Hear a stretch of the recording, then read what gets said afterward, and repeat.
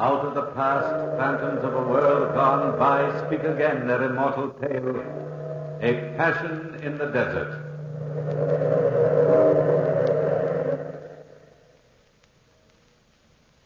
Have you ever noticed how very much a woman is like a beast? The resemblance, no doubt, is due to the fact that they have so very much in common. Any man of us frequently has seen a woman turn into a beast, or a good facsimile thereof, at any provocation. But there is only one man of my experience who saw a beast turn into a woman. He was a Frenchman by the name of Gaston Monet. It all started in Upper Egypt. A column of soldiers of the French Foreign Legion was on the march to join their eastern flank. After 3 months of marching and fighting guerrilla fashion, this particular group came to a small Arab village named De La Heba. Strangely enough, in that isolated, dirty village, there was one white woman. You've no idea what a white woman looks like to a soldier who's been on the march for months. And this one, well, she was no ordinary woman. She was lithe and supple, like a desert panther. Her skin was tanned by the sun, and her hair, it was heavy and brown with gold lights. And her eyes, they were the most amazing part of her. They were large yellow orbs, remote and fathomless. She stood in the narrow streets watching the column of soldiers march by, and then she glided out from the group of gaping natives and brushed one soldier's shoulder with her hand, Gaston's shoulder. He turned and... What do you want? I must talk to you. I can be court-martialed for talking to you. Terribly important, please. Not now. I'll meet you later. Please go back. Later? When? Midnight tonight? If you fail me, I will die. Don't fail me. Midnight, then. But where? At the end of the palms, where you entered the city. Goodbye. Go quickly before you're seen. Goodbye. Halt! We'll make camp at the outer gate of the city. You understand?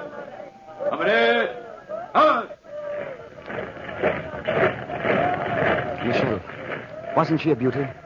What are you talking about, Gaston? I did not see anybody. The white girl, the one who talked to me. Gaston, have you lost your mind completely? Nobody talked to you. You are seeing things. But the woman who whispered to me. Woman? Just a group of natives and a tame panther. You've quite an eye for women, Michel. But you missed this one. And I'm to see her again. Tonight at midnight. And so it was that night when the moon was yellow in the sky. Gaston sneaked away from camp and walked down the street, walked to the end of the mud-banked road. He saw the girl standing under the palms, and his pulse quickened. But blended with that quickening was something more, something of fear, something in her eyes, in those cold, placid yellow eyes, something that seemed to swim under the lids. You've come at last. I was worried, my friend. What is your name? Gaston Monet. And yours? Mignon Alwa. Why do you look at me that way? Oh, you're the first decent thing I've seen in months. Am I? Tell me, why did you ask me, out of all of the others, to meet you here tonight? I mean, it is strange, isn't it? Perhaps it is fate. And besides, I am in trouble. I'm stranded here. I set out on an expedition with some friends. Friends? Yes, friends from France. We were attacked and they were killed. The natives won't leave the village. You know that? And I can't stand it here any longer. But how can I help you? You are brave and strong. You could take me to a coastal city and then I could sail for France. For civilization. But I can't desert my outfit and just leave suddenly into the desert. Besides, we have no provisions. I have provisions. I've saved them for a long time, waiting for just such a one as you. And the journey is simple. Due east, 4 days' march. I should like to help you very much in any way I can, but... Oh, confound it, that's desertion. I just can't, woman. If you leave me here now, I will die. I will die in this place. Gaston, please. Gaston, don't refuse me. Please don't. It was warm out that evening. Warm. And the desert moon plays tricks with a man's mind. And the girl Mignon was more important to Gaston then than his country, his army, or his friends. And so they left together in the dead of the night. They stole out of De La Heba into the desert, into the lonely desert, with just enough provisions to make their way to the coast. And so the night passed and turned into morning, and that day passed and turned into another, And back in the village of De La Haye, Lieutenant Michel reported Monet's absence to Major Duval. The alarm was given, and the barracks were searched. And the search was fruitless. Lieutenant Michel reporting, sir. Yes, Lieutenant. The entire city has been searched, sir, but not a sign of him. I'm afraid, sir, it is desertion. I thought so. Gaston Monet never was army material. Weak. He'll never get away. We should let him die in that desert. Please, sir. Not out there. The sandstorms, they have started, sir. Oh, forget him.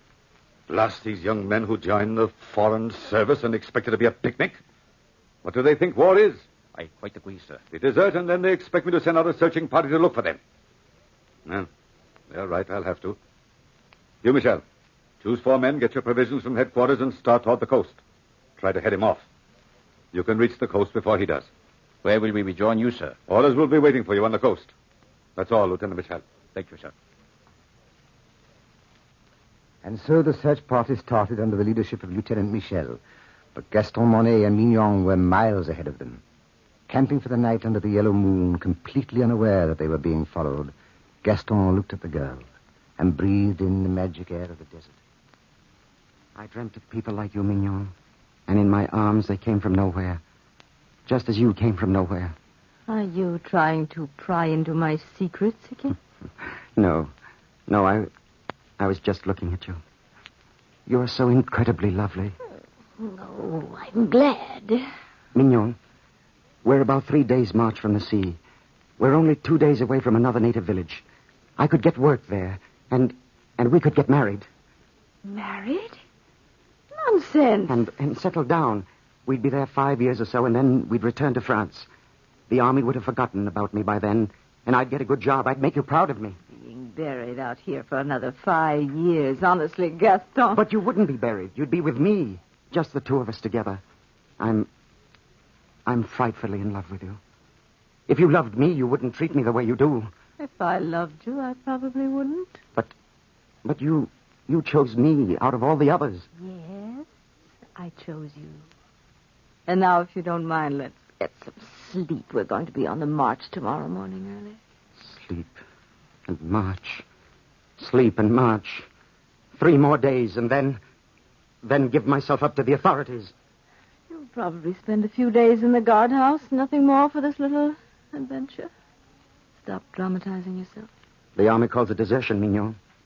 There's only one punishment for desertion. What is that? You know very well what it is. Death. You got away once, you'll get away again. Don't you care what happens to me? Yes, of course I care, but what can I do? What is that?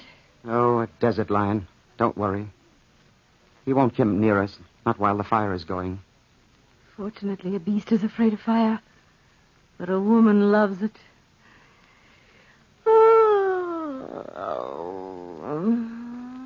Good night, Gaston. Good night, Mignon. Well, such a hurt way to say good night.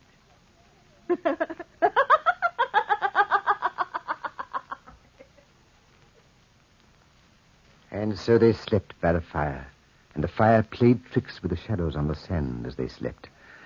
But crouched not far from them was the panther, eyeing the boy and the girl, and it crept toward the fire unafraid, sidling up to the boy until its large yellow head was a foot from Gaston's arm. And it, too, fell asleep, and the fire died down. The morning sun rose over the sands, and they awoke, all 3 at once. Gaston, look, next to you.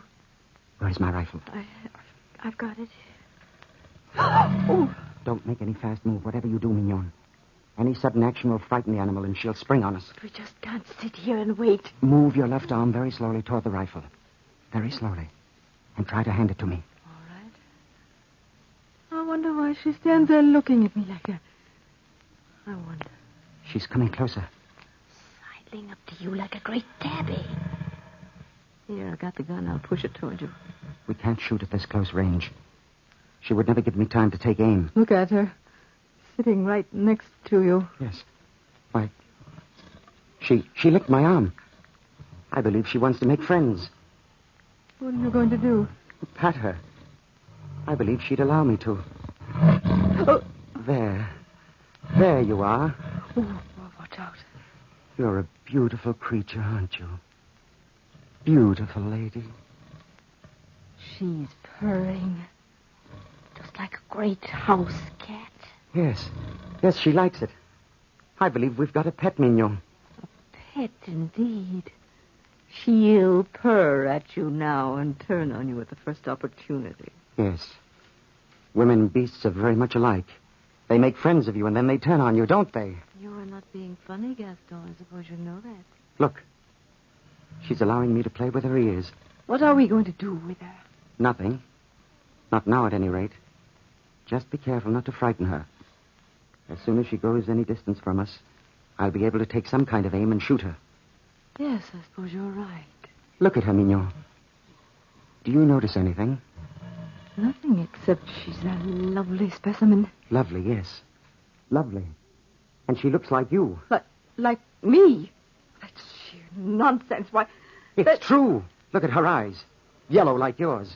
Deep like yours. Cruel and cold, predatory like yours. Gaston, I tell you, it's nonsense. Come over here, Mignon. Try to make a friend of her. What do you mean? I want you to pet her. Just as I'm doing. Of course, if she will let me. Try it. All right. I will. Oh, she snapped at me. Try it again. No, I'm afraid, Gaston. It's nice to see you afraid of something. I said try it again. No, I won't. I said try it again. Did you hear me? My arm. She bit my arm. It's bleeding. She doesn't like you, Mignon. I wonder why. Watch. She'll allow me to stroke her. Please, Gaston, don't. Are you frightened, my dear? Why, this animal won't hurt you? Beautiful creature, aren't you? You don't like Mignon, do you? Or perhaps you do like her, to test the sharpness of your claws. Don't joke about it, Gaston. You don't know what you're doing. You have no idea. You've no idea. Am I frightening you? Frightening me? I have only one chance to be a woman, a real woman, a chance to go to a civilized country, a chance to break away from them. From the Panthers, from my brothers and sisters. Kill that animal or I must return to them. I lied to you before, Gaston. I lied to you when I said I came to De La Haye with an expedition. I was born here just as she was born here. And there is a kinship between us. Yes, a kinship you will never understand. Please, Gaston, kill that beast!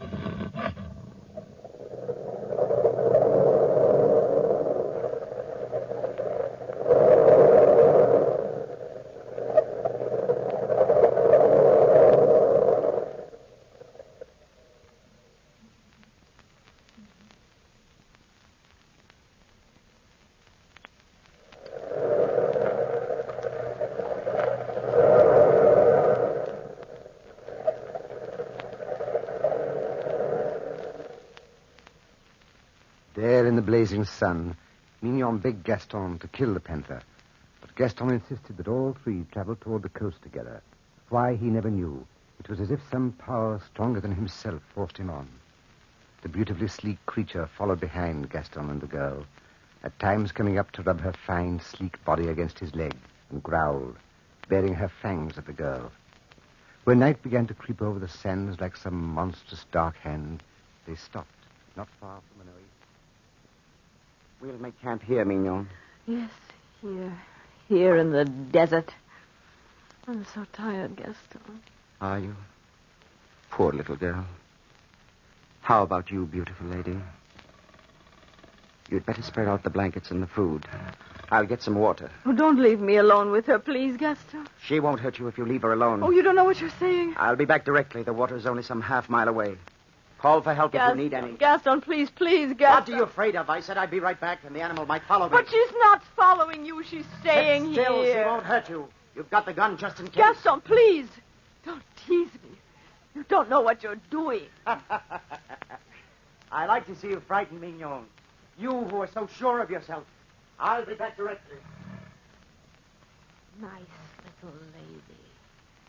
Lie still. Let me point the gun. This won't hurt you. Why do you look at me like that? Yes, Gaston is right. We are alike. Our eyes, our souls, and our emotions. No, little lady, stay where you are until I get an aim. A perfect aim. No!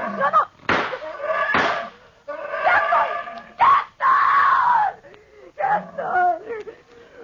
Oh, Mignon, I'm coming. Mignon.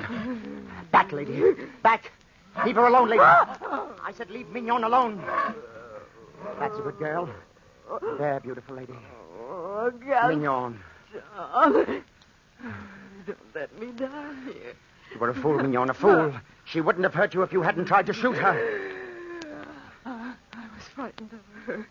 I was so frightened. Yes, She's so like me, and she knows it. She not only wanted to kill me, she wanted more. She wanted to absorb a human soul in that animal body. My soul. Try to lie still. Quietly, my dear, quietly. Look at her. Waiting for me. Watching and waiting for me to die. Quiet, my dear, quiet. Lie still if you can. Lie still. It was such a short time to be given a human life. That's why I was so anxious to get away from the desert. You don't believe in me, Gaston. You will. Mignon. Little lady, you killed her, and I'll kill you. Yes, kill you for taking the only thing I loved. Yes, I'll kill you.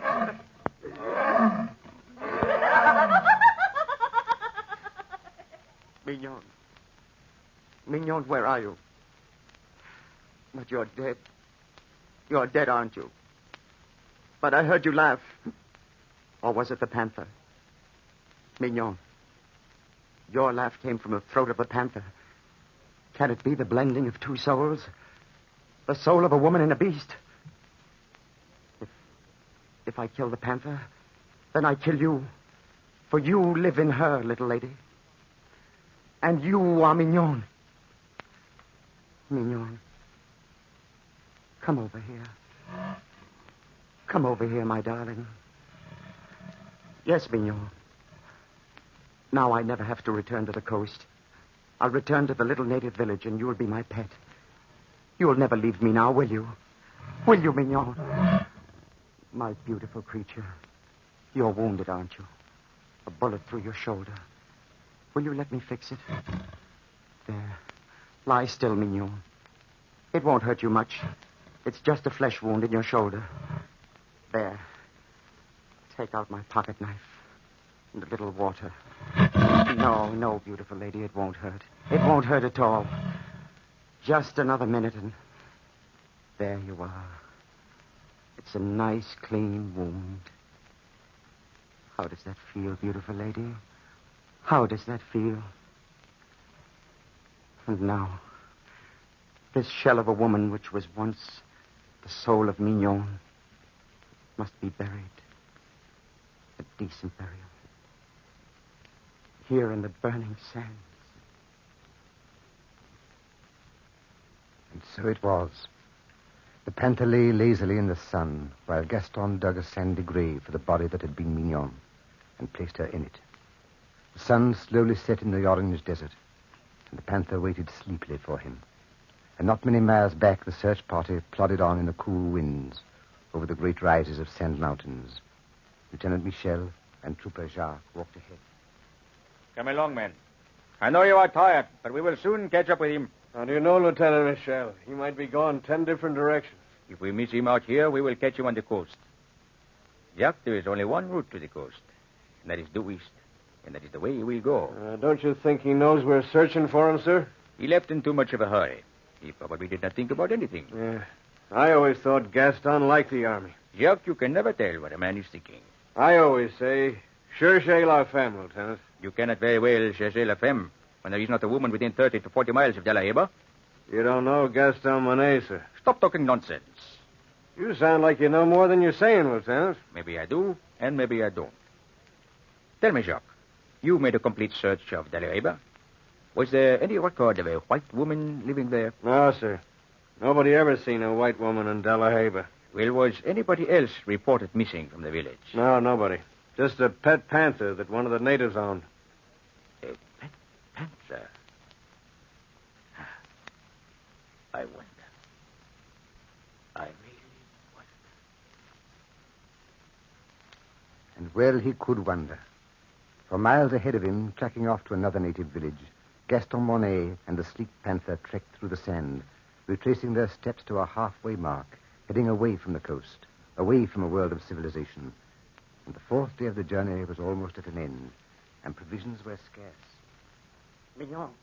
Mignon. We must make camp again. The sun is setting, and night comes fast over the desert. We've only a little fruit left. You're hungry, aren't you? Well, beautiful lady, here you are. How's that? It's all so strange. You and Mignon. Mignon, what were you really? Where did you come from? What happened to that peculiar, distorted mind of yours? So much the beast. So very much a woman. Are you laughing at me now? Yes, I don't blame you. It is funny loving you so much. Loving you and you're being so very far away and yet so close. Are you content now, darling? Content to stay with me forever? Please, please be content. Try hard to find happiness. You would never have been happy in France or in any other part of the world. And I'll take care of you the rest of your days. What is that? Another panther? Is that one of your kinsmen? Mignon. Mignon, you can't leave me, little lady. Please. Please, I'd take care of you. Don't leave me. Please don't leave me.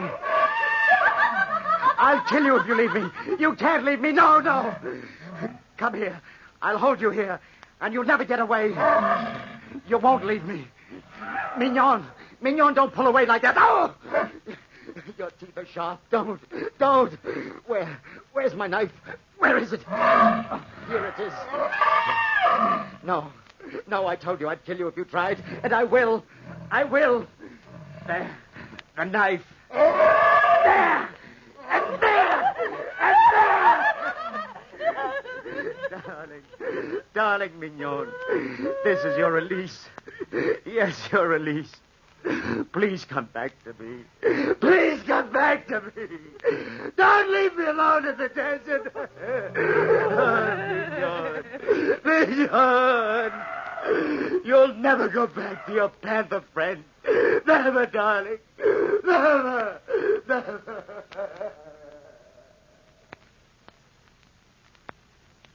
And the blood flowed freely from the wounded beast's heart, staining the yellow sands crimson. And Gaston turned toward the fading sun, his face streaked by tears, stained by sand. And walking away from the beast, he looked toward the sky. Then, falling face forward on the sand, he lay under the hot desert sun. Toward evening, as the sun set in the sky, the four-man searching party reached the blood-stained sand. And then... Lieutenant Michel, look. Eh? The panther. Dead. Sacre bleu. Body covered with knife wounds. Look behind him. Gaston. Oh, it's no use, sir. Gaston Monet's been dead for well over 12 hours. Dead? The panther's body covered with knife wounds, and Gaston's body absolutely unharmed. Funny, ain't it? Not too funny. I wonder if that's the pet panther that disappeared. Probably. Jacques, never mention that in the report to Major Duval. Just write desertion due to insanity. Insanity, sir? Yes, Jacques. Insanity. Caused by desert madness.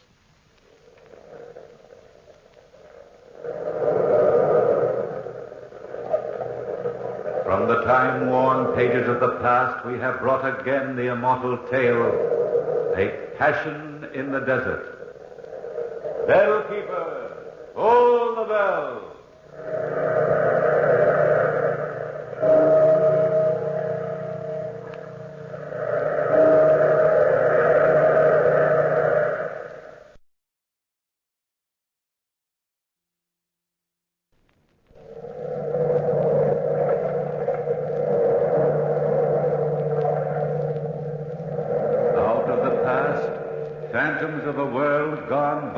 speak again their immortal tale.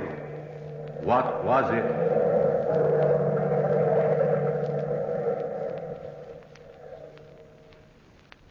All right, then. What was it? What was it? Nobody knows. But the house was haunted by something or somebody. The boarders here at Mrs. Dimity's boarding house didn't believe in ghosts either, myself included. But we were curious about them. That's why we voted to move into the old brownstone house on 49th Street. And once we were in, we were still convinced that ghosts don't venture abroad in a New York tenement building. The only one who wasn't quite convinced that ghosts exist only in storybooks was old Mrs. Dimity herself. But her favorite roomer, young, handsome Ned Saunders, and myself, I'm Dr. Hammond, we refused to believe the ghostly nonsense. Anne Mitchell, the young sculptress who lived there, was frankly curious, while the Countess Harkavy, a fortune-teller of some renown and a psychic of questionable fame, was delighted at the idea of living in a haunted house. That was in a business way, of course.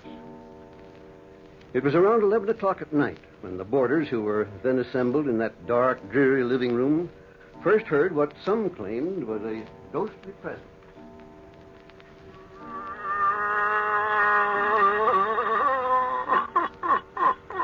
Listen to that, Dr. Hammond. I hear it, Ned. It's an uncommon sort of sound for the wind. That is not the wind, Dr. Hammond. It is the cries from the spirit world. I feel it in the marrow of my bones. Oh, say, Countess, can't you feel things in a more comfortable place? Bone structures always struck me as a most uncomfortable place to have a feeling going on. Listen, all of you. Listen. Oh, skip it. Ned, will you pass me that magazine on the shelf next to you? I think any kind of reading will be preferable to listening to old psychic ears rambling. Sure thing. Here you are, dear. You really think this house is haunted, Countess? Yes, I do.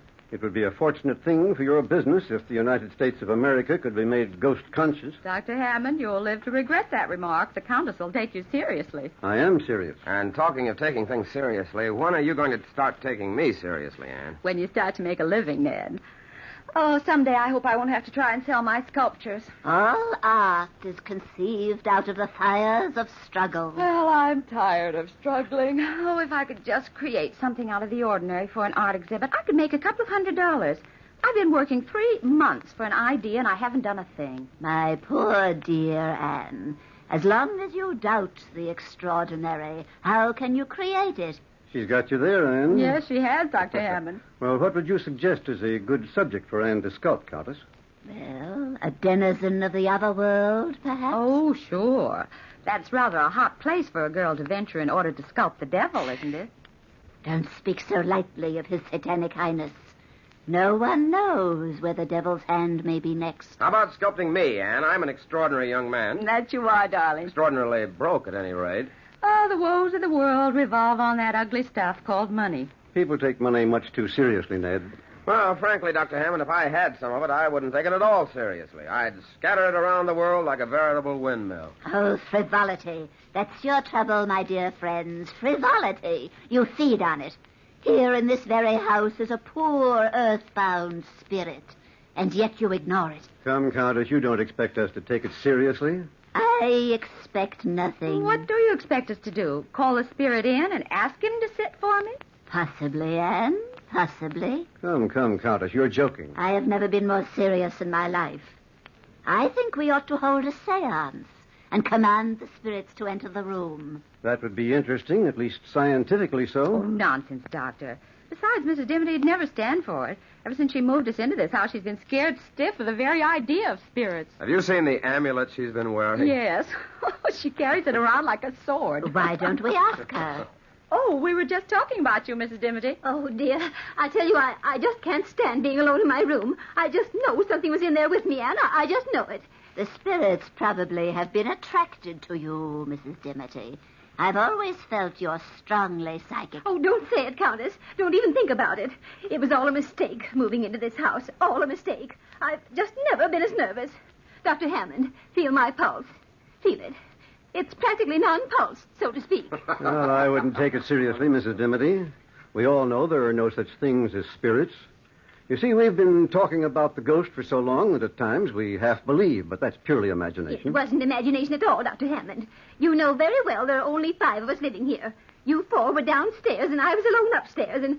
Oh, I did hear footsteps in the hall. I opened the door, and I felt something cold touch me. Ah, you see, I knew it. Oh, listen. Oh, it came from upstairs. Listen, all of you. Ah, and was that also the wind, Dr. Hammond? I don't know, Countess. What do you think, Ned? Well, I think the Countess' idea of a seance is a good practical suggestion. I'm all for it. A seance? Oh, dear. Yes, let's give it a try. Well, we're all agreed. Yes, come on, let's. I think it's a good You're idea. in charge, Countess. Now tell us what to do. Well, now, for the first thing, bring your chairs into a circle, please. Oh, dear. I want to back in this show. Now, hold hands. Will someone turn off the lights? I'll get the switch. Good. Now we're in the dark. Quiet, please. Quiet while I summon the spirits.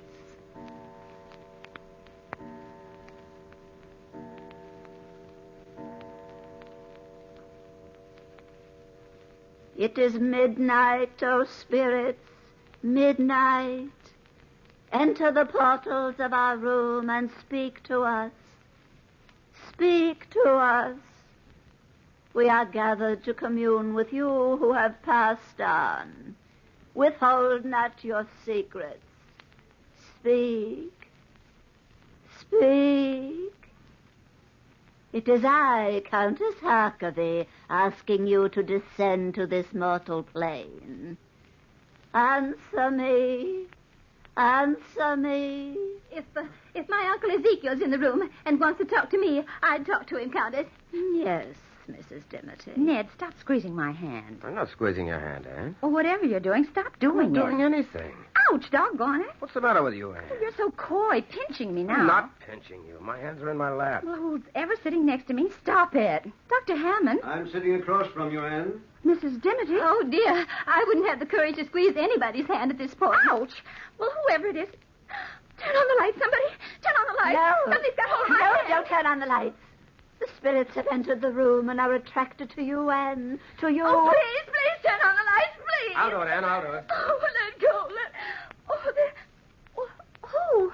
There's nobody sitting next to you. That's a vacant chair. But I felt it. Anne, did you imagine it? Imagine what? That somebody squeezed my hand? I imagine nothing. Look at my hand, and tell me that's imagination. Let's see it, darling. What? Dr. Hammond, look. Her hand is bruised. Yes, it is. Pretty badly bruised. Countess, where were you sitting? Exactly where I'm sitting now, Dr. Hammond, and I haven't moved. You had your chance to do something extraordinary, Anne, but you muffed it. A pity is all I can say. A great pity. The seance is ruined. But, Countess, wait a minute. What for? To try another seance and have you become hysterical all over again? Good night. Dr. Hammond, is it possible that I really was holding the hand of something, or... Anything's possible, Anne, but not very probable. Oh, dear. Oh, dear. I said not very probable, Mrs. Dimity. I think perhaps the Countess has been playing a trick on all of us.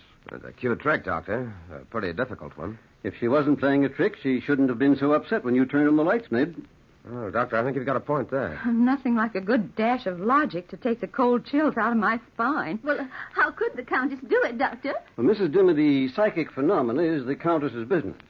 After all, she makes a living out of calling imaginary spooks from the outer world. I don't think it's very nice of us to try and pry into her secrets. I hope you're right, Doctor. I do hope you're right. Well, I wouldn't worry, Mrs. Dimity. Well, I'm going upstairs to bed.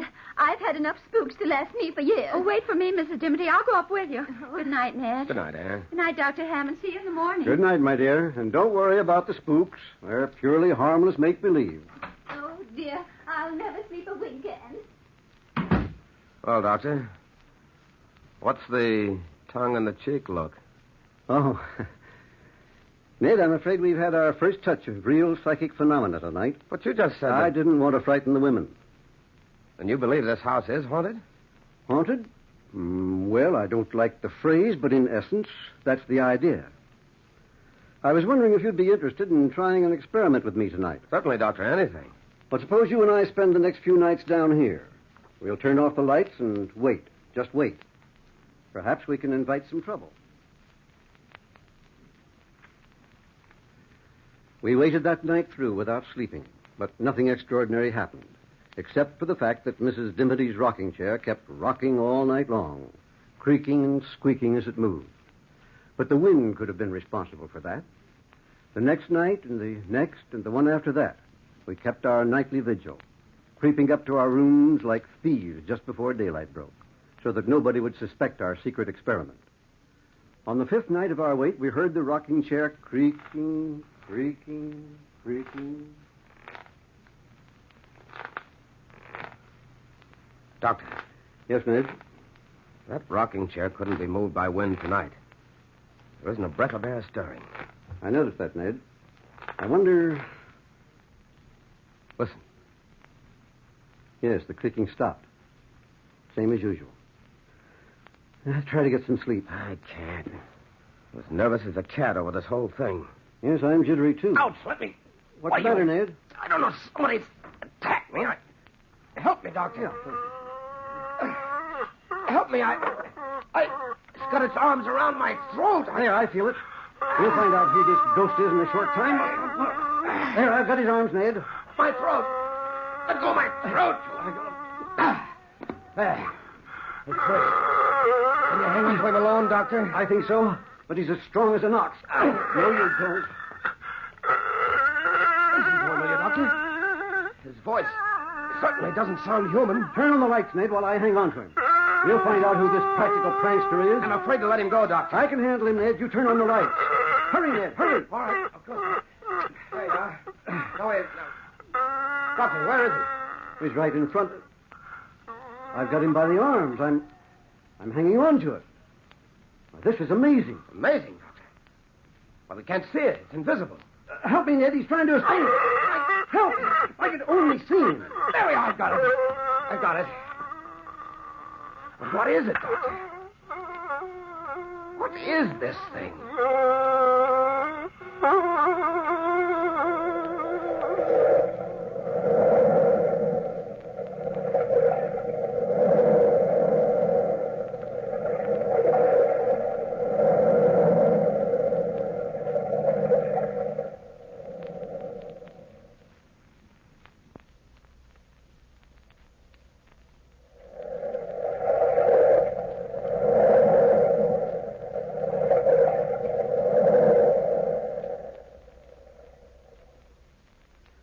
What was it? I didn't know as I held the grisly thing in my arms. It struggled and sobbed and moaned exactly as a beast would struggle and moan. An invisible beast. That was the horror of it. An invisible beast. I sent Ned to the basement of the old brownstone to get some stout rope. At least we could prevent this horror from escaping. That's what I thought then. Well, Ned returned shortly from the basement and opened the door. Here you are, Dr. Hammond. Oh, quickly, Ned. Bind its legs. I can't hang on to it much longer. Not as young as I used to be. All right, Doctor, I'll manage. Somehow I try to hold him on the floor. Yes, of course.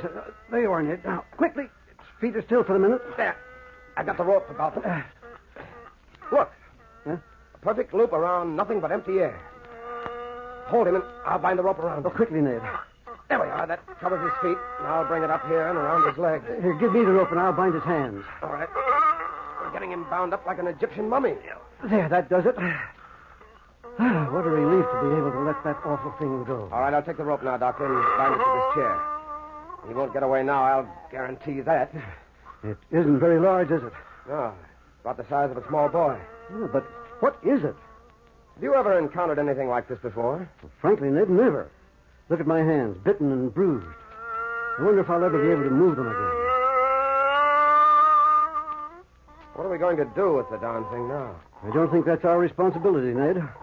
I think we'd better call the boarders together and let them in on the secret. Would you like me to get them, Doctor? Yes, wake them up. But don't tell them why. Just ask them to come down here, and I'll throw this rug over the chair so that they won't see the ropes right away.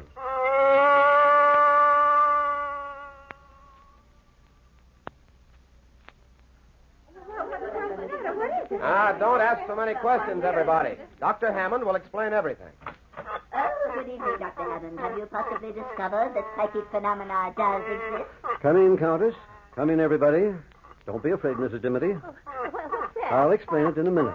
Explain it, Dr. Hammond? Sit down, everybody, please. No, Mrs. Dimity, not in the rocking chair. Oh, dear me. I'm afraid we're in for a revelation this evening. Ned, please close the door. Right. Strange are the ways of the world. Yes, Countess. The ways of the world are very strange. Mrs. Dimity, and the Countess has been correct about this house. There is something in it. Oh, what do you mean? There's nothing to be frightened of, Mrs. Dimity. No, spirits are often kind. Indeed, they're friendlier than many mortals. This isn't exactly a spirit, Countess. What do you mean? Exactly what I say. It's a beast of some kind. Oh, the doctor, is it in this room? Mrs. Dimity, please. Yes, Anne, it's in this room, in that rocking chair. I threw a rug over it. Oh, unfortunate spirit. If you wish, Countess, remove the rug. Yes, of course. Why, where is it? It's there. You can see the ropes being held in place by it. What kind of a hoax are you trying to play on me, Dr. Hammond? It is not a hoax. There's a living, breathing something bound in that chair. But it's invisible. Oh, why, that's incredible. It's more than incredible. Would you mind if I touched it? I don't see why I should. It's not my beast. The problem is, what are we going to do with it? What do you suggest, Mrs. Dimity? Mrs. Dimity! Oh, she's fainted, Dr. Hammond. I'll get a smelling salts right here in the desk drawer. Oh, I felt it. I felt it, Anne. I felt it. A captured spirit. I must tell my co-worker, Dr. Zarkox, right away. He'll be so thrilled, so thrilled. I'm not sure that we ought to tell anybody about it. Are you, Dr. Hammond? Ned's quite right. We should not. Oh, but Dr. Zarkox is the only living person constantly in touch with the spiritual night and day. Day and night, constantly. The smelling salts should be in here someplace. Oh, here they are. Until we find out exactly what it is, I don't think we ought to divulge the secret. Heaven knows what we've stumbled into. You're right, Ned. Here, Mrs. Dimity, take a deep breath of this. And how do you propose going about finding out what it is? Breathe deeply, Mrs. Dimity. Well, I was thinking it might be possible for Anne to make a plaster cast of it. Oh, that's a gay idea, Ned. Breathe deeply, Mrs. Dimity. You'll be all right. That's quite a good idea, as a matter of fact. No, you'll hold it while I make a cast, huh? If it happens to bite me with a pair of invisible teeth, that'll be my ruin. No, being a doctor, I shall use a little chloroform and put it to sleep for a while. We'll be able to make a perfect cast. Mrs. Dimity, are you all right? Oh, I'll never be all right again. Well, Anne, are you willing to give it a try? Oh, I suppose so, Ned. I'll prepare the plaster right away.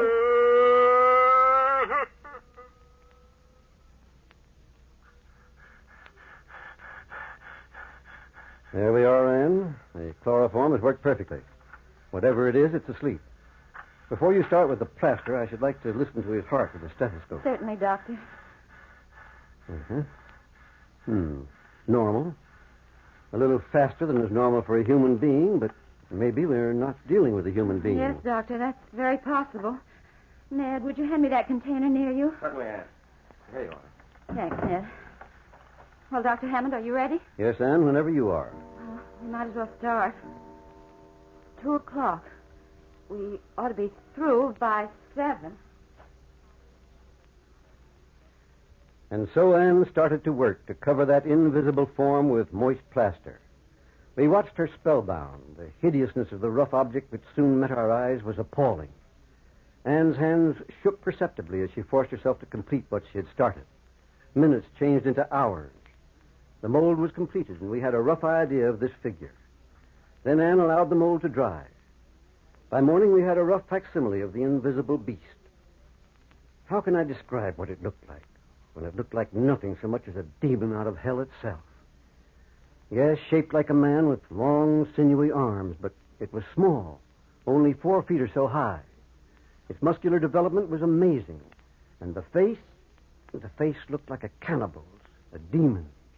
Cruel, tiny eyes, a tiny nose, and a twisted, a horribly long mouth, and sharp, shiny teeth. The first rays of light broke through the window, and I realized that the effects of the chloroform were wearing off. And... Watch out, ladies, awake. I got him, Doctor. You better help me. Yes, of course. Here, we'll hold him together. And... Yes, Dr. Hammond? We'll hold him down, and you bind his legs with the cord. Yeah. Get that rope around his legs. Good girl, Anne. That's it. Ow! He bit me. Your arm, darling. It's bleeding. Don't mind my arm. Just bind the legs. Okay. Hurry up, Anne. That's the girl. Now slip the rope around him and pull it good and tight. All right. There we are. Give me the rope, Anne. I'll secure his arm. Ned, look at your arm. Oh, Doctor, he's badly bitten. Don't bother about me now, darling. We can't let this beast loose on humanity. That face you've done, Anne, looks like the face of a man-eater. Yeah, it does. Give me a hand, Dr. Hammond. We'll put it back in the chair and tie it. Okay, Ned, now, 1, 2, lift. There. Now, tie the darn thing there. What do you think we ought to do with it now? I don't know. You're the doctor. Well? I think we all need some sleep. First, I'll tend to that arm of yours, Ned, and then we'll leave the thing here for a while. Doctor, do you think we dare leave it here quite safely? Well, judging from the way Ned's got it tied up, I think so. Not even a spirit could get out of those ropes. Come on, Ned. I want to take a look at that arm of yours. Oh, I'm tired. I'll leave the little statue in here till morning. You know, Doctor, it makes an interesting study, doesn't it? Yes, quite an interesting one. Extraordinary piece of work, one might say. Well, good night, Anne. Come on, Ned. Let's get that arm bandaged. We'll all think more clearly in the morning.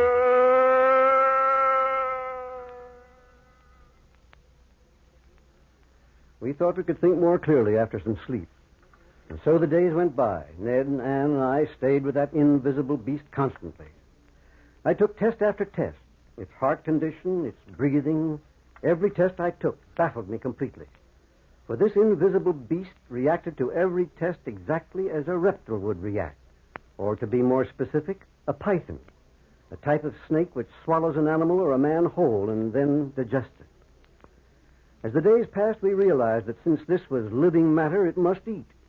We tempted it with every kind of food imaginable, tried force-feeding it, but the animal never swallowed one bite of food. And then one evening, all of us were collected in the living room when those horrible sounds started.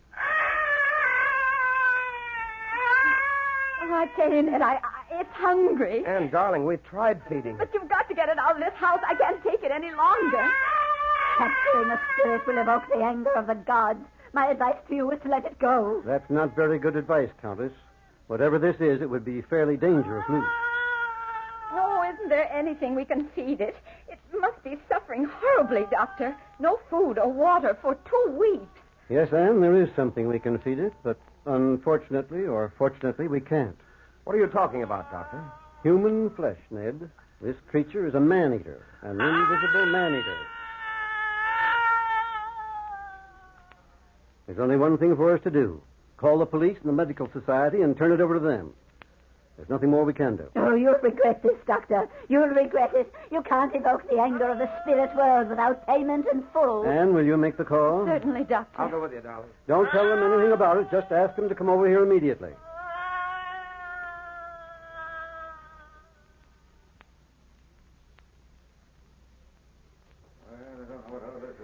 And so, gentlemen, Anne called you and brought you over here. I've told you the complete story of the monster from the very beginning. Well, Dr. Hammond, as a member of the police force, I don't mean to doubt you. But where is this invisible monster? It died of hunger 10 minutes before you arrived, Sergeant. Well, where is it? On the floor, here, next to my foot. You can feel it even if you can't see it. Here, put your hand down here. All right. Sergeant, feel this. It feels like a dead man. I tell you it does. Look at that. Sure, Doctor. What kind of a trick are you trying to play on it? Trick, Sergeant? Take my word for it, it's no trick. You felt it yourself. Many people know how to make a mass of material appear invisible. Chemistry can give you a lot of explanations of that kind of a hoax. It's no hoax, gentlemen, on my word of honor. It's no hoax. Tell us a better story. Come on, boys, let's get out of here. We enjoyed your fairy tale, Doctor, but we can't swallow that one But, whole. gentlemen, ask any one of us in this room. I swear to you, it's the truth. Look in the corner at that statuette. That's an exact replica of the invisible beast. Now I get it. You're trying to get some free publicity for the art exhibition at the museum. No, gentlemen. I made that plaster cast myself from the invisible monster. Dr. Hammond's telling you the truth. Yeah? Well, if it's the truth, what was it? What was it? Frankly, gentlemen, I don't know what it was.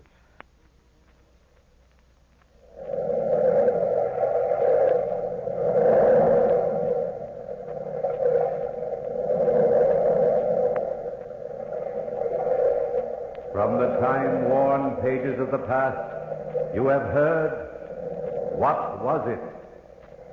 Bellkeeper, toll the bell.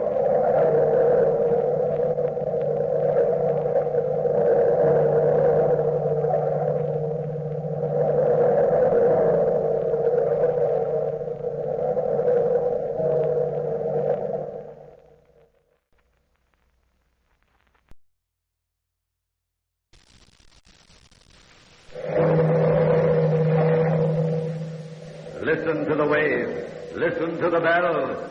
Listen to the Weird Circle.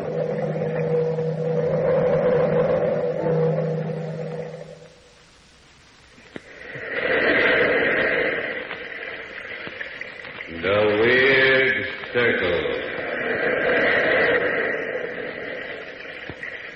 In this cave by the restless sea, we are met to call from out the past stories strange and weird. Bellkeeper, toll the bell, so all may know we are gathered again in the Weird Circle.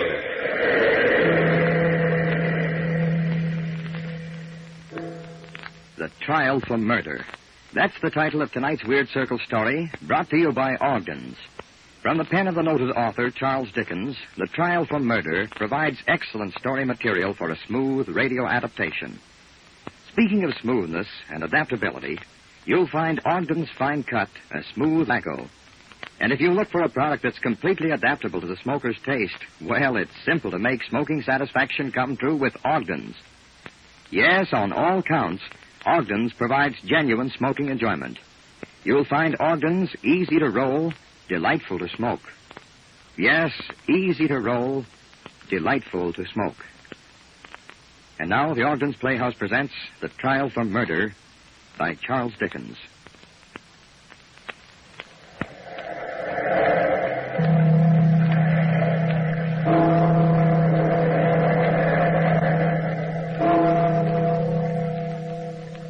Out of the past, phantoms of a world gone by, speak again the immortal tale, The Trial for Murder.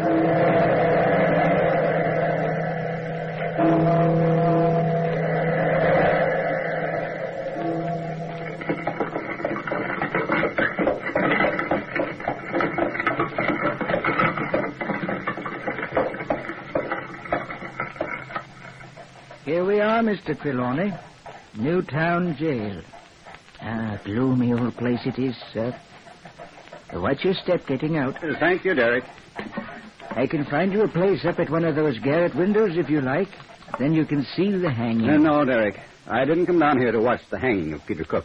Then, begging your pardon, sir, I don't understand. It's hard to explain. It's as though some strange force has urged me to come here today. I've felt it ever since the trial ended.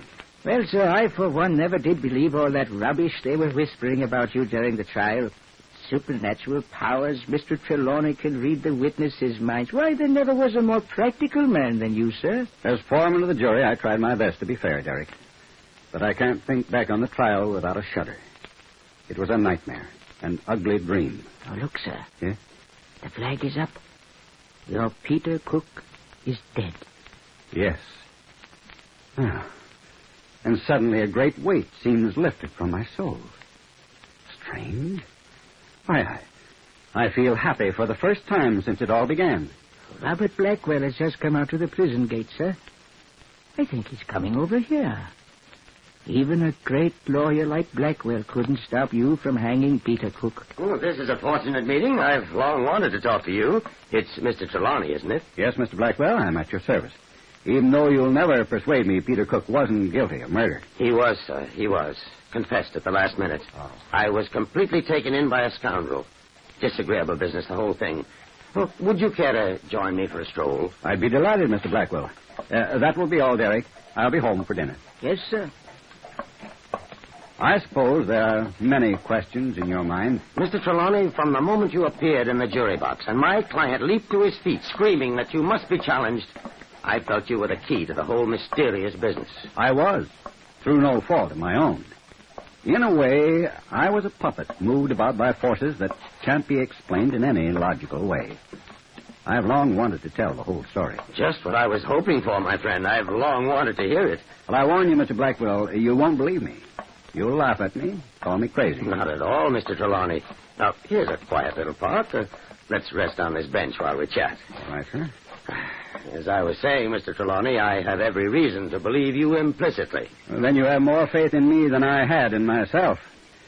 Do you know that after the trial I went to a specialist? And it was with relief that I heard him say that I was sound in body and mind. Excellent. And now a confession from the counsel for the defense. I had you checked on, sir, after several incidents that seemed unbelievable, you understand. And you found... That you are a well-known bank director, respected and admired. A man of character and integrity, not given to imagination and fancy. Oh, I'm flattered.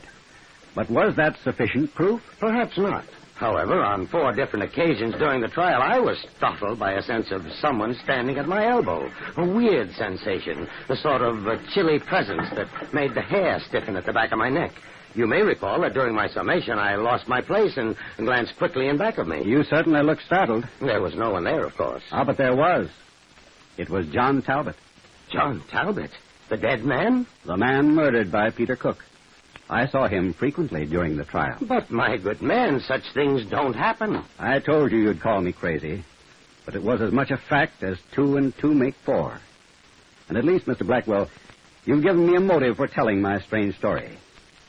First, let me tell you that I don't follow crime stories in the daily papers. And it wasn't until much later that I discovered that this first incident took place before Peter Cook was even suspected or arrested. I was standing by the window in my apartment overlooking the park. Derek, my servant, was in the room at the time. Shall I lay out your evening clothes, Mr. Trelawney? If you will, Derek. But first, take a look out this window. Something strange going on. What is it, sir? Well, do you see that man approaching from Berkeley Street? The one with his collar turned up? Yes, sir. He seems to be in a bit of a hurry. Well, watch the way he keeps glancing in back of him. That man thinks he's being followed. I'd say he acts a bit frightened, sir. You're right, Derek. Oh, and now I see the reason. Good heavens. What a peculiar-looking chap following him.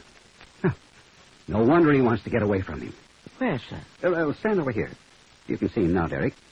No hat, his hair blowing in the wind. He has the whitest, most unhealthy-looking face I think I ever saw. I don't see him, sir. Well, you must be blind, Derek. He's practically in front of the window now. Look. Oh, he sees us. And he's pointing at the chap with his collar turned up. I don't like the look in his eyes, Derek. He must be a madman. Doesn't he look mad to you? I'm sorry, sir, but I don't see a soul. What's that? I don't see anyone there, sir. Well, you must be crazy, Derek. Oh, he's moving away now, but looking back over his shoulder and still pointing. Are you quite sure you're feeling well, Mr. Trelawney? If you're trying to be annoying, Derek, you're succeeding admirably. Is this your idea of a joke? No, sir. I'm very sorry, sir. May I draw the blinds? Please do. Let's have no more of this nonsense. Serves me right for not minding my own business. Yes, sir. What's that? I mean, no, sir. That is, shall I lay out your evening clothes? Yes, I'll change in the dressing room. It's warm there. Derek, did you leave the dressing room door ajar? No, sir. I closed it tight to keep the heat in. Well, it's ajar now. Wait a minute. I have a feeling there's someone in there. That's impossible, sir. We'd have to go through this room to get there, and we'd have seen anybody who did so. Yes, you're right, of course. Look, and remember. Derek, did you hear something? No, sir. What is it? There's someone in that room. Open the door wide. Yes, sir. There. You see, Mr. Trelawney, there's nobody there. If I may say so, sir, your imagine... What's the matter, Derek? I don't know, sir. All of a sudden, I felt cold. Sort of a chill came over me. You didn't see anyone in there when I opened the door, did you, sir? I thought I did. Just for a flash. It was the white-faced man I saw on the street a moment ago. And that's the truth, as you recall it, looking back? I'm certain of it. Moreover, Derek came to believe me. That chill of death that he felt convinced him. It's odd that neither one of us connected the incident in any way with the summons for jury duty that he brought to me at breakfast the next morning. As a busy man, I was merely annoyed with what I thought would be some dull civil case. But several days later, I arrived at the courthouse. I remembered so clearly the dim, gaslit passageways to the court. I remember that black, heavy fog hanging like murky curtains outside the great windows. I think I moved as one in a dream until you and the prosecutor started examining the jurors. As I stepped into the box, I remember your client, Peter Cook, leaping to his feet. I demand that you challenge that man, Mr. Blackwood. He'll hang me, sure. I want a fair trial. I demand that you please, Mr. Cook. Your Honor, I ask your forgiveness for this outburst. My client is unstrung. With your permission, however, I will examine the juror. Your name, sir? Hugh Trelawney. Do you know the defendant, Peter Cook? No, sir. Never saw him before? I believe I saw him in front of my home several days ago. He was being followed at the time. At least he looks like the man I have in mind. I'm sure I don't need to remind you that you're under oath, sir. Now, my client seems to believe that you are prejudiced against him in some way. Is that true? I know absolutely nothing about him. So far as I know, I've never spoken to him or read anything about the case.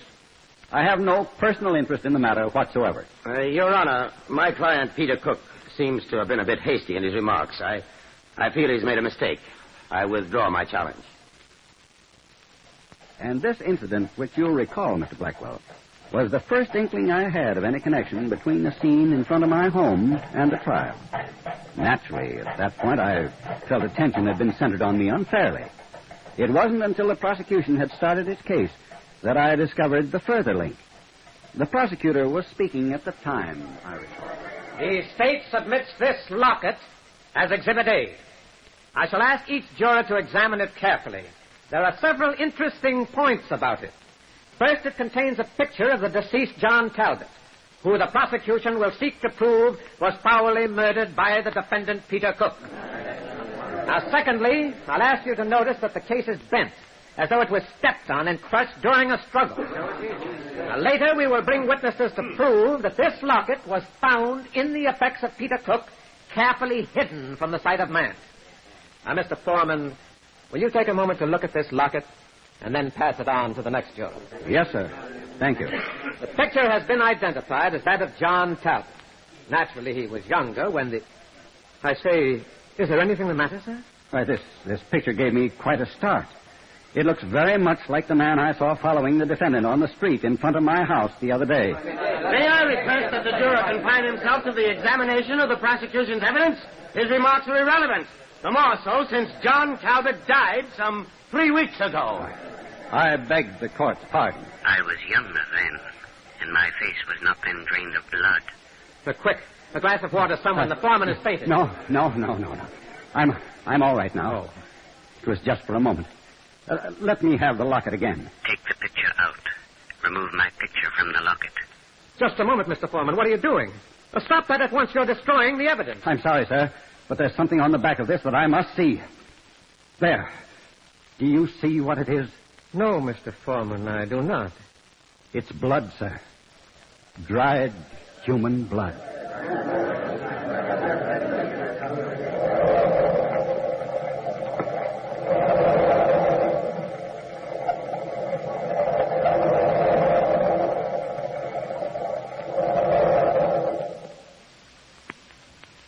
In Charles Dickens, we meet a writer of many facets and strange parallels. An author with the faculty of applying his genius to all fields of plot, from a tender, romantic turn to such a story as we hear tonight. The story of a juryman invested with incredible and supernatural powers of judgment. Friends, the judgment of the Canadian roll-your-own smokers jury regarding the excellence of Ogden's fine-cut tobacco has been unanimous. Yes, ask the person who likes to roll his own cigarettes to name his choice of tobacco, and it's almost certain that his verdict will be Ogden's. You see, Ogden's has been pleasing the majority of roll-your-own smokers and making new friends right down through the years. Try Ogden's. Taste the rich, mellow goodness of tobaccos that are sun-ripened for absolute smoking satisfaction. You'll find Ogden's easy to roll, delightful to smoke. Yes, easy to roll, delightful to smoke. Back now to Hugh Trelawney and the trial for murder. Trelawney has found that of all those concerned in the trial, he alone can see and hear the ghost of the murdered man, John Talbot. As foreman of the jury, his questions have revealed important evidence against the defendant, Peter Cook. Right now, he's explaining to the prosecutor how this mysterious voice guided the course of the trial.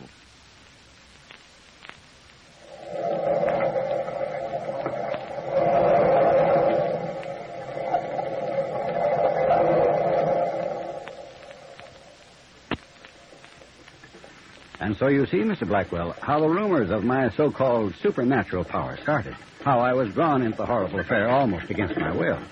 Even you looked startled when I pried out the picture of poor dead John Talbot. Naturally, Mr. Trelawney, naturally. You seem to do it without any apparent reason. Of course, the fact that the locket had been found among Peter Cook's things meant nothing. Everyone knew they had been friends. But finding dried blood on the back of the picture tied Peter Cook to the scene of the killing in the mind of all your fellow jurors. Yes, I see that now. At the time, I was only doing what the voice told me to do. Now, this voice. At any time during the trial, did any of your fellow jurors see or hear the murdered man? There was no doubt that the murdered man, this ghost of mine, made his presence known to others than myself. Other jurors told me afterwards that they had awful dreams in which the figure appeared and told them that Peter Cook must die. It was this fact that kept me sane. As long as others felt some disturbance, I knew it was not my imagination leading me astray. For instance, nearly every night of the trial, I saw his ghastly figure at the tavern. But each night that I saw him, some juror would awake, screaming with fear, to tell of dreaming of John Talbot. But as long as I was the only one who actually saw or heard him, I could not risk my reputation by speaking up. It must have been a horrible week, sir. Then you do believe my story, Mr. Blackwell? I do, sir. And I'll tell you why when you finish it. Well, it was after you started the defense of Peter Cook that I began to hear the voice more frequently. You, of course, recall your star witness, the young woman who lived in the same building as Peter Cook and John Talbot? Indeed, I do. Her name was Alice Hawkins. She started out as an excellent character witness for my client, but you soon put a stop to that. I remember the afternoon when you first started questioning her. I heard the voice several times as the testimony went on. It seemed impossible that others could not hear it, too. But I know now that no one did. Since she was your witness, I recall you were using a gentle, friendly method of questioning. Tell us again, my dear, how long you have known the defendant, Peter Cook. Over 2 years, sir. And you say that in all that time you never knew him to do an unkind act. Was he on good terms with that unfortunate man, John Talbot? Well, they were very friendly, sir.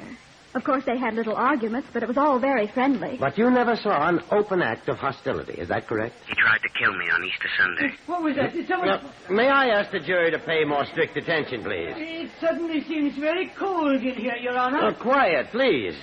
Now, in short, Miss Hawkins, you never saw signs of anything except friendship between the two men? Mr. Cook is a good, fine man, sir. She loves him. She would lie for him. Your witness, Mr. Prosecutor. May I ask another question, Your Honor? I object, Your Honor. The foreman of the jury has constantly interrupted this trial. Your question seems to have had an important bearing on this case so far, Mr. Trelawney. You may speak. Just two things I'm impelled to ask. First, isn't this young lady in love with the defendant? And second, didn't the defendant make an attempt on the life of John Talbot on Easter Sunday last? I object, Your Honor. Miss Hawkins, Miss Hawkins, please answer these questions. And remember, you're under oath. Are you in love with Peter Cook? Well, what if I am? Is there anything wrong with that? Well, it makes you a rather doubtful character witness, I should say. And more important, what about this other attempt on John Talbot's life? That's a lie. What's a lie? Nobody tried to kill him. Well, what did happen then on Easter Sunday? Well, he almost met with a bad accident. How did it happen? All three of us had gone to church. Afterwards, we decided to climb to the cathedral tower for the view. On the way down, John Talbot slipped and fell. If he hadn't caught hold of the railing almost immediately, he would have... He would have plunged to his death. Is that correct? Yes, sir. But it was only an accident. I'm sure it was. And did the friendly relations you've mentioned continue after this accident? Well, not exactly. And why not? Tell us the reason. No, I won't. I won't tell you anything more. more. My dear girl, a man has died. Another man is on trial for his life. You must tell us everything you know, or you'll find yourself in a very unhappy position. Now, you've already hinted that friendly relations were strained between the two men after this time. Why? He accused Peter Cook of pushing him down the stairs. But he didn't do it. I'm sure he didn't do it. You, Trelawney, you have set them on the path of truth. It was at this point, Mr. Trelawney, that I had my agents look into your background. 2 simple questions from the foreman of the jury, and the prosecution starts to upset my whole defense. Naturally, I didn't suspect the murdered man was working at your elbow. Did he actually call you by name? That was the first time, Mr. Blackwell. And though I was familiar with that ghostly voice by then, it gave me a start, I can tell you. Nevertheless, I believe Peter Cook would be a free man today instead of dangling at the end of a rope in Newton jail if it hadn't been for the next day, Mr. Trelawney. Yes, I'm inclined to agree, Mr. Blackwell. Your suicide theory was built up ingeniously with the doctor's testimony. I know you believed it to have been a fact at the time, because there was a ring of sincerity in your voice. You will note, gentlemen of the jury, that everything Dr. Croydon has said points to suicide. John Talbot, the deceased, was an unhappy man. He had come mistakenly to believe that his friend, his best friend, had made an attempt on his life. He knew that he had lost the woman he loved to that friend. The good doctor has shown how the wound could have been self-inflicted by a man holding the razor in his left hand. We know John Talbot was left-handed, and in that case, it makes it possible that he did commit suicide. Your Honor, I beg of you to let me speak. Again? Your Honor, if the foreman of the jury has deeper knowledge of this case, I ask that he be Mr. made... Blackwell, I have no knowledge of the case other than what I've heard here in this room. But I am impelled to ask that young woman, Alice Hawkins, that she be recalled and questioned further. She can tell us whether or not it would have been possible for John Talbot to meet his death by his own hand. The clerk will recall the witness. This is most irregular, Your Honor. Well, Your Honor, if it will further justice, I'm sure my learned colleague, Mr. Blackwell, will have no objection. I'll cross-examine after you've finished with your witness, Mr. Blackwell. I have no questions, Mr. Prosecutor. I am confident she can throw no further light on the case. Very well, Mr. Blackwell. Now, Miss Hawkins, is it true that the deceased was left-handed? Yes, sir, he was. He wrote letters and performed all the regular little routines of life with his left hand. Yes, sir, he did. Well, then I fail to see what the foreman of the jury... In other words, Miss Hawkins, he could have easily cut his own throat with his left hand, couldn't he? Well, speak up, my girl. No, sir. It would have been impossible. You have done well, Trelawney. You have done well. You see, sir, it was this way. I don't think anyone knew about it but me. John Talbot was very sensitive about it. Although he was left-handed, there were many things he did only with his right hand. One day he told me. He had an accident while a boy, and though he could still write and use his left hand, he could never lift it above his shoulder. And so, Mr. Blackwell, as you recall, the trial came to an end. The jury withdrew to the great room in the tavern to reach their verdict. I remember the strange feeling that came over me as the discussion went on, as though I was becoming less and less Hugh Trelawney, and more the voice of the murdered man. The little vestryman, Mr. Jones, was the only one who was still voting not guilty. I agree, Mr. Trelawney. It couldn't have been suicide, but would Peter Cook have killed him just to keep him silent? Peter Cook has been proven a man of violent hate. I know all that. I know that he was about to marry Alice Hawkins and that he had another wife in existence. I know that the dead man had threatened to expose him, but is that enough? Always keep in mind that John Talbot loved Alice Hawkins, too. Mm-hmm. When he found out that Cook was leading her on, his reaction would have been violent.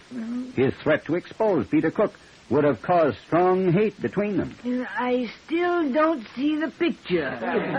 Why, who blew out the candle? Light it quickly. Oh, I wish I were out of this business. You, Trelawney, talk to this man. Yeah, that's better. Why couldn't they give us more than one candle? Why, it frightened you too, Mr. Trelawney. Why, you're white as a ghost. Listen carefully, Mr. Jones. I'll try to set the picture for you. Morning. It might have been the morning of the murder. Peter Cook came to my room. Peter Cook comes to John Talbot's room. He threatened me. He threatens Talbot's life unless he changes his mind about exposing him to Alice Hawkins. I loved her. Deeply. He loves her deeply. To hear Peter Cook speak of her lightly infuriated him. He tells Peter Cook that he intends to reveal him as he is. A man already married who intends to wreck her life by this despicable trick. A man petty, mean, selfish, with murder in his heart. The room is tense with hate. The fury of frustration burns in the eyes of Peter Cook. He sees the razor near at hand. It takes but a moment. With the strength and quickness born of hate, he moves. The morning sun looks in. Looks in on the lifeless body of John Talbot. Why, it's uncanny. You might have been there yourself. Why, your whole story, even your voice sounded different. Yes, I can see it now. So clearly that it frightens me. Look, I'm shivering. The very coldness of death is in the air. And let us give the verdict quickly. Peter Cook is guilty. We filed back across the street into the old courthouse. Across the street in the rain, with a growl of thunder in our ears. The dim, gaslit courtroom was deserted except for the officials and the judge. I stood in the jury box, my heart pounding, my mind reeling. Your verdict, gentlemen. Guilty, Your Honor. Peter Cook will die. You are free, you Trelawney. You are free. And my life has been perfectly natural and normal since I heard the words, "You are free, you Trelawney. You are free." Strange. And although Peter Cook never saw or heard this presence, he knew he was doomed from the day you stepped into the jury box. He knew he would be found guilty. He did, Mr. Trelawney, he did. In the confusion that followed the verdict, the judge and I were the only ones to hear what he had to say when sentence was pronounced. Did it have to do with my strange part in the trial? It convinced me that a supernatural force had been at work since the beginning. When the death sentence was passed upon him, Peter Cook said to the judge, "Your Honor, I knew I was a doomed man when the foreman of my jury came into the box. I knew he would never let me off because, before I was arrested, he somehow got to my bedside in a dream one night, woke me, and put a rope around my neck."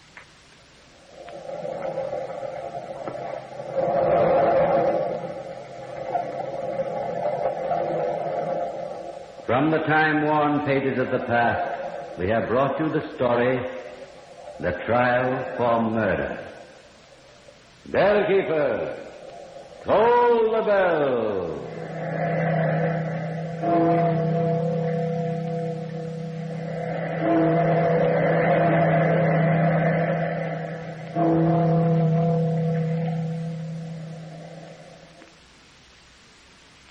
As we come to the end of another Weird Circle story, brought to you by Ogden's, here's a reminder till we meet again at the Ogden's Playhouse 1 week hence.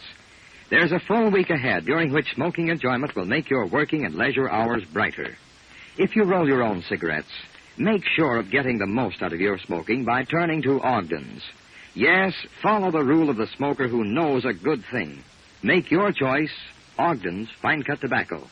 You'll find Ogden's easy to roll, delightful to smoke. Yes, easy to roll, delightful to smoke. Next week at this time, another Weird Circle story, The Werewolf by Frederick Marriott. Be sure to join us. If you smoke a pipe, why not try Ogden's Cut Plug? It's a delightful, smooth pipeful every time.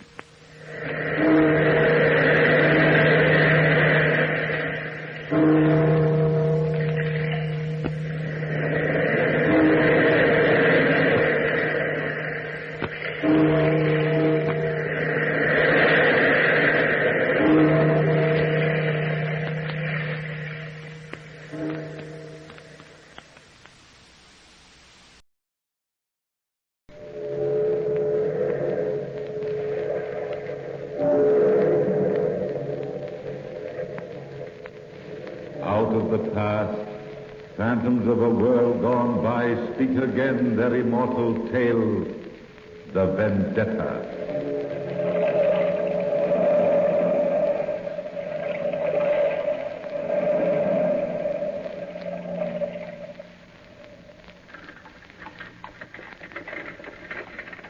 Give me a penny, mademoiselle. Just a penny for an old lady.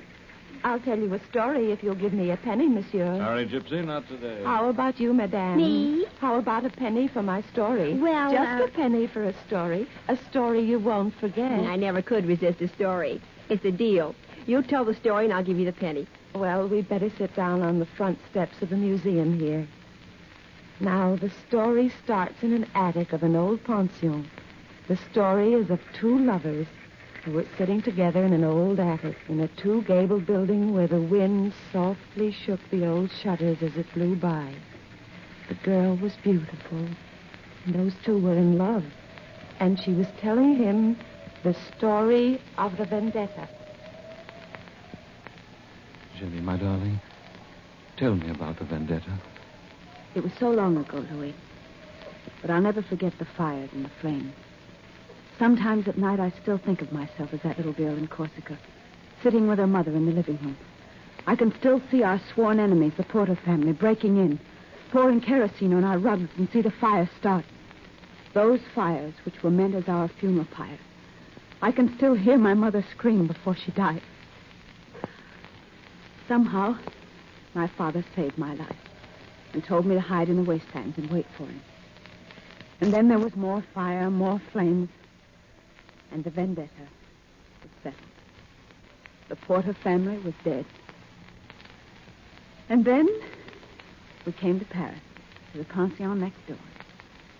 I remember the ugly white stone building, the long, rickety flight of stairs to the 3-room flat on the 3rd floor. I remember the landlady who was so kind and showed us to our rooms, talking in that empty hallway. You'll like it here, Monsieur de Piombo. You and your little girl. Pretty child, isn't she? Watch out for the stairs. Thank you. I'll be careful, Madame Manet. We're all one happy family here. A German family lives on this floor, and a young newlywed couple lives on this floor. And guess who owns the building next door? Monsieur Suspense. He's an artist and runs an exclusive school for young women who are interested in the arts. Well, these are your quarters. Your room's in the back. The child's room is just to the left. You have your own cooking facilities if you wish to use them. Yes, you told us. Well, I guess you want to be alone to make friends with your new quarters. Rooms are like people, have to be treated with kindness. Be happy. Are you tired, Jenny? Very, very tired. Father, are we going to see Mother again? They took her from us, Jenny. But the Porters have paid for it. With their lives. All of them. You're all I have left, Jenny. You're all I have left in the world. You'll be a little queen someday. I'll make you a queen, Jenny. And Paris will be at your feet. You've such lovely black hair, Jenny. Such lovely, warm black hair, darling. Never leave me. Father, darling, I'll never leave you. How could I? We belong together.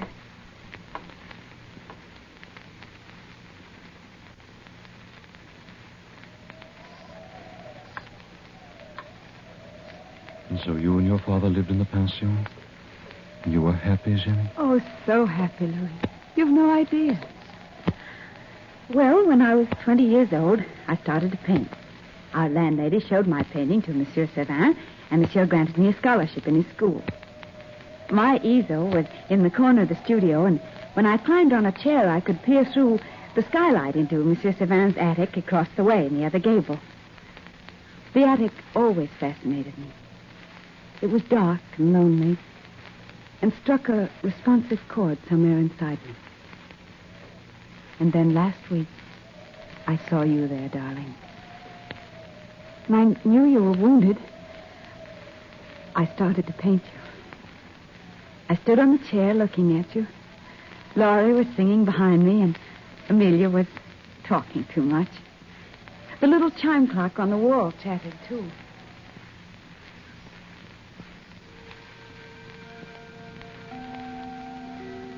They say the soldier escaped somewhere in this neighborhood, but they'll get him. There's no doubt of that. After all, he deserves to die. Every Bonapartist soldier deserves to die. After all, who are they? Nothing but a lot of cutthroats and Corsicans. Amelia, what a cruel thing to say. Think of our darling Ginevra. Oh, honestly, Laurie, you make me sick. What are you doing standing on a chair, Ginevra? I was seeing something in my mind's eye. You were talking about Napoleon, Amelia. I'm interested in your views. Oh, of course. You're a Corsican. Are you for or against Napoleon? Since Napoleon's been banished, it doesn't make much difference, does it? Well, maybe not. Except there's a soldier of Napoleon's army hiding out in this district.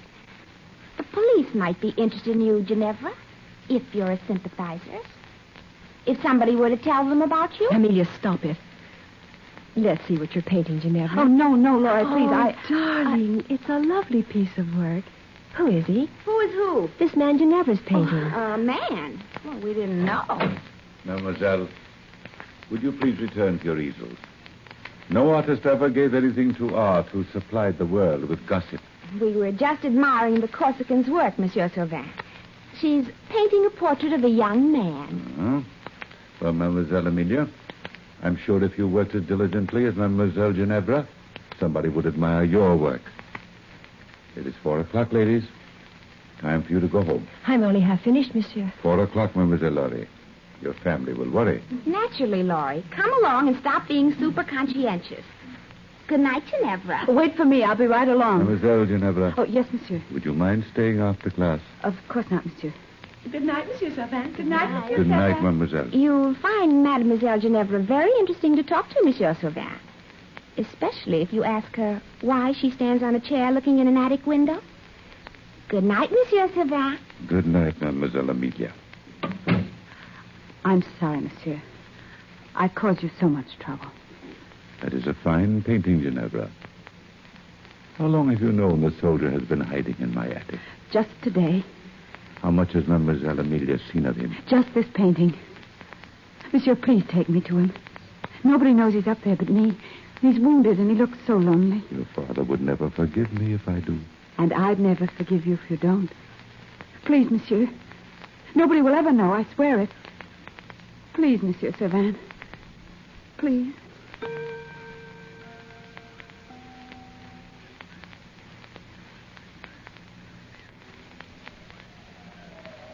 And so he brought me to the attic. And I met you and loved you from the first time I saw you 2 weeks ago, Louis. Oh, I know all the words that rhyme with your name. I know all the funny little wrinkles in your face. And the way you smile and the way you talk. Oh, Jenny. Jenny, darling, you don't know what you're saying. I'm a hunted man. If I'm caught, I'll be hung. If you were killed, I'd be by your side. I'm sick and wounded. And you know so little about me. I know everything about you. We're fellow Corsicans. You're a brave soldier, and I love you. Oh. Where you go, I shall go. And your people shall be my people. Jenny, I wanted to tell you. I wanted to tell you so many times. Oh, darling. Don't stop me, please, darling. We can't be married. Don't you understand? I love you. I love you so much. Oh, Louis, Father can help you leave the country, and I can join you later. And we'll return to Corsica. Corsica, Jenny. Warm sun and green meadows and the yellow pasture land. Oh, darling, you'll like Corsica, so very much like it. Tempestuous and warm. And your eyes are brown like the trees in the fall, and when you're happy, they're brown with red flames. Those are the fires of the vendetta, Louis. And when you're sad, the light dies. Like the sun on the ocean. I love you. I love you, oh, Jenny. If only I were brave enough to own you. I'd own you in a little bit of Corsica and a world of our own. Oh, don't make it any more difficult for me than it is. What's wrong, Jenny? Look at the skylight in the studio. I could have sworn I saw somebody at the skylight window. Nothing more than the cleaning woman, Jenny. Oh, my little darling. My darling Jenny. Geneva Bella. Bella, Bella, Jenny.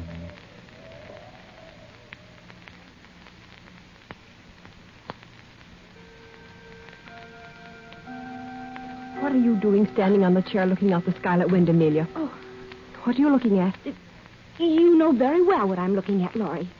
You've known all along about Ginevra and her lover and their secret rendezvous, haven't you? What if I have? My father, as head of the Paris police force, will be very much interested in finding this escaped soldier. If you help the soldier escape, I'll tell my father you helped him to escape. They'll put you in jail, Laurie. In a dark hole of a jail with rats and roaches, and they'll forget about you. And let me go, that Amelia. is if you don't keep your mouth shut. My arm. What are you going to do, Amelia? Wait and see, Laurie. And if you want to stay out of jail, you keep your mouth shut. I think I'd better see Ginevra's father.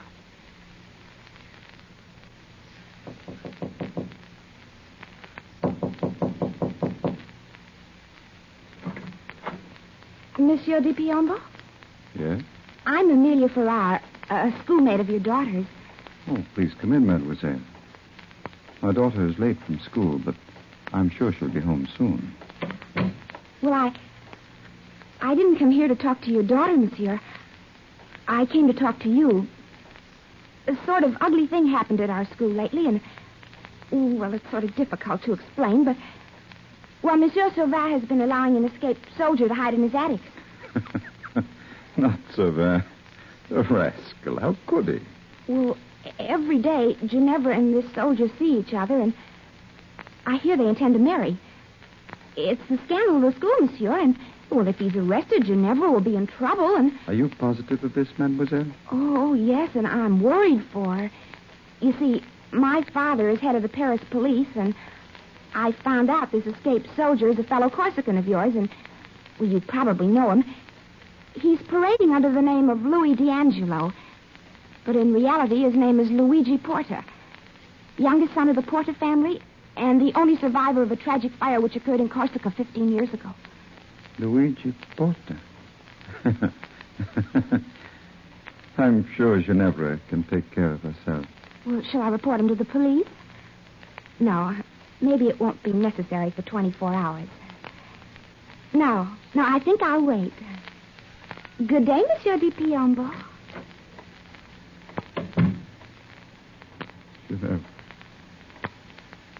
Ginevra, Bella. Not a Porter.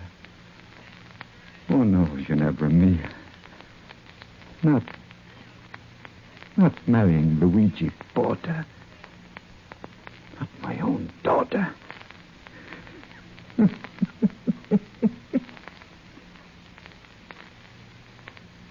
Blood in my hands cannot be my daughter's. But if she be married to a Porter, she must die by my hand, by the terms of the vendetta.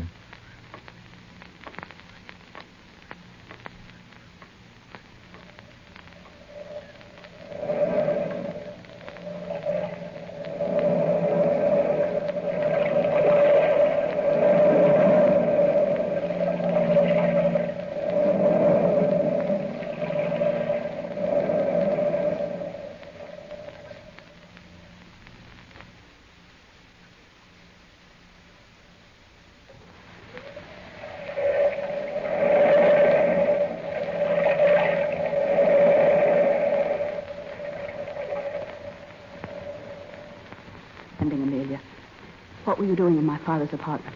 Don't you wish you knew? Tell me, Amelia, or I'll... We've told the Corsicans were true that wasn't till now. Don't speak so loud.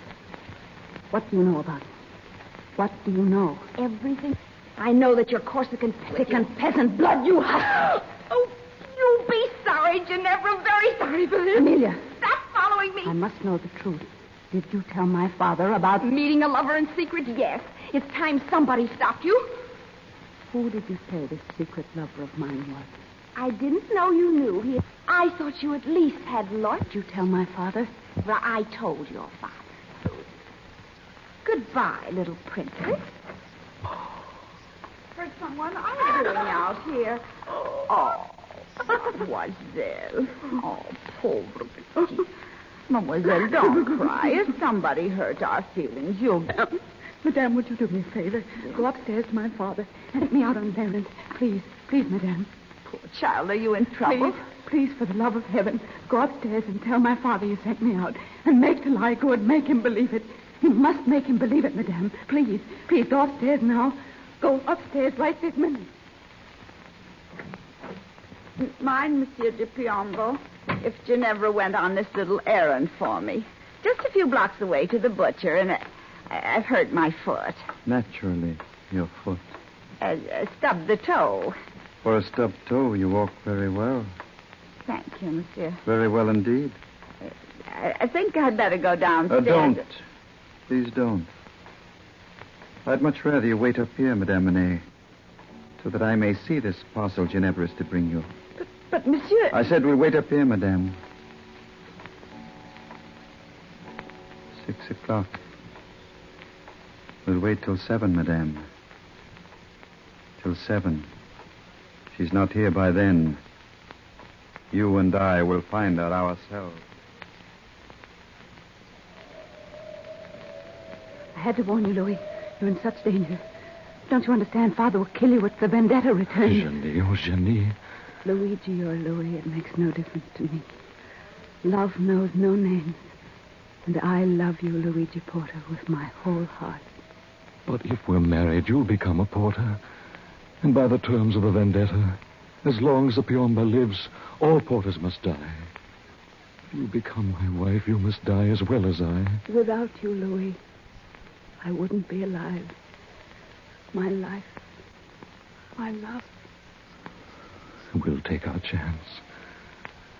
If only Monsieur Servin is right. If only he can get us out of the country at midnight. We must believe it.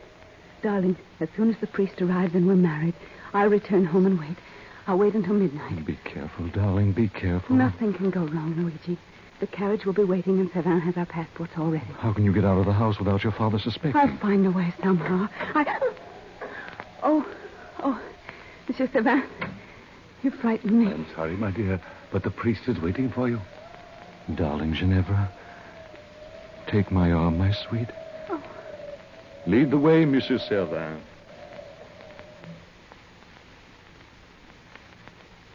Father, I'm sorry I'm so late, Father. Are you angry with me? How could I be, Bellissima? Tea is ready, Ginevra. Been ready a long time.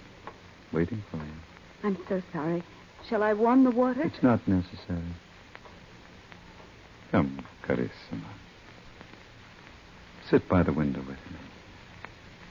As you did when you were a little girl. Very little girl. Of course. How gay the table looks, Father.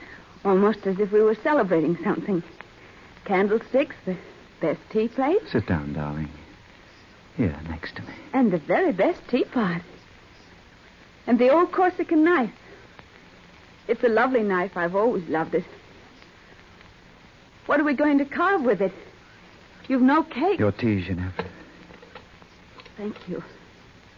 I knew you'd leave me for some man or other. I've always known that, Jenny. Come, Carissima.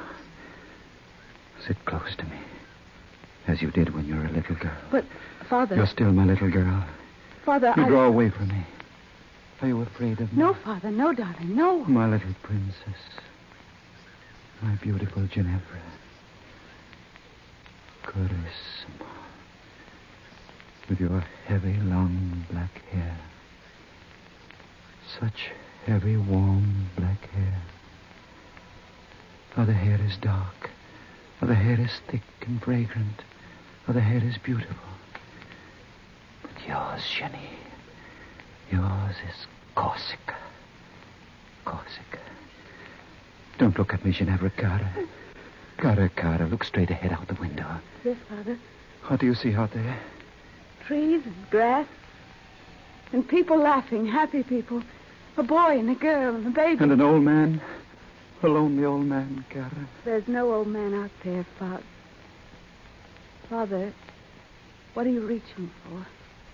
The knife on the table. Why? You and the knife are the only two things left me from Corsica.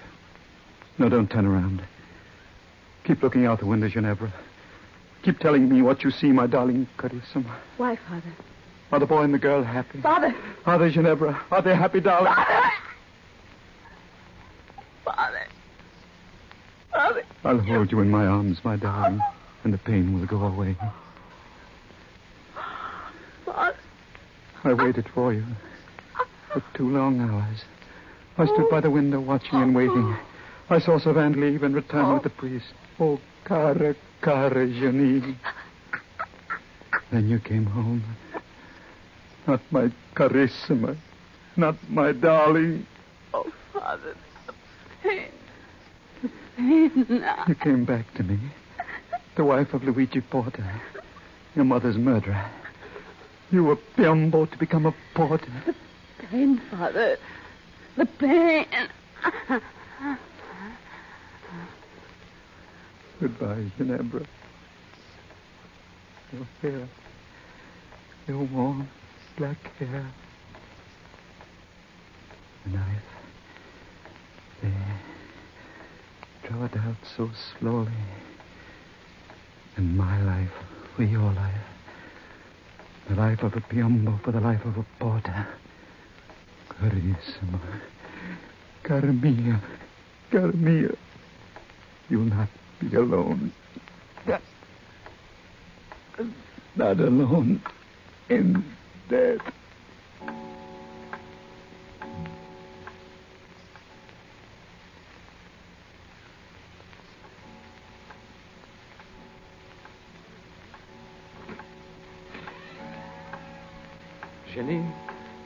Jenny, we've waited so long.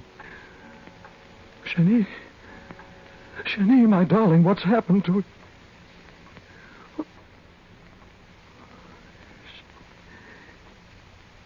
She's dead. Both of them. Vendetta. Oh, how could dead hates come out of the past and murder the only beauty in my life? Oh, Jenny, my darling Jenny. My wife for 5 short hours. The knife. Yes, that's the way. Yes. The knife. Here. Where it'll be sure. Goodbye, my Jenny. Luigi. Jenny, I'm coming to meet you. I hear your voice. Luigi, what have you done? Luigi! I'm coming, Jenny. Luigi. Oh, Luigi, could you wait? I'm not going to die, Luigi. I'm not going to die.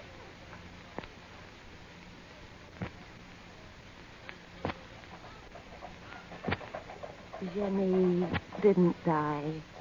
She lay for months in a hospital, trying to die, not caring to make any effort to do anything. The doctors made her live. She had no will to, and she hasn't since. She hasn't since. What happened to her, Gypsy? What did she do? She lived in memories. But who cares? Who cares about Ginevra now? She might be wandering the streets. An old woman. An old woman telling stories for pennies. Here, Gypsy. Here's your penny.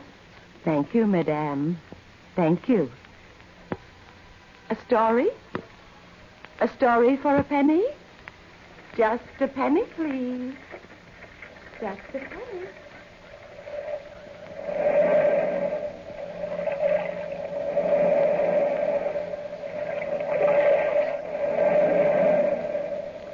From the time-worn pages of the past, we have heard the immortal tale, The Vendetta. Bellkeeper, toll the bell.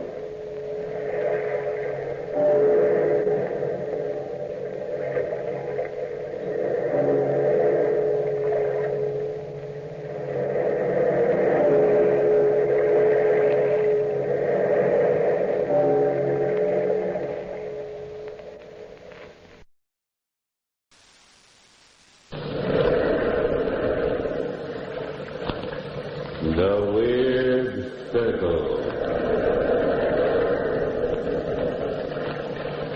In this cave by the restless sea, we are met to call from out the past stories strange and weird. Bellkeeper, toll the bell, so all may know we are gathered again in the Weird Circle.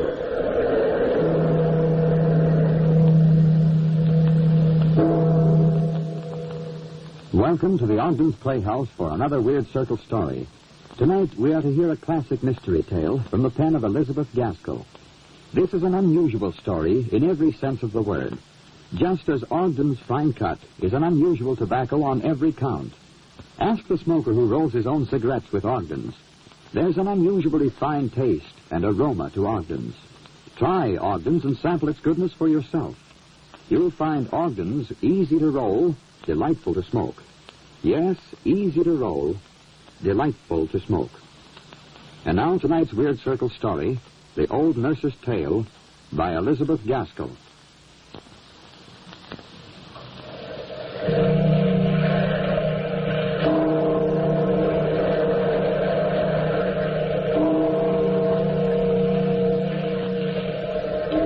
Out of the past, phantoms of a world gone by, speak again the immortal tale, the old nurse's story.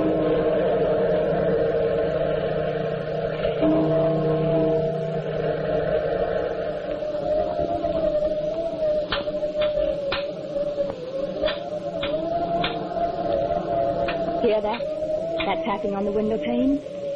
Yes, I know. Tonight it's the wind knocking the apple tree branches against the grass. But long ago, we in the big house heard that rapping, and it was not sound made by wind, nor by any mortal means. I, Hester, have been nursed for many years to this house of Thornvale. I spend my days remembering and reliving the past. I recall how Miss Maud and her sister, Miss Grace, were the prettiest young ladies in this countryside. Their father, Lord Thornvale, paid little attention to the motherless girls, so wrapped up was he in music, which was his hobby. And so, when he invited Tony Sorrento, a fine young musician, into the house as his guest, Lord Thornvale was blind to the court Mr. Tony paid to both the sisters. I remember like it was yesterday, for I was only in the next room sewing. I remember when Miss Maud turned on Miss Grace.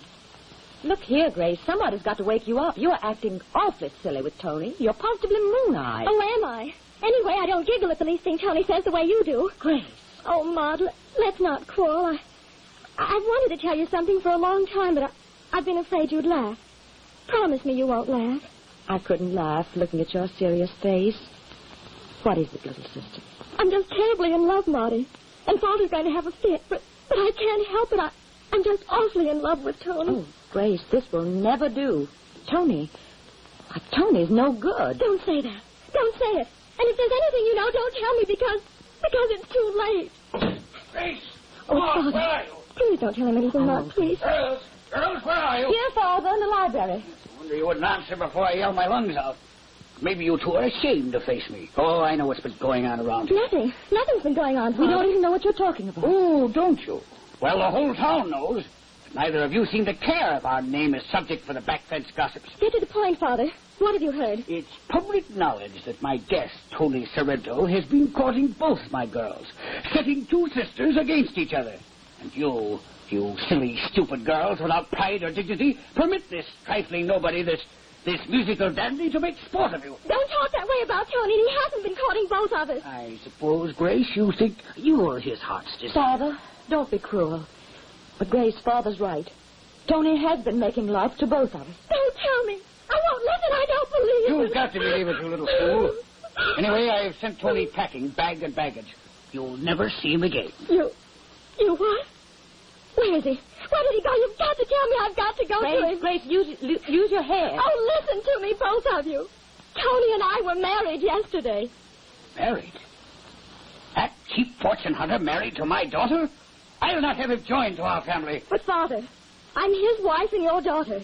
And he is your son in spite of you. Oh, in spite of me, indeed. Not if I renounce you as my daughter. Get out. Get out. Get out of my house.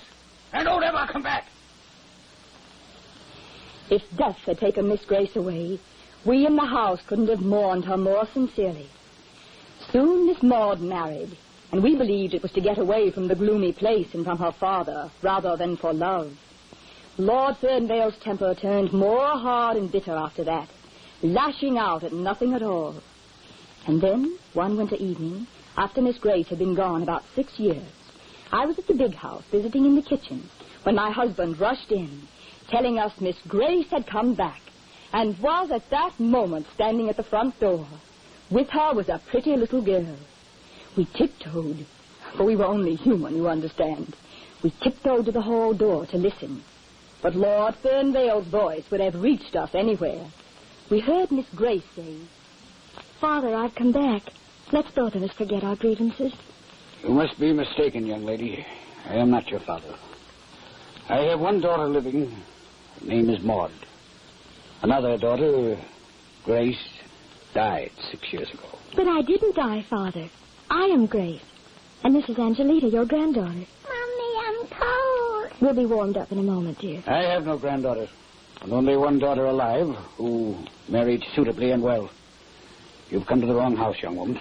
Oh, Father, you haven't changed at all. Mommy. But if you don't care about me, think about Angelita, your granddaughter. Mommy. Look at her, Father. She looks just like you. I'm awful cold, Mommy. I'm not interested in the child, nor in you. You must not persist in this madness till I'm your father. I tell you, my daughter Grace is dead. All right, Father, if that's the way you want it.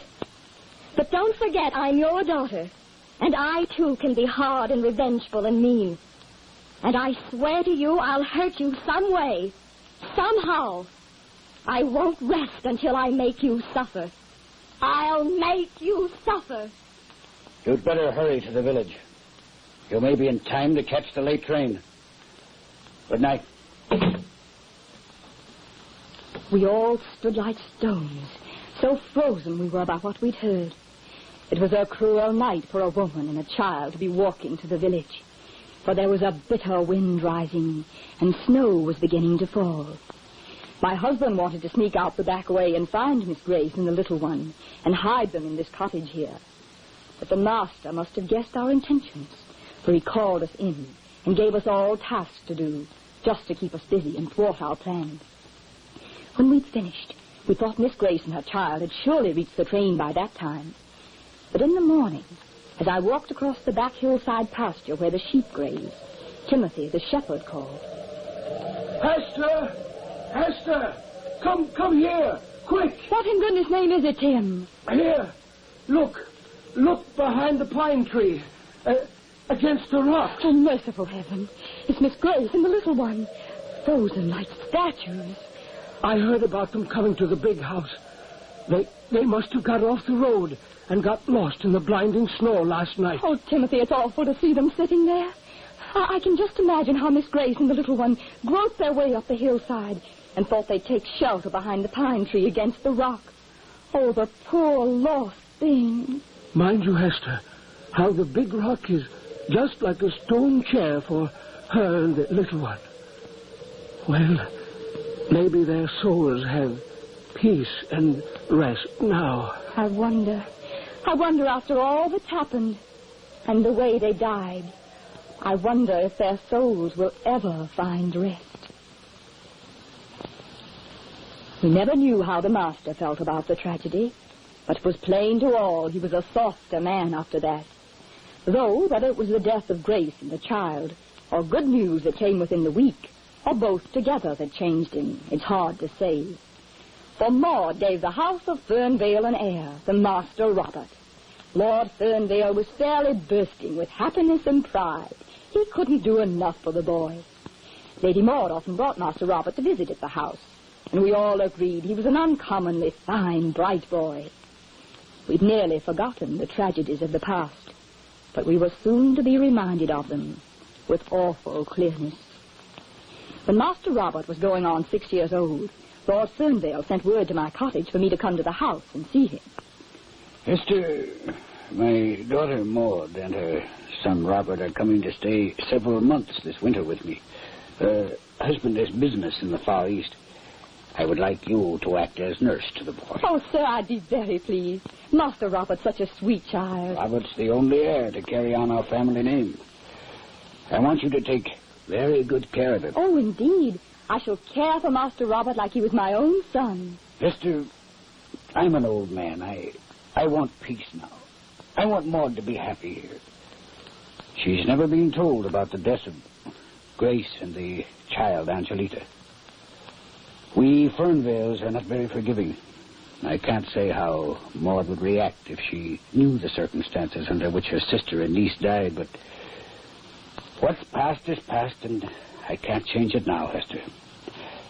I want you to promise me you won't ever speak of Grace and of past events. Please don't say another word, sir. You can be sure I won't speak of what's none of my business. How could I know that this would soon become very much my business, and that I would be tempted to break my solemn word to the master?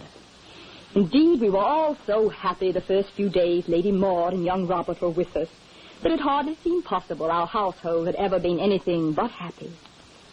And then one day, I was playing a game with Robert on the library floor, and his mother sat knitting and smiling at us, when we heard a light tapping on the window. I doubt Robert's mother or I would have noticed the sound, but Robert dropped his toy and looked toward the window. Mommy, I'll bet that little girl comes to play again. Oh, I can't see her very plain. Little girl? I didn't know there were any children around here. Oh, there aren't any, ma'am. There's not even a house within 3 miles of us. Yes, that's true.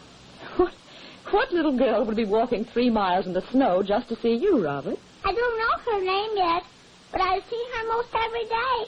She stands outside the window and knocks like that till I notice her. And then when I go out, I can't find her anywhere. There. You hear that? You just wait. In a minute you can see her. You'll see her playing. But if she's knocking on the window, why can't we see her now? I don't know. She comes and goes. Just like a shadow. What does the little girl look like, Robert? Oh, she's just a girl. She's awful cold, though. She just shivers and shivers. There she is. See her, Mommy? Hester, look. Look, there's a little girl right outside the window.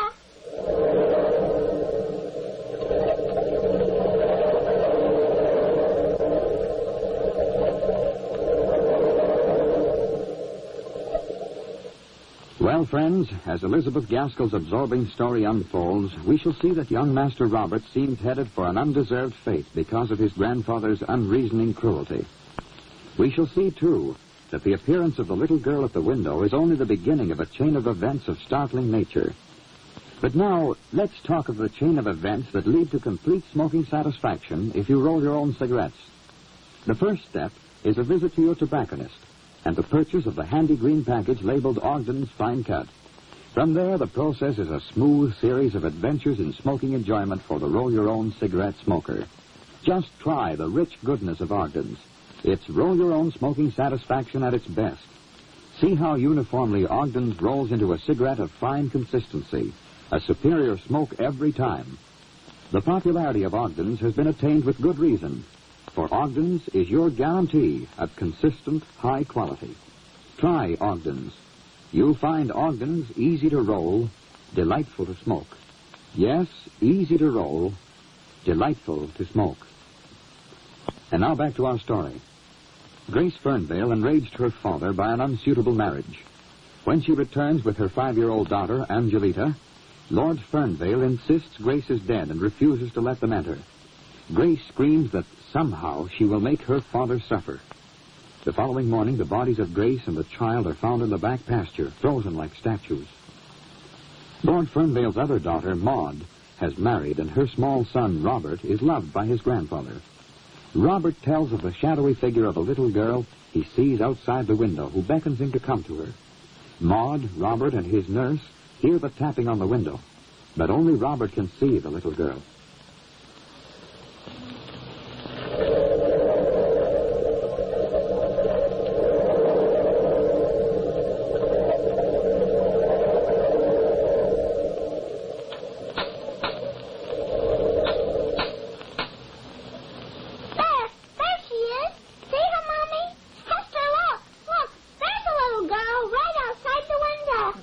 See anyone, Robert? Where do you see her, Robert? Where is she standing? Right there. Right smack in front of the window. Oh, Mommy, I want to go out and bring her in so she can get warm by the fire. All right, Robert. Bring the little girl in. Oh, ma'am, don't let him go out there, please. Can't you see? There's no little girl outside the window. There is, too. Hester, I'm going to prove to Robert that the little girl he thinks he sees is imaginary. Now, run along, Robert. Put on your coat and go bring in that cold, shivering little girl.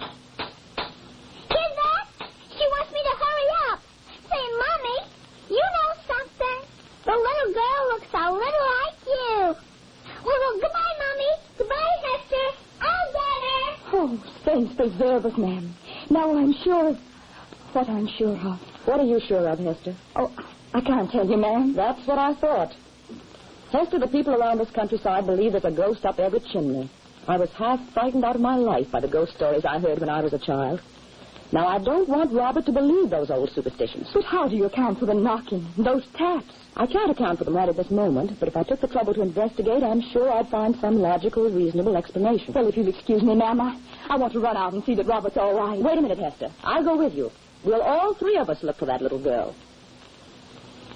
Robert's mother and I got outside the house quickly, and we followed Robert's little footprints in the snow to outside the library window. His mother said, "Well, here are just Robert's footprints. There are no others anywhere around." "That's how I thought it would be." "Come now, Hester. Don't make a mystery out of nothing. You see, Robert's footprints lead around to the back of the house. He's probably gone to the kitchen to beg a sweet from the cook." "Yes, ma'am, I see. But I think I'll follow on around if you don't mind." "I think I do mind. I don't like the fear and hysteria in your voice. Robert will sense it, and then he really will imagine he's seeing things. Go in the house, Hester. I'll get Robert." It seemed hours I waited in the house. I remember I went from room to room, pressing my face against each window, looking for Robert. I could hear his mother calling, first softly with confidence, then louder and louder. Finally, I knew she was frantic and afraid. I thought of Grace's last words to her father. "I won't rest till I make you suffer. I'll make you suffer." Cold fear like pincers clutched my heart as I thought of little Robert, the only heir to the family of Fernvale, and how through him terrible vengeance could be wrought. Finally, I heard the front door slam and voices in the hall. "Father! Father!" What's wrong, Maud? "Father, I can't find Robert. I followed his footsteps to the back of the house, but then I lost them. So many people have been walking there." "Oh, now, calm yourself, Maud. The boy can't have gone far. But, where was Hester? Why wasn't she with him?" "Oh, it was my fault. All my fault. I wouldn't let her look for him. But call everybody now. Everybody. Get everyone out to look for Robert." I got ready as fast as I could and joined in the search. And I started straight for a certain place I knew so well. For I had notions of my own about where Robert could be found. But I'd only gone a few steps when Lord Fernvale saw me and called. Esther, where are you going? "To the back pasture, sir." Wait a minute, I'll come along. Why would Robert wander over to this rocky, lonely place? I don't think Robert wandered alone, sir. What do you mean, Esther? Don't ask me, sir. You'll think I'm crazy. Wasn't it here somewhere that Timothy found Grace and her child, Angelita? Yes, it was. We've only a few steps more to the pine tree and that rock that's shaped like a chair. Oh, come on, sir. Esther, do you believe that curses and threats can be effective after death? I don't know, sir. There's some who claim they've known of such things, but I'm sure I don't know. Around this way, sir. Around the tree. Yes. Oh, there he is. Oh, little Robert. Look at him. Sleeping on the very rock that's like a chair. Great heavens, is he alive? Is he breathing? Mommy. Oh, he's alive. So cold. So cold. Here, wrap him in my coat. I brought a blanket. Esther! Father! Where are you? Here we are, Maud. Come around the big pine tree. We found Robert. Oh, thank heaven. Oh, how did he get here of all places? And what's happened to him? Oh, he's unconscious. Auntie Grace. Oh, Auntie Grace. Where's Angelita? Aunt Grace. My sister. Why, Robert didn't even know he had an Aunt Grace. And who's Angelita? Pay no attention. He's a bit delirious. It's just a strange dream. Yes, a very strange dream. Esther, run ahead and get the doctor. For days and nights we fought for Robert's life. In his delirium, Robert kept up a running conversation with Aunt Grace and Cousin Angelita, first with one and then the other. And Lady Maud asked me so many questions which I dared not answer, for I'd promised the master. We took turns sitting by the bed, and as I sat alone one night with Robert, I thought what a terrible power hatred is. For I had no doubt but that Robert had been led to the stone chair where the bodies of Grace and Angelita had been found, and that he had been led there through the hatred and vengeance of Grace. And then I thought, Doesn't love, too, have power? Indeed, aren't we taught that love is greater than hatred? In fact, greater than all else. And then I said aloud, Grace, don't hurt Robert. He's never harmed you. Let the child go. Let go of your hatred. What's done is done. Forgiving is a happier way than hating. Listen to me, Grace. Forgiving is a happier way than hating. And true as I'm sitting here, from that night on, Robert turned for the better. In a few weeks, he was up and about, his bright little self playing again. And I was not surprised when soon after Robert's recovery, his mother came here to the cottage to see me. Hester, I've heard rumors and whisperings at the house, and I've overheard things in the village.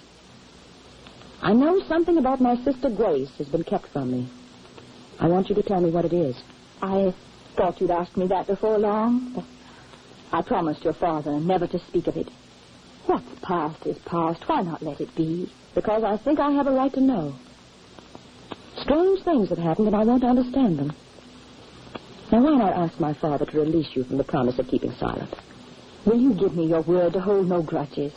No matter what you hear, will you promise to be forgiving? Yes, Hester. I promise. Then I'll go back to the big house with you and speak to your father. I'll get my coat. Hester, do you notice there's a strange light in this room? A red glow. Oh, ma'am. Look out the window. There's fire in the big house. It's the reflection we see. Robert's in the house. Oh, come on, Hester, quickly. We must save Robert. We must. We ran as fast as we could across the snow-covered lawns to the big house. But by the time we got there, it was a mass of shooting fire. It seemed to me that if anyone were inside, he could never get out alive. In front of the big house, men were trying to hold someone back. It was Lord Fernvale, struggling desperately.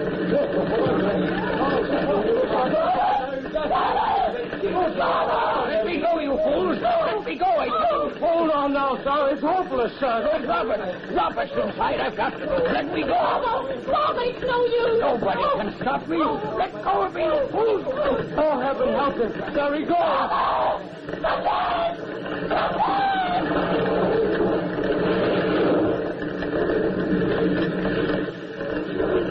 That's the end of this house. Yes, the house crumbled and fell, burning to the ground. And the head of the proud family of Fernvale died with it, for he had rushed in to save Robert and had perished there. We thought Robert had perished too, but as we stood there, fairly paralyzed with grief and shock, we heard Robert's voice. Mommy! Robert! Oh, child! I can't believe my eyes. You're not real. Sure, I'm real. Only Angelita isn't real. She told me she isn't. She couldn't even light the fire. What do you mean? What do you mean to light the fire? Well, she came to the window again, and I asked her in to get warm. But the fire was out, so I tried to make a big light in the fireplace with papers and things. Go on, child. Then what happened? Well, Angelita said she wasn't real, and she couldn't help me. So I did it all by myself. But, Mommy, somewhere your shawl that was on the chair by the fireplace got a burn on it, and then the shawl lit up the curtain, and just everything began to burn. What did you do? How did you get out? Oh, I wanted to stay and see it, but Angelita made me run. We got out through the French windows and ran up the hillside where Angelita's mommy lives in the snow. And Hester, Auntie Grace said I was to come back and tell you something. Robert, your Aunt Grace doesn't live anywhere near here. Dear, you mustn't make up stories like that. Let him tell it, ma'am. Let him tell it. Well, Auntie Grace said she's sorry for what happened, and she says she doesn't hate anybody any longer. What is Robert talking about, Hester? We'll have a talk later, ma'am. I guess now this family can live in peace without fear of vengeance and old hatred. Oh, yes. Auntie said I must never forget some words. She said I must remember that Forgiving is a happier way than hating. Oh, Robert.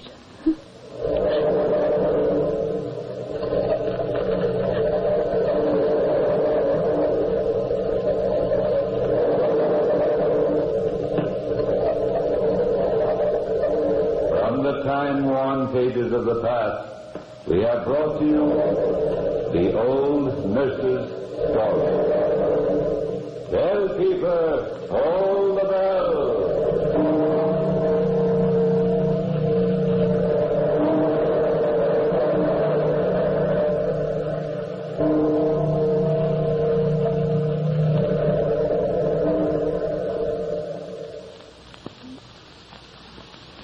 Life has many an unexpected surprise. The touching climax in tonight's presentation of the Ogden Playhouse is an excellent example. So, too, is the pleasant surprise awaiting smokers who roll their cigarettes with Ogden's fine-cut tobacco for the first time. It's a surprise that means smoking satisfaction. What's more, it's a happy surprise you can enjoy with every cigarette rolled with Ogden's fine-cut tobacco. Try a package. You'll find Ogden's easy to roll, delightful to smoke. Yes, easy to roll, delightful to smoke. Next week at this time, another Weird Circle mystery play, The Middle Toe of the Right Foot, by Ambrose Bierce. Join us, won't you?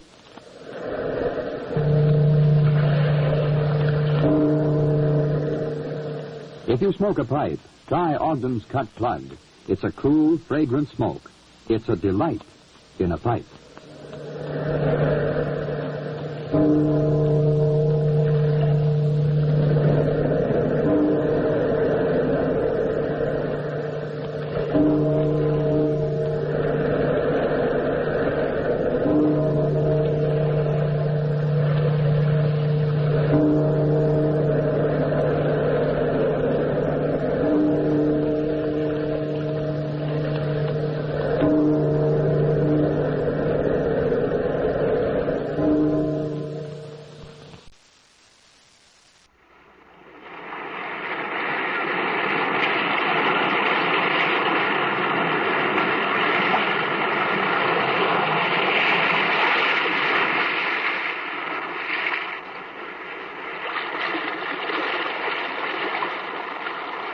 Weird Circle. In this cave by the restless sea, we are met to call from out of the past stories, strange and weird. Bellkeeper, toll the bell, so that all may know we are gathered again in the Weird Circle.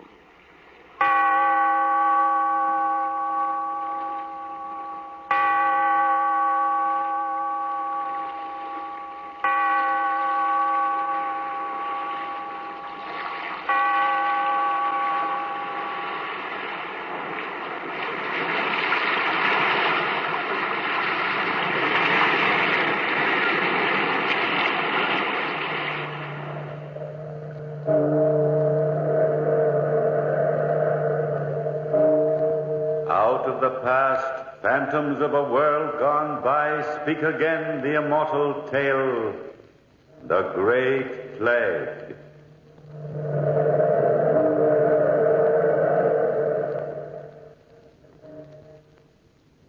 My name's C. Farrow, and as I've often said, I'm willing to learn. Learn to do anything, as long as I can earn me enough to keep a roof over me head and food in me stomach. It was at lunchtime yesterday that I first came to this blasted town of Newport in Monmouthshire and took myself to the nearest inn to see about a bite for the inner man. I stood at the doorway looking in, and who do I see but me old friend and pal, Grigsby, the greatest thief whatever lived. Yes, it was Grigsby, looking as if he'd never slept on a London bench in his life, eating as full and hearty a meal as I've ever seen. At the same time I sees him, he sees me, and he shouts, "Farrow! Well. Grigsby, my boy, you're looking as well as the Prince of Wales." I'm fit. Yes, fit, Farrow. Fit for what? For whatever you got in that pig-like mind. Sit down, Farrow, sit down. I've been looking for a man like you. I want to meet a friend of mine. Bender, this is C. Farrow. Glad to meet you. cheery sort of bloke. What? Oh, he ain't very cheery, but you get used to him. You have to. He's a friend of mine. Why not? Since you're asking the question, Mr. Bender, you're the one that must answer it, eh? Have you eaten lunch yet, Fatto? Lunch, is it now? Getting swag, huh? I haven't had a morsel in 3 days. Broke again, Fatto, eh? You'll never learn to make your way in this world. You ought to make some plans for yourself. I try, Grigsby. Honest, I do. Bender. Yep. Show this bloke how to pick a pocket, eh? Well, it's simple. Look at the table next to the bar. See the old man there? That's old Peter. He's the caretaker for the largest house in town. He always carries the keys to the silver closet and his money in his left-hand pocket. Why his left pocket? He's left-handed. Live and learn, Fatto. Live and learn. Now, all I have to do is walk by him, pass the time of day pleasant-like, pick his pocket, and we'll all have lunch money, and my friend Grigsby will have the silver closet keys. A very important item. Ooh, what if you get caught? Bender caught. Never. I taught him how to do it. Now, watch and learn, me boy. I'll make something out of you yet. I'm watching. Go ahead, Bender. Keep your eye on me. I'll be right back. See the way he walks across the room, just as if he doesn't care? Swaggering, swinging his shoulders like? Yes, I'm watching. He walks easy. Nah, look. He stops at the man's table, talks a while, smiling all the time. What's he saying? How should I know, Fanner? It don't matter what a man says. What matters is he's just saying it. Now, watch his hand there. Stealing into the left pocket there. He's got it. He has for a fact. Yeah, he's got the wallet. And the keys, too. Oh, it's quite a trick. Yes, quite a trick. And I taught it to him. If you want to learn something, Fatto, I told you before, stick to Grigsby and you make a mint of money. I got big plans for myself this night with old Peter's silver closet keys. Should I count you in? As I've said before, and I'm saying it again, I'm willing to learn. So I stuck with Grigsby and Bender. We left the inn in the late afternoon. Grigsby had big plans on his mind, it seems. He was walking fast down the village road toward the biggest house in the town. Me and Bender was walking behind. Come on, you two. Get a move on, will you? Can't walk faster than the legs will go. Having you two on my hands, I'll never get anything done tonight. Oh, I'm sorry, Grigsby, but I'm hurrying as best I can. What are you up to? Look at the end of the road there. That's the house ahead of us. You know who that house belongs to? How should I know?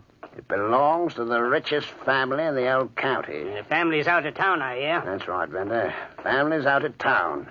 And the only person living there is old Peter and his young granddaughter, Evie. Imagine. Old Peter alone with a young child. Yes, imagine. An old man and a young girl without any protection. What are you thinking of, Grigsby? Oh, a simple plan, Fatto. I've been working on this plan for days. A plan to steal the silver. It's worth a fortune, and it's easier than taking candy from a baby. Now I see why you stole the keys. Well, there's the house. We have to wait around here till midnight.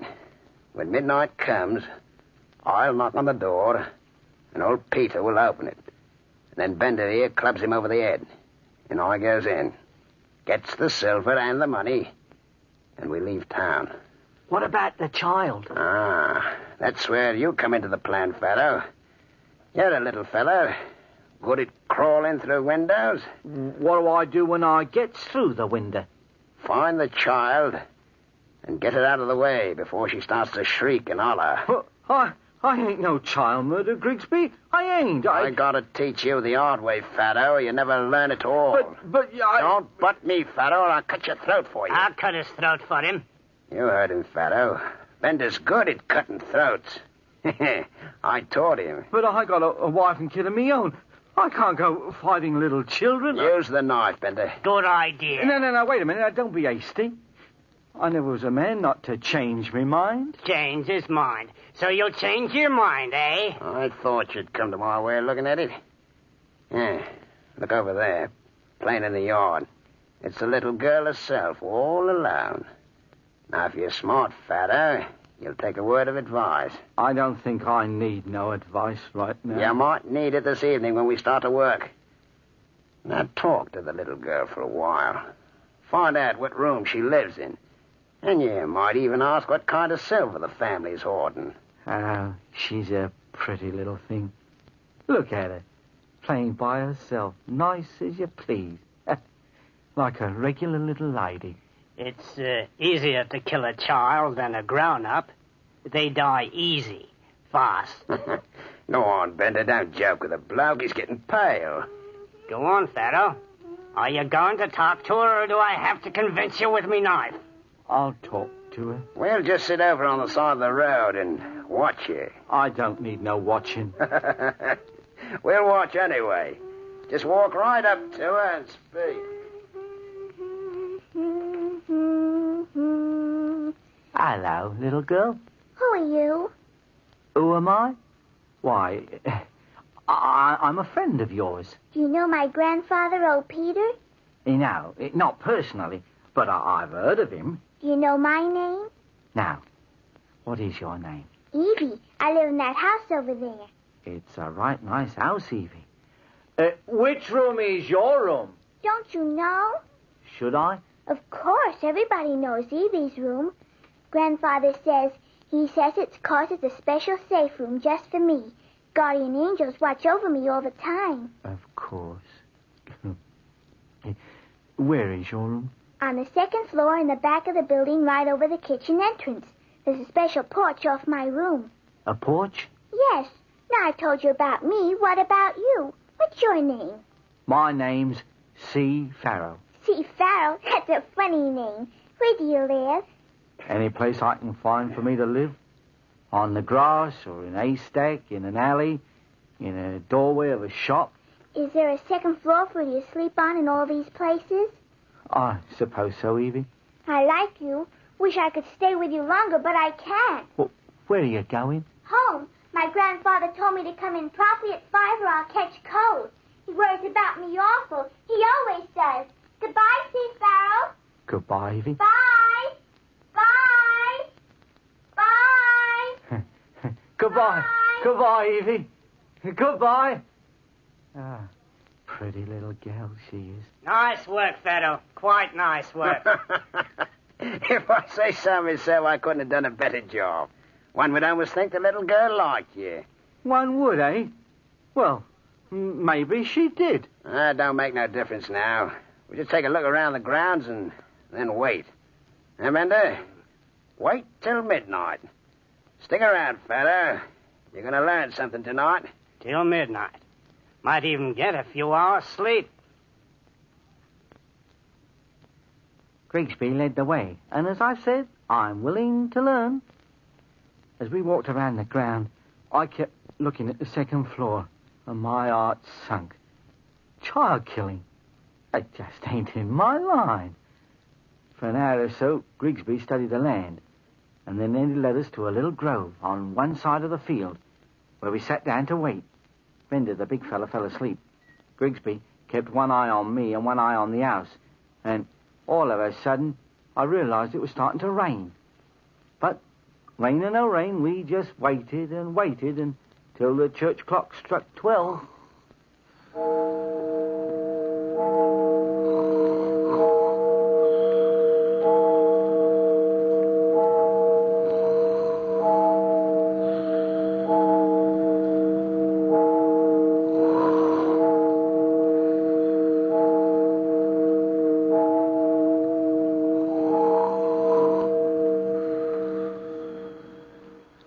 Bender was fast asleep when Grigsby said, Bender. Hey, Bender, wake up. It's midnight now. Midnight. So soon. Blast me if it ain't raining. It's been raining for hours. We ought to forget the old thing. We ain't forgetting nothing. Come on, Fatto. Get on your feet and get a move on. I'm on my feet. Ready, Bender? I'm right behind you, Grigsby. Well, follow me, both of you. The ground is wet, Grigsby. Not a night to do this job. I'm superstitious about the rain. Shut up. Well, I am.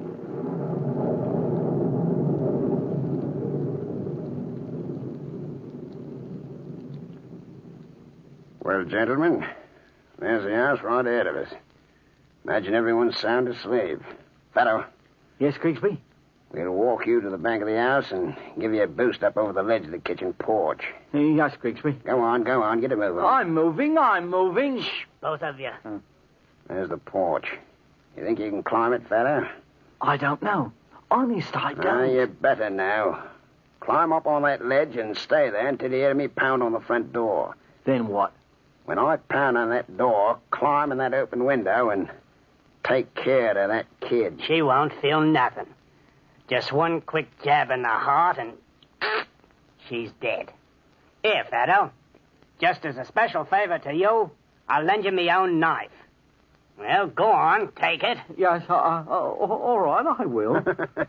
Well, Fatto, you ready? I'm as ready as I'll ever be, I suppose. Climb on me back and I'll give you a boost to the ledge. Now, don't forget, Fatto, if that child ain't dead, you will be.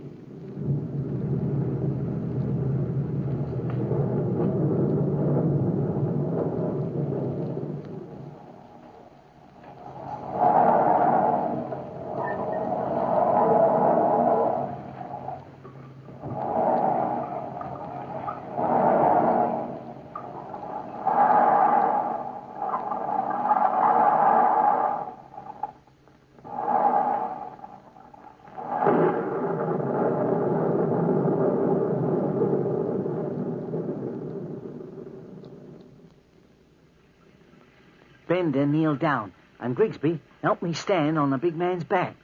I grasped one pole of the porch, which was just beneath the child's window, and then, pulling myself up inch by inch, I climbed from the ground to the roof of the porch.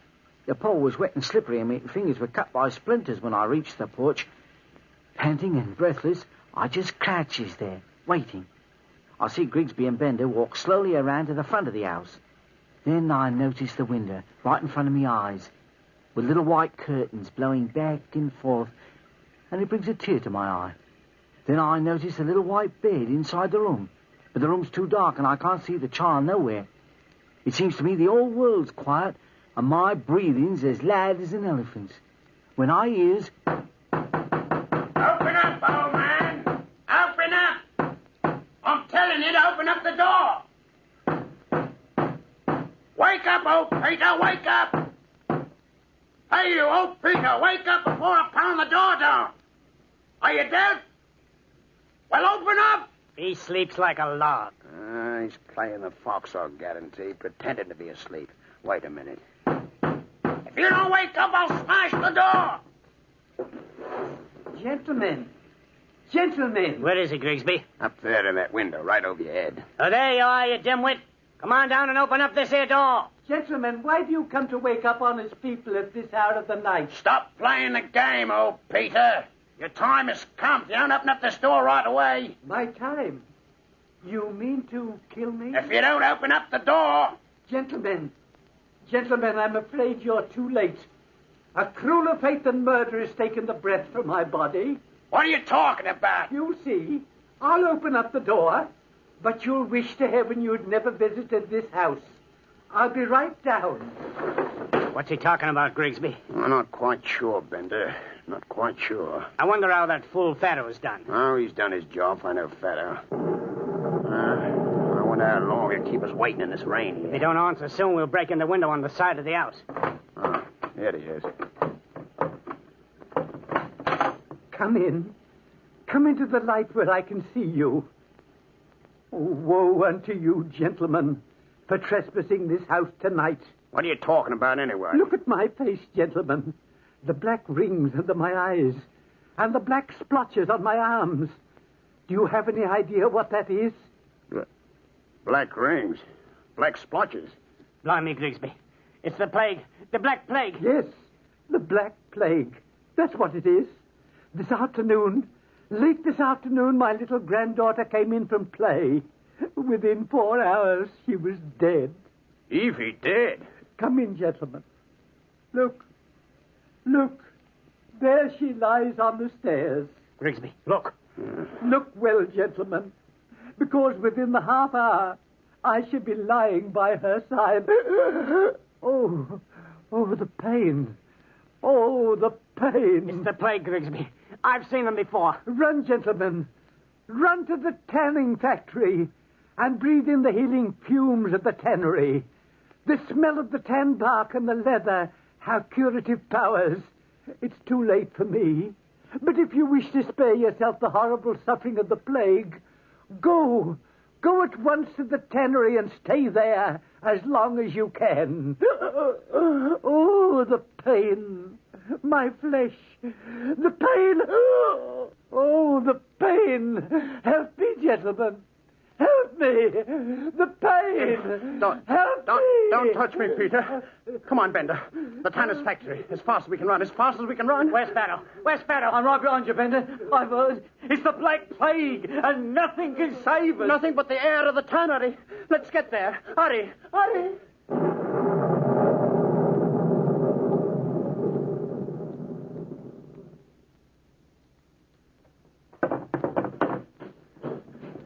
Bender. Aye. You sit here, next to me on this pile of tanning waste. Right. Fado? Yes. You sit next to him, and all breathe together now. Odd. 1, 2, 3.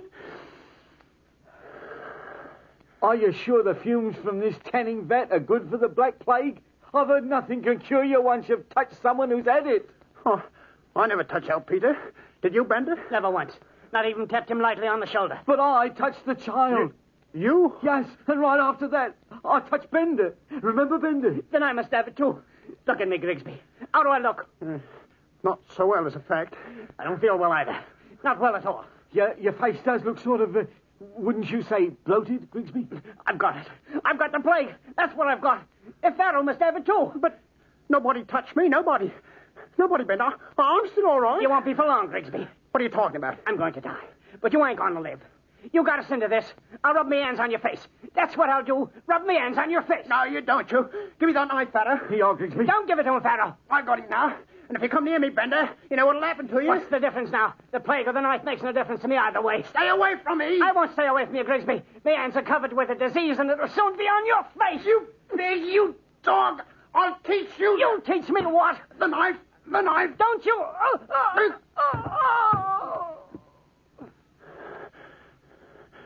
That'll take care of him for a long time to come. Oh, Bender's dead. And we'll be with him in a short time, Grigsby. Oh, the plague. The Black Plague. What can I do, fella? I don't know rightly, Grigsby. I'm just sitting here watching you, waiting to see. Maybe I'll learn something. The leather scraps. Maybe if I rub myself with the leather scraps. Maybe if I... Fella, I don't want to die. Not yet. I don't want to die. I'm the greatest thief that ever lived. Clever, too. Nobody ever beat Grigsby before. Nobody. Nobody ever did before, Grigsby. Well, they ain't going to this time. No, they ain't. Well, maybe the Black Plague's got more power than you have. You can't fight the plague, Grigsby. Is me face turning black? I can't rightly tell yet. Me eyes. How do me eyes look? Red and swollen. Any black rings around them? Oh, give it time. It takes time for the Black Plague to grow. Time. If you'll sit still, it won't be half as painful to die. Maybe if I breathe deeply. That won't do any good. What? Do I have to die? I guess you do. But don't worry. You'll have plenty of warning before you die. The pain will tell you. The screaming pain. The pain. The screaming pain. And then Grigsby collapsed, crying like he was a baby. I sat there for 1 whole hour, watching Grigsby. Bender was dead. As the time slowly passed and the night became morning, I noticed a group of men heading toward us. They were carrying guns, and I poked Grigsby in the ribs. Hi, Grigsby, somebody's coming. What's the difference now, fella? You'll find out. Hello over there. Hello. Mr. Grigsby. Mr. Grigsby. What's he want? I don't know. Ask him. I'm Mr. Grigsby. Oh, yes, Grigsby. And are you Mr. Farrell? That's what they call me. And the man with the knife in him is Mr. Bender, I presume. You'll have to take my word for it. You can't ask a dead man no questions. Gentlemen, in the name of the law, you're under arrest. Seize them, boys. Wait a minute. Arrested? For what? For what am I arrested? For what? For housebreaking and plotting against the life of a child. And now it's for murder. How do you know all these things? How do I know? He told me. Old Peter? Yes, I told him, Mr. Grigsby. You? You told him? I thought you were dead of the Black Plague. I know you did. I wanted you to think so. It took a lot of trouble painting on black spots with kitchen charcoal. Charcoal? Let me go. Let me go. I wouldn't try that, Mr. Grigsby. But little Evie, she was dead of the plague. I saw her myself lying on the steps, dead as can be. Evie was sound asleep in her own bed. You saw a dressmaker's dummy wrapped in cloth and smudged with charcoal lying on the steps. And I thought I was dying. That's what I thought. Bender thought he was dying, too. You, Fatto. You were the one who told us we had the plague. You did. You were the one who gave me the knife to kill Bender. I always told you, Grigsby, I'm willing to learn. You climbed through the window to kill the child, yes. You must have known. She wasn't dead. Yes, I knew she wasn't dead. She was lying in her bed, smiling at me as I came through the window. Smiling and laughing. And she told me where to find her grandfather. Find him? Yes, find him. And the two of us got together and got an idea. An idea about the plague. Me knowing how afraid you always are of being sick. You double-crossed me, that's what. I promised I'd kill if you double-crossed me, and I... Yeah, come along, Grigsby, and you're under arrest. And you too, Farrell. Take them away, boys. Mr. Officer, don't take Mr. Farrell away. See, Farrell's my friend. I don't think there's any charge against Farrell, Mr. Officer. I'll kill Come on, Grigsby. There's a nice jail cell waiting for you. I'll get you for this someday, Fatto, that I will. Drag them away, boys, and don't waste any more time with him. Oh, Miss Evie. Yes, Mr. Officer. I have a special job for you. From now on, Mr. Farrow here is in your charge. Oh, thank you, Mr. Officer. I like C. Farrell. And I like you too, Evie. Grandpa, can we ask Mr. Farrell to my birthday party today? I don't see why not, Evie, child. I think he deserves a piece of birthday cake. Oh, well, blimey, it hasn't been a long time since my mouth tasted birthday cake. What do you intend to do in this town, Mr. Farrell? Settle down here and get employment? I'll do anything, old Peter. Anything, as long as I've enough to keep a roof over my head and food in my stomach. If you've got any ideas, I'm willing to learn. I think I might have some ideas, Mr. Farrell. It's just possible that Edie and I both might.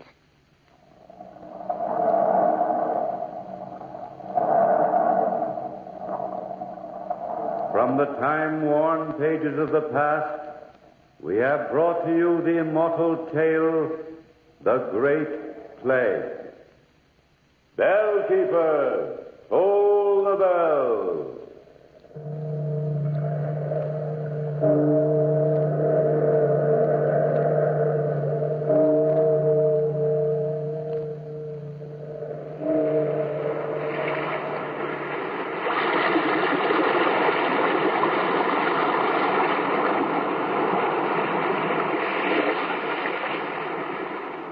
From the time-worn pages of the past, we have heard another immortal tale in The Weird Circle. Bellkeeper, toll the bell. Be here in this lonely cave by the restless sea once again next time for another immortal tale in The Weird Circle.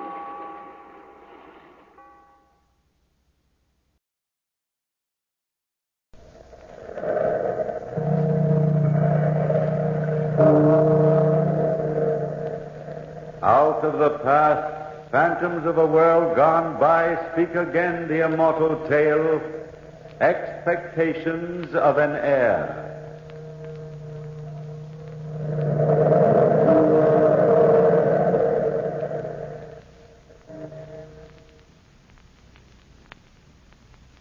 Yes, there she goes. My beloved Aunt Mora, her skirts rustling as she waddles up the stairs to her room. My earliest memories are memories of her, always dressed in the same way, heavy dark dresses which only accentuate her huge body, her fat body. Always waddling from our dark living room up the circular wooden stairway to her room on the second floor, leaving behind a faint scent of mimosa perfume, mixed with the sweet odor of rice powder and the dusty smell of old clothes. Aunt Mora, mother, father, brother, and sister, all these she has been to me. My only relative, Aunt Mora. There's always been just two of us, alone together. And the butler, Andrew, only he leaves us alone together, too. Everybody does. You see, we're so devoted to each other. They say a lot of things. Wealthy Aunt Mora and that sweet nephew of hers. So devoted, so devoted. So devoted a man he is. It's amazing the way those two are always together. I don't see anything amazing about it. She's devoted her life to him. After all, she's all he's got. And he's her favorite brother's child. But cooping a young man up like that, it isn't natural. Someday he'll find a woman and get married. You mark my words. Ralph Weston marry? Nonsense. Maybe he might have a long time ago, that Alice Godwin, but not now. Not after what happened. Besides, you know what people say. There might not be a word of truth in it, but you know the way people talk. Yes, they talk. And I've given them much meat for conversation. I wonder if they know the truth, the real truth. Could they have guessed? It was for you, Alice, that I did it. It was all for you, Alice. I loved you. I loved you a great deal. We had been for a walk that afternoon so long ago when we were engaged to be married. You stopped suddenly by the banks of the river and you looked at me, almost appraising. You're a strange boy, Ralph. We've been engaged 5 months now, and I've never even met your family. I haven't got a family. Well, you've an aunt. Alice, when the time is ripe, you'll meet her. When the time is ripe. I'm so tired of being secretly engaged. It's all so pointless. Why can't I announce my engagement like other girls? Are you ashamed of me? Ashamed of you? Great Scott, no. Why keep it a secret, then? Even my family are becoming suspicious. Stall them a while. Say that you're not sure you love me. That's rather close to the truth, Ralph. What do you mean? I mean, I'm not at all sure anymore that I want to marry you. You've no gumption. You won't get a job and start out on your own like other people. A little foolish for me to take a job as a $20 a week clerk, and there's not very much else I'm suited for. But living on your aunt this way... I'm not living on her, really, Alice. It's my money. She's going to leave it all to me someday. Someday isn't now. Aunt Mora doesn't approve of my marrying. You know that. Do I? I don't know anything. Do you want me to be cut off without a cent, Alice? Yes, as a matter of fact, I'd love it. Give you a chance to prove yourself. You're not being very practical. Have you ever asked your aunt, point blank, how she feels about your marrying? Well, no, because I know what her reaction would be. You're making her seem an awful ogre. When everyone says she's so devoted to you. Such a nice person. I know Aunt Mora better than you, Alice.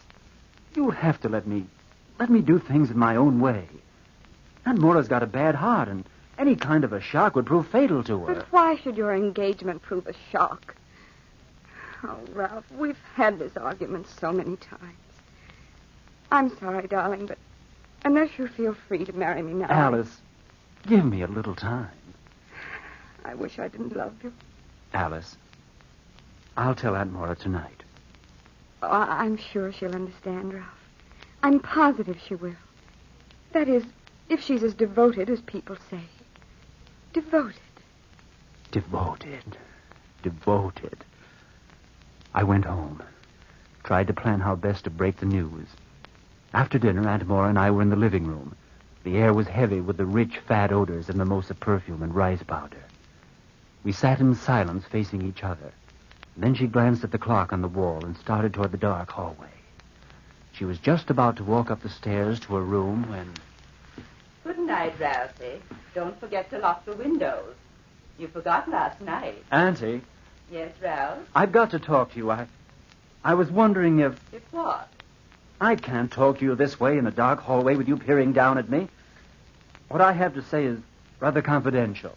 Can it wait till morning? I guess it could, only it's rather important. Sounds like a matter of state. I hate to mention... You hate to what? Approach the subject of money again.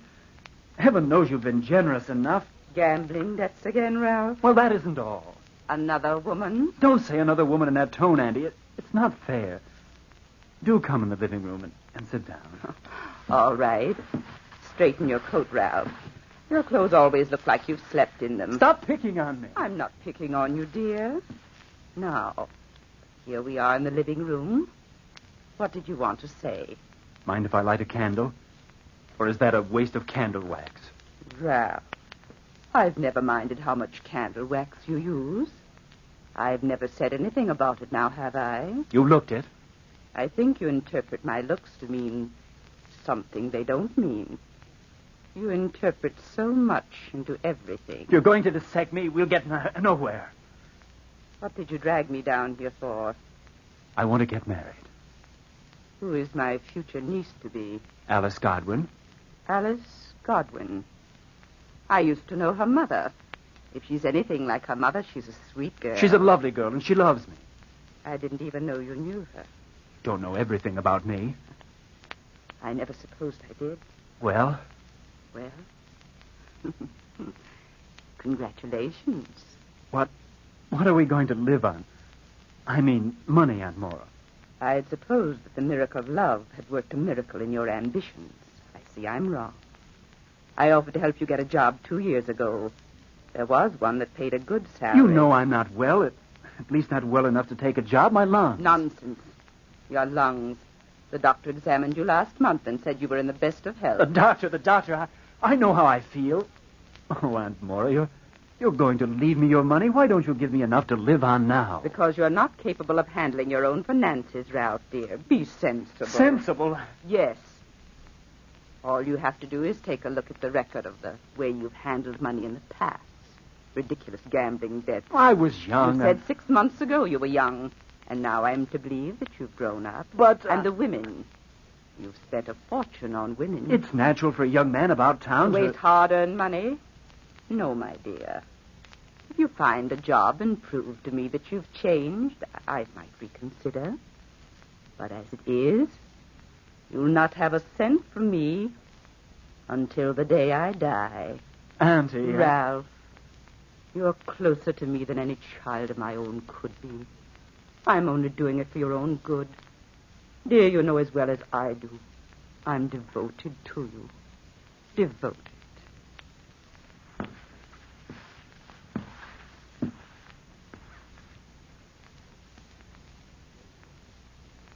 Devoted to me. Devoted in her own peculiar way.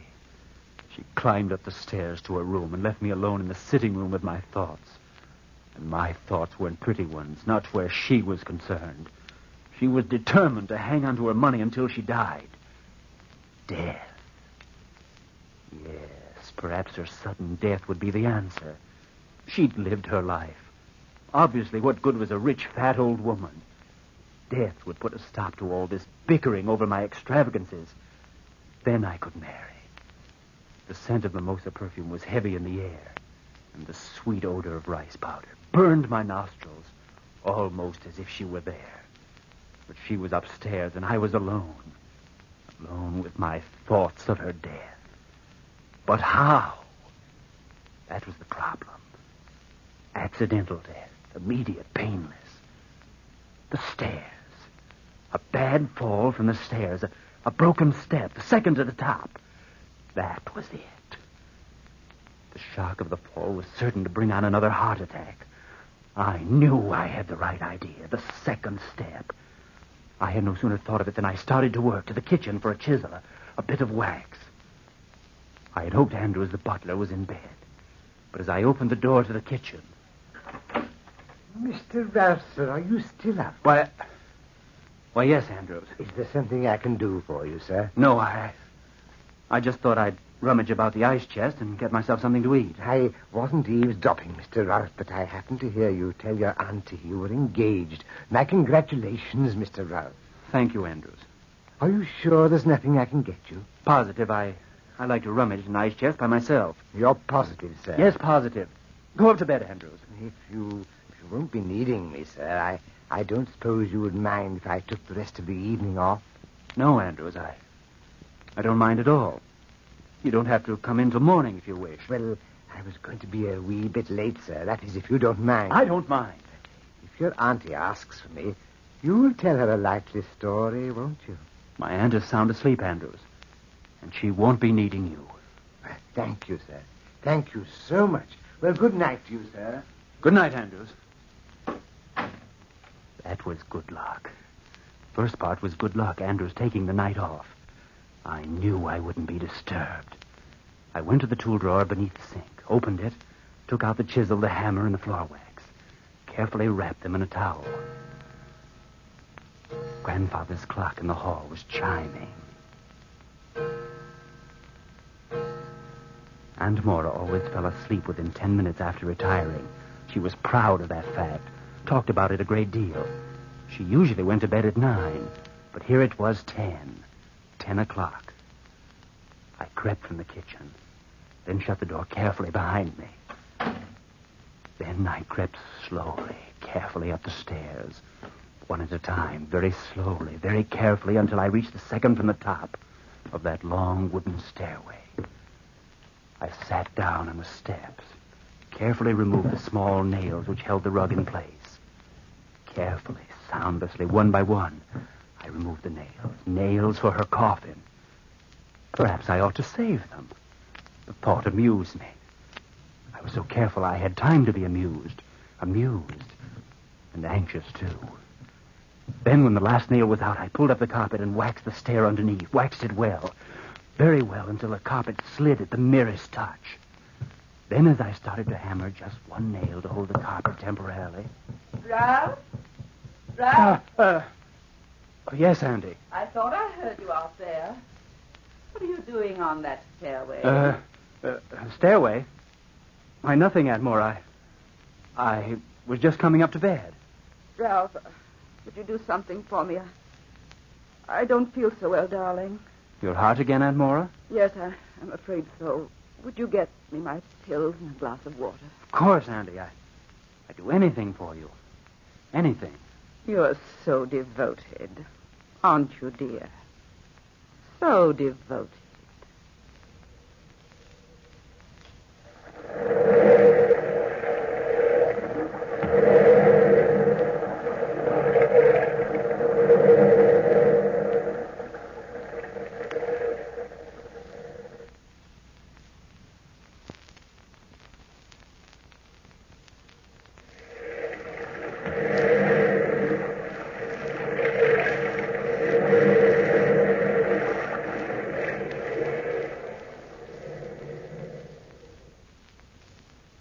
I left the stairway and got Aunt Mora's pills and water.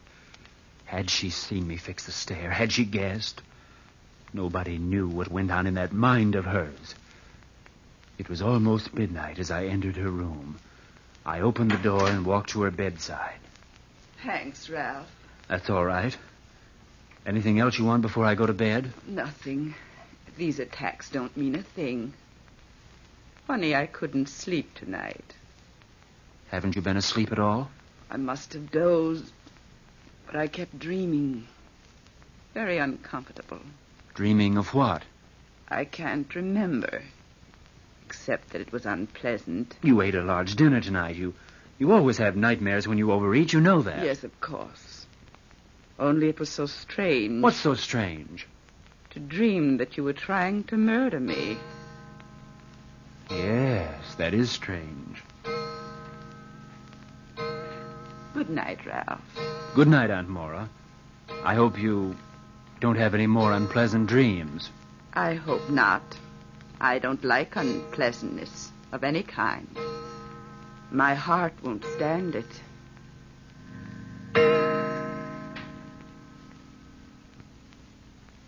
How much did she know then? That's what I keep thinking even now. How much had she guessed? I went to bed and tried to sleep, but my heart pounded with excitement. I laid awake a long time thinking of tomorrow. Tomorrow Aunt Mora must be dead. Tomorrow. Then morning came. Tomorrow finally came. I dressed hurriedly. My hands were trembling with excitement. I wanted to be downstairs before she awoke, and then I could wait down there and watch her fall. Watch her die. I could enjoy my freedom. My freedom. I walked down the stairs, careful not to step on the wax second step. Andrews, the butler, was in the dining room setting the table when I came in.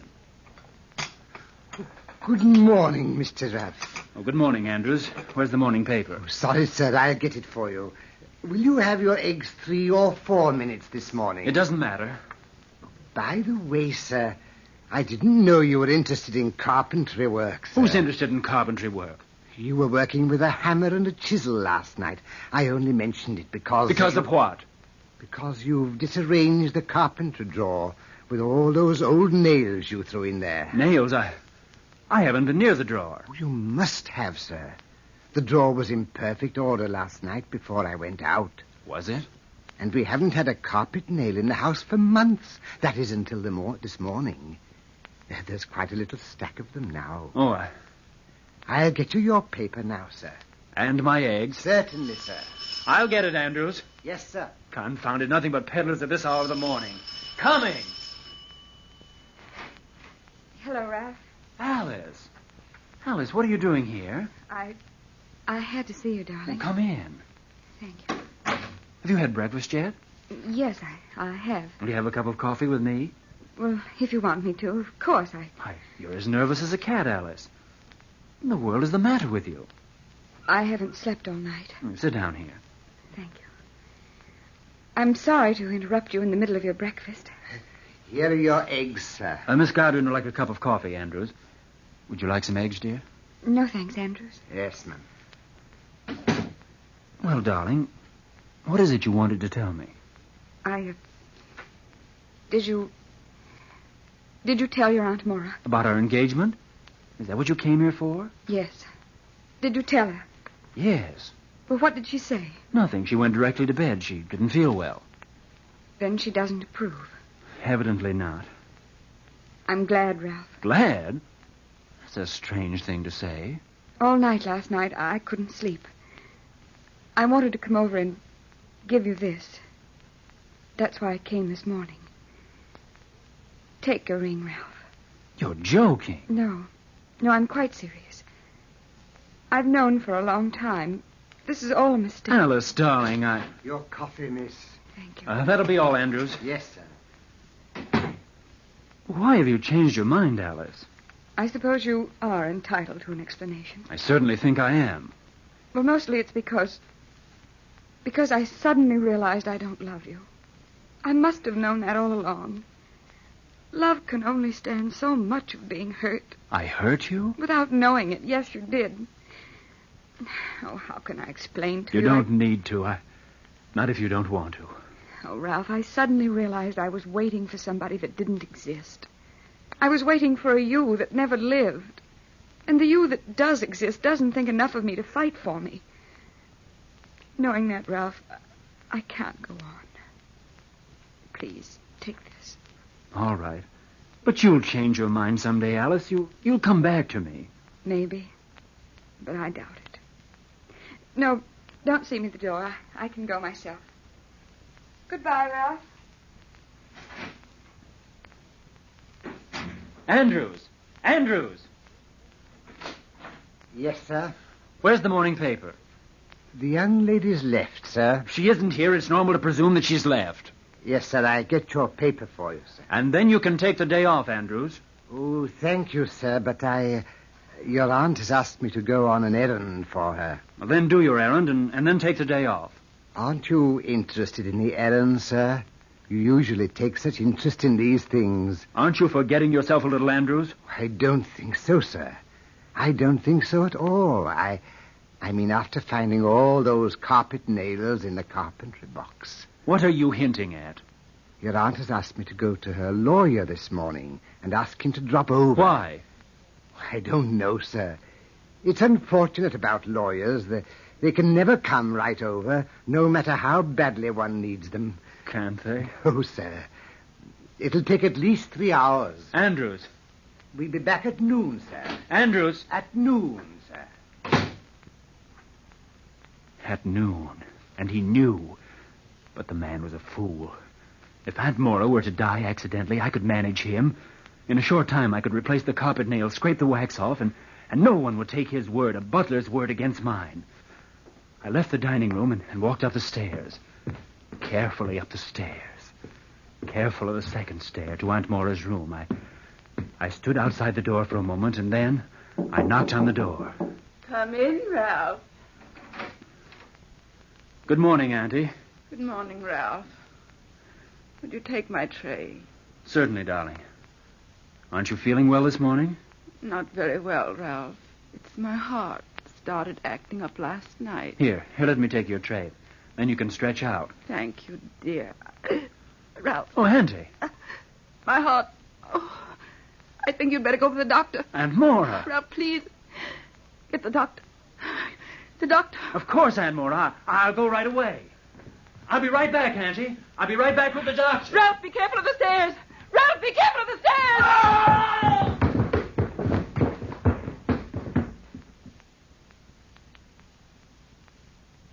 Be careful of the stairs. Be careful of the stairs. Careful, careful. And then that horrible falling sensation as I plunged headlong down the circular stairway. It overwhelms me and blots out any sane or sensible thinking. I'm alive. Yes, alive. But the mental pictures that haunt the inner recesses of my mind race by. Pictures of myself lying in a hospital cot and hearing Alice Godwin's voice from miles away. How badly is he hurt, Doctor? We can't tell yet, Miss Godwin. Compound skull fracture and some rather serious damage to the spinal column. We'll know much more in another week or so. He said another week or so, week or so, week or so, week or so. Oh, hello, Mora. Come in. Well, you're looking a lot better. I'm feeling fit. How's my nephew, Doctor? Any improvement? Well, we can't be sure as yet. A case like this takes time, you know. Time, you know. Time, you know. Time, you know. Time. Months and months, and then I was home again. Home again. Welcome home, Mr. Ralph. Thank you, Andrew. Ralph, darling. Here, let me help you. You learn to push the wheelchair by yourself later on, but right at present you'd better let us do the work. Thank you, Aunt Mora. I'll push him, ma'am. You needn't worry, sir. We'll take care of you. Good care of you. Yes. I know you will, Andrews. Here's the morning paper. You can read it while I get dressed. We didn't expect you home from the hospital so soon. The doctor thought you'd be there another month. Yes, I know, Aunt Mora. I know. They were going to try another treatment. The specialist seemed to feel it's hopeless. I'll never walk again. Nothing's hopeless, Ralph. Nothing in the world. Especially if there are people around who are as devoted to you as I am. Simply devoted, my dear.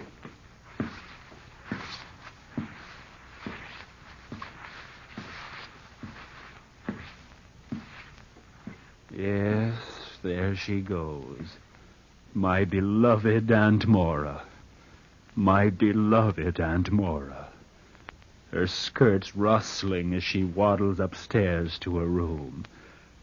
Devoted Aunt Mora. Devoted Aunt Mora. Devoted Aunt Mora.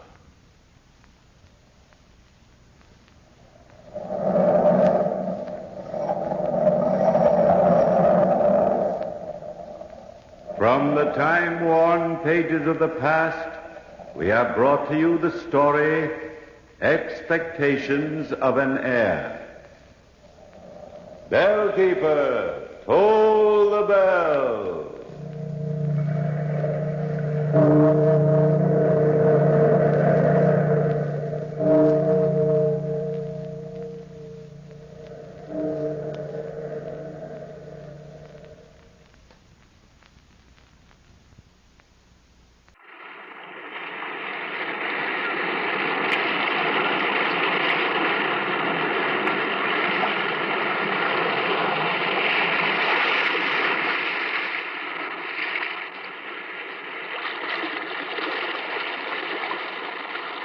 The weird circle. In this cave by the restless sea, we are met to call from out of the past stories, strange and weird. Bellkeeper, toll the bell, so that all may know we are gathered again in the Weird Circle.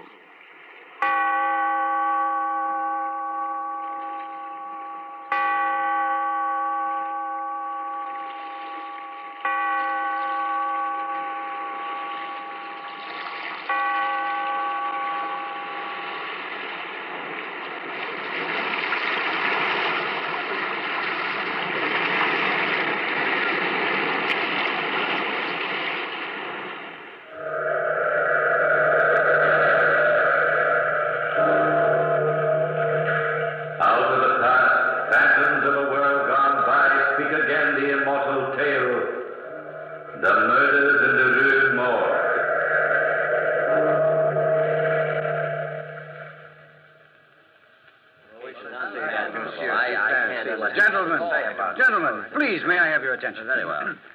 I didn't ask you to come to my humble apartment tonight to endeavor to stun you with my superior knowledge of crime and criminals. I've asked you here only to prove to you that the murders in the Rue Morgue present no great insoluble mystery. Monsieur Dupin, if you think the case is so obvious, tell me, who is the murderer? He will be here shortly, Monsieur le Prefect of Police. Here? Who is it? The murderer here?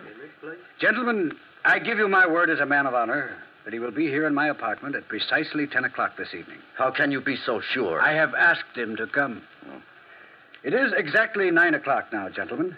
And in the hour remaining to us before we meet the murderer, I shall explain to you as simply as I can how I managed to arrive at my conclusion. Yes, do, Monsieur Dupin. I'm always interested in guesswork. Guesswork, my dear fellow? This is not guesswork. No? Now, gentlemen, let us retrace the case. The story begins, if I'm not mistaken, with Madame L'Espanaye and her daughter Camille on the afternoon of December 16th, 1841. Well, of course, you're correct so far anyway, Dupin. I bow, Monsieur le Prefect.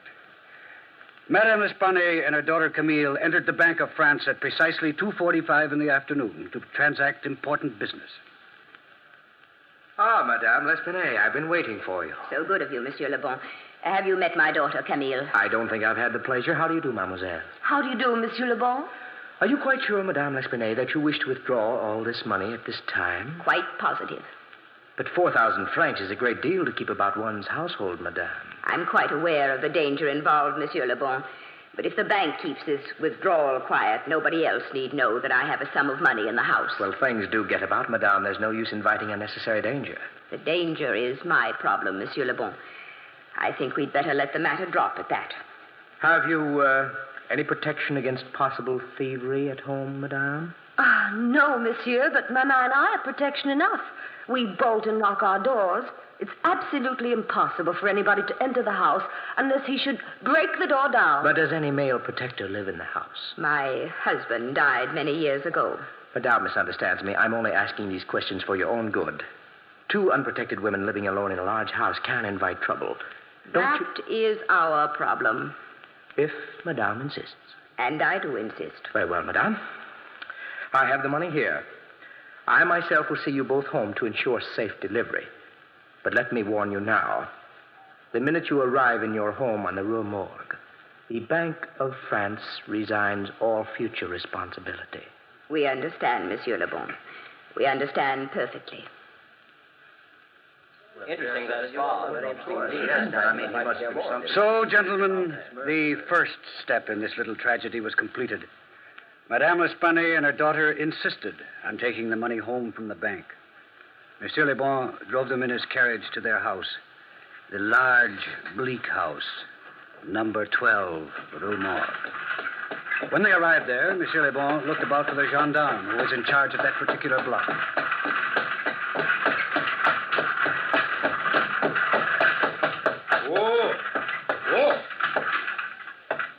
May I help you out, Mademoiselle Camille? Oh, thank you, Monsieur Le Bon. Madame? Thank you. Thank you. Is that the gendarme on the corner? The gendarme usually on this block? Not having had any reason to talk to the gendarme, Monsieur Le Bon, I wouldn't know. Yes, I think it is, monsieur. Gendarme! Gendarme! All this fuss over a little money. Really, you'd think we were incapable of taking care of ourselves. Well, I think Monsieur Le Bon is very thoughtful, Maman. Gendarme! Coming, monsieur, coming. Do you live on the first floor, Madame L'Espanaye? On the 4th floor, in the back of the house. I own this house, and I've shut up all the other rooms. You mean this entire house is unoccupied except You for... called me, monsieur. Yes, I did. I want you to keep a special watch on this house for the next week or so.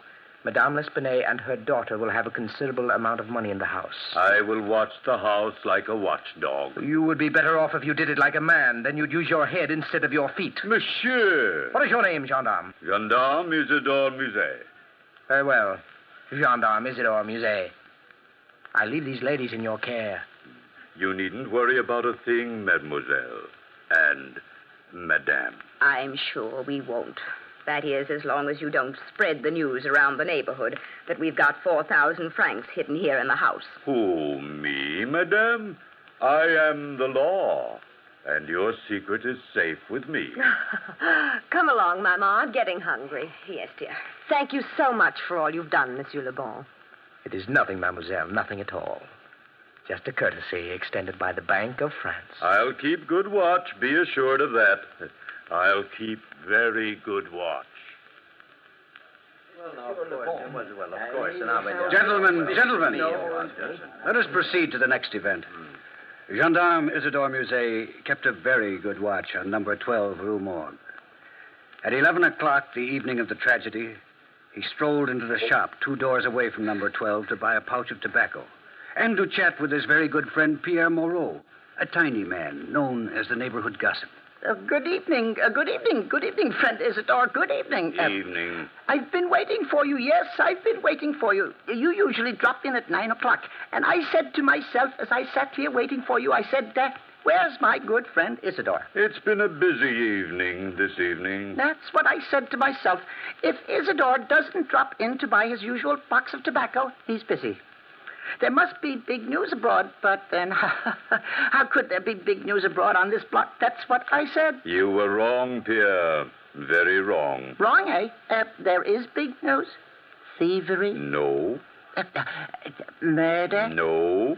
Well, then, I give up. It's a secret. Secret? What could be a secret? Somebody got married. That's no secret. Somebody died. That's no secret either. A child is ill, a contagious disease, an epidemic, or Paris will be infected? No. Well, I can't guess. If you promise not to tell a soul... No, not a soul. Well, Madame L'Espanaye and her daughter Camille have withdrawn 4,000 francs from the bank today and have it hidden in the house somewhere. No. And I must stand on guard. Naturally. But don't tell a soul. No, not a soul. On my honor, not a single soul, Isidore. My word of honor. I swear it now. And so, by midnight, gentlemen, the entire neighborhood in the Rue Morgue was buzzing. 4,000 francs in the L'Espanaye household. I hear it was 10,000. 2 women all alone. Imagine it, 20,000 francs. I wonder where... And all that jewelry must be a veritable fortune hidden away. Do you know that they say she's got money hidden in every corner of the house? Imagine almost 1 million francs in that house. I always knew there was something strange about those 2 women living all alone in a house like that. And in the rear... 4th floor. Yes, sitting in the bedroom of the 4th floor rear.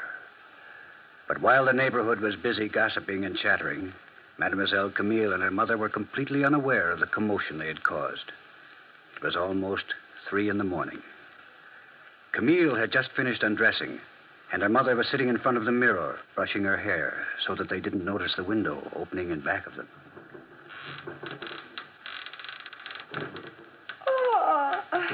I'm so tired, Maman. Poor Camille. It's been a very busy day. You know, I thought that Monsieur Le Bon was very nice. He seems fairly affable. Oh, Maman, fairly affable. I thought he was perfectly charming. So concerned over us. No man ever gets that concerned over me. Must have been you, darling. All men see... Maman, look in the mirror. Stay calm, Camille. Don't Mama, move. he's got a razor in his hand. Don't move, Camille. Mama, quick. Let's hide. He's coming closer. Where, Camille? Where shall we go? Into the closet, Mama. Quickly, Mama, into the closet. Close the door. Mama, he'll break the door down. He'll break the door down, Mama. Watch out, Camille. He's breaking it down. Help me, Mama.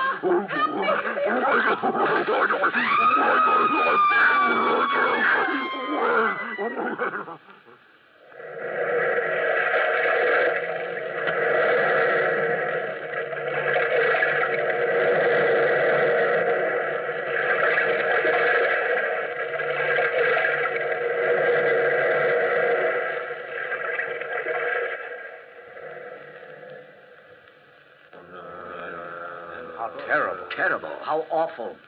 Quite right, gentlemen. Simply ghastly. We fully realize that this is a horrible atrocity, but we must remain factual.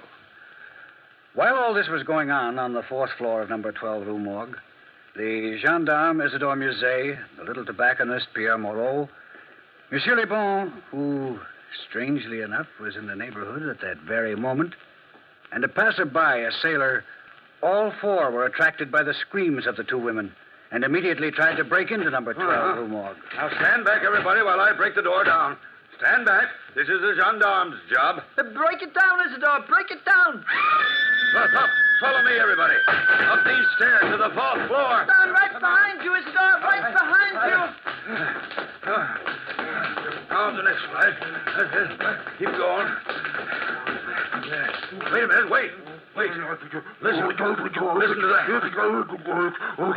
He's speaking Italian. No, it's Russian, Isidore. No, Italian, Pierre. I think it's Polish. How would you know Polish, Monsieur Le Bon? Have you ever heard Polish spoken? No, but listen again. I think it's Dutch he's speaking. Dutch, Polish, Italian, Russian. And none of you know what you're talking about. He stopped speaking, hasn't he? Yes, probably escaped. Yes, probably. I wonder. Try the door. Can you open it, Isidore? No, it's locked. I think we're too late. I'm sure of it, sailor. I warned you about the gendarme. Well, let's break the door down. 1, 2, 3. Look. What? Oh, the entire room is wrecked. Just exactly as if a maniac had torn up the place. The bed's torn apart. Yes. I've sailed the 7 seas, but I've never seen a place look like this in my entire life. Monsieur Le Bon, where are Mademoiselle Camille and her mother? I don't know. They're not in here. Look. Where? There in the fireplace. Oh. It's Mademoiselle Camille. Dead. Yes. Dead. Poor girl. Here, help me, somebody. Help me lift her up. Look out this window. Huh? The old woman is lying in the courtyard below. The sailor's right. Absolutely right. She's lying in the courtyard below, dead as a dead fish. Oh, probably twice as dead. Somebody is guilty of this. Somebody. And as a member of the Paris police, I mean to find out who that guilty person is. Yes, gentlemen. Isidore Musée, gendarme, swore up and down that he would find the murderer. Well, at 4 o'clock that morning, I was awakened from a sound sleep and called to number 12 Rue Morgue to examine the evidence. Monsieur le gendarme Musée was running around the room destroying the evidence, or at least what little evidence there was, as fast as he unearthed it. The 3 gentlemen who had been there with him were still waiting round out of a combined feeling of horror and curiosity. The sailor, whose name escaped me, was sitting on what was left of a bed, staring blankly around the room. Monsieur Pierre Moreau, the tobacconist, was watching Isidore Musée, the gendarme, play detective. He played it badly. And Monsieur Le Bon was the picture of dejection. I entered the room and gazed about while Isidore supplied me with all the facts in the case, at least from his point of view. And that is exactly what happened, Monsieur Dupin. Very interesting, Monsieur Isidore Musée. And now, gentlemen, I wish to ask just a few questions. No, go ahead. Go ahead. Now, all of you seem to think you heard the voice of the murderer. Yes, indeed. Well, we did definitely. No doubt about it. And you, Monsieur Isidore Musée, you are positive that the murderer is an Italian? Positive, Monsieur Dupin. Absolutely positive. I could tell by his intonation. Do you speak Italian? Oh, no. Definitely not. Have you ever heard Italian spoken? No, monsieur, never. But I imagine... Yes? You imagine what? Oh, I imagine it would sound like that. I see. And you, Monsieur Le Bon, you said it was Polish. Definitely Polish, without a doubt. I judge you have lived in Poland a long time now? No, but I heard Polish spoken once. Once? Yes. That makes you an excellent judge of the Polish language. How about you, Monsieur Pierre Moreau? What language did you say it was? Russian, I thought, but that's only a guess, since I admit, and I admit it very freely, I'm not a man to hedge. I've never heard a word of Russian in my life. I thought so. And how about you, Sarah? I thought it was Dutch. I don't speak the Dutch language, but I have heard a considerable amount of Dutch spoken when I was in Holland 8 years ago. 8 years ago? I don't mean to make a suggestion, Monsieur Dupin, but Monsieur Le Bon was the only man beside myself who knew about the money being kept in this house. What are you insinuating, Monsieur Musée? Insinuating? I'm an officer of the law, and I think it was very peculiar that you should just happen to be in this neighborhood at 3 o'clock in the morning. Don't you live in this neighborhood, Monsieur Le Bon? No, but I've good reason to be here. Oh, so? Suppose you tell us. Well, I was worried about Mademoiselle Camille. I was rather attracted to the young lady. And, well, I had a feeling that there would be trouble over the money. Well, I was in the corner cafe having some tea until about 10 minutes before the murder occurred. And then you strolled by the house on your way home, correct? Quite correct. My tobacco store is open all night. All tobacco stores are open all night, Monsieur Pierre Moreau. I was just walking by. I didn't steal the money. But naturally. Nobody stole the money. It's in the safe behind this wall. Huh? Are you positive, Monsieur Dupin? Perfectly obvious that the money hasn't been touched. These murders were far too cruel to be instigated by man's greedy desire for financial reward. Here, let me open the safe and show you. I happen to know an interesting combination that will open any safe. I should have been a thief. So, there. That ought to open it. Oh, it did. Naturally. Now, look. There's the 4,000 francs, safe and snug as a 4,000 franc group of notes should be. Well, perhaps Monsieur Le Bon was interrupted in the midst of his thievery. Perhaps he didn't have time to finish. Well, nonsense. Monsieur Le Bon was with you when you walked up the stairs. Well, an accomplice, perhaps. No, Monsieur Isidore Musée. Let me show you something. Look at the fingerprints on this girl's neck. Very strong, heavy prints. And very large, too. Why, yes. The murderer must have been a giant. His hand must have been twice as large as mine, and I have a large hand as hands go. Yes. The murderer was a giant. A giant with extraordinary strength. Gentlemen, I think now I have sufficient clues. Look at this window. It's just a window. Yes, just a window with a cord on it. A broken piece of cord. Clue number 1. Clue number 2. Look at the dead girl's hand. Huh? Why? She has some hair clutched in her hand. Quite correct. And with this cord and this hair, I can find the murderer. Gentlemen, go home. Go home, get a good night's sleep, and I'll hand the murderer over to the prefect of police very soon. Monsieur Dupin, don't forget to mention that I helped you. I'm due for promotion soon. That's very extraordinary. I don't care, man. And so, messieurs, that is the story. And you have the facts. A piece of cord and some hair. The condition of the room, the strength of the murderer, the passion of the deed, the lack of motivation should all suggest to you the very same thing it suggested to me. Monsieur Dupin, you are talking in circles. Circles? So? You mean to say you still don't know who the murderer is? No, of course I don't know. And frankly, Monsieur Dupin, I don't think you know either. Oh, really, gentlemen. Really, gentlemen, you amaze me. Here, Monsieur le Prefect. Examine this piece of cord, if you will. What do you make out of it? A piece of cord, yes. Well, let me see. Well, it's a piece of... Well, nothing except that, it's been torn. Yes, it's been torn. Now, yes. Try to tear it yourself. Well, well, I couldn't. It's a very, very strong cord. Ah. Notice anything else? Yes, now that I look at it, it's got a very unusual knot in it.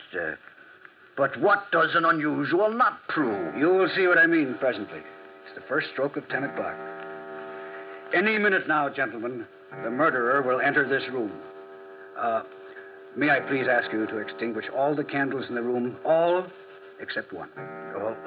Why, Monsieur Dupin, we'll all be murdered. Which would be no great tragedy, but I wouldn't worry if I were you. Well, as you say, Monsieur Dupin. Extinguish the candles, gentlemen. Yes. Now we are in semi-darkness. That is fine.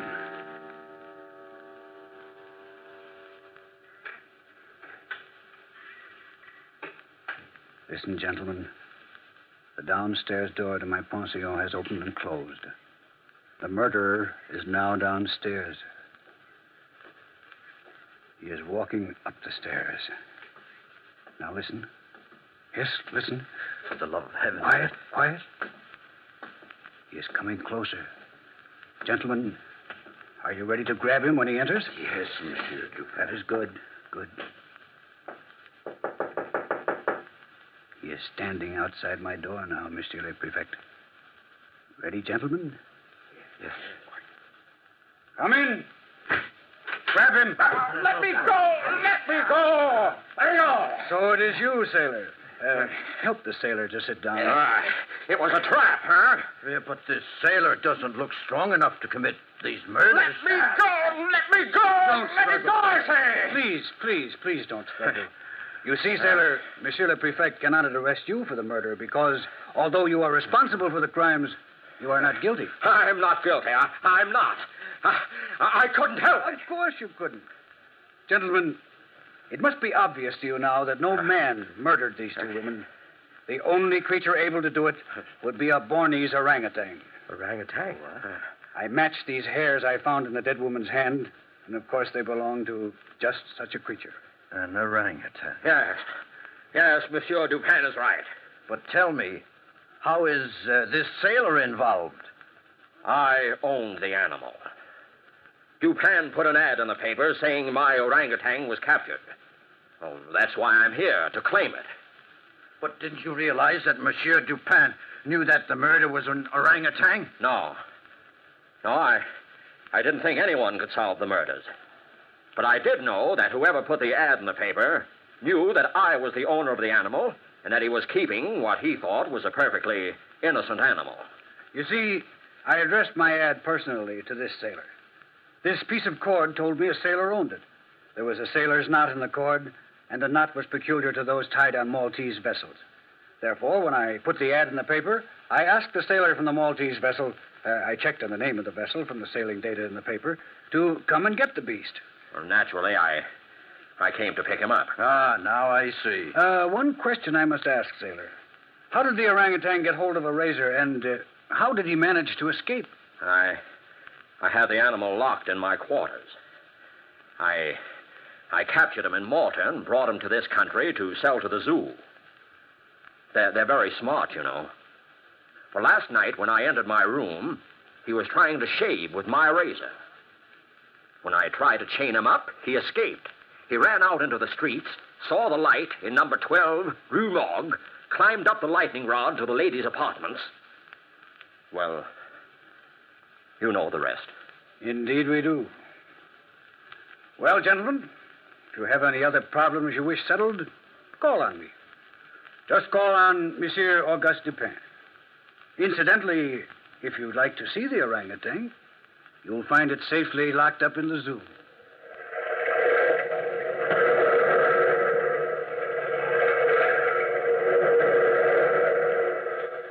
From the time-worn pages of the past, we have brought you the immortal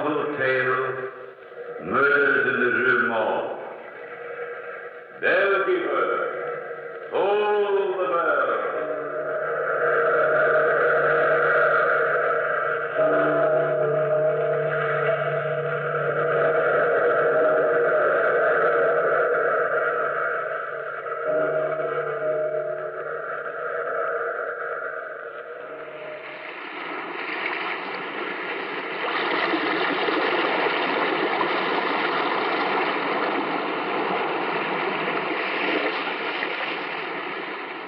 From the time-worn pages of the past, we have heard another immortal tale in The Weird Circle.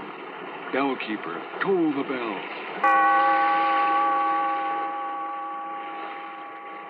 Be here in this lonely cave by the restless sea once again next time for another immortal tale in The Weird Circle.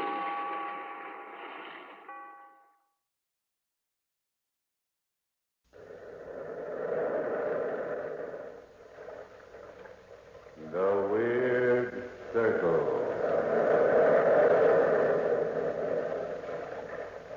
In this cave by the restless sea, we are met to call from out the past stories strange and weird.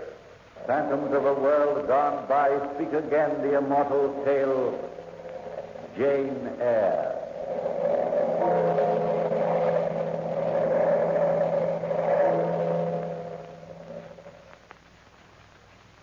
Dear Diary, March 1st, 1864. I left my aunt's house early this morning and arrived at Thornfield Manor at 5 o'clock this afternoon. The house was dark and gloomy, and the winding path that leads to the house is shadowed by old trees. I like old trees usually, but these trees are gnarled and bent, like gnarled, bent old men. And the limbs which reached out over the path reminded me of long, bony fingers which were reaching out, trying to choke me. My throat was dry and parched, and I experienced a new kind of fear as I walked up the path to the steps of the house. This is my first job of any kind. I've been hired as a governess of 10-year-old Adela Rochester. Adela and her father, Edward Rochester, a widower, live alone at Thornfield with 2 servants. I walked up the stone steps and then nervously pulled the doorbell and waited, my valise in my right hand. The heavy door swung slowly open. Oh. Are you Jane Eyre? Why, yes. Yes, I am. Mr. Rochester told me to expect you. Won't you come in? Thank you. I'll show you to your room. I'm Mrs. Campbell, Mr. Rochester's housekeeper. How do you do, Mrs. Campbell? Glad to meet you. How are you? Follow me up these stairs. Of course, Mrs. Campbell. Mr. Rochester left word with me to see that you were made comfortable. At least as comfortable as anybody can be at Thornfield. I'm sure I'll manage very nicely. Will you? That's what you think now, Miss Eyre. But wait. Wait till you've been here a while.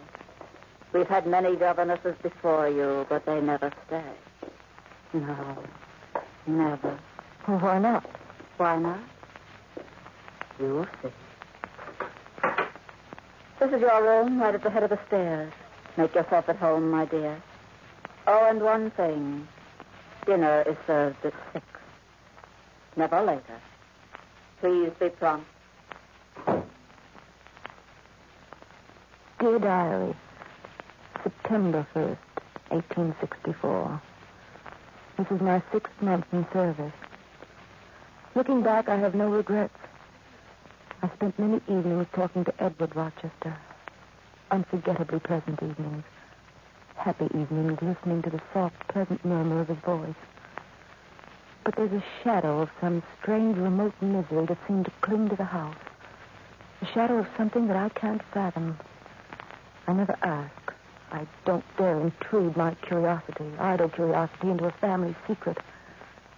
However, strange events took place this evening when Adela, my student, and I were sitting in the living room alone. There was a warm fire burning in the fireplace, and though it was well past Adela's usual study period, we were reviewing her geography. I think I remember the English seaboard towns. Well, just the eastern coast, dear. Now, you start with Tinmouth. Plymouth, South Shields, Sunderland, West Hartpool, Scarborough, Yarmouth? Yarmouth.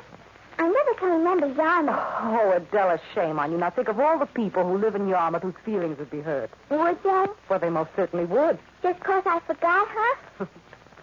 Yarmouth. Yarmouth, Rosbach, Ipswich, Harwich, and Margate. How's that, Miss Lewis? That's brilliantly executed, young lady. Thanks. You're a very apt pupil. That's just about all I am. Mrs. Campbell says I'm a naughty, wicked, sinful child of the devil. Adela, when did she say all this to you? Yesterday. I was on the 3rd floor. Well, you had no right to be on the 3rd floor. Your father's given strict orders that no one is to go up there. No one but Mrs. Campbell. I don't see why children will share out of things grown-ups know about. But didn't Earth is so special anyway? I don't know, Adela. Daddy knows. Mrs. Campbell told me Daddy knows. Well, perhaps Mrs. Campbell says many things she doesn't mean. Do I indeed, Miss Anne? Do I indeed? I didn't know you'd taken to interpreting my mind as well as the child's mind. Well, I'm sorry. I'm sure I didn't mean any harm, Mrs. Campbell. I'm sure you didn't. It's time to go to bed, Adela. 9 o'clock. I don't want to go to bed yet. Now, yes, you do, young lady. You want to go to bed because I do. I'm sleepy. Oh! I'm sleepy, too. All right, off we go. Oh, Miss Eyre. Yes, Mrs. Campbell. Mr. Rochester asked me to tell you to drop into the study for a few seconds before you retire. He wants to see you. What about? I'm not in the habit of prying into Mr. Rochester's private affairs, Miss Eyre. Come along, Adela. Up to bed. Good night, Miss Eyre. Good night, dear. Pleasant dreams. I'll be up shortly and look in on you. Miss Eyre. We've been sitting here talking for well over an hour, Mr. Rochester. Just chattering aimlessly. I don't find your chatter aimless, Jane. You don't mind if I call you Jane. No, not at all. I find it stimulating. I've learned a lot about you, too. Born an orphan, brought up by a stupid maiden aunt. You love children. I never said my aunt was stupid, Mr. Rochester. Please call me Edward, Jane. Edward? No, as a matter of fact, you didn't. But I gathered as much. Let's see what else I found out. Well, you're a particularly nice person, and I love you very much. Did you say? Yes, I said I loved you. I love you, Jane. Edward, Does that frighten you? Yes. Yes, it does in a way. Why? Because there's so much about you and the house that I don't understand. Trust me and try to believe in me. Edward. What's bothering you, Jane? Well, it's Adela. She's so frightened. She's frightened of the mystery in this house. There's no mystery in this house. Well, then why is the attic shut off that way? It saves fuel. Well, that's nonsense. The attic's heated. Let's say it saves fuel and let it go at that. Edward, last night I was awakened in the middle of the night by shuffling footsteps over my head. Like the footsteps of a lame animal. I lay in bed trembling for hours until the footsteps subsided. You had a nightmare, probably, Jane. That wasn't the first time I heard those footsteps. Probably Mrs. Campbell rummaging up there. She has insomnia at times. Mrs. Campbell doesn't walk on all fours, Edward. Well, probably the wind. Adela heard it, too. Let's say it's the wind and forget it, shall we? Sorry. I shouldn't have started to talk about it, but you asked me to trust you. And you can't? Well, you make it a little difficult, don't you? Jane. Jane, yes, I guess I do. Where are you going? To bed. Early. I'm frightfully tired. No matter what happens, Jane, believe this one thing. I do love you. I love you more than I ever believed I could love anyone. Good night and sleep well.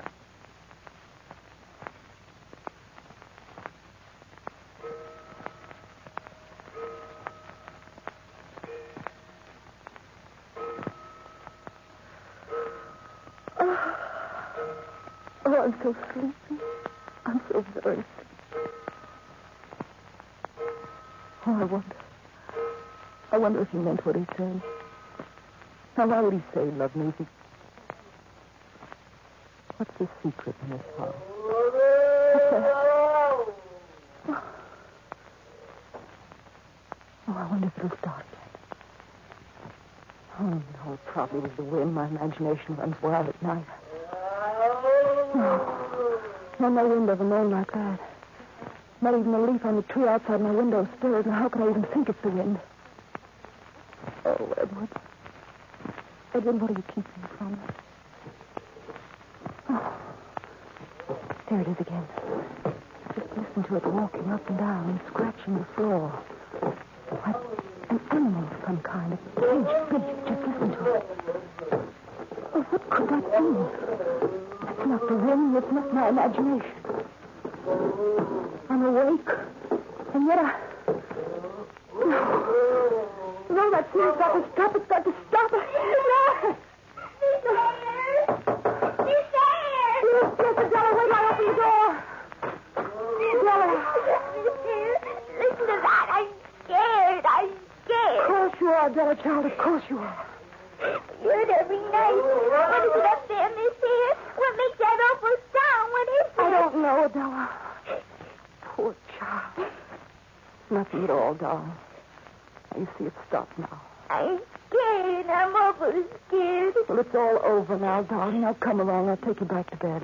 But you would have was after I tell my daddy and he'd make it stop. I'll come dear back to bed. Wouldn't he make it stop, Miss Hill, wouldn't he? I'm so scared. So scared. Now hop into bed again, darling. And I'll stay right here next to you until you fall asleep. Never used to be like that. Never. No. When did this start, Adela? Just in the last year or so. Of course, I was never allowed in the attic. Never. Shouldn't say never, because I don't remember everything. Never. I'm sleepy. When you go back to sleep, Adela, you sleep, darling. I'll pull the covers way up over you. Like this. There, now. This door. Listen, you must be behind this door. I see Mrs. Campbell coming this way out. Just try this door. Yes. This is it. Quite a long flight of stairs. Oh, here it is again. Well, I'll just walk up the stairs and look around. I'll just walk up and have a peek in the keyhole. I shouldn't really allow sake. What are you doing here, Jane? What are you doing here? Edward. Answer me. What are you doing on these stairs? Please don't look at me like that. Edward, I just can't stand here long. I can't stand it. Please, Jane. Please, my darling, stop sobbing. Someday I'll explain everything to you. Honestly, I will. Come along, Steady now. I'll light a fire in the fireplace and have Mrs. Campbell bring us some hot tea. You're so thoughtful, Edward. You're so thoughtful. And be careful walking down the stairs. Please forgive me. Forgive you? For what? What I've done. Being so disloyal. Any woman would have done exactly what you've done. If only... If only what? If only I could tell you everything, Jane. Why can't you trust me, Edward? I can't trust anybody. Mrs. Campbell knows. Yes, Mrs. Campbell is the only one in the world who knows, Jane. Please, darling, trust me. Did your first wife know? No. No, she died without knowing. Oh, darling. Edward, is this secret the reason why Mrs. Campbell hates me so very much? She doesn't hate you, not really. She's worried about me, that's all. Here's the study. Come in and sit down. Jane. Yes, Edward. Being alone is... Well, it's not good for people, really. When two people are in love, the way we're in love. Yes, Edward. Well, if the obstacles which prevent their getting married can be ignored, if they trust each other, I mean, really trust each other. Edward, what are you trying to say to me? That I love you, Jane. Can you, well, could you possibly believe in me enough to be my wife? Your wife? Please, darling. But Edward, trust me. I've been fighting loving you ever since I arrived here, and I'm tired of fighting it. Edward, I'm tired of fighting something that's stronger than I am. You will, then? Yes, Edward Rochester. I'll be your wife. You rang for me, Mr. Rochester. Yes, Mrs. Campbell, I rang for you. Would you bring me a decanter of wine and 3 glasses? 3 glasses, sir. Yes, Mrs. Campbell. I thought perhaps you'd be the first to congratulate the bride and bridegroom to be. Yes. Yes, I'd like to be the first. Congratulations, sir, and a long and happy married life.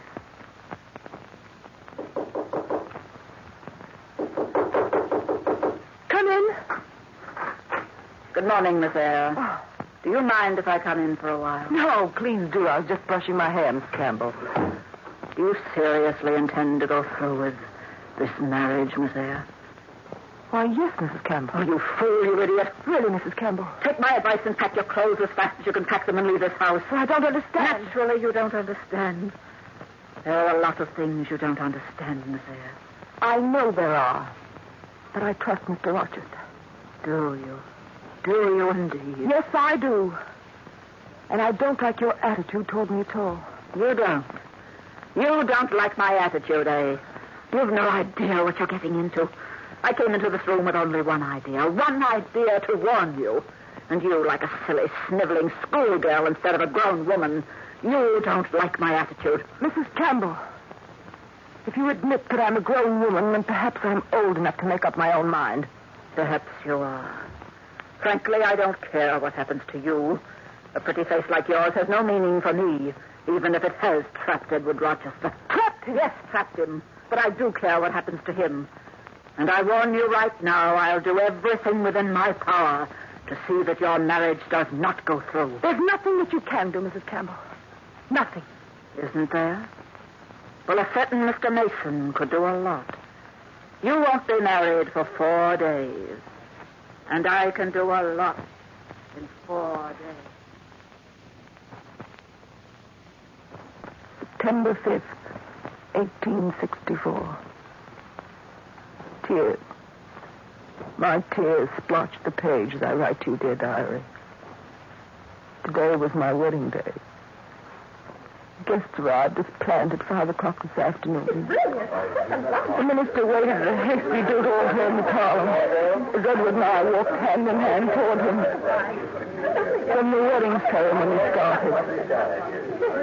Dearly beloved, we are gathered together here in the sight of God and in the face of this company to join together this man and this woman in holy matrimony, which is an honorable estate instituted of God, signifying unto us that into this holy estate these 2 persons present come now to be joined. If any man can show just cause why they may not be lawfully joined together, let him now speak, or else hereafter forever hold his peace. Wait a minute. I'll speak. I'll speak, although it should be obvious to others in this room that a marriage between Edward Rochester and anybody is completely illegal. Mason. Yes, it's me, Edward. How did you know? How did I know you were intending to get married? Ask your housekeeper. Mrs. Campbell? Yes, Mr. Rochester. I wrote a letter to Mr. Mason and had him come to Thornfield at once. And so I came. Just in time to watch this pretty little farce be enacted. Edward, what's he talking about? Yes, what's this all about? Why don't you tell them, Edward? Tell them the truth. What is it, Edward? I can't tell them, but I'll show them. I'll show everybody what you did to me, Mason. Come along, everyone. Where are you going, Edward? To the attic, Jane. Come along, all of you. And I'll show you what he's talking about. I'll show you why Mason can speak now and speak fairly. I'll show you what he means. Well, ladies and gentlemen, this is the famous secret attic of my home. Follow me right here to the left. Oh, no. Listen to that, everyone. Listen. Do you know what that is? Wait till I open the door and you can see for yourselves. You'll see a woman running around a room like a caged animal, limping on all fours like a beast, with hair on her face and her arms, hair like a... You'll see, all of you. You'll see. Well, Bertha, how are you today? I like to dance. I like to see. May I introduce my wife to you? This is my wife, Bertha Mason. My wife and his daughter, Mason's daughter. I was forced to marry her when I was a youngster. I never met this woman before. I stood in front of the altar with her. You were given a good dowry at the time. Oh, yes. Yes, you provided an excellent dowry. And then when I drew my bride's veil off of her face, I saw this face. The face of a congenital idiot. Edward! Oh, but there was nothing I could do by the laws of the state and the church. You can't divorce an insane, a hopelessly insane woman. Edward, what of Adela? Adela's not my child. She's adopted. I need some interest in life. I needed someone to care for. And I thought Adela would be the answer to my loneliness. Until I met you, Jane. Oh, until I met you. Edward, my darling, what can I say to you? That you hate me and I don't blame you. I don't hate you, Edward. And I don't blame her. I don't blame her at all. So, diary, so it was that I discovered the secret of the attic. Secret of the tragedy which clung to Thornfield. The guests left the house hurriedly. I went to my room and packed my clothes. Then I walked slowly downstairs, without saying goodbye to anyone, not even to Adela. I was confused and alone. At the foot of the stairs, Mrs. Campbell stopped me. Miss Eyre, are you leaving? Yes, Mrs. Campbell. Please say goodbye to everybody for me. I had to do what I did, Miss Eyre, for his sake and for yours. Yes, I understand. Please don't say any more. Yes, Miss Eyre. Take good care of Mrs. Campbell. I will, my dear. I will. Very good care of him. Goodbye and good luck. She said goodbye. For quite a while, I stood outside the door trying to collect myself. Then I started to walk down the road, alone. Suddenly, I turned around and gazed back at Thornfield. The entire house was on fire. I dropped my suitcase and I ran back as quickly as I could. Mrs. Campbell and Adela were standing outside the house. Mrs. Campbell called out to me. Yes, Mrs. Campbell. He's trapped up there. Look on the roof. Edward, darling. Oh, Mrs. Campbell, we've got to help him. We've got to hold him. Not to go up and help her. That fool of a woman set fire to the flame. Not to me. She's like a child with matches. She's on the roof. Who would have to rescue her? Edward! Nobody won't let me up. I'm free. I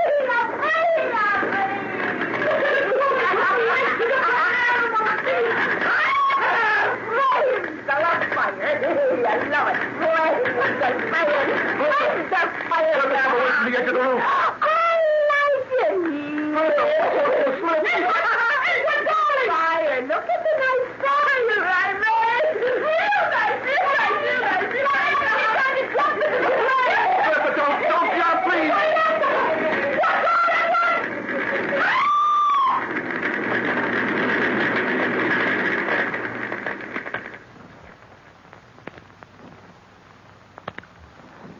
Bertha Mason slipped as she reached the edge of the roof and went hurtling over the edge into the flames below. As for Edward, somehow he managed to survive the fire and slip to safety. We took him to the hospital for immediate treatment.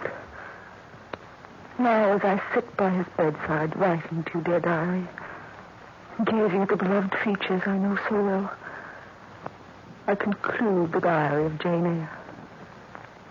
Wait I must, perhaps for many months. But wait I will, to become the wife of the man I love. September 5th, 1864.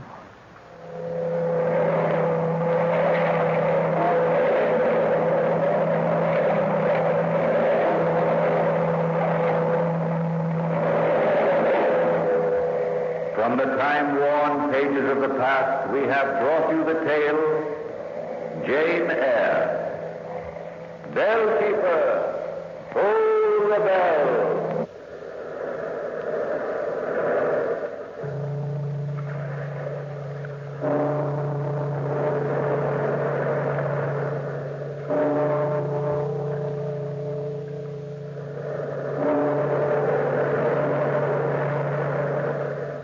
This is the United States Armed Forces Radio and Television Service.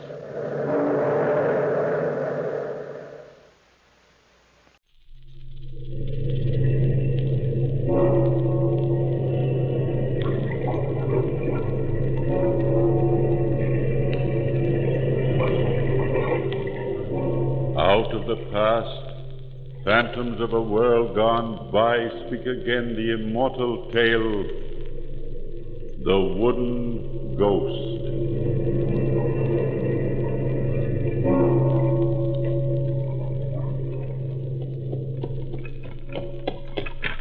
Mynheer Dow, look yonder on the road. Well, what is it, Fandriel? A man hailing us to stop. What shall I do? Where? I don't see a thing but darkness. He may be a highwayman. Do you have your pistol? Oh, yes, I see him now. Stop the carriage, Fandriel. The man may need help. Now, where did he go? Fandriel, can you see him from your box up there? No, Mynheer. He disappeared. Oh, look, Mynheer Dow. There in the shadows beside the road. A tall man in a cape and wide-brimmed hat.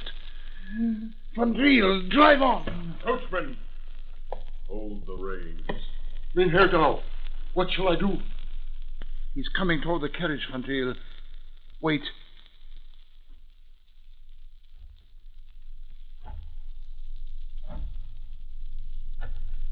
Are you Mynheer Gerard Dow? I am. What do you want? I have been waiting until your return from Rotterdam. You are the uncle and guardian of Rose Falderkoust, I believe. Yes, I am.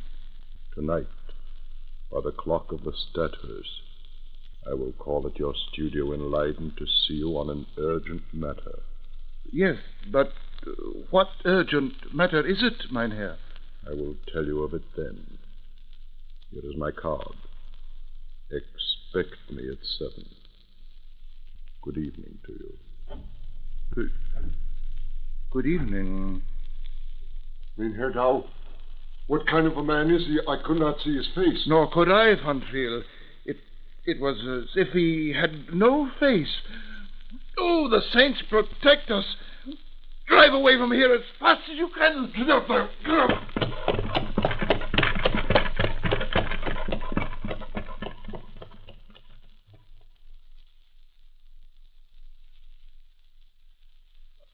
And I'll admit your good uncle's the best teacher in Holland, but without a shadow of doubt I'm his most promising student.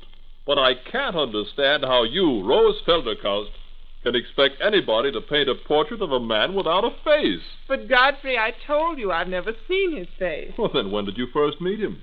Oh, long ago, when I was a little girl. And Uncle Gerard and I lived in Rotterdam. One day we went for a long walk outside the city and ate our lunch on the steps of an ancient house that's fallen to ruin. The statue was there, life-size, in a niche in one of the walls. It was carved of wood. Since that time, I've dreamed of him every birthday. You mean all this is a dream? Of course, you didn't think he was real, did you? Oh, the saints preserve us, he's a dream. Of course I thought he was real from the way you spoke of him. Well, perhaps he is after all. How else do the gold coins appear so mysteriously on my dresser every birthday? Why, Rose, my darling, I really think you believe in this dream ghost or whatever you call him. He wishes me well. He looks over me, brings good luck. Why shouldn't I believe in him? Of course you should if you want to. Rose, where are you? Here, Uncle Gerard, with Godfrey in the studio. Oh, I thought he wasn't returning till late tonight. Something must have happened. Oh, dear, what a trip. 2 hours of being bounced and jostled in one of Fandriel's infernal carriages. I'll never rent another one from him, never. Was it so bad, Uncle Gerard? You do look tired. I do I? Well, I am. Oh, now, where's your new frock? Go, put on your new frock, Rose. Look pretty for Godfrey and for me this evening. But I was planning to wear it tomorrow on my birthday. But girls should always look pretty, birthday or not. You run along, Rose. Put it on. All right, if you say so. Dinner will be ready before long. Oh, there. She's gone. Godfrey, the most extraordinary thing happened to me on the road to Rotterdam just a little while ago. What time is it now? Oh, a little before 7. Oh, we've made it. Had to drive like fury, but we've made it. Godfrey, listen, and I'll tell you what happened. Then he walked away quickly into the darkness. I tell you, my boy, the hairs on my head. Oh, there's the Studhurst clock. Godfrey, don't leave me. You stay here. Face him with me. Of course I will, sir. Oh, but the card. What does the card say? Here, read for yourself. You'd better turn up the lamp a little. Yes, sir. Well, how strange. Rüssel van der Husen. Rotterdam, Manor House of the Boom Key. Gentlemen. Godfrey! How do you do? Did I startle you? I'm sorry. My appointment was for 7, I believe. Yes, of course, it was for 7. Come in, sir. Welcome to my house. Thank you, but I can stay only a few minutes. This young man... Oh, forgive me. He is Godfrey Scholken, a student of mine. Is he to be trusted? Trusted? Oh, indeed. He's a friend as well as a pupil. Then perhaps he will do an errand for us. A matter of fetching a box for my carriage. If Herr Dow wishes me to. Indeed I do, Godfrey. Our visitor's wish is mine. It's a small box, resting on the carriage floor. Will you bring it to us? Why, I'll be happy to do so, sir. Now, what can I do for you, sir? You are the guardian of Rose Felderkaust, I believe. She is your ward. Yes, that's right. I am prepared to offer her 5 times the future she has a right to expect from her husband. You are asking for the hand of my niece. I don't believe she's acquainted with you. But it is a tempting offer from so fine a gentleman as you. Then it is only necessary to sign the engagement. I have the paper with me. But under the circumstances, well, I think it best to consult with my niece about such unexpected business. As you wish, after the engagement is signed. Here, there's ink and quill on the table.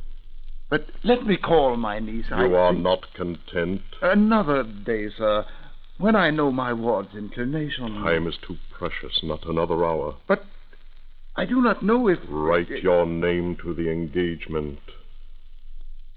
Yes, as you say. There. It is done. Speak of this to your ward when I am gone. Tell her the time has come. Tell her she need have no fear, that with me she will be safe from harm forever. Say I will return during the first hour of her 18th year. Tell her Rüssel van der Huizen will watch over her, as he has done from the moment she was born. Yes, I will tell her what you say. Here's the box. It's as heavy as a block of lead. Now it is in your hands, Herr Dow. Assurance of my promise. Good night. But must you go? Really, my niece... Tell her I will return. Good night. Herr Dow, you've gone white with fear. What did that man say to you? Oh, the saints forgive me, Godfrey, for what I've done. What do you mean, sir? What happened? He took the paper with him. Godfrey, call Rose to us, quickly. Here I am, Uncle Gerard. All got up in my newest frock. I even pinched my cheeks to make them rosy. Now do I please you both? Rose, my child, I've done a terrible thing. What is it? What happened, Godfrey? Your uncle had a visitor named Rüssel van der Huizen. What? Rüssel? Such a man was here. And demanded that I sign the paper. An engagement in marriage for you, Rose, and this man who says you are acquainted with him, that you'd welcome his proposal. An engagement paper? Rose, did you know anything about this? No, of course I didn't. Rüssel isn't a real person. He was quite real to your uncle and me. Look what he left. A box full of gold, ancient gold coins. Gold? For me? Then it's true. He is real. It's my birthday gold, Godfrey, don't you see? Herr Dow, let me have that card. Yes, of course, my boy. Here it is. I'm going to find out what this is all about before it's too late. Godfrey, where are you going? To Rotterdam, that's where I'm going. To look up this Rüssel van der Huizen at the manor house of the Boom Key, wherever that is, and bring back the engagement paper. Godfrey, wait. Oh, what is he doing? Uncle Gerard, stop him. There's no need. No, my child. Let him go. I, for one, will welcome information about this stranger. But didn't this man say who he was? Didn't he ask to see me? No, my dear. And he was gone almost before we knew it. He did say one thing, though. He said to tell you that you need have no fear, that he'd return during the first hour of your 18th year. The first hour? Then that's tonight. 5 hours from now. Uncle Gerard, tonight.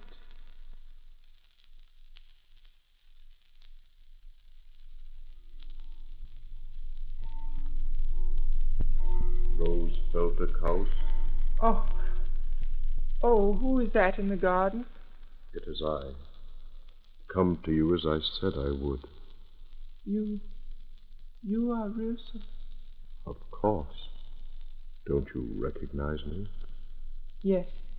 The wide hat, the long cape. Just as I used to dream of you on nights before my birthdays. But I don't understand. I thought you were a recurring dream. And so I have been. Till now. My Uncle Gerard waits for you in his study. And I was waiting here in the garden until he called me in. You didn't see him. We have nothing to say to one another. You and I will set the marriage time. Come. We have much to say. I'm afraid, Mynheer. The fear will go. Take my hand. I cannot leave the garden. But there is much I would show you. And at last the time is now. It has been too long. My carriage waits on the street. Will you take me away? Only to show you wonders. To have you say you love me. With an understanding heart. Come. Here is the garden gate.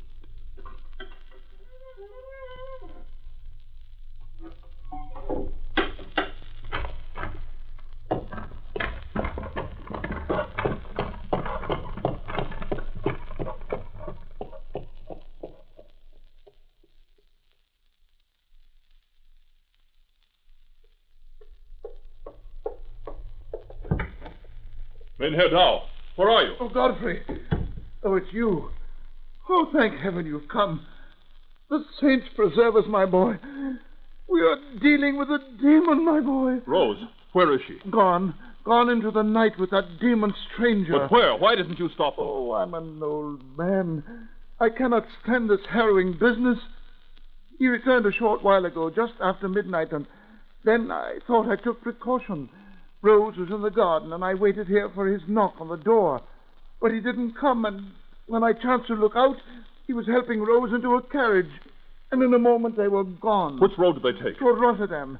Oh, you must have passed them, surely. Yes, it was one of Hansriel's rented carriages speeding along the road. What'll we do? Where has he taken her? To Rotterdam, no doubt, to one of his luxurious houses. Mynheer Dow, this man has no houses.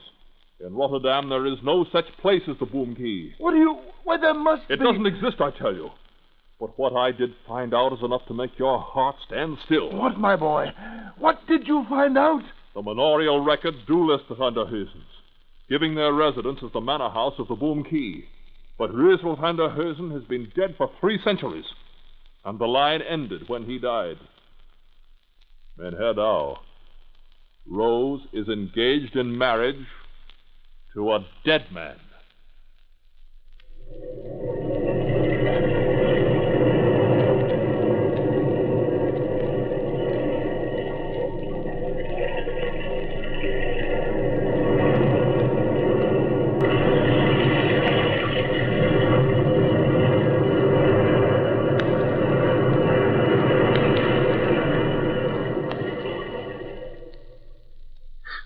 What, my boy?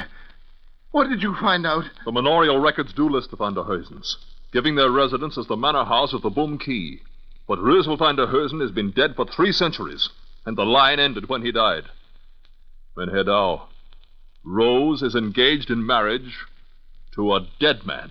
A dead man? But, Godfrey, he was real. He was no ghost. How can you know that, Mynheer Dow? To us, he appeared to be nothing more than a large hat and a flowing black cape. What is underneath them? A man or an invisible being? Well, and the gold, Godfrey. The coins are ancient ones, antiques. Even the dates, you see, more than 3 centuries back. His apparel, too. He wore a costume out of the past. But what shall we do? How do you look for a ghost? I don't know. But we must find them. And Rose, what can this dreadful sympathy be? There's bound to be more to this than we could possibly know. Menhedao, the carriage. It was one of Vandriel's. I know it was. And this stranger must have rented it. Put on your coat. We're going to find Rose. But how, my boy? What do you intend to do? Vandriel will tell us where he was directed to go. If somewhere there exists a ghost world belonging to this dead man, we'll find it, even if it's beyond the common strength of man to do so.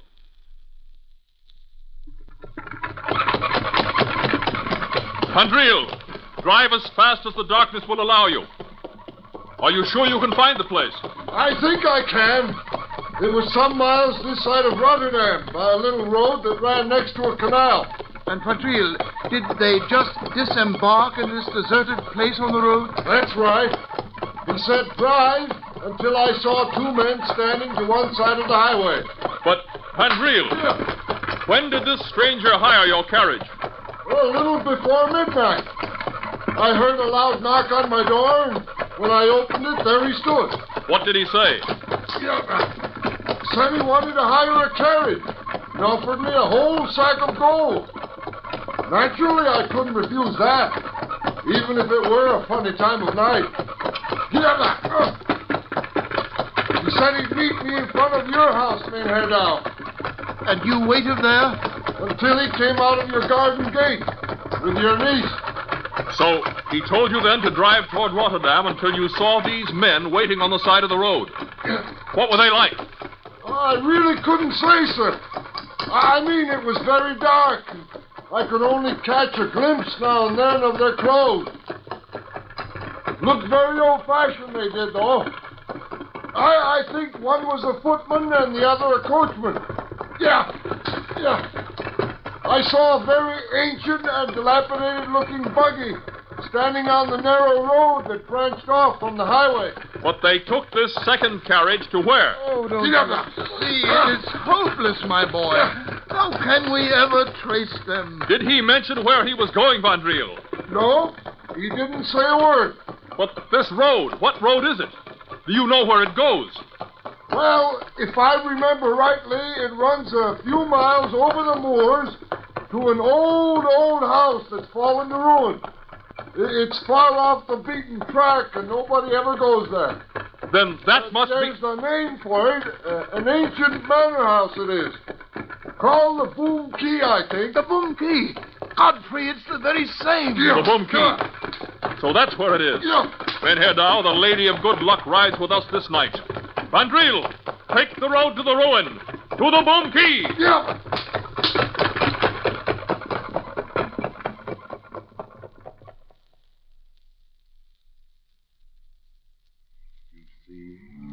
There is nothing to be afraid of, my Rose. We are at home. But let us come another time, Mynheer. It's so dark here, and there's lightning in the western sky. I will protect you, even from the lightning. Look, is the manor house of Boom Key to your liking? Boom Key? Is that where you brought me, Mynheer? It is our home, and you will be a lady here, with beautiful gowns and servants, anything you desire. I was here before, long ago. I know. I remember it well. You were a little girl then. But who are you? I don't ever remember seeing you before, except in my dreams. Mynheer, I don't understand. Who are you? I am one who has waited beyond the generations for this night, when you would come to me. But I'm afraid. I don't like it here, Mynheer. Take me away back home. Please take me away. I cannot now, my Rose. The risk is too great. Come. There is nothing to fear. Take my hand. No. But we have much to say. We must set the wedding day. And I would show you treasures and shower you with precious gifts. The statue. There in the niche. That's where the statue was. You remember it then? It was a statue of myself. Where is it now? Come with me. I will show you. But where would you take me? To the tower. There you can see the splendor of the Boom Key. All that I offer you. For a bit of affection in return. A bit of love in exchange for the outrageous riches of a king. Oh, take me away. Take me back. This is but a ruin. There's nothing here except decay and the feel of death. But that's not true. There is beauty here. I have tended it all these years, just for you. Then why do you hide from me now behind that cape and hat? Show me your face so that I won't be afraid. Come then, and I will show you. Come with me to the tower. Here are the stairs. The tower stands alone in the ruins, and the stairway is open to the sky. But then, will you take me back, Mynheer? My uncle, he will grow alarmed. He's an old man. He loves you, too. How can you love me, whom you have never known, Mynheer? How? It began very long ago. She was as beautiful as you. Limpid brown eyes and dazzling cheeks. And her hair was like the shining ripples of the canal water. But what was her heart like, my Rose? It was like a stone on which the frost sits. And she betrayed me. Who was this woman? Look, here from the tower. The fields of tulips. Stagnant marshes they are. The abbey and the windmills. Piles of musty stones. She would have had it all. But she betrayed me. Who betrayed you so, Mynheer? Oh, my Rose. Now you can save me. A man who is never loved. Who can never die till he feels the warmth of a woman's heart. Say you love me now. Say you do. No, Mynheer, take me away. Please take me away. But she was your grandmother, 4 times removed, and I loved her more than I loved my own life. And even as you, her name was Rose. My namesake? She's been dead 3 centuries, Mynheer. Even as I. And when she betrayed me, I stood here in the night time and climbed here to the tower's ledge, and my body dropped from this height to the ground below. Mynheer! But I could not die. My ghost lived on, hungry and cold for the want of a woman's love, and none will set me free save yours. My love.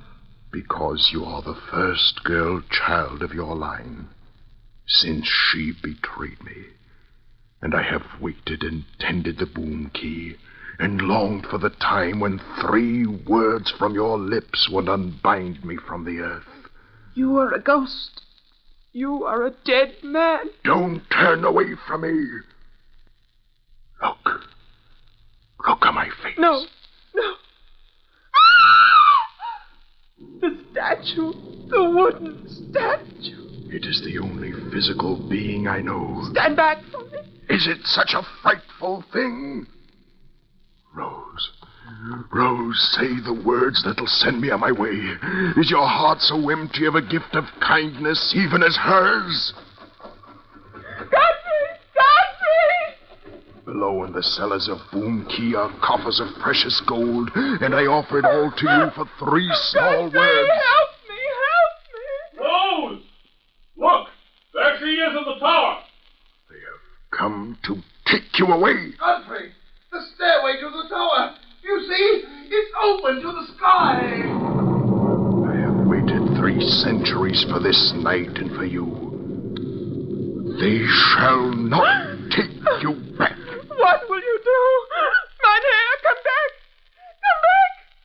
Godfrey! He's coming down the stairway. He has a sword! Vandril! Mynheer Dow! Look! There he comes! brandishing a sword. Mein Herr, I beg of you, do them no harm for my sake.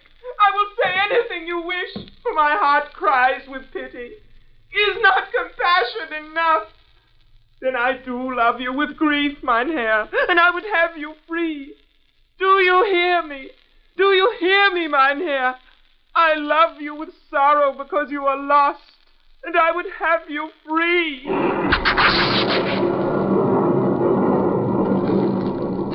Look! The lightning struck him and he fell to the ground. The figure burns like kindling.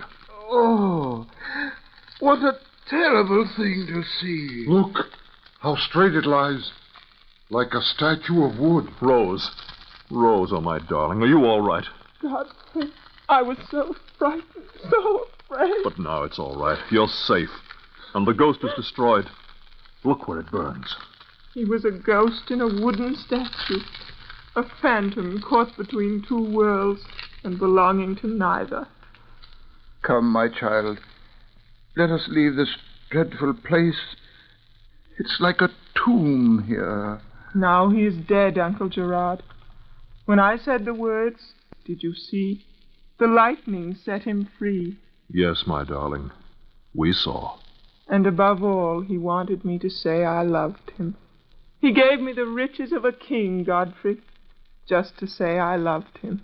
The carriage is waiting, Mynheer Douw. We're coming, Fondriel. And he meant no harm, Godfrey, for his heart was full of kindness. He was lost. He had no place to go. And the sword was only a wooden one, after all.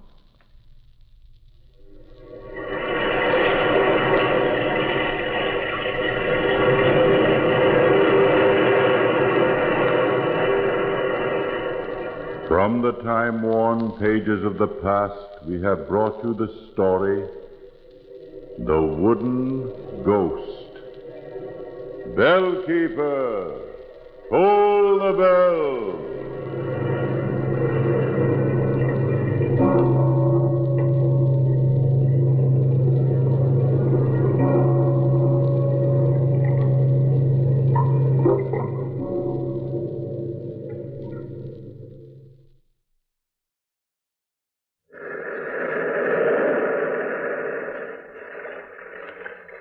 The Weird Circle.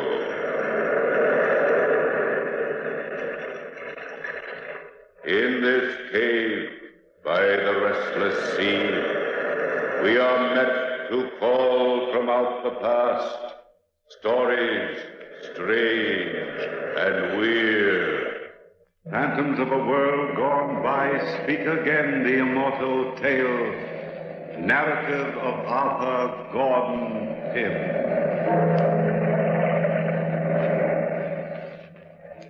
I was down on the waterfront looking for the old whaling vessel Grampus. Captain Bernard was in charge, and though I hadn't seen the old captain in more than 10 years, I still felt he was a pretty good friend of mine. I could remember him telling Dad and myself some pretty wild tales. I drank it all in, main rig, compass, and anchor. Maybe I never would have seen the old captain and his son Weston if I hadn't been visiting some friends in Boston. I was reading the shipping news one morning, and there it was. Benjamin Bernard, experienced whalers wanted to man vessel Grampus, sailing July 13th, 1 a.m., 1881. Well, I packed my digs, slung them over my shoulder, took a lungful of salt air, and, 6 hours before sailing time, I was looking for the ship. It was dark as I walked down the waterfront, and I stopped the stranger. Yeah, Bud? What do you want? I'm looking for a whaler known as the Grampus, and I think I'm lost. There it is, right in front of you. What's the matter? Can't you read? Yeah, it seems that way. Thanks, fella. Do you happen to know if Captain Bernard's on board? Yeah, he's there. You shipping out on her? I'm looking for a job. I'm pretty green, but I'm an old friend of his. So... I'm an old friend of his, too. I was out in his last voyage. I wouldn't ship out again under that yellow curve. I was to starve first. When Dirk Peters says, don't go, don't go. What's the matter? Is the ship haunted or something? Nothing's the matter with the ship. The captain's nuts. Are you sure you're talking about the same man I am? There's only one Captain Bernard, and that's him. He and his son both. Two of a kind. Don't take my word for it. Ask any man that was aboard the Grampus last trip. Ask Sanford Allen, our second mate. Talk to the cook, little Tony Matseo. Ask him. Captain got playful and cut little Tony's arm off. Look, I'll take you aboard. I've been trying to collect my scratch ever since we landed 2 weeks ago, and I get word tonight it's ready. Watch out for the loose boards on the gangplank. Yeah, I see what you mean. I'm right behind you. I don't think this ship's sailing tonight, Mr. Peters. Look at that sky. A little squall don't bother Bernard. Human life's cheap. Climb over the gunwale. It's fastest. All right. It's a dirty-looking ship. Captain Bernard! Captain Bernard! I guess he's in the cabin aft. Follow me. That doesn't sound like a little squall, does it, Mr. Peters? Yeah? Oh, incidentally, my name's Gordon Pym. Everybody's got a name. Life is like that, I guess. Now we get on the passageway here. Captain Bernard, All right, men. Take Mr. Peters and his friend and put them in irons. What is it? You dirty swine, you double-crosser! Down the gap, Peters. Take them down to the hold until we sail. Then we'll see what you have to say, Mr. Peters. We're being shanghaied, Mr. Pym. Shanghaied!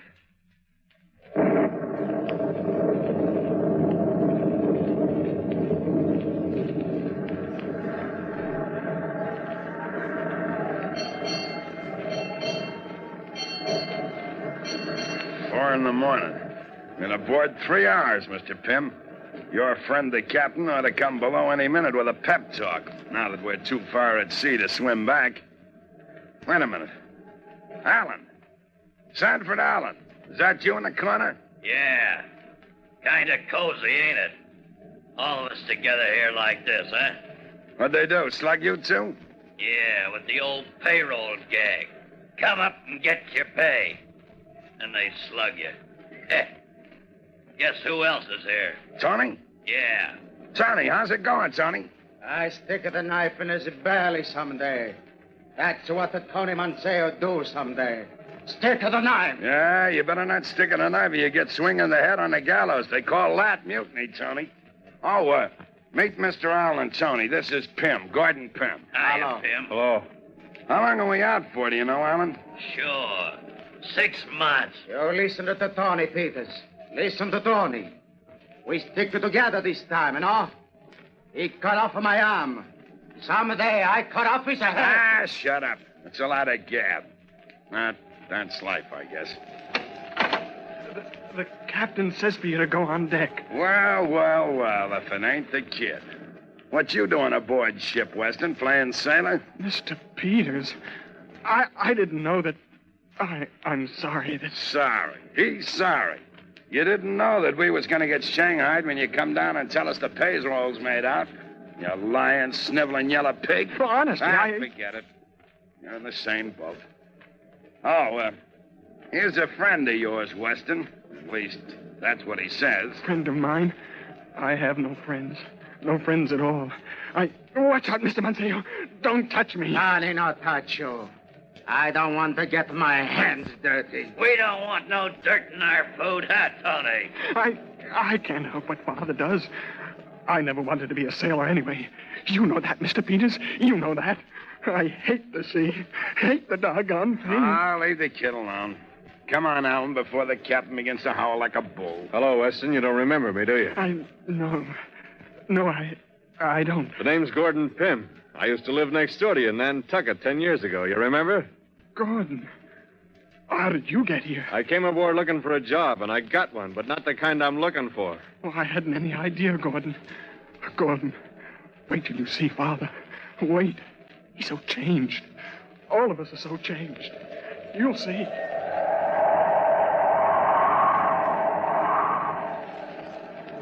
We walked slowly up to the deck, and we lined up. 2 lines, 10 men. 10 of the toughest, dirtiest-looking men I've ever seen. Captain Bernard kept moving his hand back and forth, sort of a nervous habit, and then started to stand muster. He didn't recognize me, and I didn't mention our old friendship. As the days went by, he seemed to take a kind of joy in making a fool out of me. But then he didn't treat his own son any better. As for Peters, he hated him and wanted to get something on him. But Peters was smart and stayed out of trouble. He was the only man who wasn't flogged during those first 40 days at sea. One night, we called a 10-man crew to a secret meeting and advised them never to try and talk to the captain. Well, a storm was brewing on the 42nd day of the journey, and I was called into the captain's cabin. I opened the door. You called for me, Captain? Yes, Mr. Pym. I called for you. Shut the door behind you. Instead of standing there like an idiot. My son tells me that you're giving out free advice these days. Gordon, I didn't. I swear. Shut up, you sniveling swine. Calling you my son makes me ill. Father. Now, Mr. Pym, I heard you've been advising the men to obey me blindly because you think I've an idiot mind. Captain Bernard, I said nothing of the kind. Don't lie to me, Mr. Pym. I've known you for many years. Oh, so you do remember. I couldn't very well forget, could I? Despite my idiot mind. I tried to treat you as I've treated the other men. You've taken advantage of me. Whispering behind my back. Trying to turn my son against me. Plotting with Mr. Peters. I'd have none of this on board my ship. Gordon, he's making it up. I never said it. I you never said it. calling me a liar, Weston? No. You see, Mr. Pym? My son denies it now. That I checked his story through our cook. Why don't you admit it, Mr. Pym? I thought I was helping. That's what I told him, Gordon. Shut up. Helping me. Since when have I asked for your help? Answer me, Mr. Pym. Answer me. Well, you didn't, sir, but... But what? What did Mr. Peters say to you about my idiot mind? He said nothing at all, sir. Nothing, is it? No, sir. Tell me the truth. It is the truth, Captain Bernard. Liar. I'll cut your lying tongue out with my own hands. What did Peter say? Nothing, sir. Nothing. Leave him alone, Father. He's telling the truth. Don't hurt him. He's my friend. My only friend. The only one I ever had. I'll leave him alone. Since you love this friend, my son, I'll allow him the pleasure of trying to make a man out of you. Mr. Pym, you'll take this sniveling son of mine and tie him securely to the mainmast. No, Father. For 48 hours. No. Then, when he's securely tied, you will report to deck for 40 lashings until I get the truth about Peters out of you. Yeah, but it's suicide for a man to be tied to the mainmast in this weather, If anything Captain. happens to him, Mr. Gordon, you'll pay for it with your life. So be sure he's tied securely.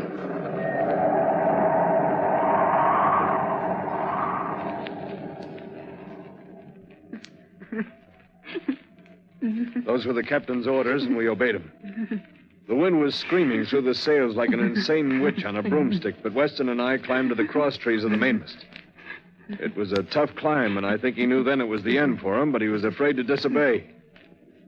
When we reached the cross trees, I lashed Weston's arms and legs firmly, hoping he could survive the storm. By the time he was made fast, I patted his hair and tried to soothe that poor lost boy. The last I remember of him was his tear-streaked face and the look in his eye. I waved goodbye to him and climbed slowly and carefully below to report for 40 lashings. Captain Bernard, Mr. Pym reporting, sir. Take off your shirt. Yes, sir. Place your hands behind the whipping post and hang on securely, Mr. Pym. And think carefully. Try to remember the words Mr. Peters said about my idiot mind. Yes, sir. The mainmast, Captain Bernard. It's the mainmast. I'm going for the mainmast! He's cracking! Get away! Weston, up my son. You fool. If he wants overboard, save him. Weston.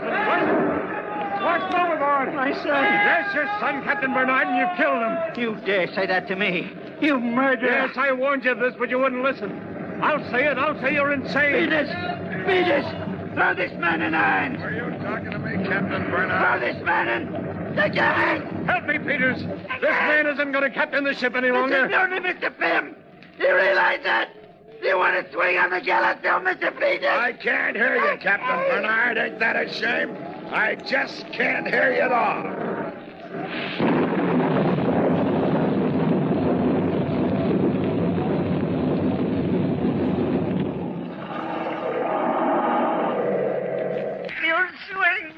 Ah, shut up.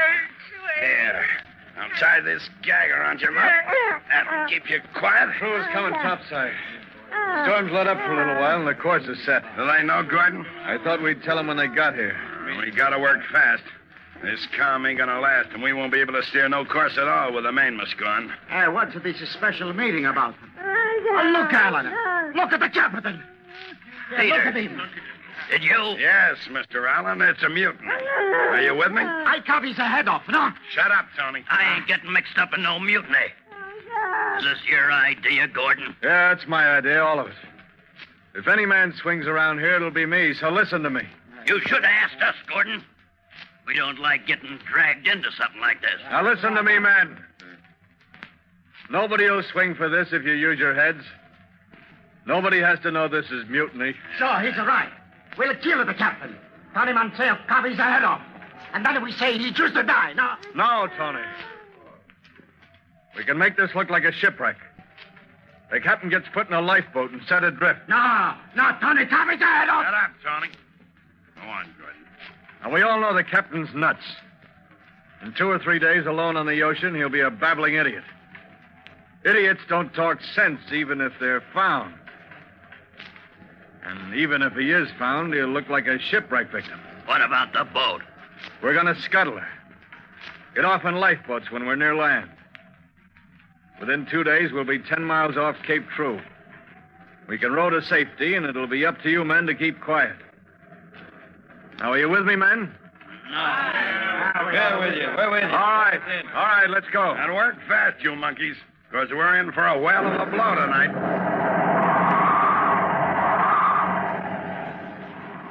I was so smart.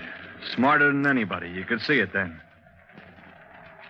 I had the whole thing planned perfectly from beginning to end. We lowered the captain in a lifeboat, gave him some biscuits, a compass, and a jug of water.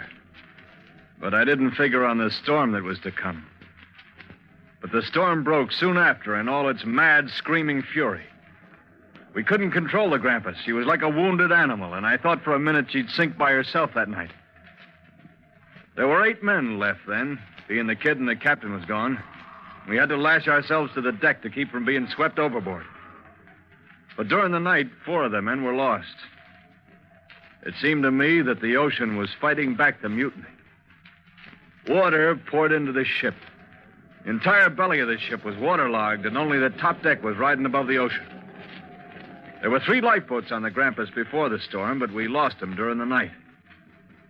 And then, toward morning, Alan screamed out... You blasted fool, Gordon. We can't scuttle this ship even if we want to now. What do you mean we can't scuttle it? It didn't sink, did it, Mr. Peters? Ah, shut up. The hold of this boat is filled with empty oil casks, isn't it, Mr. Peters? Yes, Alan. I forgot about that. Well, what's the difference? Difference? You landlubber. Them empty oil casks is full of air. They'll act like a balloon and keep this rotten whaler from sinking. Is that true, Mr. Peters? Yeah, it's true. Oh, we can set the ship on fire. What good'll that do? We're burned alive. Tony Mansell don't set the ship on fire. There's no lifeboat. Yes, trapped. Ah, shut up, Wally, and let me think. Just gonna have to set tight and wait. Wait for what, Peters? Wait and pray we get saved. Maybe a ship will pass by. You'll hang, Peters, if we're saved. You and Gordon will hang. I had nothing to do with the mutiny. Me and Tony's free and clear. Ain't we, Tony? Yeah, nothing to do with the non-mutiny. Just wait. Wait and pray.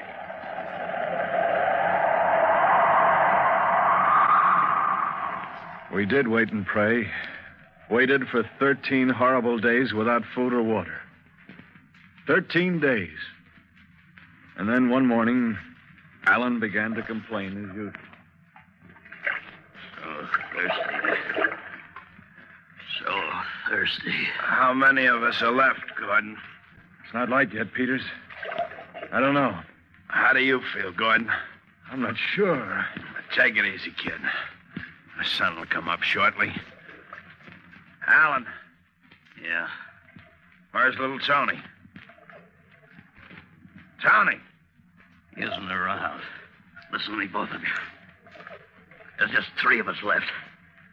None of us can last very long floating around on a derelict ship. None of us. But there's a chance. There's always a chance we can be saved. If we can last. What are you getting at, Alan? One of us will have to die so the others can live. One of us must. No. No, Alan, if we all die here first. Maybe you won't, but I will. You were the ringleader, Gordon. You started this thing. You'd hang if we got the land, so would you, Peters. But I'd be free. I got a knife. Put that knife down. Alan's right, Gordon. If any of us is going to live, one of us has got to die. Oh, Peters, no. It's better to die Shut than... up, Gordon. I know what I'm saying. Alan's right. It's 2 against 1. Yeah, 2 against 1. We're going to choose for the privilege. Here are 3 pieces of wood. Take them, Gordon. Hold them in your hand. The man who gets the shortest stick is the victim. Is that level with you, Alan? Sure. All right. Put your knife right here in the middle. Okay. There it is. Okay. Choose, Alan. This one. It's short. It's my turn now. There. Yours is the long one. Whose is the shortest, mine or Gordon's? Let's see. Gordon? It's you, Alan. No. No. No, I won't. I'm the one that should live. I'm innocent. Give me that knife. Let go of it, Alan. Oh! You double cross. Take that, Peters. And that. Now I get the knife. And no, Peters, you. Oh.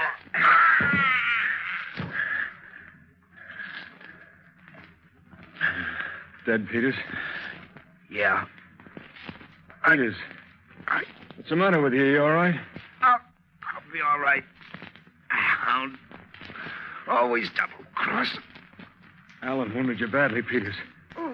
I'll get some salt water and wash the blood off you. That'll keep the wound clean. It's too deep, Gordon. Look. Look ahead. Look, Gordon.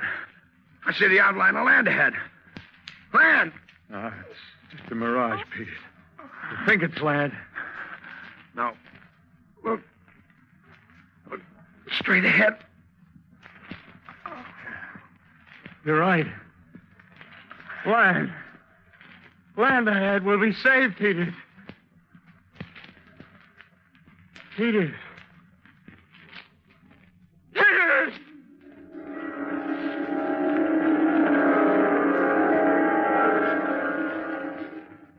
But Peters was dead. Peters and Alan lay side by side. I climbed over the gunwale of that ship and started for land. I don't know how I ever made it. I couldn't swim 4 miles in good condition, yet I swam 4 miles after 13 days of no food or water. I climbed out of the water, wet and tired, and fell exhausted on the beach. I don't remember what happened after that. I was in a native village of some sort, I knew, and some native women had taken me in and cared for me until I was well. They thought I'd been shipwrecked. They would have kept on thinking it, too, if it hadn't been for the first day I was well enough to walk around. I stopped in at the settlement's only inn to figure things out. And as I opened the door... What do you mean there's a derelict ship out there, huh? I mean what I say. All the grampus. This old loon keeps saying he was once the captain of that ship. Oh, Loon. I'm crazy, huh? You men think I'm crazy. But I'll prove I'm sane. There was no shipwreck. It was mutiny. Mutiny. And my son was killed. He did it. Yes, he did it. Mutiny. And he did it. There he is. Right there. Standing at the door. Look at him. Don't let me get away. Don't let me get away. Hey, mister. You mustn't get away. Mister, come over here. Talking to me? Yeah. Come on over here to this table, stranger. This old loon claims he knows you. Yes, I know you. Don't I? Well, answer me. You were hired on board the Grampus and led a mutiny against me, and you'll swing for it. I was picked up 3 days after you put me in that rowboat. I've stayed alive for one reason and one reason only. To watch your body swing from the gallows. Tell these men the truth. Speak up, man. Speak up. Are you A. Gordon Pym? I demand an answer. Are you A. Gordon Pym? Well, mister, are you? It's your word against his. Tell the truth. Are you A. Gordon Pym? Frankly, I don't know who I am. I guess I'm just something washed up out of the sea. Yeah, I'm just somebody washed up out of the sea.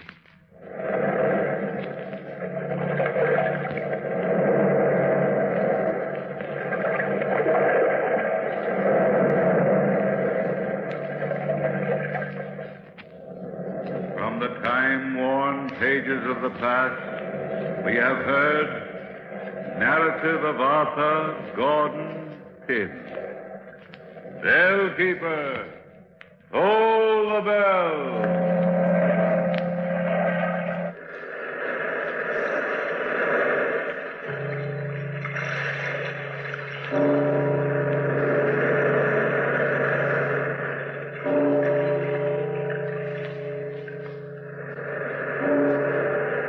This is the United States Armed Forces Radio and Television Service.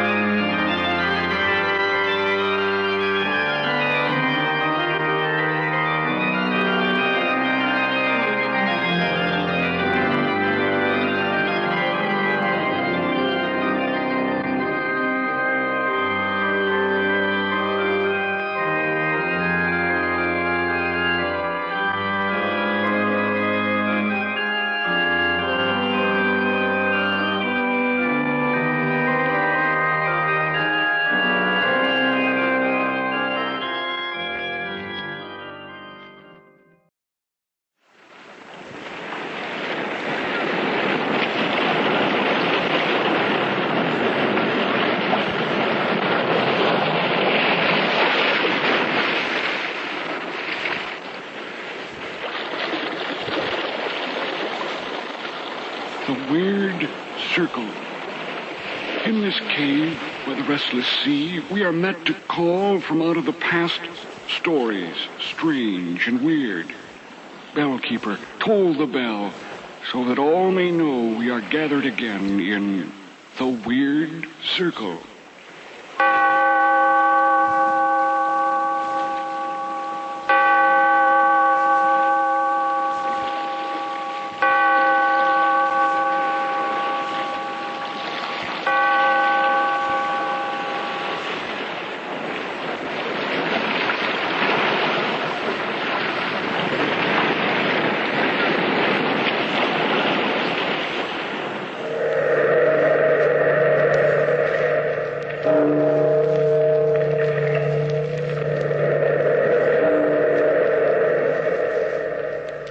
Out of the past, phantoms of a world gone by, speak again the immortal tale, the cask of Amontillado.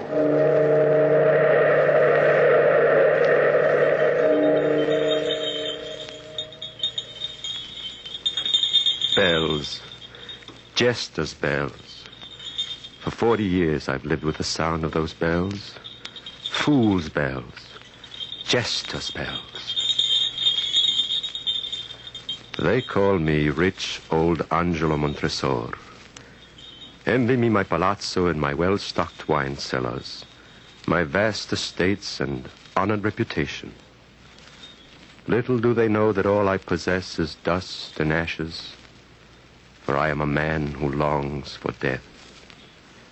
But years ago, in this same lovely Italian town, I was the young Angelo, filled with dreams of the future, happy in the company of my good friend Fortunato. We were walking together one spring evening in the Piazza Santa Anna. Come, Angelo. Here's the cafe. They say Beppo keeps rare old wines. I should like to sample some. I know you fancy yourself a great connoisseur of vintages, Fortunato mio, but I shall not join you now, for I am meeting Lucia. You and your Lucia. Let's have a glass or two. Keep her waiting. That's good for any girl. Lucia isn't any girl. She's the bright star of my life. I love her very dearly. Love? You may love her, but what makes you think you can win her? What have you to offer as a son-in-law? A likely face and figure, granted. But wealth? I'm my uncle's heir. All you Montresors are long-lived. Have you business sense, brains, ambition? My ambition is to have Lucia for my wife, a small casa. Yes, and many sniveling bambinos. Yes. No. Now, my dear simpleton, you haven't a chance with her father. Now, suppose it were me. Lucia is beautiful, yes. I might even wish to marry her myself. And I could, yes. Merely by telling her father that I wish to. That would be a good business alliance. But love? Nonsense. How can you say such things, Fortunato? Why do you brag so? I'm not bragging. I shall always get what I want. I am a leader of men, whilst you are a love-lorn loon. Born to be a sheep and a follower. Well, I'm not following you now. Go, sample your fine wine and talk of the great things you will do. I have something much more important to do. Angelo! Angelo! It's Lucia. Isn't she lovely? Very lovely. Caro mio. Lucia, darling. It's wonderful to see you. Greetings, my little pigeon. Good evening, Fortunato. But I am not your little pigeon. Good night, Angelo. Arrivederci, Fortunato. Lucia. Lucia, dear, you were almost rude to Fortunato. Why? I do not like him. I know he is your friend, but... He is. He's a great fellow and very fond of me. Is he? Of course. Man's man, perhaps, not a woman's ideal. He's cruel and hard. A girl can tell. But let's not talk of Fortunato. Are you going to speak to Father tonight? Yes. But I'm afraid he won't allow you to marry me. Why not, Angelo? I have no wealth, no business sense. Darling, do not belittle yourself so.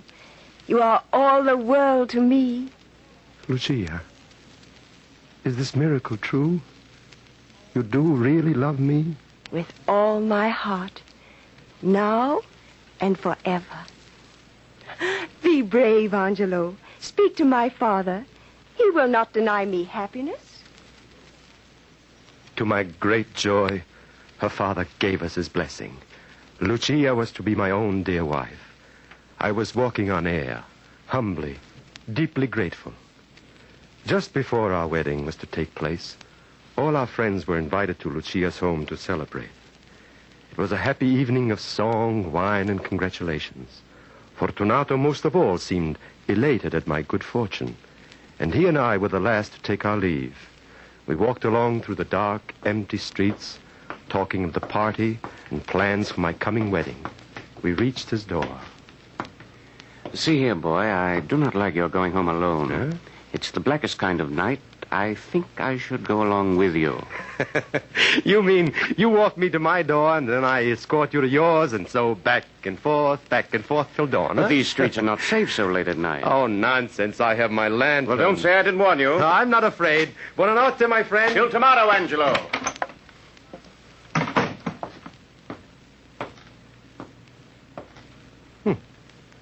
That's funny.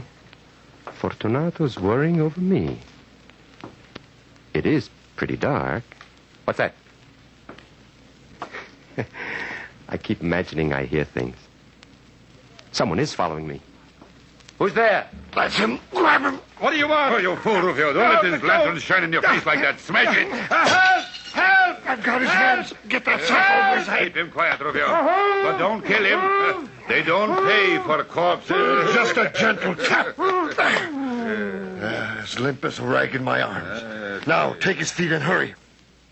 I regained my senses and awoke to a misery of mental and physical anguish. I had no way of knowing where I was. The hot sun was beating down as I lay with other human wretches in the scuppers of a filthy ship.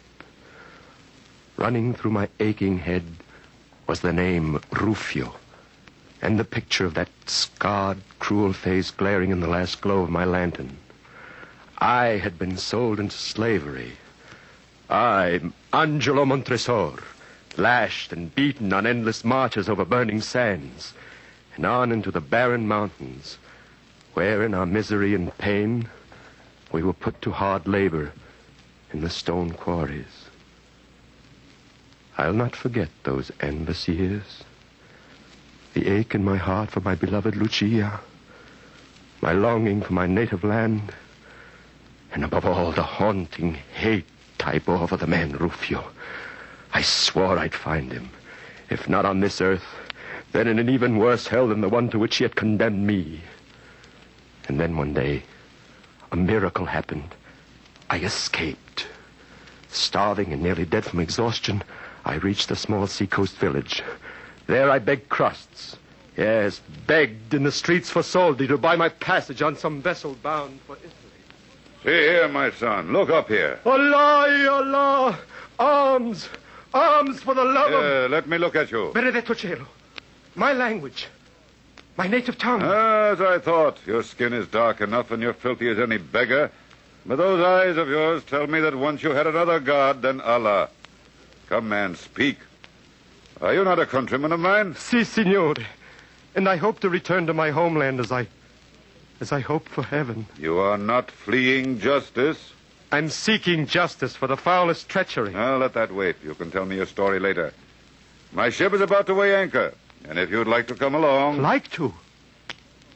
May the saints bless you. But I have no money to pay you with. Well, don't let that worry you. After a bit of food and rest, I'll let you work your passage home. As a free man, I sailed for home, stepped ashore on the soil of my beloved country, and walked eagerly into the town where I was born. I longed to seek out Lucia, but I was ashamed of the sailor's clothes I wore, so I hurried to my old friend Fortunato's to borrow something suitable. Is Signor Fortunato at home? No, sir. Only the Signora is in. His wife? Si, Signor. Good old Fortunato married? Why, this is wonderful news. My compliments to your mistress, and say that a very old friend of her husband begs an interview. Madame is not well. Oh.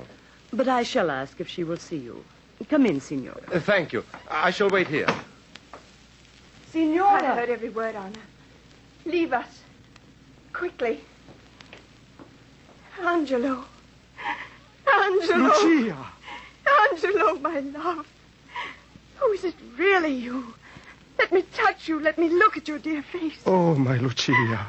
Oh. How I've longed to hold you close in my arms. But now you and Fortunato... Yes, Angelo. It was my father's wish that I marry Fortunato. When they told me that you were dead, I died, too. I became a thing with no heart, without any will. Oh, Lucia. Fortunato was your friend. I thought it would bring you nearer because we could talk of you. But he's never allowed me to mention your name.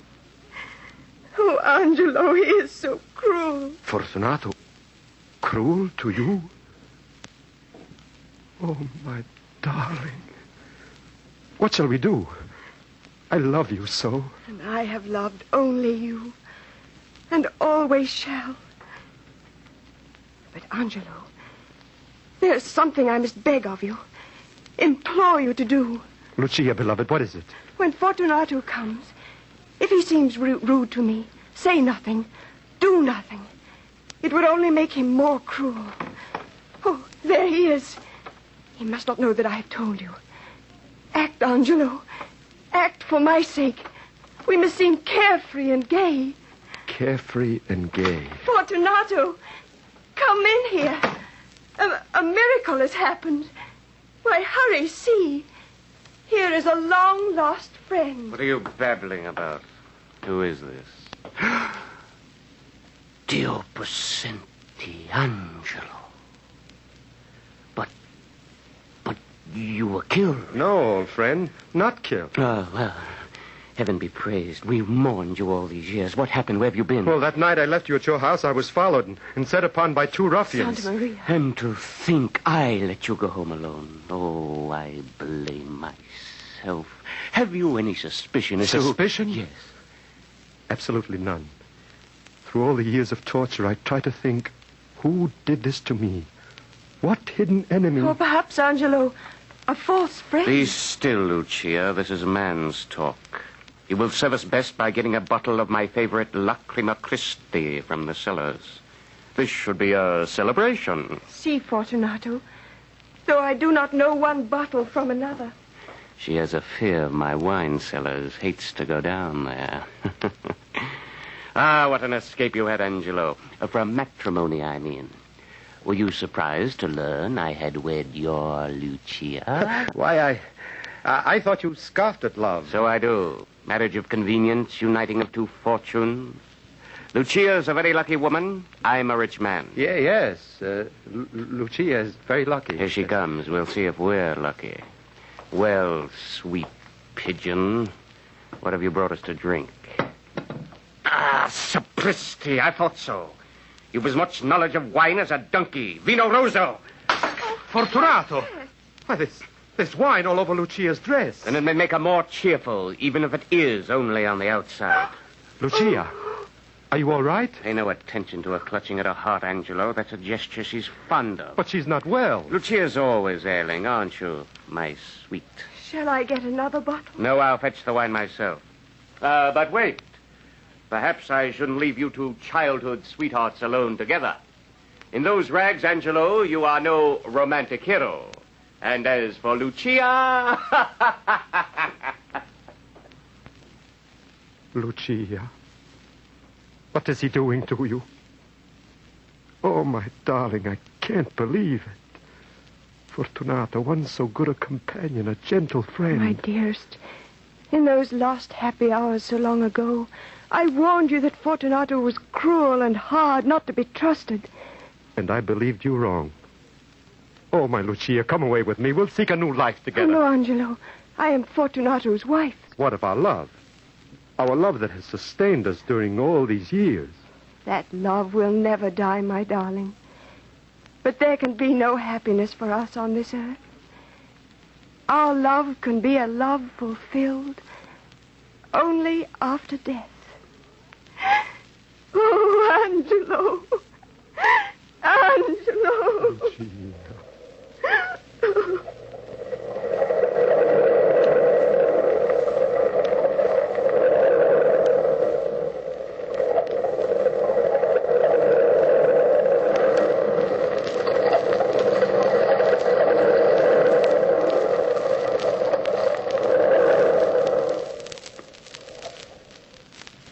I hardly know how I left Fortunato's house that day, nor remember how I took up my lonely life. My uncle had died, and I was now the owner of the Montresor fortunes. Months passed. Fortunato and I met, of course.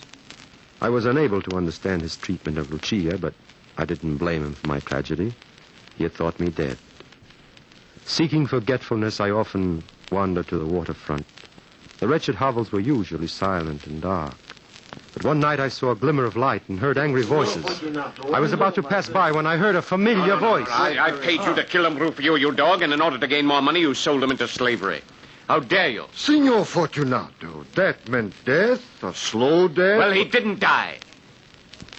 Angelo Montresor is home and alive, and you must do your work again. Oh? Oh. So you have come to pay me more gold for a second killing? Yes. Signor Fortunato, I hate shedding blood, but I do love money. You are a rich man. Surely you don't wish Montresor to learn of your friendly efforts? Blackmail, eh? Persuasion. For my silence, 1,000 lire? 1,000 deaths! Take that! For your silence. I couldn't move or cry out. I hardly breathed. I saw my old friend Fortunato sling from that wretched hovel, a liar, a murderer, a Judas. I had to think. I would have vengeance, that was certain. But I must run no risk of being found out. Above all, Lucia must not be involved. She must not learn of her husband's treachery. I began to lay my plans, but vowed that neither by word or deed would I cause Fortunato to doubt my goodwill. This resolve was soon put to the test. It was carnival time. I came to face with Fortunato. The man wore motley, and on his head a pointed jester's cap with bells. Gaily costumed girls followed him. La saluto, Angelo. Well met. My dear Fortunato, how remarkably well you look. Don't I? A connoisseur of beauty as well as of wine. But come along, let's have a bottle right now. I'd love to, but I'm not in costume. Well, get yourself one. This is carnival. Meet me at the cafe. We'll make a night of it. Perhaps I will. All right, see you later. Then I'll wait for you. Don't fail me. Signor Angelo, I thought I'd never find you in this crowd. Anna, what brings you? Madonna Lucia is dying. No. Oh, no. Father Luigi is with her. Hurry, Signor. She is calling for you. You have come in time, my son. She has not long to live. Where is she, Father? In here, my son. She awaits you. Angelo, beloved, you have come. My own dearest love. Yes, your own, forever. I've always belonged to you. Never to Fortunato. Oh, beware of him, Angelo mio. He taunted me cruelly today. Boasted that it was he who had paid to have you murdered. I know, Lucia mia. Don't try to talk. I know it all. Just lie here in my arms and remember our great love. There. But Angelo, I beg you, do nothing against Fortunato. It would only bring harm to you. Beloved, nothing matters but you. Angelo, kiss me. Our last. Addio, my love. Lucia. Lucia. Addio.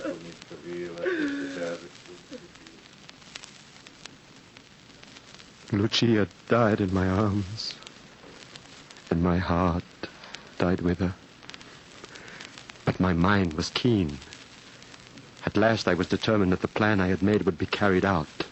Now, tonight, the carnival was at the height of its madness, and I knew where to find Fortunato. Providing myself with a mask and domino to avoid recognition, I pushed my way through the revelers. Fortunato! Fortunato! Who called? It is I, Angelo. I didn't know you in that gay disguise. What's the secret? Where can I find Lucchese? Lucchese, why? Well, some time ago, I ordered a cask of Amontillado. Ah, that nectar of the gods. And when I got home just now, I found it had been delivered. You jest. In the middle of the carnival? Yes. And I was silly enough to pay the full Amontillado price. I was afraid of losing a bargain. Lucchese cannot tell Amontillado from Chianti. I am the man to tell you whether you've a bargain or not. Where is this precious cask? In the dungeons of my house. My secret cellar. To the secret cellars, then. Lead on. You're making me thirsty. Oh, no, my friend, no. I can't impose on you. Now, Lucchese... Nonsense, come. No, Fortunato, be sensible. You have a severe cold, and remember, my vaults are damp. My cold? Come, Amontillado. That will cure my cough. Let me judge it for you. Come. Taking 2 torches from the wall, I gave one to Fortunato and bowed him through suites of rooms to the archway leading to the vaults. Down long, winding stairs, we stood at length on the wet earth of the Montresor catacombs. Fortunato's step was a bit unsteady, for he had tasted much wine, and his bells jingled as he walked. the cask. Oh, much further on, beyond these newer coffins. Oh, it's cold here. We'd best go back. Your health is precious, and you are a man of importance. I cannot be responsible for your illness. Enough. I shall not die of a cough. True. I do not mean that you should. But stop a moment. Here in these bins is wine. A drink of this Chateau Lafite will drive out the damp. Here you are.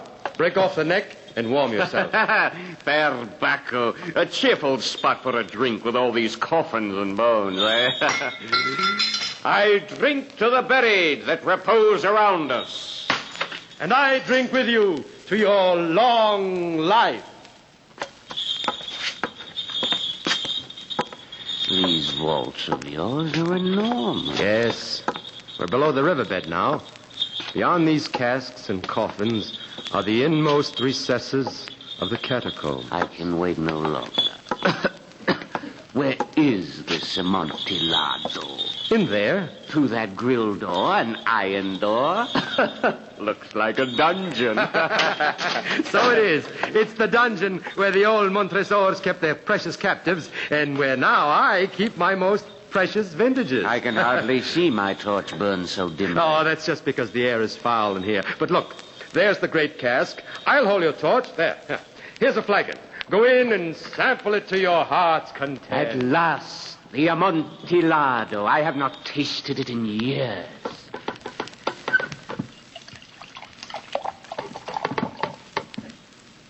Ah, Angelo, this is superb. It is priceless. But bring the torches.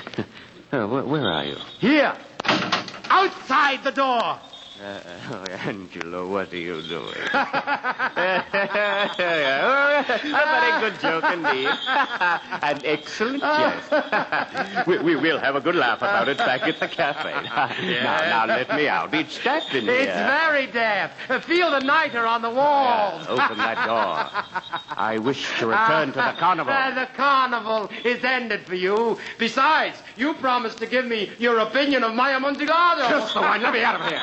The door is solid iron. You'll only hurt your hand. Angelo, open this door. I say open it this moment. And I say no.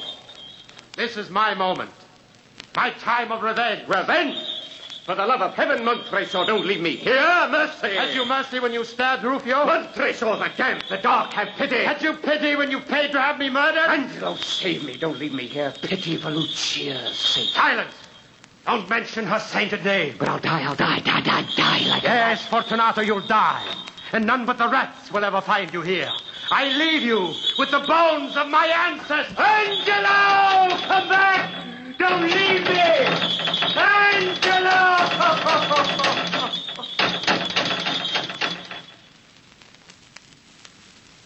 The hideous tinkle of those jester bells. 40 years I've lived with the sound of those bells. Fool's bells. Jester's bells.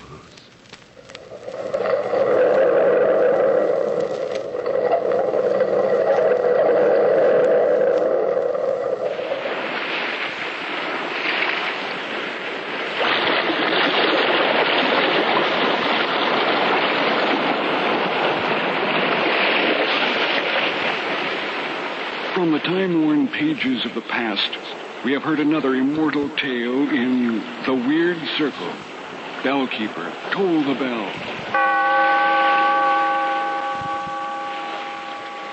Be here in this lonely cave by the restless sea once again next time for another immortal tale in The Weird Circle.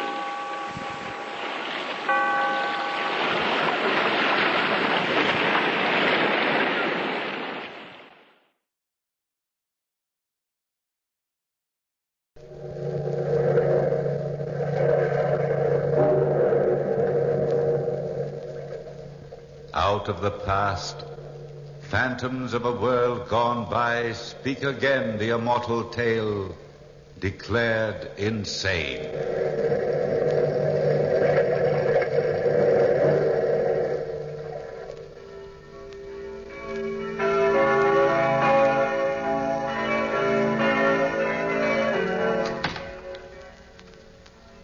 This is the church she comes to. There she is, Renee, kneeling in the pew. Third row from the left. What do you think of your rival for your husband's affections? Are you positive that's the same Madame Jean Renaud? I'd stake my honor upon it. Cecil, you've staked your honor so often there's nothing left to it. Madame. Amazing. I wonder how a woman like that could extract such huge sums of money from my husband.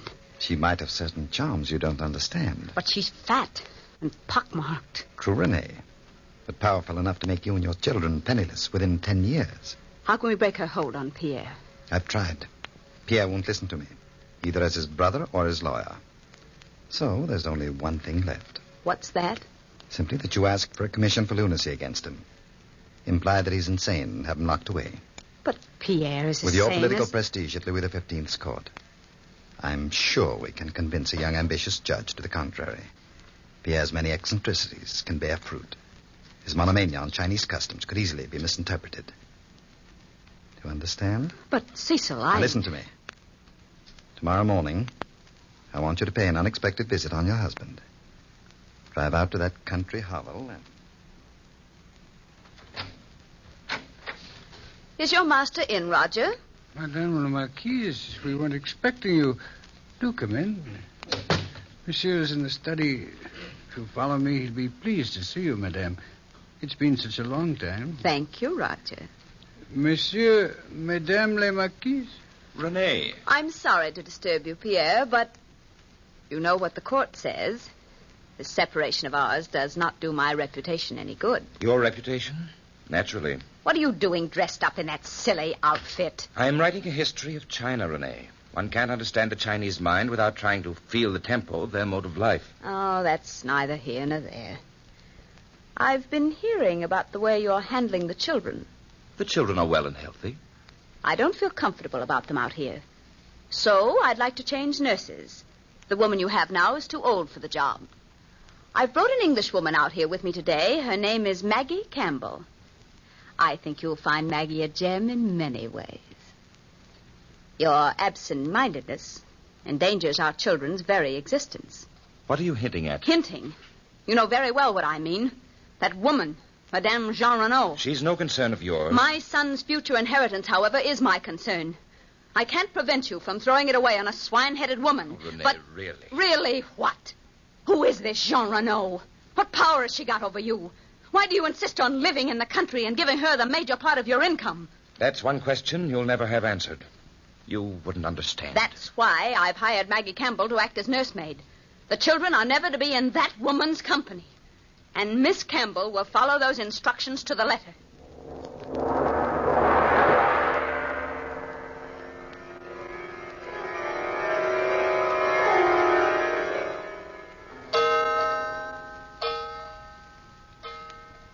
Well, Renee, I didn't expect you to come back so soon. It didn't take me long to sell Pierre on the idea of hiring your fatuous Miss Campbell, Cecil. What did he think of her? Nothing much. My story was completely believable. We can depend on Maggie Campbell to weave an interesting web for Pierre to stumble into. In the meantime, you've work to do. Work? I've invited young Bianchon for a party at your house this evening. Aren't you presumptuous? Not at all. That fool has always been in love with you. His uncle is a judge of the inferior court, Monsieur Popinot. If you can convince Bianchon to bring his uncle into our camp, our commission for lunacy against Paupier is won. You're in a position to do both of them a great deal of political good. It might be wise to remind them of it, gently. The party is to start at 9.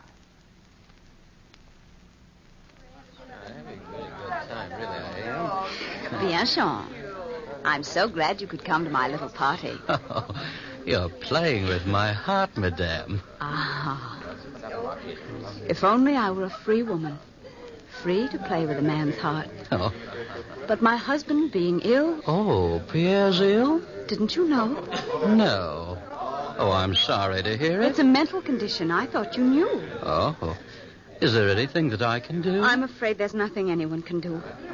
He insists now upon throwing his money away on a woman, known as Jean Renaud, whom he favors now. Oh, a woman. A fat, ugly, pockmarked woman who is closer to 60 years of age than anything else. He's given her almost 1 million francs. Oh, this is serious, Madame. But what can I do? He controls all the money in the family except my own small income. Well, have you ever thought of securing a commission for lunacy against him? My own husband, Monsieur Bianchon? But it's necessary, Madame. My uncle is judge of the inferior courts. He could get it for you quite easily. If you'd consent to visit with him, I'm sure... Bianchon. Yes? Could you persuade your uncle to visit me here in my home? I would repay him for his trouble. A close friend of mine, Philippe Brett, is head of the civil courts. He could do your uncle much good if I suggested it. Oh, but of course, Renee. I shall pay my Uncle Popinot a visit this evening. Would tomorrow night be a convenient night for you? So convenient.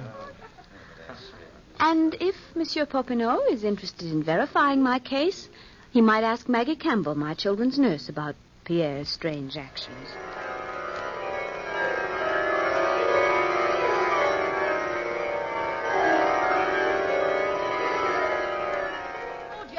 Roger, if you're the butler in this loony house, come over here and bottle. Yes, Maggie. What is it now, nurse? Listen to them, will you? A father playing with his sons, a twisting their arms till they scream in agony. Look at them there in the garden. He's teaching the boys how to wrestle, Maggie. Wrestling's a fine art in China. Wrestling, is it? It's a fine kind of wrestling. A trying to pull the boys' arms out by the sockets. A laughing and a screaming. A maniac's mind. A maniac, I tell you. Heaven help us. What will the madmen do next?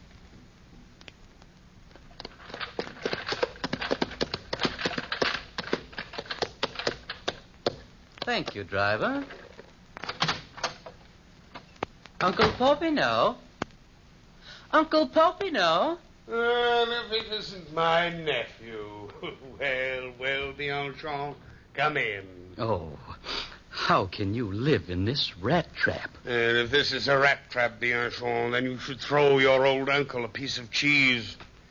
What brings you down here on the banks on this hot day? Oh, a matter of urgency. A friend of mine is in trouble. Trouble. Life was ever thus. Her husband is stark, staring mad. And the poor woman hasn't the faintest notion how to go about getting a commission for lunacy. Who is the lady? Madame la Marquise d'Espard. Madame de la Marquise? Yes. She probably knows more about these things than you do, nephew. Nevertheless, I'll see her when she arrives. She's not well, Uncle.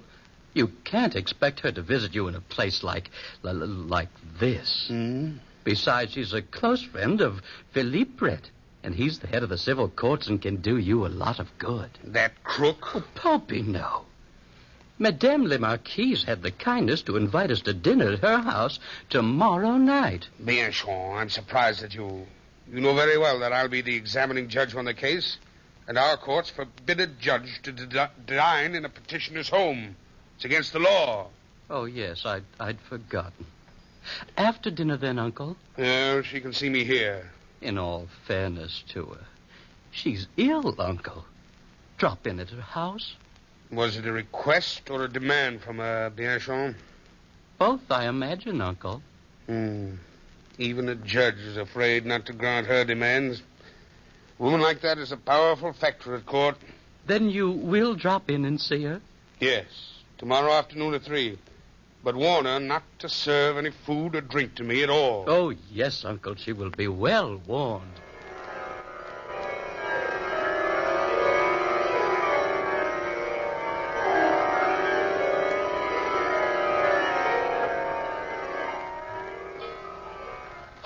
Maggie, what are you doing, prowling about the master's bedroom? I was looking for a good tonic for the children. The master keeps all the medicines locked up here. While I'm about it, you ought to take the tonic, Roger. You don't look so well lately. I never felt better. Spring's coming, Roger. Everybody should take a tonic. Yeah, drink this. You'll feel like a new man in a few seconds. I'll fix another draught for the children. I can't figure you out, Maggie. One moment you shout, and the next you worry about my health. That's just my way, Roger. Go ahead. Drink it. I'm a nurse. I ought to know what's good. Go ahead. Drink it. Well, if this will make us better friends, Maggie, I'll drink it.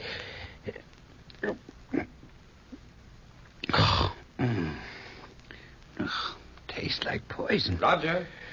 The master's calling, Roger. See what he wants. I'm coming, Monsieur le Marquis. Better come along to the study, Roger. I'm expecting a visitor, and I'd better have the place looking spick and span.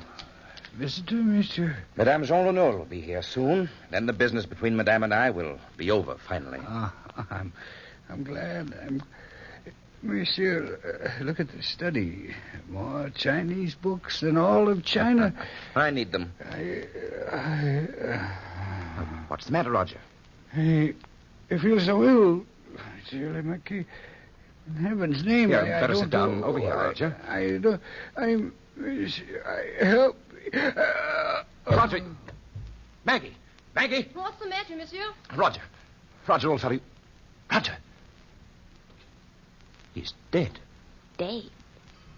His skin is turning black, monsieur. Black? As if he had drunk. Yes.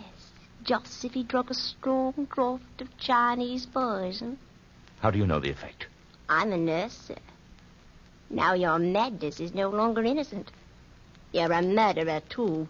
Poisoning a poor, helpless man just because he disagreed with you. What are you talking about, Maggie? You know what I'm talking about, monsieur. You're a murderer. A murderer. Now get the police for you, poisonous all in the middle of the night.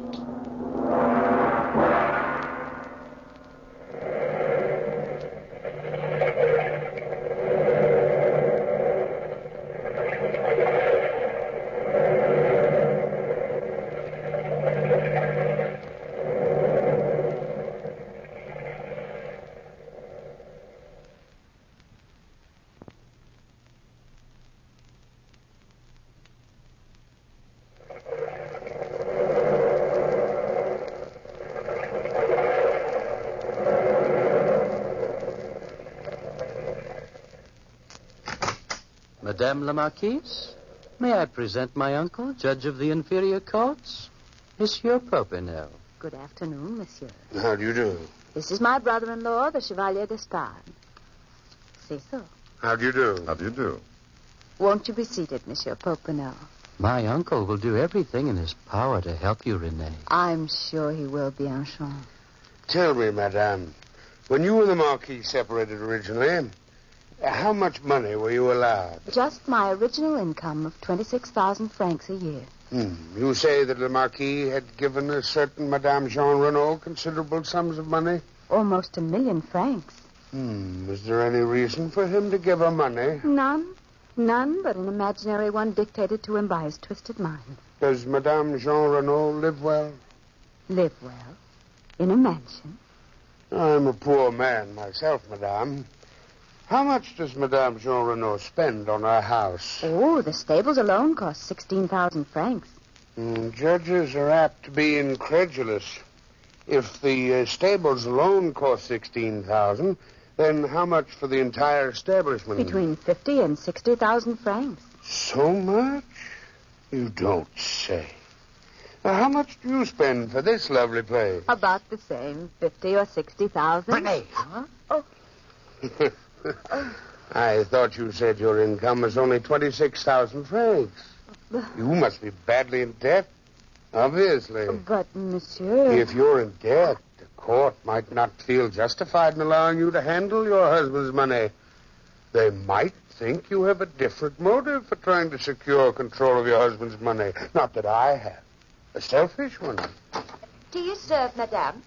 Well, I'm sorry, Madame la Marquise. It's against the law for me to eat or drink at a petitioner's home. I thought you knew. Madame la Marquise! Madame la Marquise! Oh, Maggie, what are you doing here? I've been trying to get her all day, I have. Monsieur le Marquis has murdered his butler. Poisoned him. I saw it with my own eyes. The police came. They've got him away in the jail. He's stark, staring, raving mad, he is. Murder now. Well, Monsieur Popinot, is murder a part of a sane man's mind?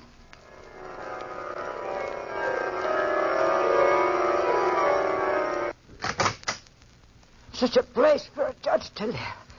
Oh, if I lived here, I'd never make old bones. Monsieur Popinot. Yes? I got your summons to come and see you in your house. Well, here I am. Yes, here you are. But who are you? Madame Jean Renaud. Kind of a judge are you, anyway, living here? Huh? You must be an honest one.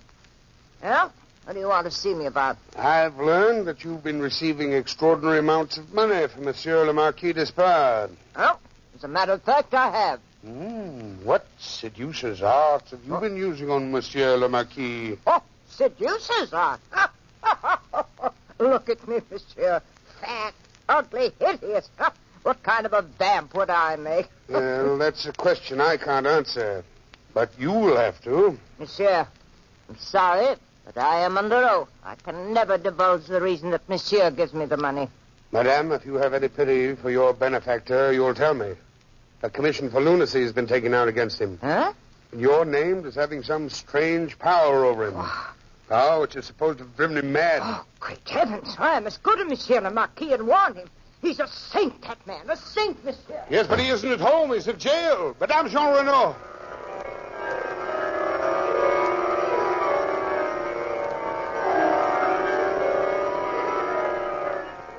Monsieur le Marquis, I'm Judge Popinot of the inferior courts. You're most welcome to come in and share my prison cell. Are you here to accuse me of murdering a man, too? No, monsieur.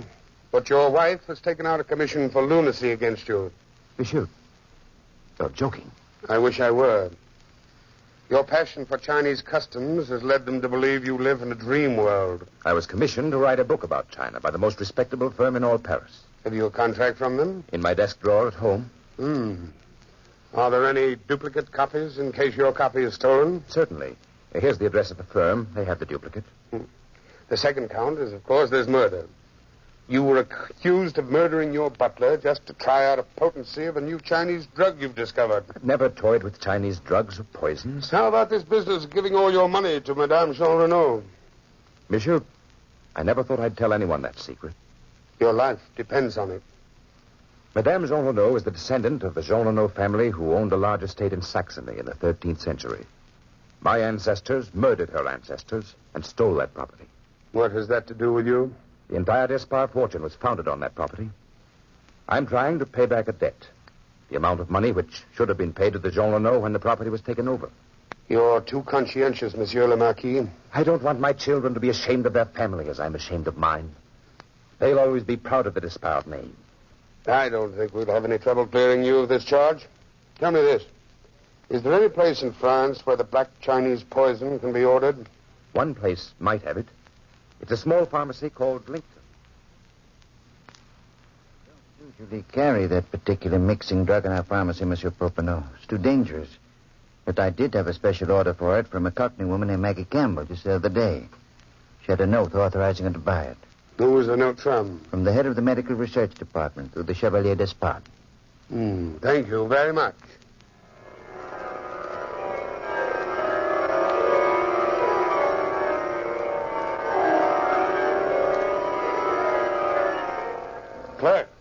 Clerk, has Monsieur le Marquis d'Espard's contract arrived from Paris? Yes, Monsieur Popinot, this morning. Where's Madame Jean Renaud? She's waiting for you now, Monsieur Popinot. Just have her sign this legal bill of sale for the Saxon property and ask her to appear in court tomorrow morning. Yes, Monsieur. And, clerk. Yes? Send this letter to the Marquise d'Espard. After this note, I don't think she'll appear to press charges. Come along, Renee. We'd better go inside the courtroom. It's almost time for the sessions to start. You go ahead, Cecil. I'd like to see Monsieur Philippe Brett before court starts. See you later, then. Oh, my dear Renee, you look charming. I hope I haven't kept you waiting. Not at all. Here's the letter Monsieur Popinot sent me last night and the affidavits you asked for. Mm-hmm. This letter from Popinot places you in a very ugly position. It threatens the entire civil courts, besides naming the head of the medical association, Monsieur Brett. Yes, I know, Renee. Leave everything to me. I'll see you in court in a few minutes. Order in the court. The Fifth Court of Inferior Appeals is in session. The first case is a commission for lunacy. The case of Madame de la Marquise d'Espard against Monsieur le Marquis d'Espard. Popin. Yes, Monsieur Brett. As head of the civil courts, I cannot allow you to preside on the bench during this case. Cannot allow me? Do you realize, man, you violated the most important law in all France? I have 3 sworn affidavits that you partook of tea and cake at the household of René Despard at 5 p.m. 4 days ago. Now, since Madame is the plaintiff in this case, that renders any decision you might give as invalid. But, Monsieur Brett, they are lying. Your own nephew swears it's the truth. Will you relinquish the bench? Who is to take over in my place? Monsieur Devereux. Devereux? Yes. A man who spends his time currying favor from their majesties? Monsieur, will you give up the bench? I have no option. But if I can't work as judge on this case, I will represent Monsieur de la Marquise d'Espard as his barrister. Will you ascend the bench, Monsieur Devereux? Naturally, Monsieur Brett. The barrister in charge of proceedings will start. That is you, Chevalier d'Espard. Is it not, Cecil? Yes. Thank you, Monsieur Devereux. In behalf of my client, Madame la Marquise, a poor innocent woman who has been robbed of her children, her income, and her home by a lunatic husband who is guilty of murder. You only presume he's guilty of murder. I presume nothing, Popinot. You've already been tried and convicted. When? 10 minutes before court started. I signed the papers, Monsieur Popinot. You did, Brett? Yes. You haven't the foggiest notion of what this case concerns. I have definite proof that Maggie Campbell was hired to murder the butler. Here it is. My proof that Monsieur le Marquis is innocent. Judge Devereux, you can set aside this conviction. Chevalier, let us proceed. A woman named Madame Jean has forced Monsieur le Marquis to give her over 1 million francs. We all know that Monsieur Popinot made up that story about the Saxon property to fool the court. But these are lies, Monsieur Devereux. Continue, Chevalier. And last but not least, we base our claim on the fact that Monsieur le Marquis thinks he lives in China. Ha! Is that a thought for a sane man? Monsieur le Marquis is writing a book on China. He has a contract for that book. We investigated the contract, Monsieur Popinot. The Paris firm swears they never drew it up. You've done well, gentlemen, to make a mockery of the courts of France. This trial is a farce, a framed farce. Of course, you grant the commission for lunacy, you will be heaped with honors by these weakling fools. That is only your opinion, Popinot. Judge Devereux, remember, your conscience will weigh heavily on your soul. If you send this man away, you will have only yourself to answer to. You wake up in the middle of the night screaming for forgiveness to your Maker. Think on it carefully, Judge Devereux. Think before you make a decision. There is no need for thought. I demand an immediate decision. There's only one decision I can possibly make. An honest one. A decision dictated to me by my conscience and the evidence on hand. The commission for lunacy is granted. Monsieur Devereux, I'm as sane as you are. You can't lock me up. Popinot, tell them. In heaven's name, stop them. Don't let them. Guards! Take that man out of court and put him in a straitjacket before he loses his mind completely.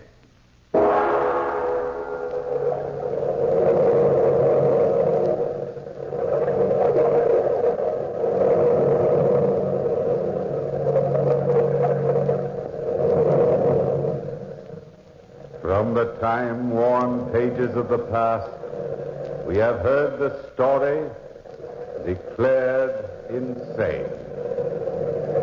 Bellkeeper, toll the bell.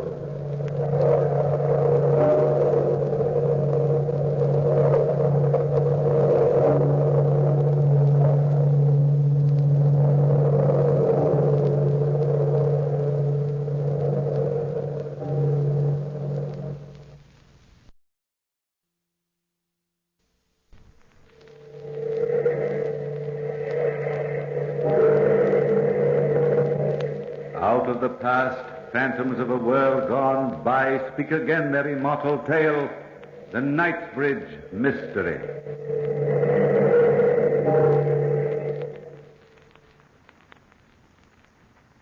Saturday night, I killed Gardner.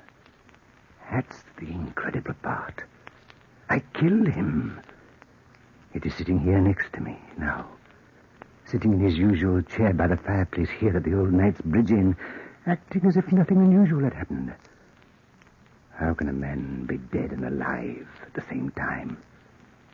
I remember the whole thing so clearly. It was just 2 days ago. 2 short days ago. Last Saturday, to be exact. Gardner's a landowner and had just collected his rents.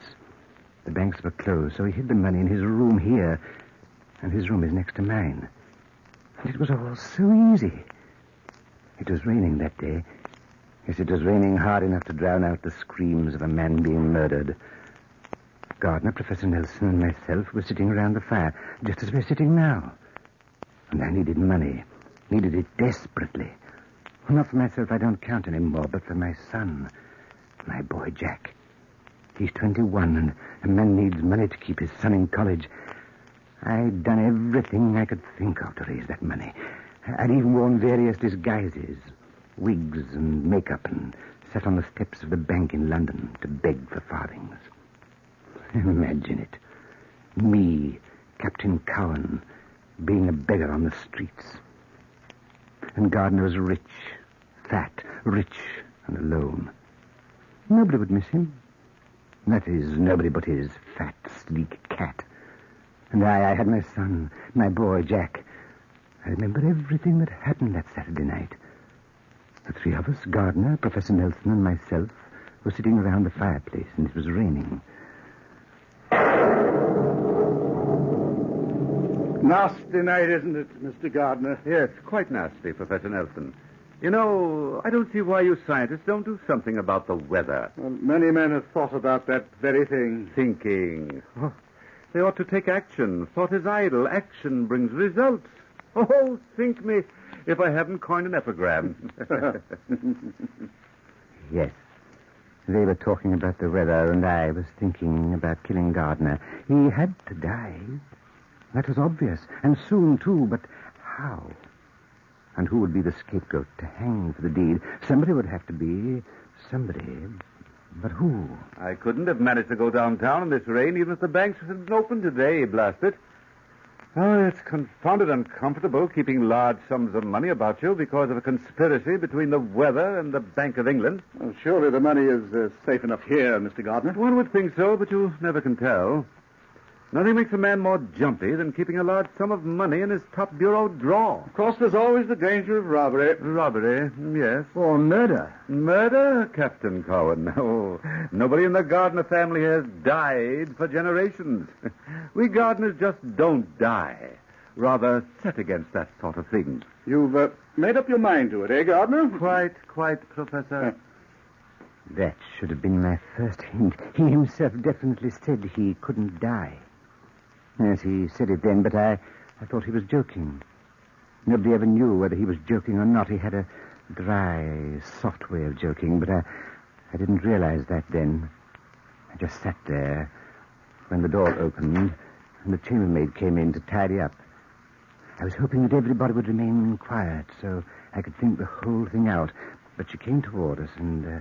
Anything I can do for you before I retire for the night, Professor Nelson? No, nothing, Barbara, nothing. Mr. Gardner? No, thanks. Girl, get your rest. You, Captain Cowan? Yes, as a matter of fact, I've got to get on to London tonight. Tonight, Captain, in this weather? Yes, Mr. Gardner, important business. So if it's not too much trouble, Barbara, you might tell the hostler, Mr. Cox, to saddle my horse. I ain't going down to the stables to see Mr. Cox, Captain. He ain't a man, Dan Cox ain't. He's a beast, he is. Come, Barbara. Poor Dan Cox is no beast. He's an unfortunate victim of an accident, which has reduced his mentality to that of a small child. Child, is it, Professor? He's an idiot. He'll murder a human someday, he will. Oh, it's not that bad, Barbara. Why, you're the last person I'd expect to speak decent of him, Captain. He don't like you. He says he remembers you from somewhere. He don't remember, though. And I says to him, not to talk about a fine gentleman like you, I says. Now, there ought to be a hospital for the mentally unsound. Not only for idiots like poor Dan Cox, but for men whose minds are warped and twisted. And those people may be completely harmless, but they need medical care. Do you think so, Professor? I'm sure of it. I've conducted many interesting psychological experiments on the subject, Captain. I've even known men who think they've committed a crime. Is there anything else, gentlemen? No, thank you, Barbara. Good night, Barbara. Good night. Good night. Good night, Barbara. You interest me, Professor. It's a fascinating subject, Cowan. There was a man once who thought he had murdered his wife and 2 children. He went to the station house, confessed the murder, and then killed himself. And he hadn't committed the crime at all? No, not at all. No, not at all. Well, gentlemen, you must excuse me. If I'm going to get to London tonight, I must be off. Good night, gentlemen. Good night, Cowan.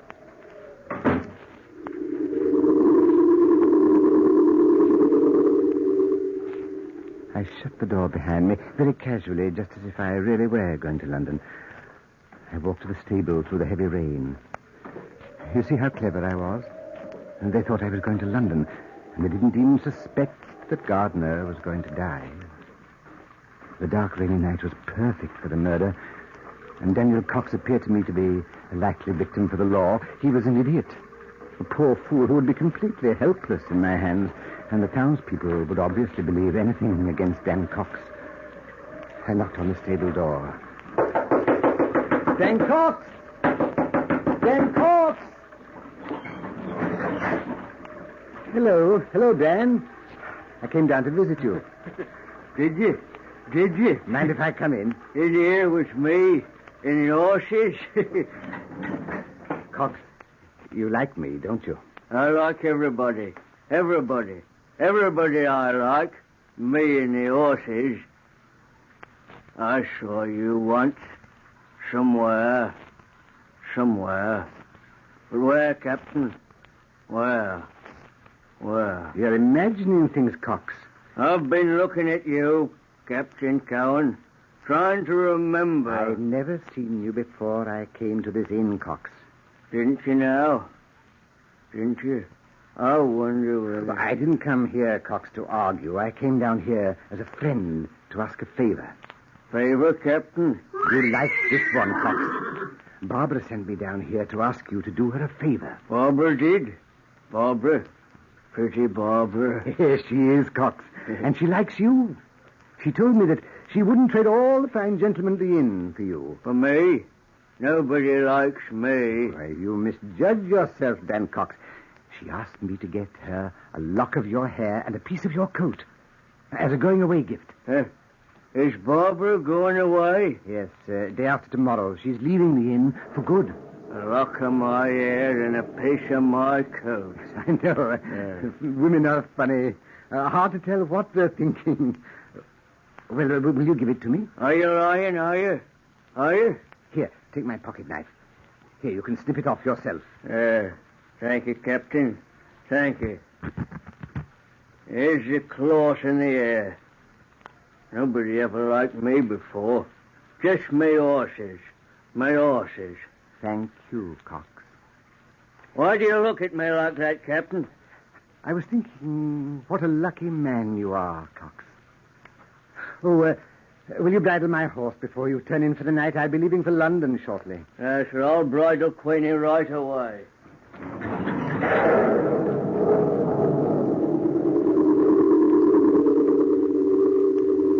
I walked back to the inn to say goodbye in case anyone was around. I had thought the whole plan out so carefully. Now I had evidence. The kind of evidence police officers look for. A piece of Cox's coat was to be found on the edge of Gardner's bed, and a lock of Cox's hair in the dead man's hand.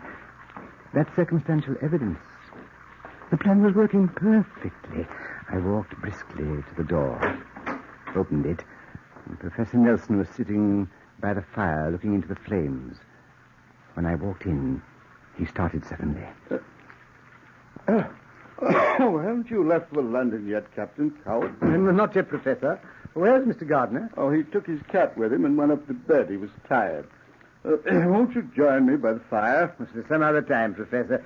But tonight I'd better start if I'm ever going to get there. Oh, yes, dear, yes. Oh, midnight. Oh, I must be tired. My reflexes work by the clock, sir. Definitely by the clock. I think I'd better retire myself. Oh, well, Captain. Pleasant journey. Good night. Good night. Oh, why don't you sleep here and wait till tomorrow, sir? Traveling's difficult in this weather. Sorry, I have important business in London, Professor.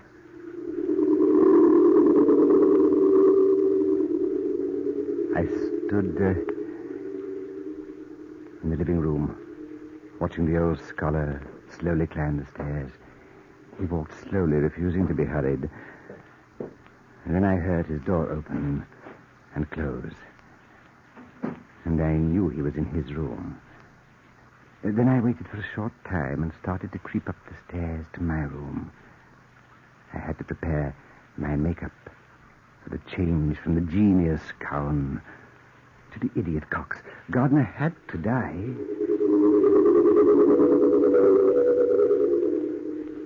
In less than a half hour, I had completed the transition. I stood in front of the mirror looking at myself. I'd done a good job. That I knew. The disguise was perfect. I was no longer Cowan. I was Cox, battered, bulbous nose, and a raggedy coat and dagger. I crept slowly to my window and opened it, planning every move, and I was clever. So very clever. Then I crept carefully out on the ledge. Gardner's window was open and barely 4 feet away. I moved slowly over the ledge like a cat in the night, step by step. The panel was slippery from the rain, and the night was dark. Dark. I could hear Gardner's heavy breathing as I crept through his window to his room. He was asleep. There was no moon in the sky this night to give me away. I walked slowly to his bedside, dagger upraised, and then... Oh, the cat. I'd almost forgotten his fat, sleek cat. Oh, I'd forgotten that mewling, spewing cat. But I was clever. I worked faster. Right to Gardner's bedside, and then I plunged the dagger. And the knife... The knife went in deeply.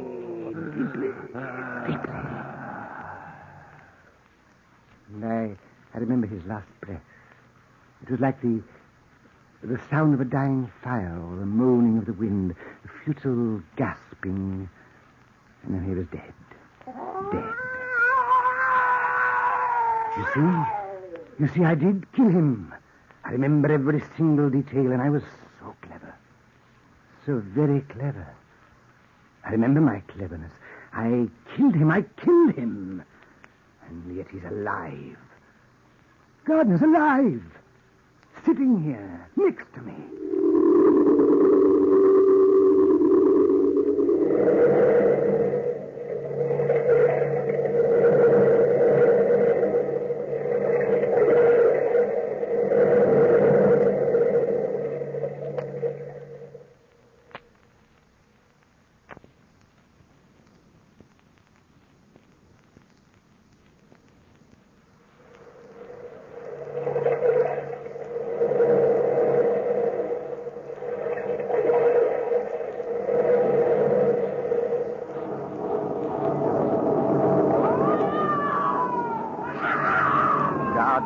Dead. I stood by his bedside and pulled the knife out of his heart. I placed a piece of Cox's coat on the edge of the bedside and a piece of his hair in the dead man's hand. Then ruffled up the bedclothes and I started my search of the room. I opened the drawers, the closets. Every single hiding place possible was combed for the money. I heard footsteps outside the door. Did I hear somebody scream out? Is anything wrong? Funny, I thought I heard. I had to work quickly. Get the money. Then I remembered Gardner had said it was in the top bureau drawer in the corner. Yes, in the top bureau drawer. And there it was. A knock on the door disturbed me. Mr. Gardner, did you call me? I didn't know what to do. Answer and pretend I was Gardner. That seemed logical and clever. I strained my voice and called out, "Oh, Yes, Barbara. What do you want now, girl? I heard someone scream, and I thought that beast Cox was in your room, Mr. Gardner. No, everything's all right. Good night, girl. Good night, sir. I had to get out of there as soon as possible. Back to my room. Out of the window, over the ledge. It had stopped raining. And the moon was coming out. A bright, full moon. It outlined my shadow on the ledge. Then I remembered my own cleverness. If I was seen, they wouldn't see me. They'd see Cox, the half-wit Cox. I climbed in my window, clutching the money. I thought for a moment I'd seen someone on the lawn watching me.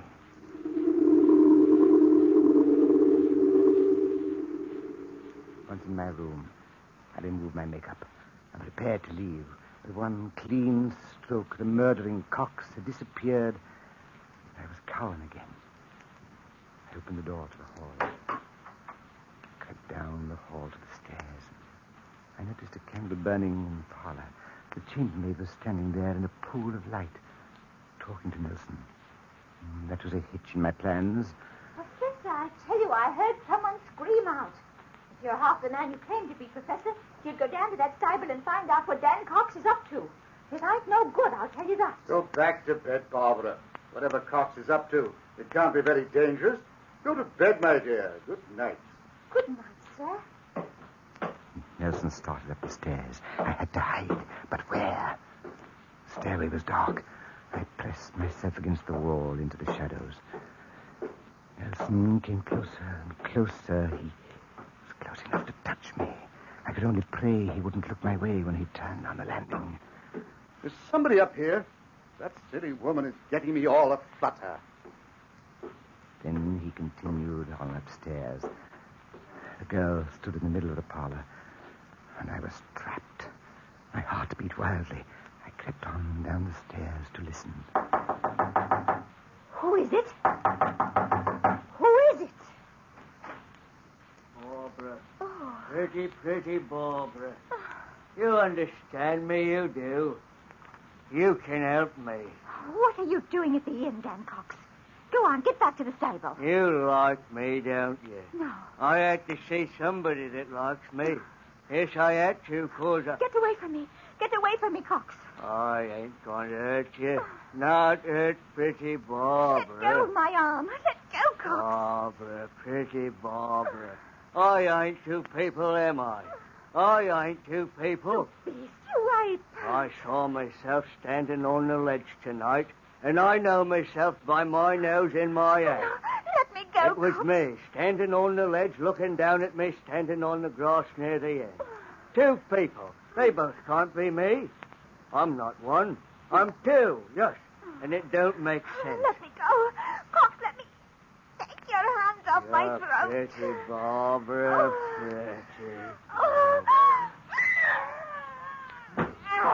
Barbara. Barbara. Dead. I must be dreaming. That's it. Dreaming. I'll go back to the stable and go to sleep. And when I wake up, this won't have happened. I've been dreaming all along. Else, how could I be sitting on the ledge looking down at me, sitting on the grass? I'll go back to the stable and wake up. The idiot had fallen into my trap, and I was pleased, so pleased. I moved very carefully, very slowly, creeping to the parlor, and I stopped. I looked at the still body of the girl, at the death-like quality of her face, and knew Cox would hang for a double murder. Yes, a double murder. That was fortunate for me. I opened the door, and the moon shone fully upon me. I hurried across the gravel path to the stable. My only thought was to get to London, to get to my boy, to my son, to Jack. I knocked on the door and called, Cox! Dan Cox! Do I look asleep, Captain? You look as if you might have been sleeping, Cox. Okay, come, man, where's my horse? Your horse? What horse? Queenie. Is Queenie saddled? I must be dreaming. I am asleep, ain't I, Captain? Because if I was awake, I couldn't be on the ledge and on the grass at the same time. Do I have to get my horse myself, Cox? I killed a woman, Captain. I killed her. Why am I two people? I killed her, and it's your fault, Captain. It's all your fault. I hate you. I hate you. What are you talking about, Cox? You don't know, do you? No, you don't know. You told me she liked me. You said she wouldn't trade me for all the fine gentlemen in the inn. You said, and you lied. Because she hates me. Are you insane, Cox? Do you think anyone would believe that story, the story of an idiot? Idiot? I'm not an idiot. I had an accident a long time ago. A funny accident. And sometimes I can't remember. Sometimes I... Stop it, Cox, and get my horse for me. Sometimes I can remember clear. Like sometimes I can remember who you are. And then again I can't. And you made me kill her. And it's all your fault. Fool, I'll teach you a lesson you'll never forget. Get out of my way! Oh, I'll saddle my horse myself.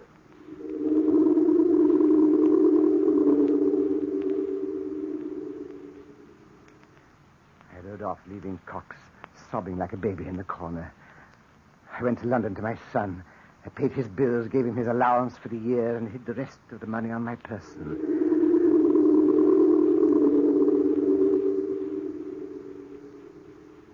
And then, this morning, I returned to the inn and found these men sitting here at the old Knight's Bridge Inn, chatting gaily.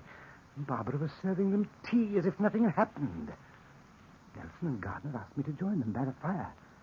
I sat down here, puzzled and confused. I know I killed him. I saw him die. And they started to talk. They've been talking for a half an hour like this, and I can't stand it anymore, just sitting here waiting. Well, what's the matter with you anyway, Captain Cowan? You've been quiet as can be ever since you came back from London. Yes, hasn't he? Amazing, isn't it? I took a trip to London myself Monday morning, but I didn't come back in a sad mood. London cheered me. Yes, I had got rid of that confounded pack of money I was carrying around. It had me blasted nervous. Yeah, I can well imagine it did, Mr. Gardner. I hear you're in for congratulations, Captain Cowan. Congratulations? Yes, we heard you'd won a packet of money in the Irish sweepstakes, almost £500. I didn't win money in the sweepstakes. I didn't. Oh, nonsense, Captain. Don't try to keep that from us. What are you trying to do to me? Drive me crazy? Drive me insane? I didn't win money in the sweepstakes. You're supposed to be dead, Gardner. Dead. You understand? I went to a lot of trouble to kill you. Yes, and I killed you with my own hands. And stole the money. And Barbara was dead, too. Cox killed her. You've got to believe me. I disguised myself to look like Cox, and I killed Gardner. Yes, I killed him. You're dead, Gardner. And the dead can't rise from the grave. They can't. They can't. Answer me. Don't stand there looking at me. Answer me. Professor! Professor, tell me the truth. Yes, Captain Cowan, I'll tell you the truth. Barbara was not killed that night. She was merely frightened and fainted. But you murdered Mr. Gardner by your own confession. You'd planned a perfect crime. A crime so perfect that Cox might have hung for Gardner's death if it hadn't been my little experiment. Experiment?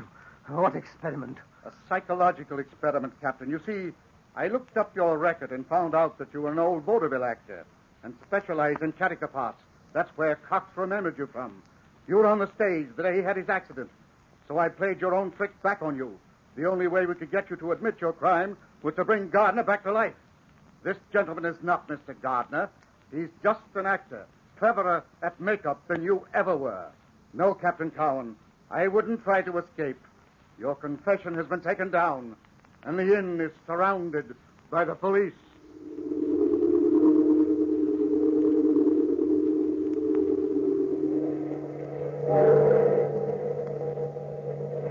From the time-worn pages of the past, we have recalled the Knightsbridge mystery.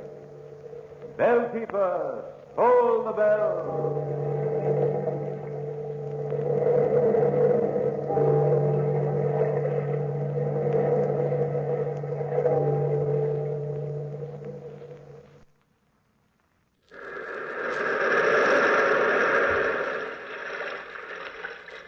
The Weird Circle.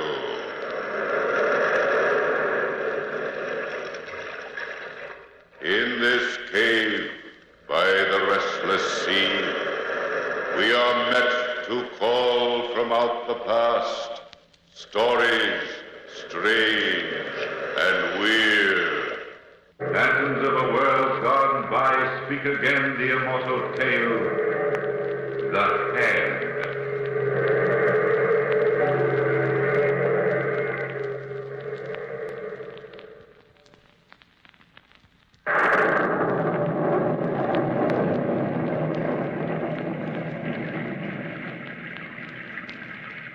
It was raining. The date was August 31st, as I remember. And I had just heard that Sir John Rowell and his daughter had leased a villa here at Wanley-Pin for the winter. I hadn't seen Sir John since I had been in London 4 years ago. Naturally, I was anxious to see my father's old friend. I walked across the sands in the pouring rain to the lonely house on the cliff which he had leased. I remember wondering at that time why any man would choose such an isolated and cheerless spot. But then my taste for his villa might have been dulled by the constant fall of the rain and the dreary, overcast skies. I knocked on the door and then waited.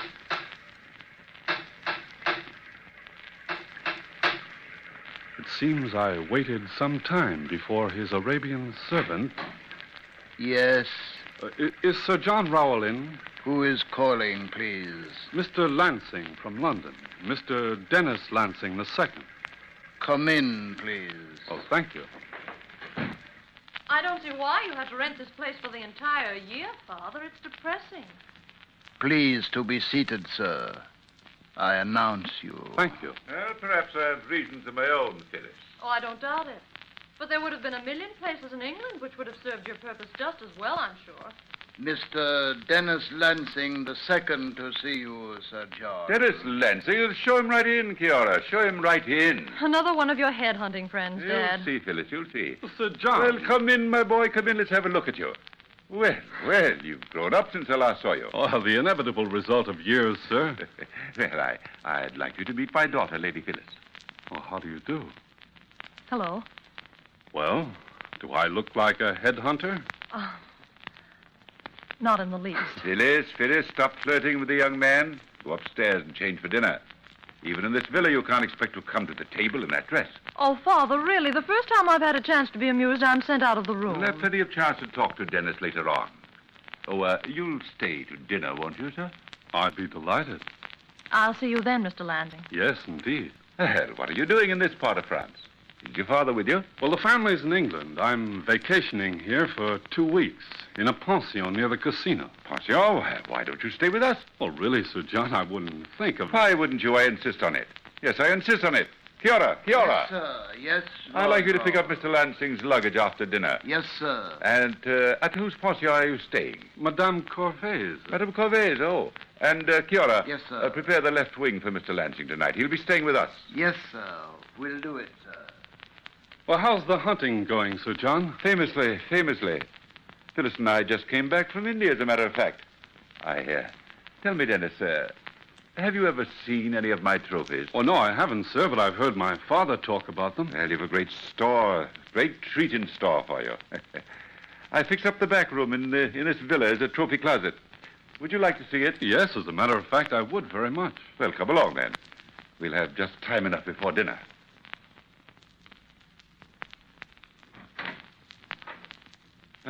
This is the room. Then let me light a candle first. There.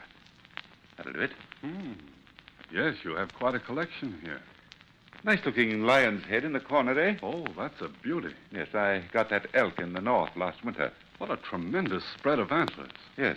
You know, Dennis, it took only one shot to pin it down. Oh, fancy shooting, Sir John. Yes, record shooting under the circumstances. And what's under this cover? No.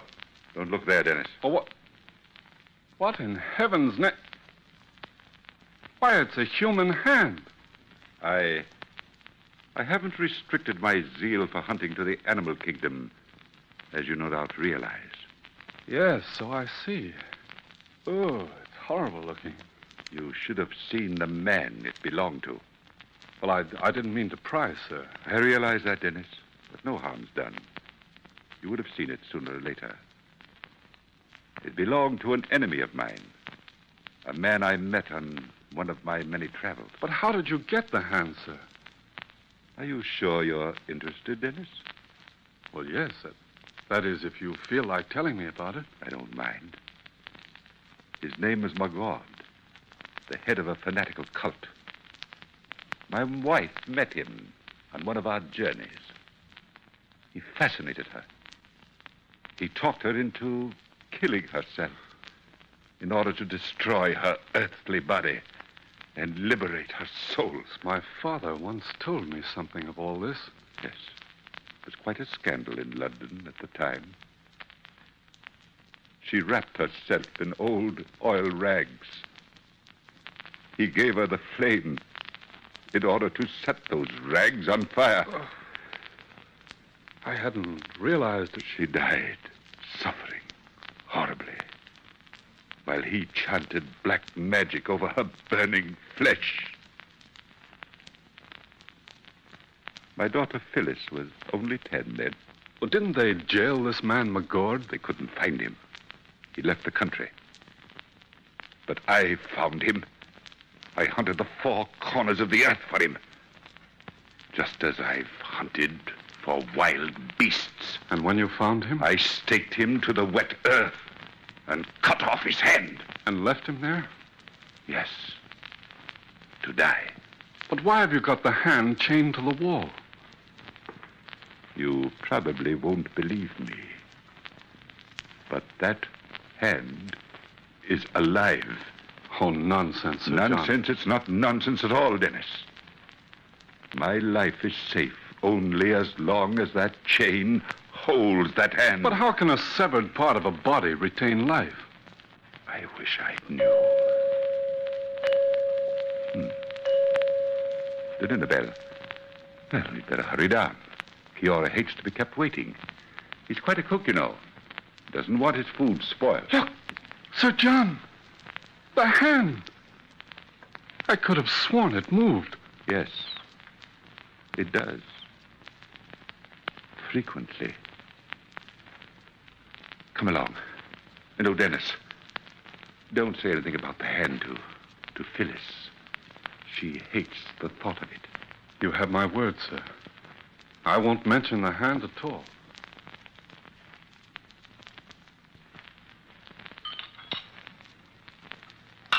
Well, Dennis, what do you think of Kiora's cooking? If this is any sample, Sir John, your man Kiora is the best cook in France. Oh, you haven't tasted anything yet, Dennis.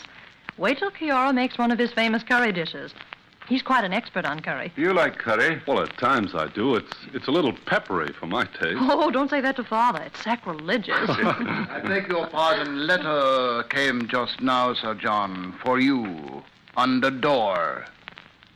Another one, Kiora? Yes, sir. Another one. I say should move now. Phil. Dennis, will you excuse me? Suppose you young people take your coffee in the parlor. Oh, of course, Father. I will join you later. Kiora. Yes, Sir John. What time was this letter delivered? Oh, here, let me carry your coffee tray for you. Oh, thank you. Now, how does it happen that we've never met in London, Phyllis? Well, the last time I was in London, I was just coming out of pigtails. Oh, I would have liked you in pigtails. You're nice. Tell me more. No, honestly, here, sit down on the window seat and I'll tell you more. I love to sit on this seat and plaster my nose against the window when it's raining. Oh, I like rainy weather. Oh, so do I. Do you? Amazing. We like the same thing. You know, people who like the same thing ought to get married. Oh, silly. Oh, didn't I tell you? I'm going to marry you. You're awfully sure of yourself. Well, I once swore that the first woman who called me a headhunter would be my wife. You are nice. You said that before. If you're going to be my wife, you'll have to broaden the scope of your conversation. You beast! Dennis, it's Father. Oh, what is it? I know you live, but you're chained to the wall. And you won't break loose. Never!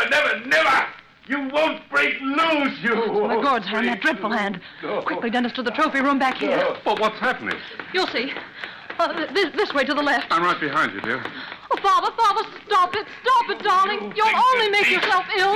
Beast! Open that door, Dennis, quickly. We've got to get him out of that room. I'll strike you again and again and again. Father! Hold him, Dennis. Sir John. Let me go, Dennis. Look at it, Dennis. Look at the hand now. Look at it. It's moving. The fingers are grasping the air. It wants to grasp my throat. Oh, no, Father. Please come away from this room. Please, Come Father, along, please. come along now, Sir John. Come along. Help me with him, Dennis. He's fainting. Oh, Father. Phyllis. Oh, there. That's better. We'll have to carry him ourselves. There now, Sir John. Sir John. It's no use, Dennis.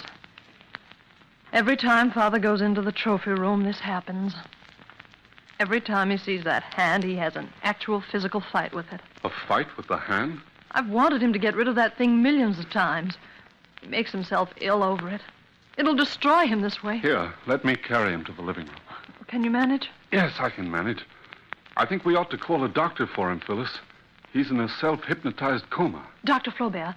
He lives about a half-mile down the road to the left. Good. Here now, Sir John. Lie down here. Oh, I won't be long, Phyllis. Just let your father rest here on this sofa. There, he'll probably sleep until I get back. Dennis. Yes? Don't stay away too long, Dennis.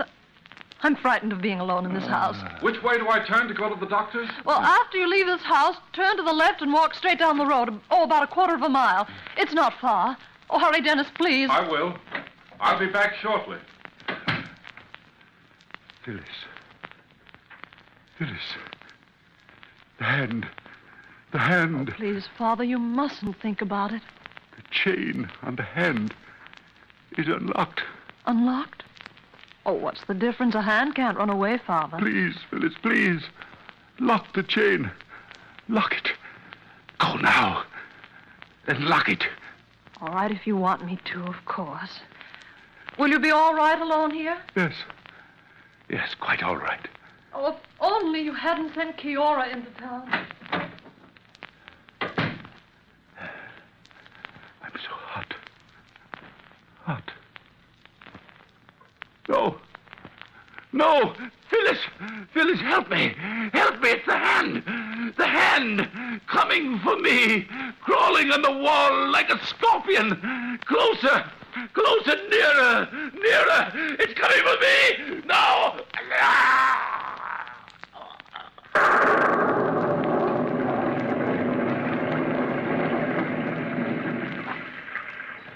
Whoa. Here we are, Dr. Flaubert. The rest is dark. I thought Lord Raoul was waiting for us in the living room. Well, I thought so, too. It is a wet night. Wet night. Whoa.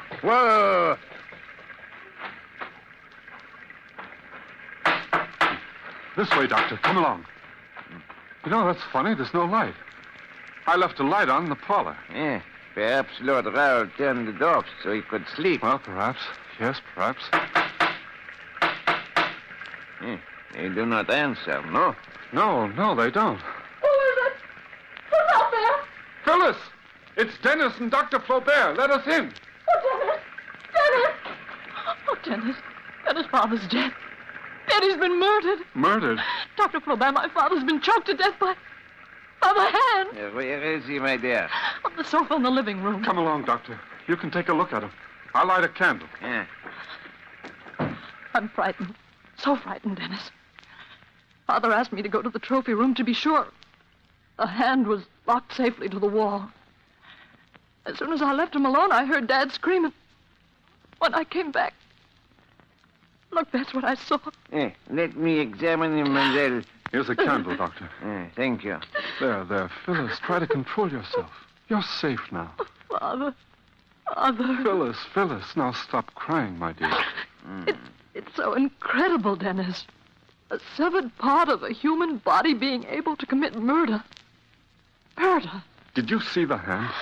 No, I didn't. It was gone by the time I returned, and all the lights but that one candle near the window were out. Dr. Flaubert, is it possible for that hand to be alive? Under ordinary circumstances, I would say no, Monsieur Lansing.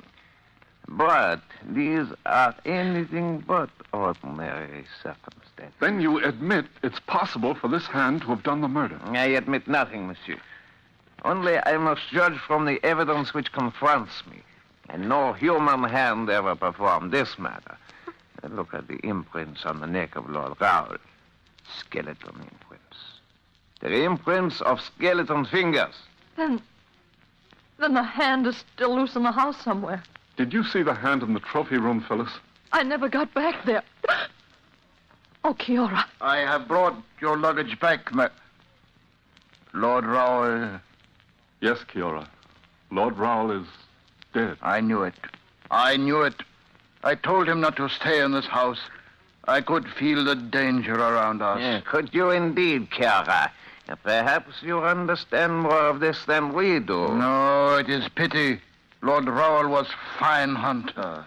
Tell me, Kiora, what was in that letter that Lord Raoul received this evening which threw him into such a panic? I do not know, Mr. Lansing. Well, where did it come from? I do not know that either. Yeah, this isn't the case for us to solve, Monsieur Lansing. It is up to the police. Oh, not the police. Please, Doctor. It will only start an old scandal all over again. But, mademoiselle... No, my father wouldn't have wanted it. The publicity over my mother's death ruined his life. He wouldn't want the old scandal repeated. It doesn't necessarily have to be in the papers, Phyllis. Dennis, my father wouldn't want it. But as long as his death is a mystery, your life is in danger. There's no mystery about it. My father was murdered by the hand. He always knew he'd die that way, always. The hand will remain in this house. I'm going as far away as I possibly can. The Lady Phyllis is right, Monsieur Flaubert. How can you be so sure it will not follow her? I know more of East Indian magic than you do, Doctor. East Indian magic or not, as a doctor in charge of this case, I will have to report Lord Raoul's death to the authorities to make arrangements for his funeral. My father's body will be taken to England. Kiora knows exactly what to do. Nevertheless, I must make the report of his death. It is customary procedure here in France. An investigation will certainly follow in the morning. You make trouble for all of us, Dr. Flaubert. Yes, especially for you, Kiora. Bonsoir. Good evening, Doctor. Thank you. I do not think it is wise to stay in this house tonight, Lady Phyllis. Kiora's right, Phyllis. You can return with me to Madame Corvey's. And leave Father here alone like this? But there's nothing more you can do for him, Phyllis. If black magic does exist, I can at least watch over him tonight. But Lady Phyllis... No, Kiora. I'm going to stay right here. If you both want to leave, you can. I won't leave you, Phyllis. If you want to stand watch, I'll stand with you. I make some coffee, Lady Phyllis, yes? Oh, yes, Kiora, if you please. Then I return to town and make arrangements for our immediate return to England. I don't know what I'd do without you, Kiora. Maybe Kiora fix it so we leave before authorities come, yes? If you can, Kiora, I'd be so very grateful.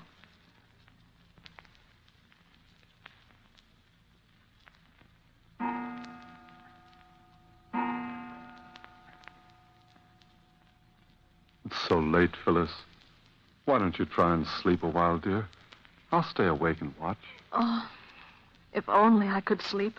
Well, I can put out the candle in the window. If the room's dark, you'll find sleeping easier. No, Dennis. Or whatever you say. I wonder what's keeping Kiora so long. I don't know. I hope he's not in trouble. He's been gone over 3 hours. He won't be back till morning. Are you comfortable? Oh, yes, as comfortable as I... Listen. Hmm? Do you hear something strange? No. Listen carefully. It sounds like mice in the corner. Oh, yes, now that you mention it. Like mice or a scratching hand. You hear it now, don't you? Yes, I do, very plainly. Dennis, look on the windowsill. It's the hand. Crawling like a scorpion towards my father, crawling. It's going toward the light. Dennis, don't touch it, don't touch it. Be quiet, Phyllis. Look at it, look, Dennis. What? Going to try and turn off the light. I've got to grab it. The light, Dennis, the light. I've got it. Light the candles, Phyllis, hurry. I'll light them, hang on to it. Just hold it until I get a taper. What? Oh, there. There. Now we can see. Look. Look at it. Yes, just what I thought. A skeleton hand completely without life attached to a stick. You mean then somebody... Yes, somebody stole the hand, attached it to a stick, and is trying to frighten us. But why, Dennis, and who murdered Father? That's something we'll find out rather soon. Help, Mr. Lansing! Help! It's Kiora outside, calling for help. Quickly, Dennis. Out the front door. Mr. Lansing! Mr. Lansing! Help me with this man! Stay back, Phyllis. Hold on to Kiora. Let me go! I got him! You grab hold of him! I've got him. Dr. Flaubert, what are you doing here? Mr. Lansing, help me bring him into the house. You'll pay the gods heavily for this, Kiora. He's wounded. Yes, sir. I used knife on him, unfortunately. Bring him inside. Dennis, I don't understand. I think I'm beginning to. Take his feet, Kiora. Yes, sir, I've got him. Feet. Nothing to be proud of. They are the feet of a dog. Close the door behind us, Phyllis. Here, we can put him down here. Yes, sir. You fool, Kiora. I shall imprison your soul for eternity. That is too late, Monsieur Margot. Margot? My father hunted him down and left him to die long ago. Dennis, he can't be Margot. He is, though. He didn't die. He was staked to the ground, Phyllis, but managed to free himself. Kiora suspected the doctor from the first. That's quite right, Lady Phyllis. He kept writing letters to Lord Raoul. He, the only one near enough to drop letters on the door. When he leaves house this evening, I wait outside for him to return. I hide in bushes. I see him and skeleton hand outside window. Then I see light go out inside. Then I grabbed him. And a good thing you did, too. Yes, good. Or you'd all be dead. Dead. Paying for the crime of cutting off my hand. My hand! My hand was cut off, and I was left to die. But, Kiora, Dennis, he has a hand. Yes, Lady Phyllis. Artificial one. Made of wax. I shall get even with you, too.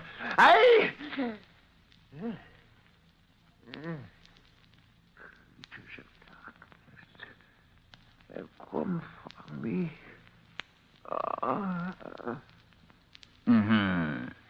He will pay in another world for the crime he committed tonight. I go get the police, Lady Phyllis, yes? Yes, Kiora, if you will. I still don't understand how Kiora knew that Dr. Flaubert was really Margot. The East Indian has a strange but almost infallible second sense. Yes, I'm afraid they have, Dennis. A very strange second sense. Phyllis and I waited in front of the fireplace for 2 hours. And finally, Kiora and the authorities arrived. I told them the entire story, as incredible as it sounded, and was granted permission to return Lord Raoul's body to England. Dennis, can we really go back to England now? I'll be so glad to get home. Oh, so will I, dear. Though I'm not quite sure what my family will say about my traveling back in the company of a strange man. Oh, stuffy, are they? A little bit. Well, they won't have to worry. We're going to be married just as soon as I have you safely home again. Oh, Dennis, my dear. My darling. Pardon, you may need good housekeeper. Cook, Mr. Lansing. Kiora make very good Indian curry. Good, Kiora. You're hired. I can see right now, Phyllis, I'll be eating Indian curry for the rest of my life.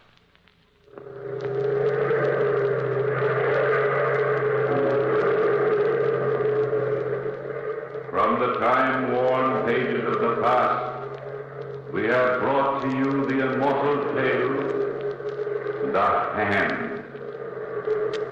Bellkeeper, toll the bell.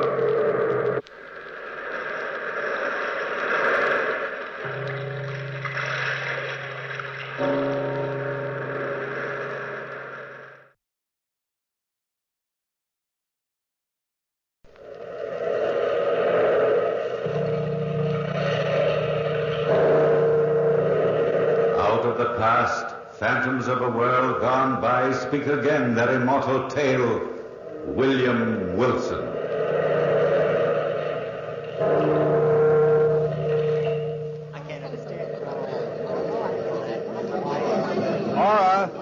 Laura! Oh, Charlie Vernon. I thought you weren't going to come to my party tonight. Now, this is one party I wouldn't miss for all the cobblestones in New York. Now, here you're going to announce your engagement to my old buddy, William Wilson. Oh, that was supposed to be a secret until midnight. Who told you? Usual grapevine, all right. No secrets in this clubby little group. Now, where is Bill now? In the library. He hates crowds, you know it. Well, he wanted to be alone for a while. What was that? Come on, Nora, let's find out. Well, I think it's in the library, Charles. Bill!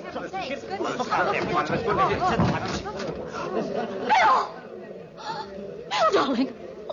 He's wounded. Get a doctor, somebody. I'll call the doctor right away. What happened, darling? If I were a detective, I'd say he tried to bump himself off and Oh, be missed. quiet, Charles. Oh, Bill. It does look like attempted suicide, doesn't it? It's all so strange.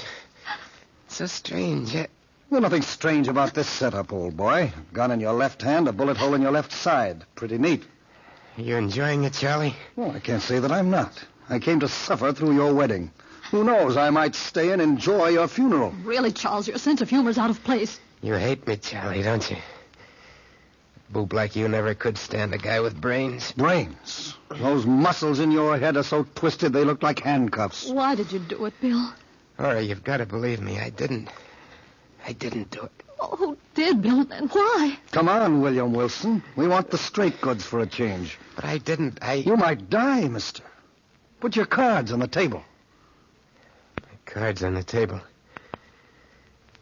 You wouldn't believe me if I told you. None of you would. It all started back in college. When you and I were rooming together at the fraternity house, Charlie. It was one night you were sitting at the desk studying, and I was trying to shave. I was peering in the mirror at myself. Why are you getting so slicked up, Bill, old boy? Got a date. With Dolly Maysfield? Cute little something, isn't she? Oh, Bill, she's not your type. Well, she's good for laughs. You don't need laughs every night. Well, what would you suggest? Oh, gee, Bill, if I had your dough, I'd work hard at college and meet a nice girl and think about getting married. Ouch. I almost cut myself. Oh, I mean it. About getting married, Bill. So you mean it. What do you want me to do? Bury myself? Well, no, but... Oh, gee, take me, for instance. I know I'm a dope, but I got just enough money to see me through college. Yeah, I know. The $3,000 your old man left you. You're a boob to spend it in this place. You'll wind up with a blank bank account and a dirty piece of parchment to show for your trouble. You've got the wrong slant on life, Bill. I have. Listen, stupid. You've been seeing Aura St. Clair for 3 years now. She's alive with money. If you'd get on to yourself, you'd spring the question, put her in double wedlock, and get your fingers on that money. I'm in love with Aura, Bill. Love, love, love. Rot. I'd never touch a cent of her money. You're crazy, Charlie. Well, old boy, I don't want to be late. Hey, Bill. Have you met the new boy in the house? What new boy? A freshman just came in today. Sounds fascinating. What about it? Well, nothing, except he's got the same name you have. Are you kidding? No, I just thought you'd be interested. There can't be two William Wilsons. If there is, there won't be for long. Boy, what an ego you have. A great Scott fella, you waste more time talking than you do anything else. Yeah, which all adds up to the fact that you want me to stay home and study tonight. Nothing doing, Charlie. I got a date with my Dolly. Night. That was the first time I ever heard of the other William Wilson. The knowledge that he existed rankled in my soul. That evening, as I stepped out into the hall and walked halfway down the stairs, I was stopped by my double. He looked just like me. Rather like a poor imitation. I felt from the first that he was my evil genius. He didn't act like a freshman when he said, "Hello. I've been waiting for you here in the hall."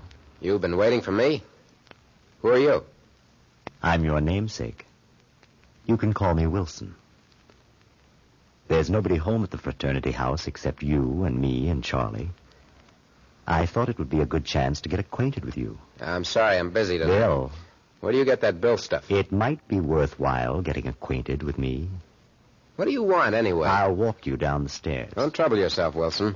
You might be better off never knowing me." "I might be, but..." Save it, I said. See you some other time, Wilson. Charles! Oh, Charlie! There's something I can do for you, lady? Oh, yes, I'm Aura Sinclair. I promised to call for Charlie Vernon tonight. Would you call him for me? Well, you're Aura St. Clair. Oh, yes. Well, all right. Would you tell Charlie I'm here? Well, I would if I could, but he's not in. Oh, but he promised Imagine him forgetting a date with a nice girl like you. Oh, that's strange. Do you know where he is? Yeah. I mean, well, gee, Miss St. Clair, I don't think I ought to tell you.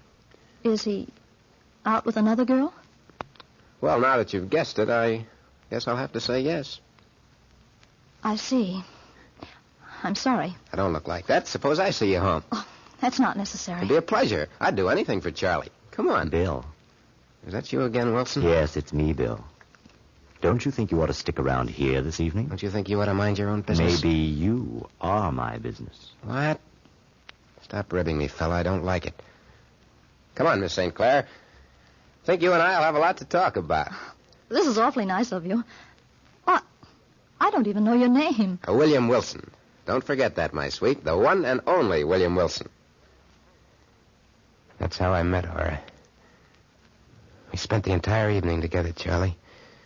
We had a lot of laughs. It was well past midnight when we said goodnight to each other. And I was about to go home when I remembered that I hadn't even called Dolly Macefield to tell her I couldn't make it. Knowing Dolly's temperament, I decided to drop up to her apartment, even though it was late. I knocked on the apartment door. Well. Look what the breeze brought in. Mr. Heartbreaker. Aren't you going to even ask me in? I ought to never talk to you again, that's what. Who do you think you are? Mr. King of Siam? Oh, if that's the way you feel. Oh, wait a minute. Come on in, Bill. I've been worried stiff about you. That's more like my doll, baby. Got a kiss for me? Sure. I got a kiss for you. Oh, Bill, I love you so much. Come here. There, Dolly. There. Where were you, Bill? Where was I? Don't you trust me, Dolly? Sure, I trust you. I had something important to attend to. Come on, give us a smile. There. I like to see you smile, Dolly. I like it a lot. Oh, I do most anything for you, Bill. I'm glad to hear that, because I've got to ask you a favor. Anything you want. I want you to stay away from me from now on, baby. You and I are through. Through? Oh, Bill, what are you talking about? Don't joke with me. This is no joke. I'm serious. I'm giving it to you right from the shoulder, kid. But you're joking, aren't you? No, I'm not. I found the girl I want to marry. She's class, Dolly. Real class, with plenty of money.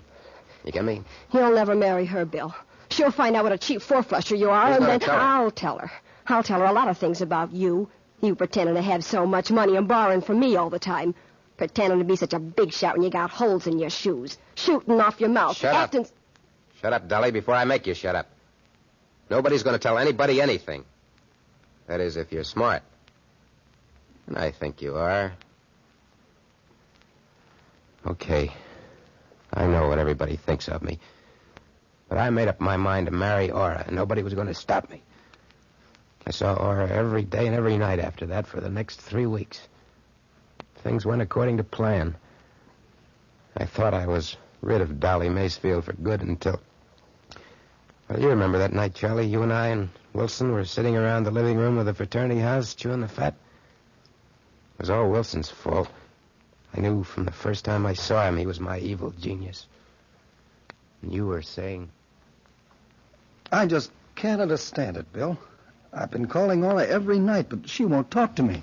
Yeah, that's how women are, Charlie. Why don't you tell him why, Bill? Keep out of this, Wilson. It won't make any difference now. I said mind your own business. You are my business, Bill. What are you talking about, Wilson? Ask Bill why you never saw Aura the night she was to call for you. Ask him. Go on, Charlie. Bill? Well, what did Bill have to do with it? What difference does that make now? It's all over and done with. Aura's not interested in you anymore, Charlie. She told me so herself. You dirty double-crosser. Sit down, Charlie, and cool off. Why don't you write Aura a letter and tell her the truth, Charlie? Oh, what's the use? But I'll get even with you someday, Bill Wilson. Don't think I won't. I'll answer it. Hey, you make a good doorman, Wilson. I told you, Charlie, to grab the girl while you had the chance. You didn't tell me you were going to stick a knife in my back. A smart guy gets what he wants in this world. Is William Wilson in? You have to be smart, Yes, like me. He's in the living room. Thanks. Bill? Oh, Bill? Well, look who's here. If it isn't the doll baby herself. Hello, Bill. Hello, Dolly. Meet the boys. This is Charlie Vernon. The doorman is my double, William Wilson. Hello. How do you do? How do you do? Tell you what I'll do for you, Charlie. I'll give you the doll baby here in exchange for Aura. How's that? That's fair. You make a man sick, Bill. Bill. Bill, I gotta see you. Well, you see me. How do I look? How alone, I mean. I told you not to bother me anymore. Oh, please, Bill, if you've any pity. Pity? Sure, I got pity. Where'll we go? Anywhere you say, Bill. How about the river? How about a nice walk down to the river? Sure, Bill. That's a good place for what I want. That's just about perfect.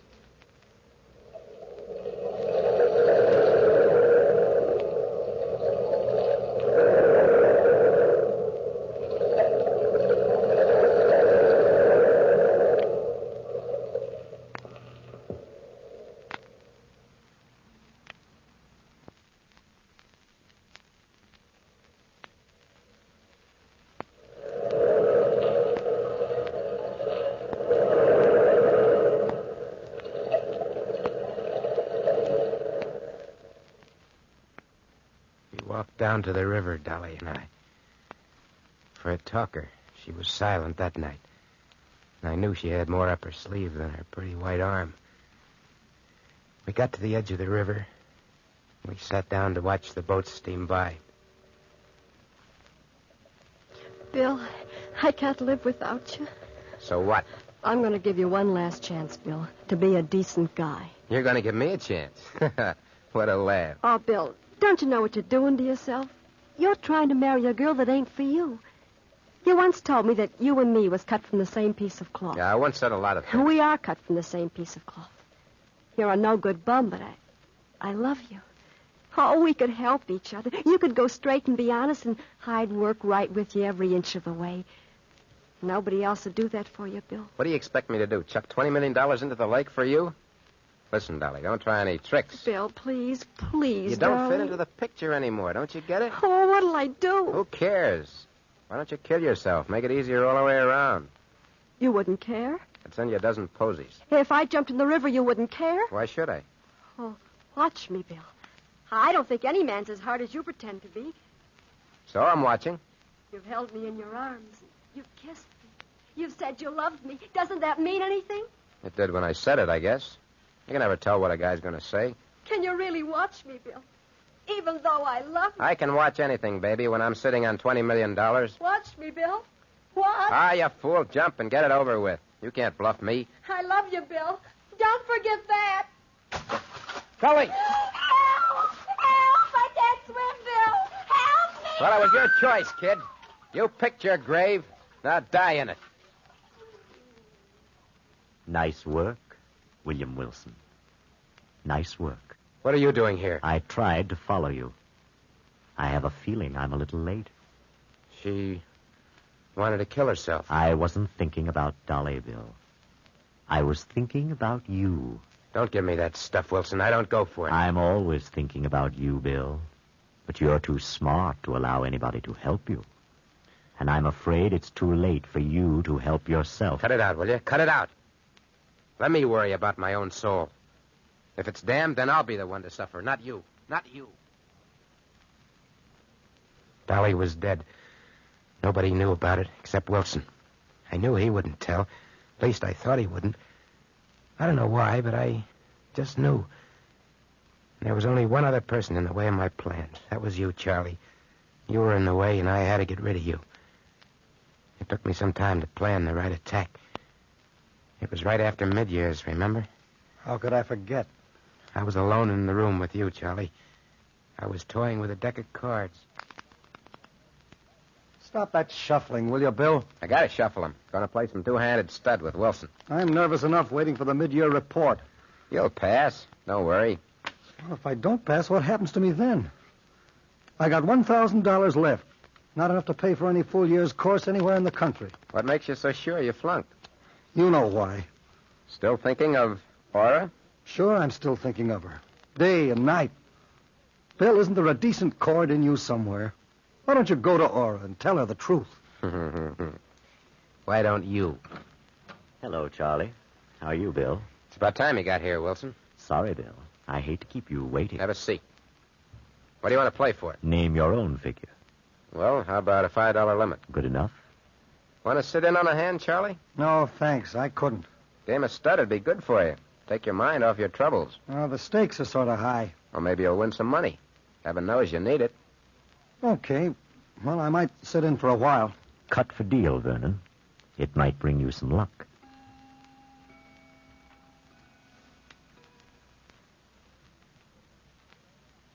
Don't you ever lose, Bill? Not very often, old boy. Not very often.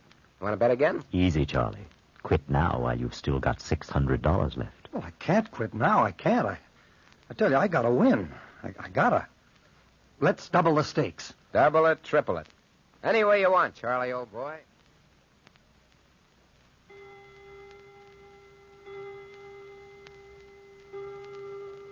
3 o'clock, Bill. It's not up to me to quit. I'm the winner. It's up to Charlie. How about it, Charlie? I haven't got much choice, have I? I'm flat busted.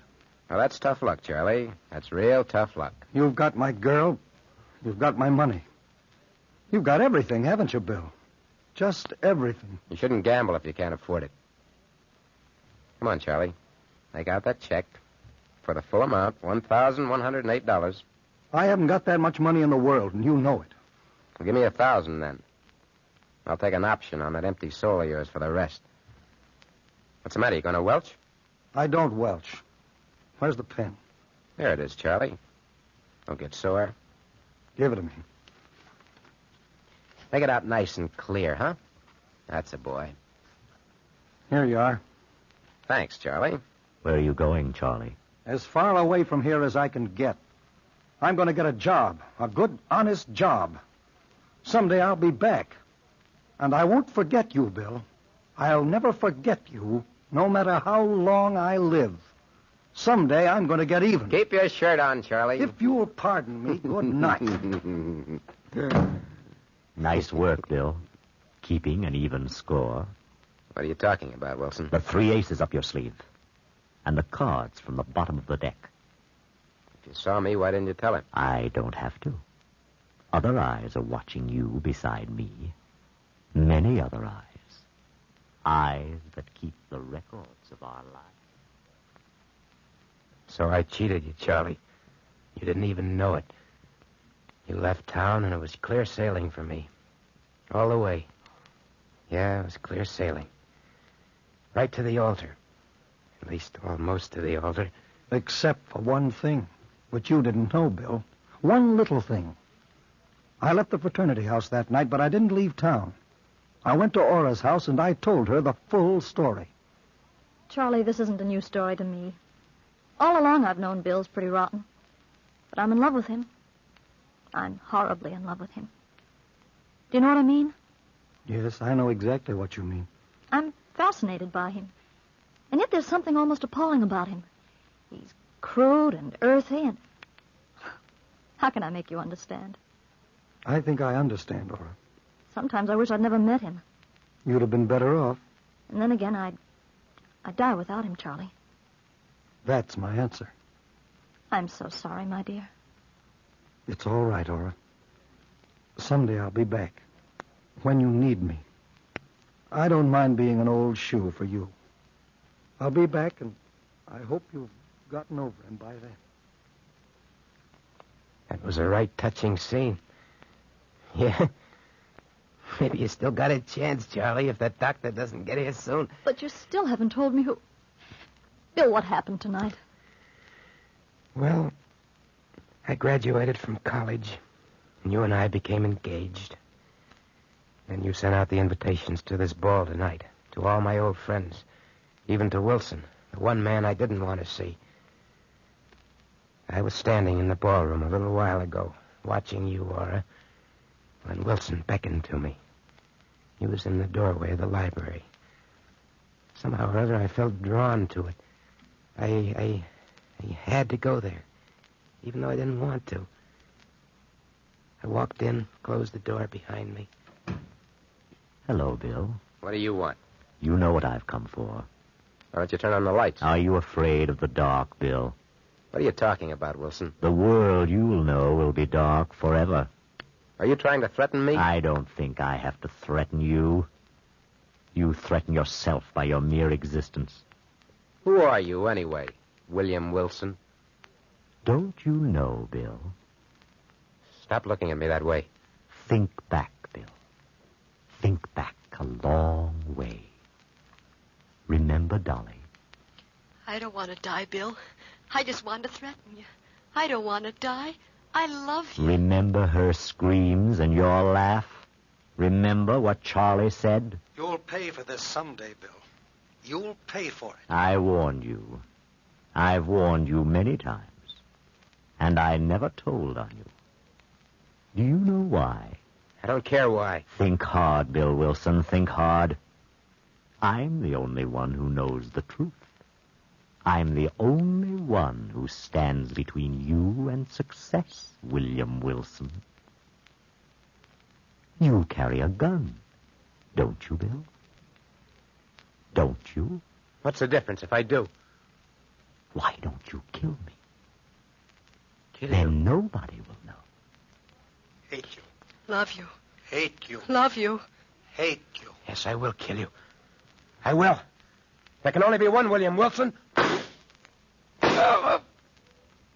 There's never been more than one William Wilson. I'm wounded. I aimed the gun at you. At you, Wilson. Wilson. Wilson! Where are you? Wilson! I'm alone. I'm alone. No, I couldn't have dreamed it. I couldn't. And that's the entire story. You don't have to believe me, but it's the truth. Here's the doctor, Bill. Now, just lie still, son. Don't try to move. I don't feel sick, Doctor. I'm just stiff. Sort of paralyzed, you know what I mean? Now, let's have a look at this. Hey, Doctor, how bad am I? Just lie still. Yeah. Doctor, is he... There's a sudden pain, Doctor. Doctor! I felt fine before, but... Bill! I'm afraid it's too late.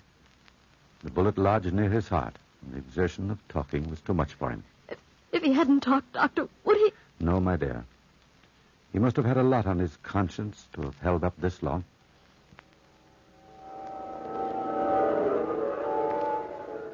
William Wilson, I'm waiting for you. Come along, Bill. Wilson, what are you doing here? Just waiting for you, Bill. Waiting so that two halves of a soul can be reunited. Come along, Bill. Take my hand. Your hand. So dark here, Wilson. So very dark. Yes. I'll have to lead you. And we've a long journey ahead, Bill. An awfully long journey on the road back.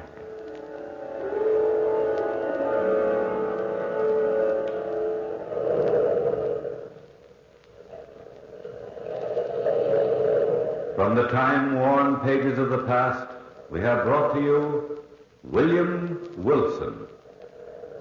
Bellkeeper, toll the bell.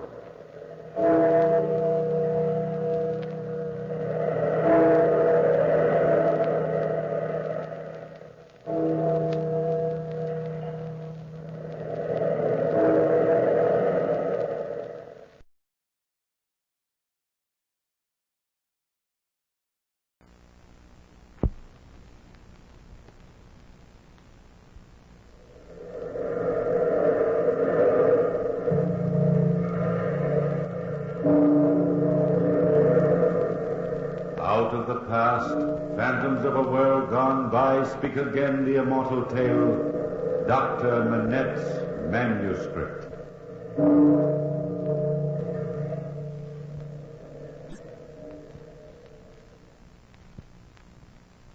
Gentlemen of the jury, I have in my hand a manuscript that Dr. Alex Manette unearthed on the night of February 12th, 1751.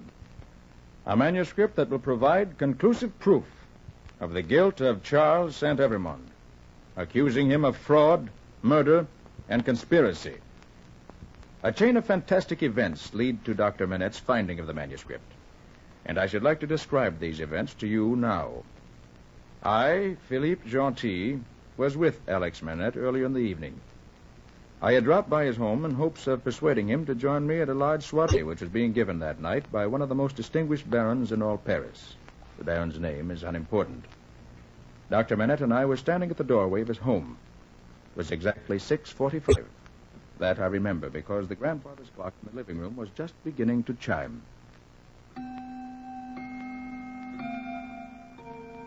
I'm sorry, Philippe. I simply can't come to the ball this evening. I promised several of my patients that I'd drop by and see them. She's going to be there. She? Who? Who? The woman I was telling you about. Countess Clarissa St. Evremond. Ah, your countess with the mysterious husband. Well, she's half what you say she is, Philippe Gentil. It'd be just as well if I don't meet her. Nothing can persuade you? Nothing. Come along. I'll walk you outside at any rate. And if you change your mind, come to 12 Rue Saint-Honoré. If I change my mind. Give your countess my greetings. That is, if her husband isn't around. Now, don't worry about him. Charles St. Evremond is never around. He's too busy on his estates in Normandy. Goodbye, Philippe. Goodbye, Alec. And don't forget, 12 Rue Saint-Honoré. You will make it? I won't forget, but I can't make it. Well, it must be close to 7 o'clock. Better hurry. I'll never finish my calls tonight. A party, indeed. I have no time for parties. Dr. Manette. Yes? Who is it? Over here, please, in the carriage. Oh, well, what do you want? I'd like to see you for a moment. You are Dr. Manette, aren't you? Yes, I am, but I don't believe I have the privilege of knowing you. I have a patient that needs your aid very badly. Won't you please accompany us? But who are you? That is unimportant as far as you're concerned, monsieur. Robert. Yes, brother. Perhaps your pistol can persuade the doctor to join us? Well, I don't need to be persuaded by force to help save human life. This is not force, Dr. Manette. Now, if you don't mind, we've a great deal to do this evening. We insist that you enter the carriage. Right in here, sir. The middle seat will do. Very well. We can handle this all very agreeably, Doctor, if you will be reasonable. You'll be well paid for your work. I'm sure of it. Are you ready, brother? Quite ready, Robert. All right, driver.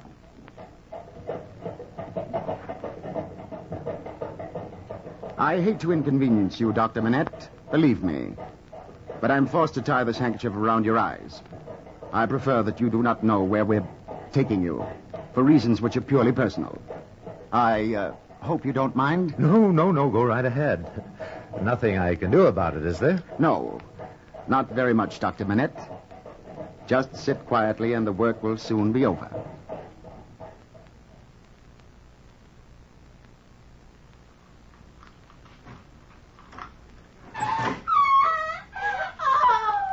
Well, Doctor, this is your destination. I'll remove the blindfold from your eyes now. What was that scream I just heard? It's your patient, Dr. Manette. We'll take you right upstairs to her now. If you will follow me, Doctor, up this staircase. Must be old place, isn't it? Yes, quite old. You lived here long? Does it matter? Sorry, my mistake. The girl, has she been that way for long? 2 days now, Doctor. Her screams are as regular as the swing of a pendulum, and we can't quiet her. That is why you're here. These screams are nerve-wracking to myself and to my brother Robert. Oh, it's this door here. Go right in, Doctor. My husband, my father, my brother. 1, 2, 3, 4, 5, 6, 7, 8, 9, 10, 11, 12. Pay no attention to her chatter, Doctor. Why are you bound her to the bed? To keep her from going mad. You think that's protection from insanity? This girl is already in the last stages of brain fever. You don't mind if I untie her, do you? Mind? Why should I? Here's all the medicine you might need. Thank you. My husband, my father, my brother. 1, 2, 3, 4, 5, 6, 7, 8, 9, 10, 11, 12. Hush. Quiet, my dear. I'll just undo these ties.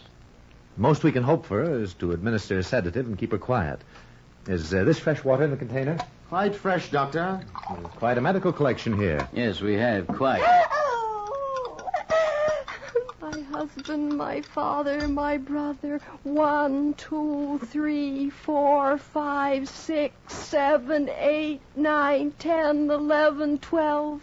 Hush. What does this cry of hers mean? How should I know? Nothing at all. Well, Doctor, what do you think? I think the girl has been purposely driven mad, gentlemen. That she is dying. If that is your opinion, Dr. Manette, it is best you keep it to yourself. Here you are, my dear. Drink this. No. There now. Open your mouth. What would you suggest we do with her, Dr. Manette? I can't suggest anything. It's too late. My husband, my father, my brother. 1, 2, 3, 4. Quiet, my dear, quiet. Nobody must find him. Nobody. He's safe. Safe from you, you beast. Now, you're quite safe, my dear. Quite safe. I'm the doctor. Doctor, don't forget the numbers. The graves. The graveyard. What did she say to you, Doctor? She spoke too softly. I couldn't understand her. Well, gentlemen, you waited too long. The young lady is dead. How unfortunate.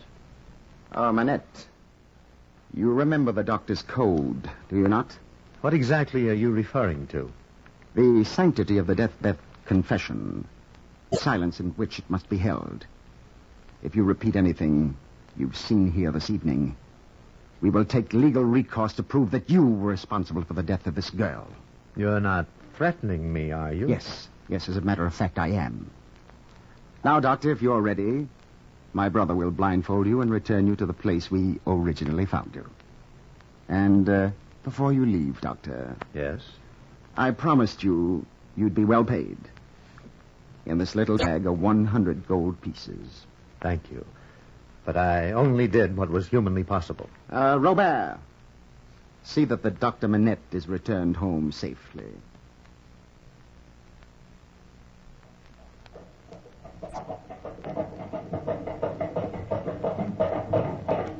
Driver, hold the carriage. This is where we found you, Dr. Manette. I hope if we should ever meet again, it'll be in happier circumstances. Yes, I hope so. Good night, Doctor. Oh, tell me one thing before you leave. Yes? How did you know about me? We've heard a great deal about you, Dr. Manette, indirectly through a friend of yours. His name, I believe, is Philippe Gentil. Good night, Doctor.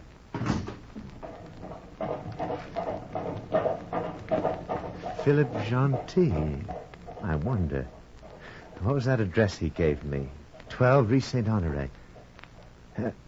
I'd better walk over there. I wonder... My father, my brother, my husband, the 12 numbers. Hush. Dr. Manette walked quickly to number 12 Rue Saint-Honoré. When he arrived, the Baron's house was already crowded with merrymakers. I was seated in the corner with the Countess when Alex rushed in. I introduced him to Clarissa, and he told us the exact story which I have just recounted. I noticed that Clarissa appeared to be pale. Then she said, I beg of you, Dr. Manette, please forget all about this evening. Forget that you were ever here. Forget that you ever saw this man. Do you know who he is? Philippe, please. I'm feeling very faint. I'd like to go outside for some fresh air. Certainly, Clarissa. Do you mind if I join you? Oh, not at all. We'll leave through the side doors. Philippe, is anybody watching us? Not that I notice, my dear. Follow me, gentlemen. out this way and shut the doors behind us. Now, let me warn you, Dr. Manette. Your life is in great danger. Then you know the gentleman that I'm talking about. Yes, I know them. My husband and his brother, Robert.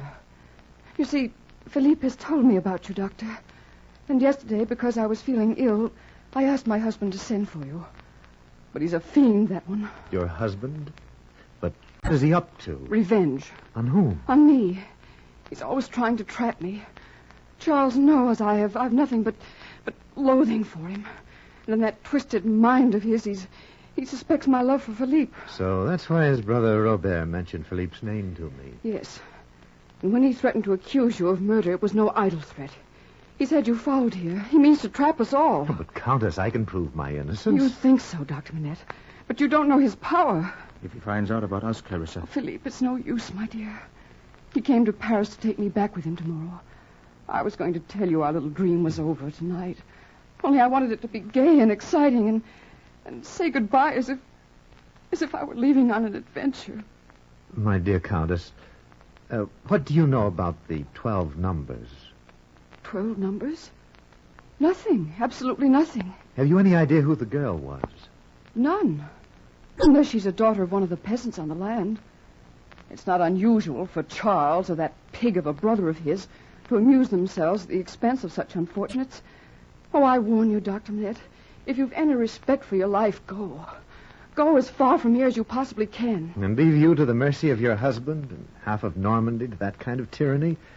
No, I don't think so. Alex is quite right, Clarissa. This is no time to run from anything. Our first job is to get you to safety. And the next is... to find out what the 12 numbers mean. But you don't understand. Charles planned all this to happen exactly the way it has. He knew Dr. Manette would join us at the party. And he also knows that we'll try to escape. And nothing would please him more than to catch me this way. If he does catch you, Clarissa, send for one of the maids in this house. And I think for a few francs she might lend you some clothes. But, Philippe, you're both risking your lives. Don't you understand? Well, since they are our lives, Countess, we'll worry about them. Now, do what Philippe says, and let's hurry. Yes. Go into the house by yourself, Clarissa. Upstairs to the dressing room and wait. I'll go in the back way and send one of the maids up to you. Alex, you wait here for me. Don't take any chances, any of you. I'll see you later, Philippe, darling. Later. 1, 2, 3, 4, 5, 6, 7, 8, 9, 10, 11, 12. Hush. I don't get it. My father, my brother, my husband... Are you Dr. Alex Manette? Huh? Yes, I am. I am Inspector Delvray from the Paris police. In the name of the king, I arrest you for the murder of Lily Deschamps.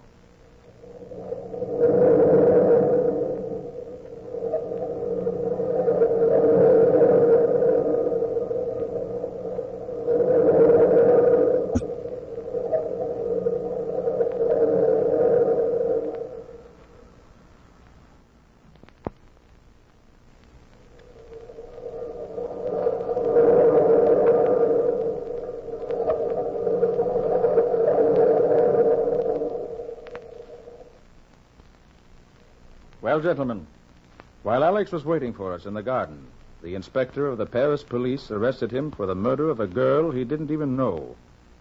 Dumbfounded at first, Alex just stared at Inspector Deveray. I'm arrested? So soon. Who pressed these charges? Count Charles Saint-Evremont. Ah, and the girl I supposedly killed is... what is her name again? Lily Deschamps. Lily Deschamps, so that's her name. Come along. Come along, sir. My coat is inside. If you'll give me permission, I'll just get my coat and hat. And join you down here in a few minutes? I wouldn't try to escape, sir. The house is surrounded. You have my word, monsieur. I shall be back.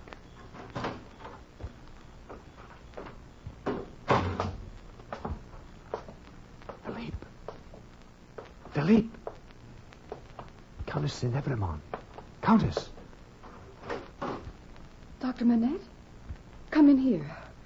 I thought you were to wait downstairs. Oh, great heavens. I would never have recognized you, Countess. It's the maid's costume.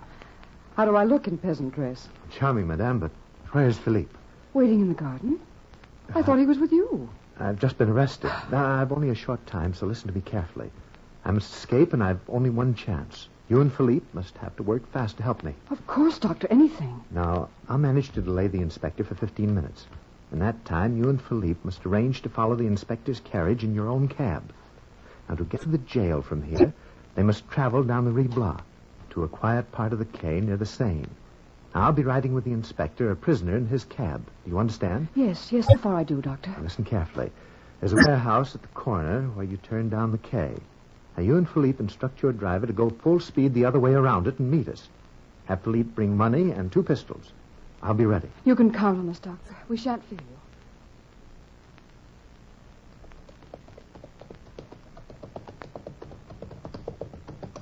This must be the spot. Look, Clarissa. There's his carriage right ahead, turning toward the quay. Philip, are you sure this is the place? Positive, darling. There's the warehouse Alex told us about. The coachman. Yes? Turn to the left here. Oui, monsieur. Yeah, yep. The inspector's cab will come down the left side of the street. When we start galloping, Clarissa, open the door and hop out quickly and head for the warehouse in the corner. Wait in the doorway for us if there's any trouble. Yes, Philippe. Yes, darling. Coachman. Yeah? As soon as you turn the corner to the quay, put your horses into full gallop. You'll see another carriage heading toward us. Oui, monsieur. Head for it. Run straight into it. But my cab, sir. You have 4,000 francs, driver. That'll take care of the cab and any damage that could possibly occur. Oh, oui, monsieur. Look, Philippe. There's the inspector's cab at the other end of the block. All right, driver. Full gallop. That's the other cab. Head into him. Oui, monsieur. Here we go, Philippe. Be ready to jump, Clarissa, the minute we strike. Watch out, Philippe. Hold on, darling. Look, there's Alex in the other cab. He's got his hand on the door. He's ready. Here we go for the crash. Open the door, Clarissa. Jump. Why don't you look where you're going? Get those horses of yours untangled, folks. Why, we could all have been killed. This is the prefect's special cab. Idiot. This way, Clarissa. I'm following you, darling. Where's Alex? He's out of Devereaux's cab and running down the street. He met us at the corner. Hurry, darling, hurry. Oh. This way, Clarissa. Down here. I'm so worn out. Hurry, darling, hurry. Around this corner. Before they notice Alex is gone. Here. In here. Both of you, quickly. Alex, you all right? I'm a bit shaken, but I'll be all right. Now, this is the old warehouse I was telling you about. I hope the door is open. There it is. Quickly, follow me in here. Now, we'll be quite safe here till they give up the hunt. It's so dark in here, Doctor. All the better. Now, we'll have to wait in here for a few hours. Then we'll get a cab out of town. Where can we go, Doctor? To the country, to your husband's estate. There, I think we shall find out what the 12 numbers mean. And then I'll have the answer to this whole mystery. Well, make yourselves comfortable. We've a long wait. For a long while, Clarissa, Alex, and myself sat huddled in the corner of the warehouse waiting. Alex stood near the door, one eye to the keyhole, watching. Finally, as morning came, he beckoned to us. Cautiously, the 3 of us emerged into the deserted early morning streets. We walked several blocks without encountering a soul. Unfortunately, not even a cab was in sight. We were about to give up hope when Alex saw a cab rolling down the streets. He hailed it.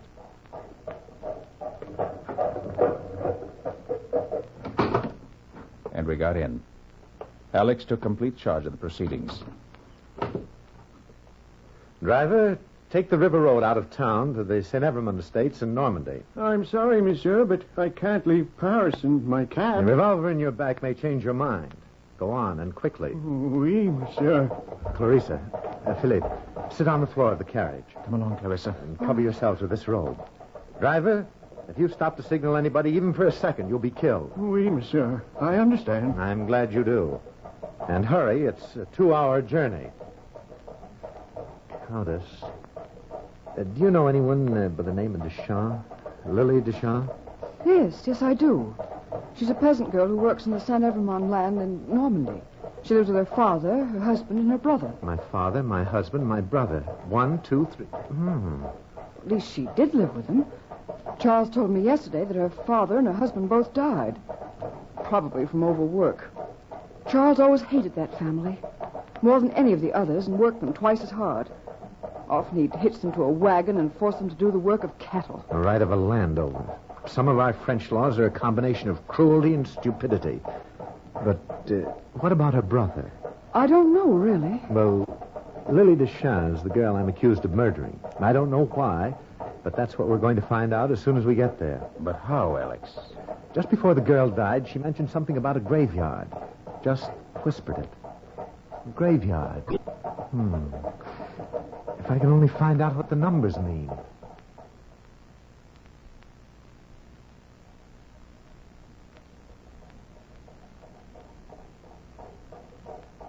Doctor, right ahead of us at the turn of the road is the graveyard. I think we better stop the carriage here before somebody sees us. Yes, quite right, Countess. Draw up here, driver. Oui, monsieur. Let me help you out of the carriage. Thank you, darling. Oh, Philippe, I'm so frightened. Frightened for all of us. Now, darling, don't be. Pray for the best. You lead the way, Countess. Driver, you walk between my friend and me. Oui, monsieur. Now, be quiet, everybody.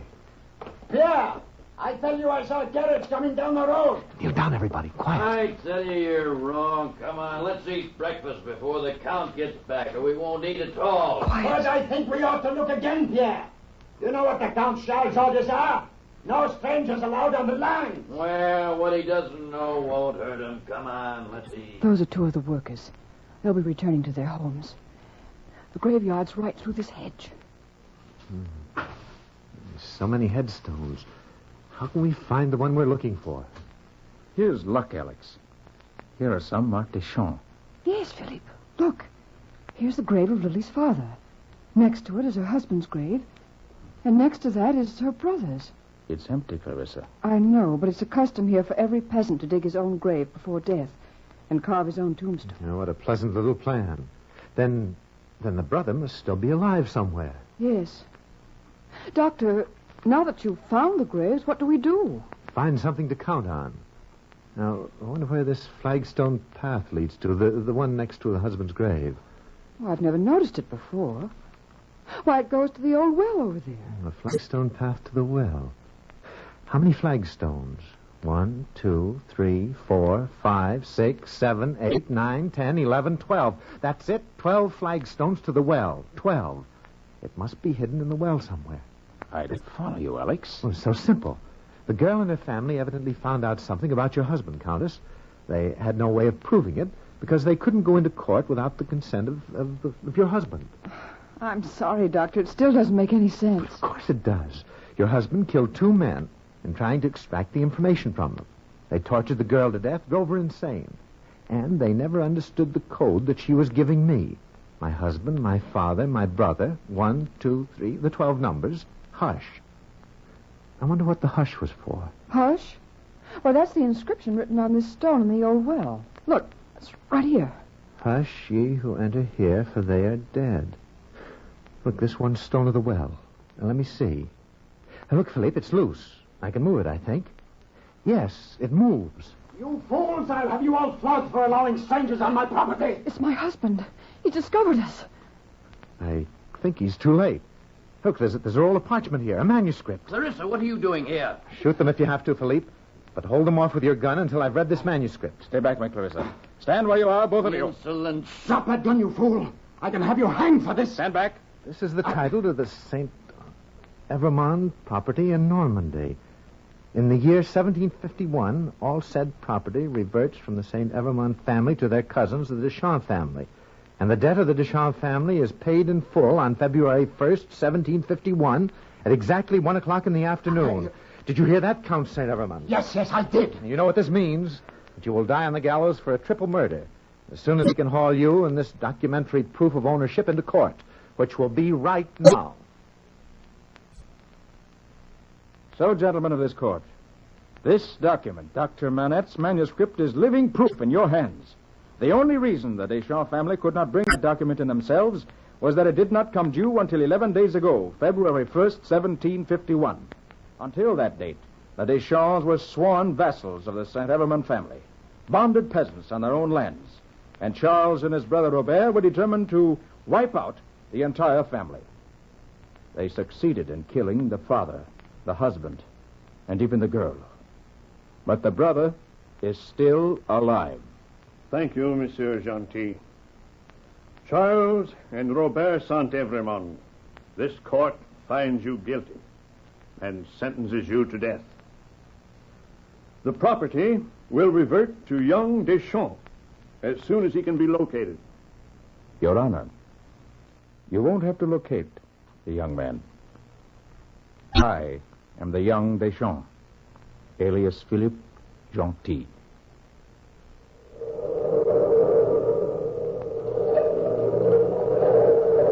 From the time-worn pages of the past, we have heard again the story, Dr. Manette's manuscript. Bell keeper, toll the bell.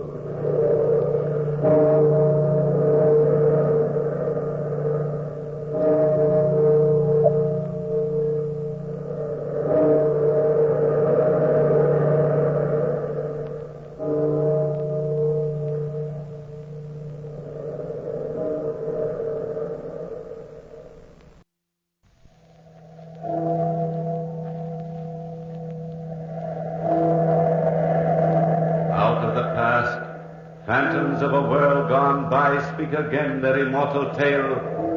Matteo Falcone.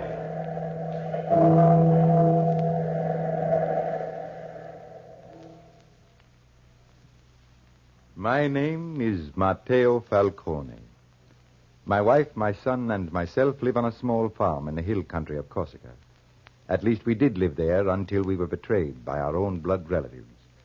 You see, the Falcones are a large clan in this part of the country. Over there to the west is my brother Gianetto's farm, and adjoining his farm is the Rostano's place. Lorna Rostano and her husband are the only outsiders in this part of the country, and the trouble which has haunted my days and nights started at her home. The countryside was still with the deathly stillness that creeps over the valleys in the early part of the morning. Lorna opened her kitchen door and called to her husband. Rostano! Rostano! Where is that man? Rostano! Ah! Rostano! Murdered! Oh, my darling! Mama mia! Yes, Rostano was dead. Lorna found him sprawled across the matting on the floor, with a peculiarly carved Corsican knife thrust into his heart. And the blood that poured from that wound caused more blood to spill in the hills of Corsica.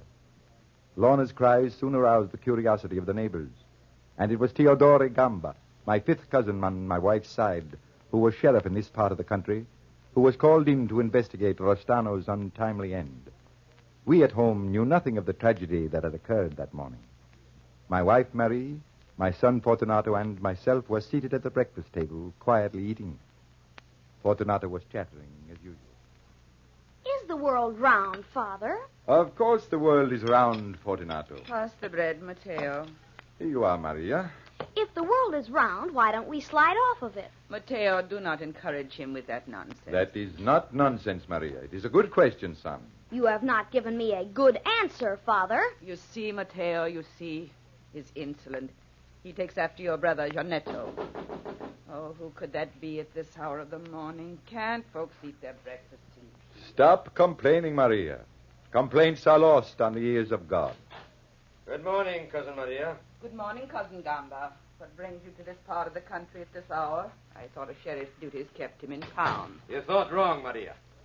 Hello, Matteo. Hello, Gamba. Come in.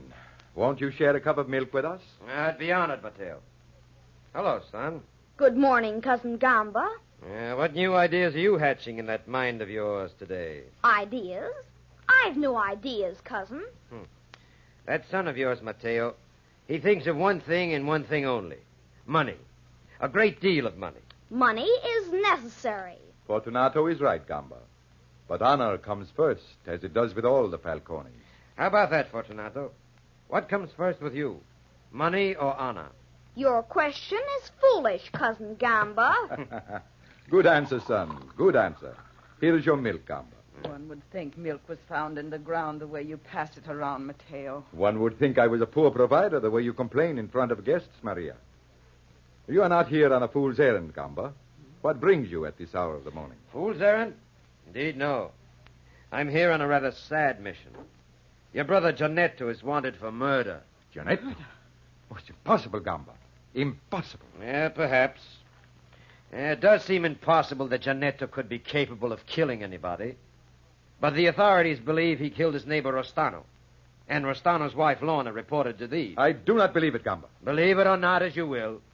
But I have on me a warrant to kill Giannetto on sight. Without a trial, Gamba? He was given 24 hours to surrender himself to a court.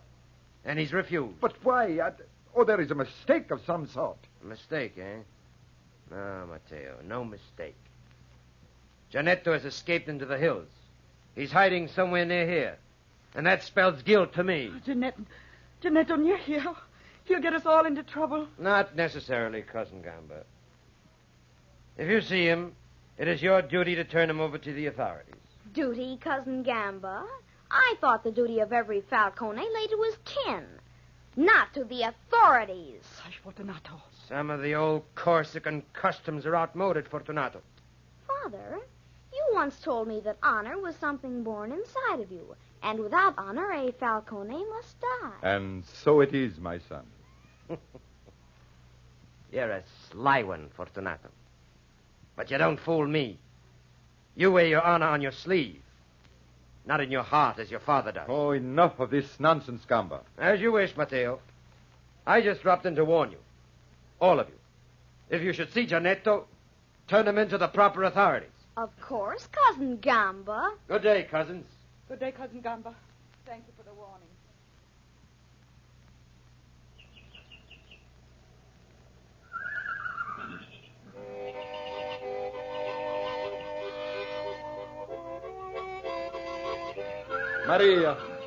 Maria, I have the horses hitched. Hurry, woman. I'll be right down, Matteo. Oh, stop that foolishness, son. But I like to play the mouth organ, Father. Play then, son, play. Father, Yes. Father, if I should see Uncle Giannetto, what should I do? Do, son. Follow the dictates of your conscience. A Falcone cannot go wrong. Have you loaded the wagon, Matteo? Yes, Maria, all ready, waiting for you. Very well, let's be off. No use standing here wasting sunshine on chatter. Be sure and mind the house, Fortunato. I'll mind it well, Mother. And don't fall asleep playing that mouth organ on that haystack over there. I won't go near the haystack all day. And feed the cat and her kittens at noon. Yes, Mother. Help me up on the wagon, Matteo. Yes. There you are, my dear. Now be a good boy, Fortunato. We will be back this evening. Goodbye, Father. Get up. Come. Get up.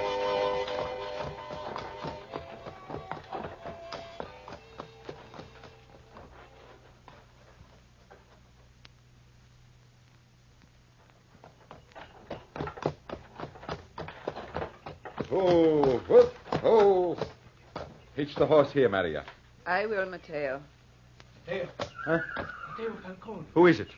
Who is calling Matteo? Giannetto. Don't go near him, Matteo. Are you crazy, woman? It's my own brother. But you endanger your own life, Matteo. Matteo. Maria. Stay here, Maria. I will take care of this alone. And always think they know more than a woman, worse luck. I've been waiting here for you ever since dawn, Matteo. Have you, brother? May God help me.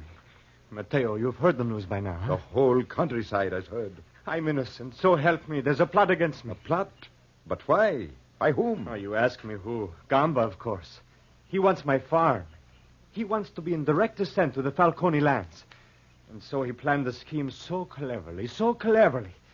Rastano's wife, Lorna, actually believes I killed Rastano. Gamba. Yes, that could very well be. That Gamba's clever, Matteo. Clever as a fox. But why did you not surrender to the authorities? Gamba has a warrant for you now. To shoot you at sight. Surrender. With Gamba politically influential in town, fine chance I'd have. Isn't there any way to prove your innocence? No, I don't know. I haven't had time to think. You do believe me, Matteo, don't you? Of course, Giannetto, of course. What will I do? Where will I go? The whole countryside is awake, looking for you. You will have to risk going back to my farm. Yes, but your son. Fortunato is a Falcone. Fortunato is sly, Matteo. You do not understand the boy. Go back to the farm, but go slowly and carefully. The boy will hide you until we return. I don't trust him, Matteo. It is the only way, Giannetto. It is the only way. If I return with you now, somebody is sure to see us. And Gamba and his crew will be on you like a swarm of bees. Yes, of course, brother. You're quite right. Until evening, then, Matteo. Until evening, Giannetto.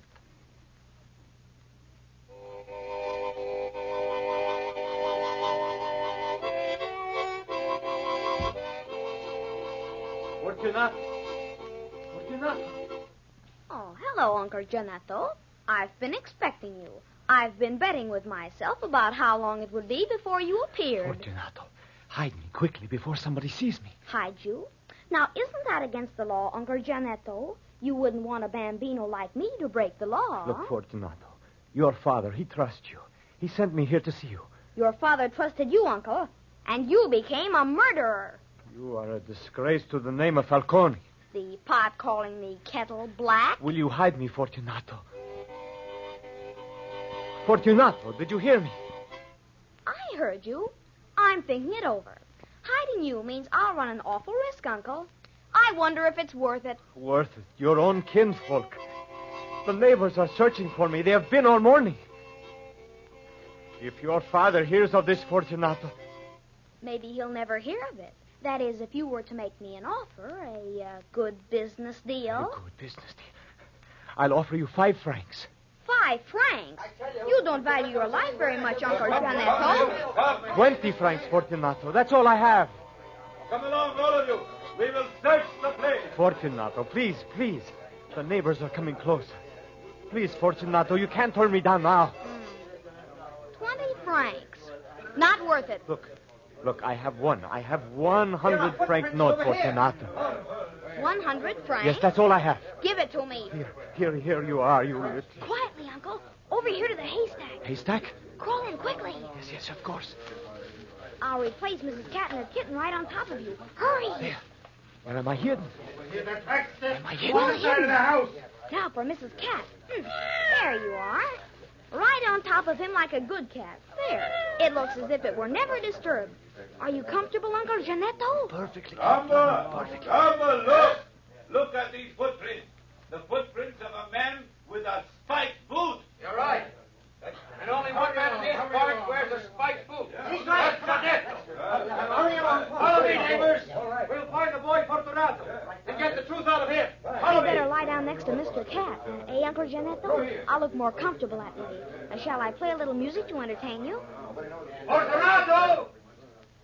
Fortunato! You deserve a little music for your 100 francs, Uncle? Shh, little fool. They'll hear you. Hear you? Of course they'll hear me. I want them to. Don't you want them to hear me, Uncle Janetto? Don't you?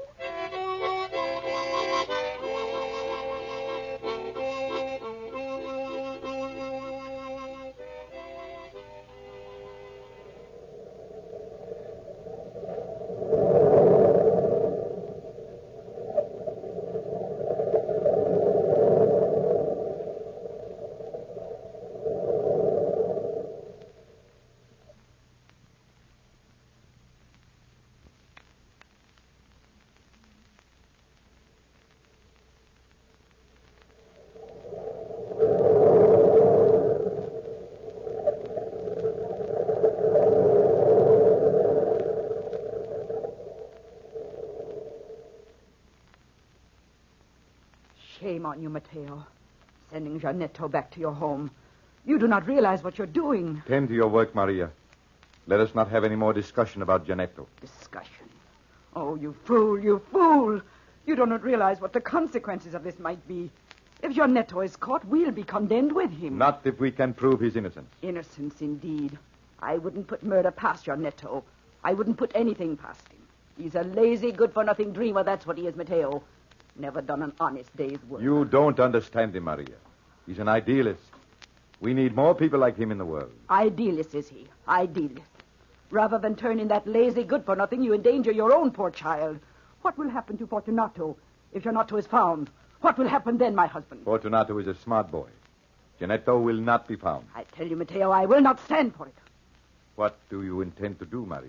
Turn Janetto in myself. I wouldn't try that, Maria, my dear. You might force me to do something I would be sorry for. Mateo, A woman without honor cannot be my wife. Honor. Honor. You believe in honor before your own safety. I believe in honor above all things, Maria. Do you understand? Yes, Mateo. Then back to work. Work until the sun is down, and pretend that today is just another day.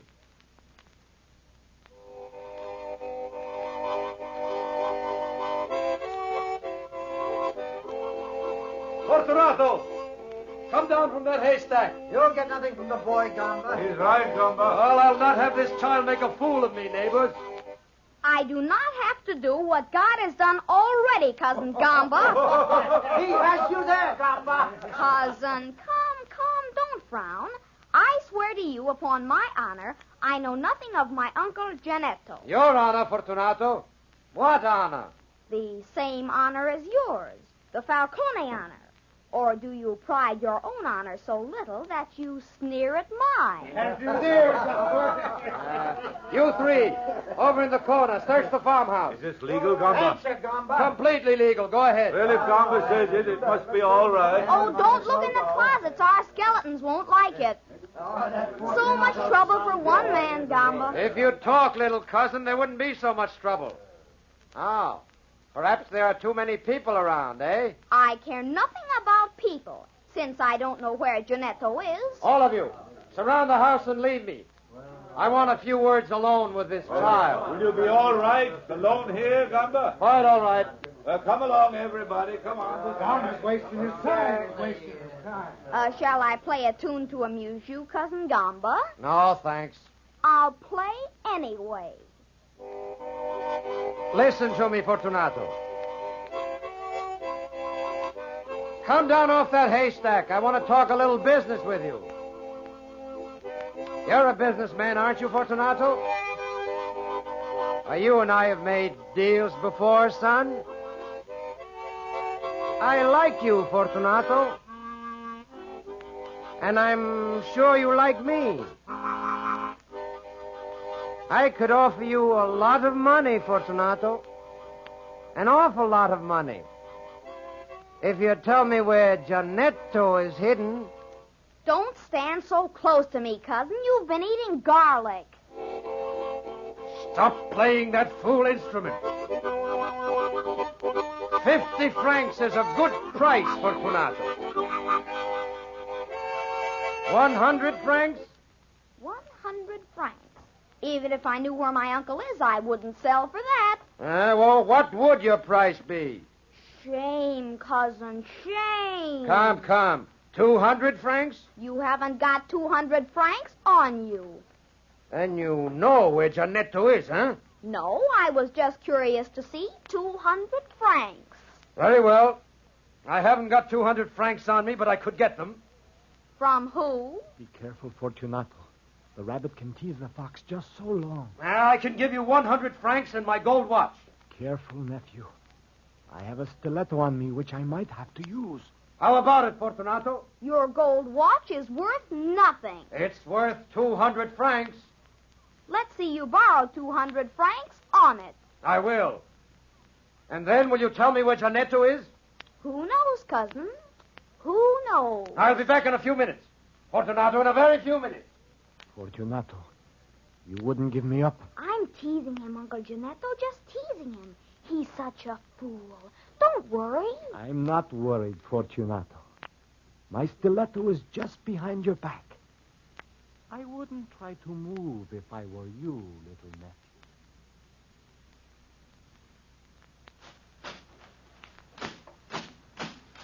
I am worried, Mateo. So worried. Tend to your work, Maria. The sun is almost down. Soon we can go home. Maria! Mateo! It's Lorna Restano. Maria! Mateo! Have you seen Janetta? We do not tell you, Lorna. You who bring dishonor to our name. Oh, Maria, tell me now. You seen Janetto? What interest is it of yours, Lorna? Gamba claims Janetto killed my husband, but it is a lie. An awful lie. You've got to stop Gamba. What is this? What are you saying, Lorna? Listen, Mateo. Early this morning. Yes? I found my husband, my poor darling, dead. A knife buried in his side. So I called Gamba, and he said the knife was Janetto's. Gamba said it. Gamba. Yes, I was half crazy with grief, and I believed him. Until this afternoon, I took the knife to town, to the store where it was bought. The storekeeper swears it belongs to Gamba. Are you sure? I'm positive. Mateo, I've been such a fool. We've got to work quickly now, quickly. Come along, Maria. Lorna, If anything has happened to Janetto, I'll never forgive myself. climb into the wagon. Quick, both of you. Leave the wheat alone, Maria. We will come back for it later. Here, I will help you up, Lorna. There. Now, Hurry, Matteo, hurry. Gamba will kill Giannetto before he gets a chance to defend himself. Out, there we are. Come on, Maria. Get up. Come on. Get up. I only pray God that Fortunato is safe.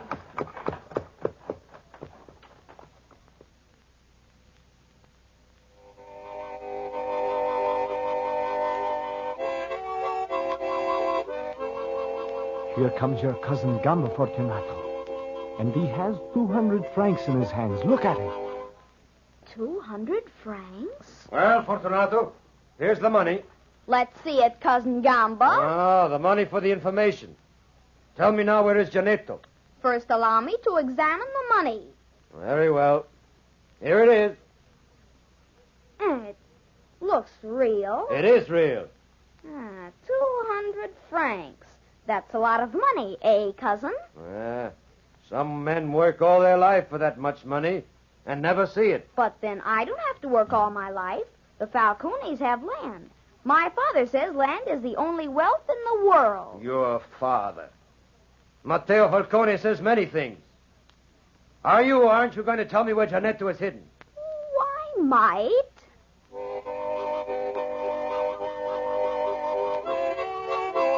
Give me back the money, boy. You no more know where Giannetto is hidden than I do. No, I'll keep the money.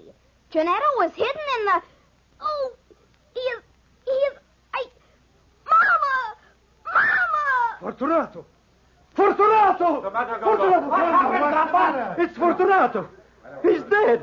Look at him. Fortunato dead? You're right. What happened to him? Happened? I don't know. He was about to tell me where Giannetto was when he was struck dead. Heaven watches us. Gamba, this is heaven's answer to a child without honor. Death. Stop it! Stop, all of you! This is a trick.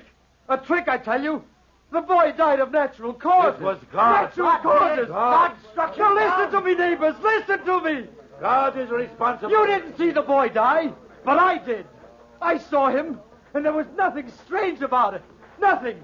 I saw it, and it was natural and normal. Oh! What is this girl doing in my yard, Gamba? Matteo, come here quickly. Matteo Falcone. Watch out for trouble now. Look out, he's got a pistol. You will not call for me so loudly, Cousin Gamba, when you hear what Lorna Rostano has to say to you. Lorna Rostano? Yes, Lorna Rostano. What has Lorna got to say to us? Talk. All right, listen to me, neighbors. You listen to me. What's come over you, Lorna? You see, Gamba. Neighbors, Giannetto did not kill my husband. Gamba did it. Gamba did it. I have proof of his guilt. You lie, Lorna. No, I don't lie, Gamba. I'll give you your lie and your teeth. I traced the knife which killed my husband from the storekeeper, and that knife belongs to you. Out of my way, Maria! Neighbors, stop it. He's trying to get away. Shoot him, Matteo. Kill him. Don't let that man escape.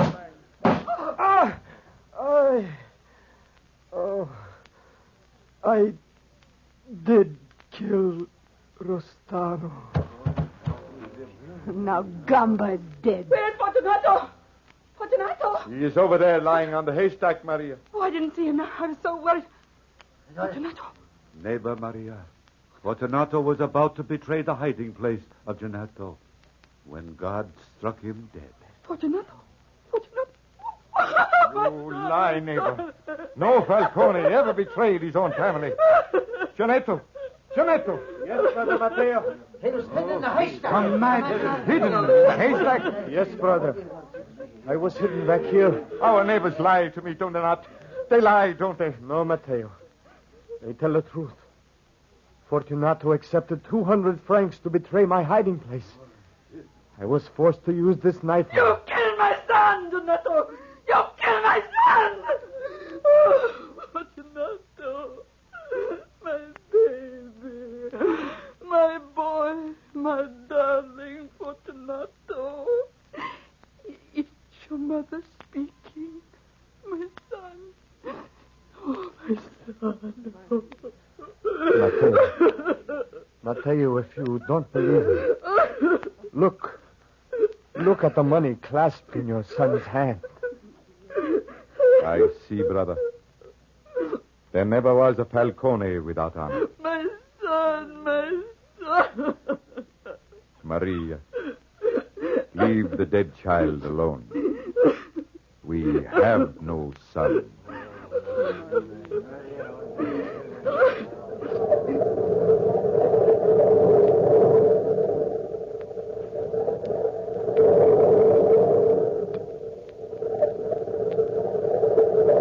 From the time-worn pages of the past, we have brought to you a story of Matteo Falcone. Bellkeeper, hold the bell.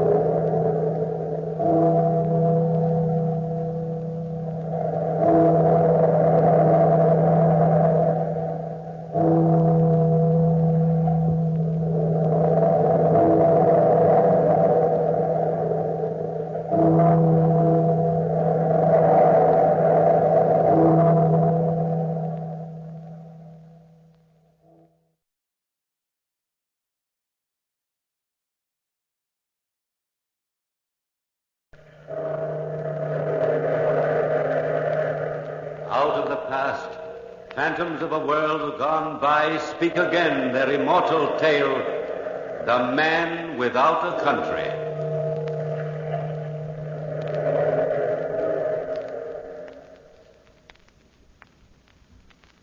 Philip Nolan, officer in the pay of the United States Army.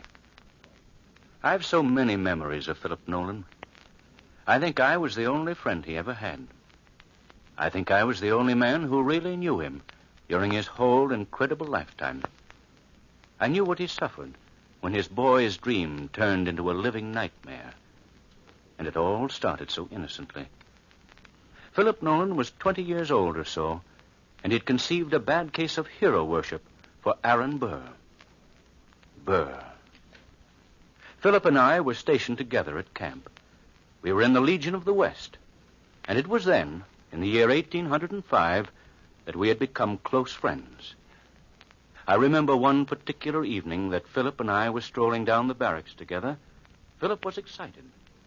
Hale, imagine. Burr will be here at this camp tonight, and I've permission to see him. That's a man for you, Hale, a real man. You know what they say about him? He's going to break away from the United States, and he's got an army behind him, an empire before him. Conquer Mexico. You know what? I'd enlist behind Aaron Burr and follow him straight to hell if it were necessary. I wonder if I could enlist with him. I'll ask him tonight. That's what I'll do. Tonight. That was a great day for poor Nolan. As soon as Burr arrived, he sent for Nolan. Nolan responded immediately, and he ran from barracks all the way to the great man's room. He knocked on the door, and in a frenzy of impatience, waited. He didn't know it then, but he was waiting for a living death. A living death.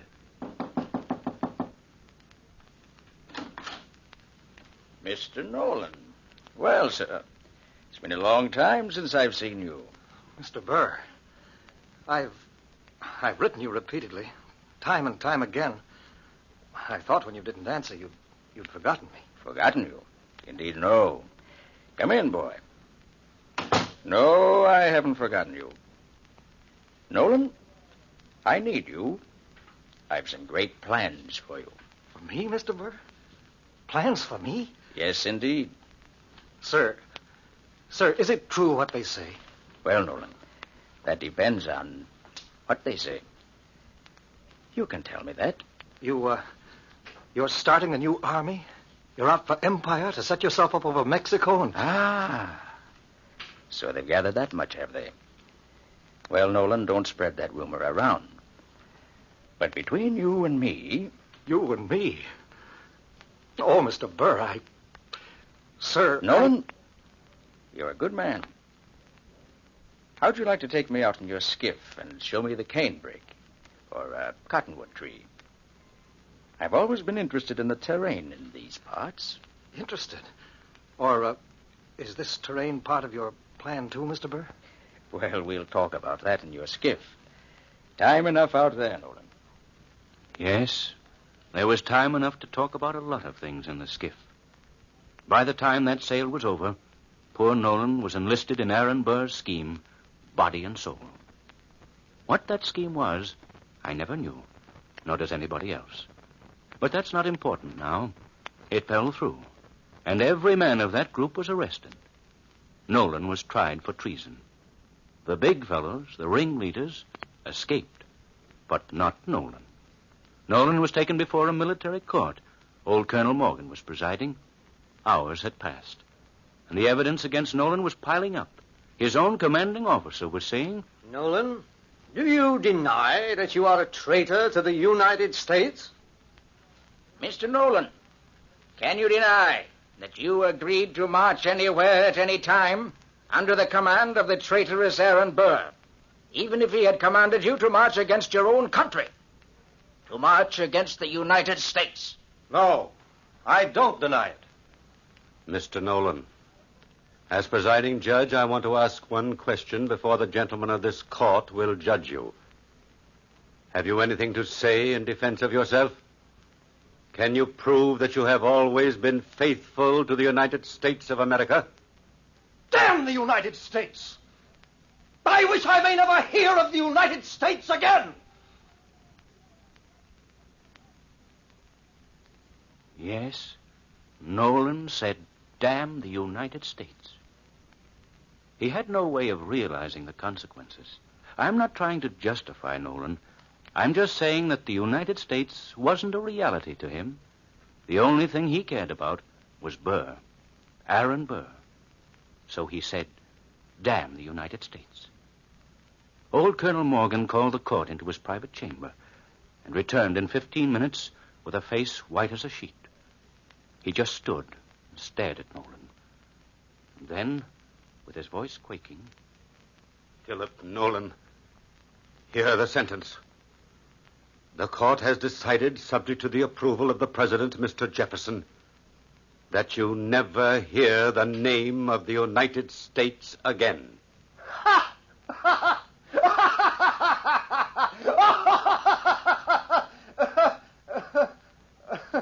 Mr. Marshal, take the prisoner to New Orleans in an armed boat and deliver him to Captain Shaw of the Nautilus.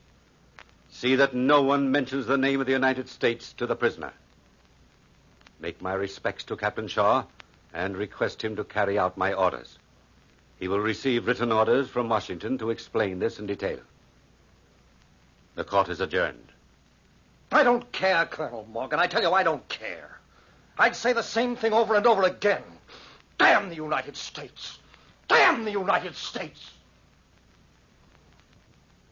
Nolan was taken to New Orleans and placed on board the Nautilus. The ship set out for sea and traveled from New Orleans to the North American coast. It was at dock there that Captain Shaw received intelligence of the proceedings by mail. On board ship that evening, they were docked in the harbor. Captain Shaw explained it to Nolan. Nolan was still the swaggering youngster then, as the old captain related. Well, Mr. Nolan, the word has come through from your former country's capital. From Washington? Yes, Mr. Nolan. Well, what is the happy word? You're a man without a country, Mr. Nolan. Without a country? The court has sentenced you to have your wish fulfilled. You will never hear of your country again. You will live on board ship for the rest of your life. You may wear whatever uniform you wish. Naturally, my own uniform. The buttons will have to be changed for plain buttons. Well, why is that, sir? There is the insignia of your ex-country on the buttons. What? I see. You will remain under guard, of course, to prevent your escape. Naturally. But otherwise, you will have the freedom of the ship. And believe me, Mr. Nolan, you will not be exposed to any kind of indignity. Thank you, Captain. Thank you very much. And so it was that the man without a country sailed the 7 seas. He never stayed on one boat for more than a year. He went from ship to ship. And it was 10 years later that he was again shipping out on the Nautilus. He was shipping out of England this time, and I'd been sent over from America to England for special research. I was to come back on board the Nautilus myself. And so, of course, the very first day at sea, I was called into the captain's cabin. Oh, hello, Lieutenant Hale. Won't you come in? Thank you, Captain Shaw. Sit down, sir. Thank you. I called you into my cabin to talk to you about Philip Nolan. You no doubt know he's on board with us this trip. Yes, I've been told. He's an old friend of yours, I believe. Well, yes, we were in the Western Legion together. You know the story. Are they still maintaining silence, Captain? I'm afraid so. And as long as you're on board my boat, I must ask you to please never mention the United States to Nolan. No news of home, no talk about old times, no word of his family, and especially no word of the United States. Well, of course, sir. Whatever you say. And, Mr. Hale, be prepared for a shock when you see Nolan. He's changed. He's changed a lot more than you realize. Changed. Yes, the captain warned me, but I wasn't prepared for what I saw. Nolan was an old man. An old man at 32. He was standing with a guard at the railing of the Nautilus when I approached him. He wheeled around and stared at me for a moment. Hale! Hale, old boy. It's good to see you. I didn't know. I'd no idea. Philip, hello. It's been a long time. Oh, it's all right, guard. You can leave me alone with Hale. I won't escape. But, sir... I'll take full responsibility for him. Of course, sir. I'll report to the captain. Hale, look at me. I'm still your old friend, am I not? Of course, Philip. Where have you been? What have you done since I last saw you? I traveled around. Been in England. England? What happened after you left the Western Legion? Well, You what? But tell me, Hale. I've read a lot of good books. Books? That's just great. You too, Hale. I can't help it, Philip. Have you any idea what I'm going through? From boat to boat, always being shifted. Always under guard. Every book I read is carefully edited. Whole passages are torn out of it. I never eat dinner at one table. I'm shifted around all the time. Nobody can stand my company night after night. I've so little to talk about. And I'm so hungry for home. So hungry for news of home, my family, my country. I want to touch the ground, the land. I want to know what happened to Texas. What did they do to Aaron Burr? Hale, 10 years of this. 10 years. I was just a boy. I didn't know what I was saying. I didn't know. Please, Philip, please. I'm sorry, Hale. Seeing you again. And you're the only person who knows I feel this way. I won't mention it again. I know you won't, Philip. Don't tell anybody. You won't tell anybody. Well, of course I won't. 4 o'clock. I have a little duty to perform at 4. Well, what's that, Philip? I read to them, the sailors. They like it. The only thing I'm allowed to do for them. They pick the book, and I read a chapter or so. Well, that sounds interesting. You mind if I come along? Not at all. Well, we'll go down this hatch over here. Follow me. This way. This way to the crew's quarters.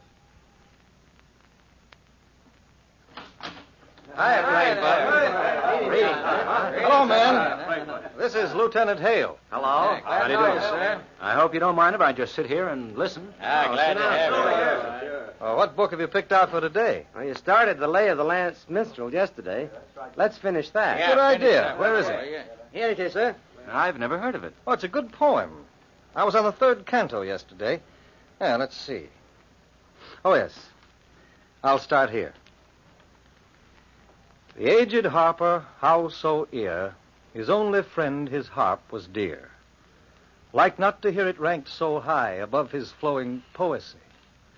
Less liked he still that scornful jeer. Misprized the land he loved so dear.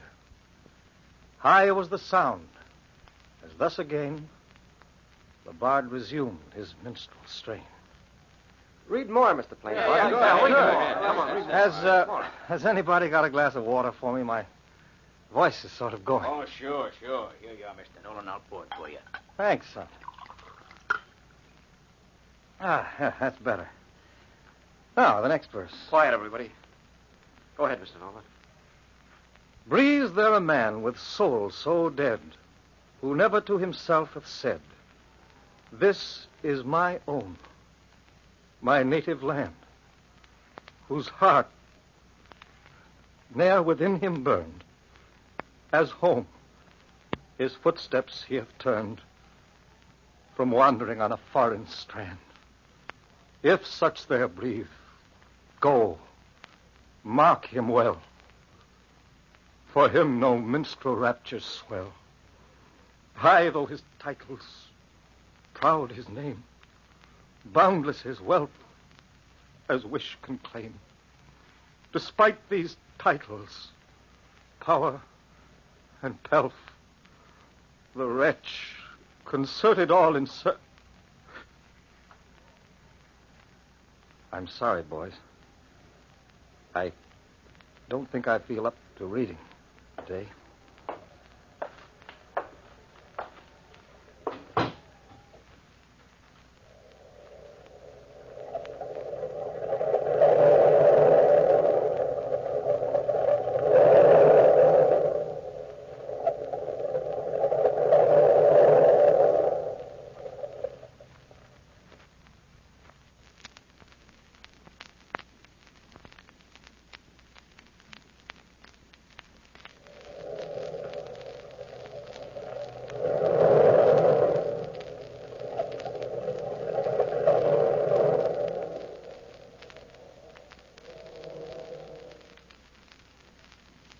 Yes, that's the way it was on board ship. Little things like that poem were always occurring, and poor Nolan tried to take it all like a man. He stayed below in his cabin for 2 days after that, and I didn't want to intrude myself on his misery, so I spent my time talking to the captain and the crew. It was late the second afternoon. Captain Shaw, myself, and Lieutenant Vaughan were standing at the rail, and of course the conversation turned to Nolan. Vaughan was saying, Funny thing about Nolan. He never allows anybody to come into his cabin. I wonder why. That's his business. I don't think we should intrude, Lieutenant. Well, sir, it was just curiosity. Hear what the men say about that cabin. And what do they say? Oh, some think it's full of voodoo tricks or some such nonsense.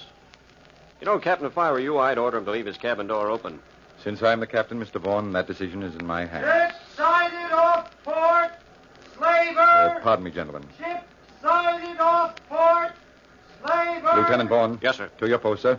We'll be pulling alongside this ship to board her. Yes, of course, sir. Ship sighted off port. Slaver. Ship sighted off port. Slaver.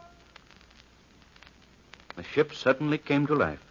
We had overhauled a dirty little schooner which had slaves on board. We fired 2 shots across her bow, and the little ship struck her colors. A boat and officer were sent to board her. There was considerable commotion on the slaver, and we waited patiently. Nolan came on deck and was standing at the rail talking to the captain when Lieutenant Vaughan returned to report to the captain. Captain, sir, I can't understand them. Every man on board speaks some strange patois, though some of them can speak Portuguese. Portuguese, eh? Nobody on board here speaks Portuguese. I do, sir. I've learned to do many things in the 10 years of spare time I've had. You, Nolan, eh? Well, would you oblige by acting as interpreter? Of course, sir. As well as I can. Thank you. Mr. Vaughan. Yes, sir. Have your men remove the handcuffs and the ankle irons from those men enslaved in that boat. Very well, sir. Come along, then, Nolan. Lower second lifeboat, bosun. This way, Mr. Nolan. The boat was lowered, and we rowed over to the slaver.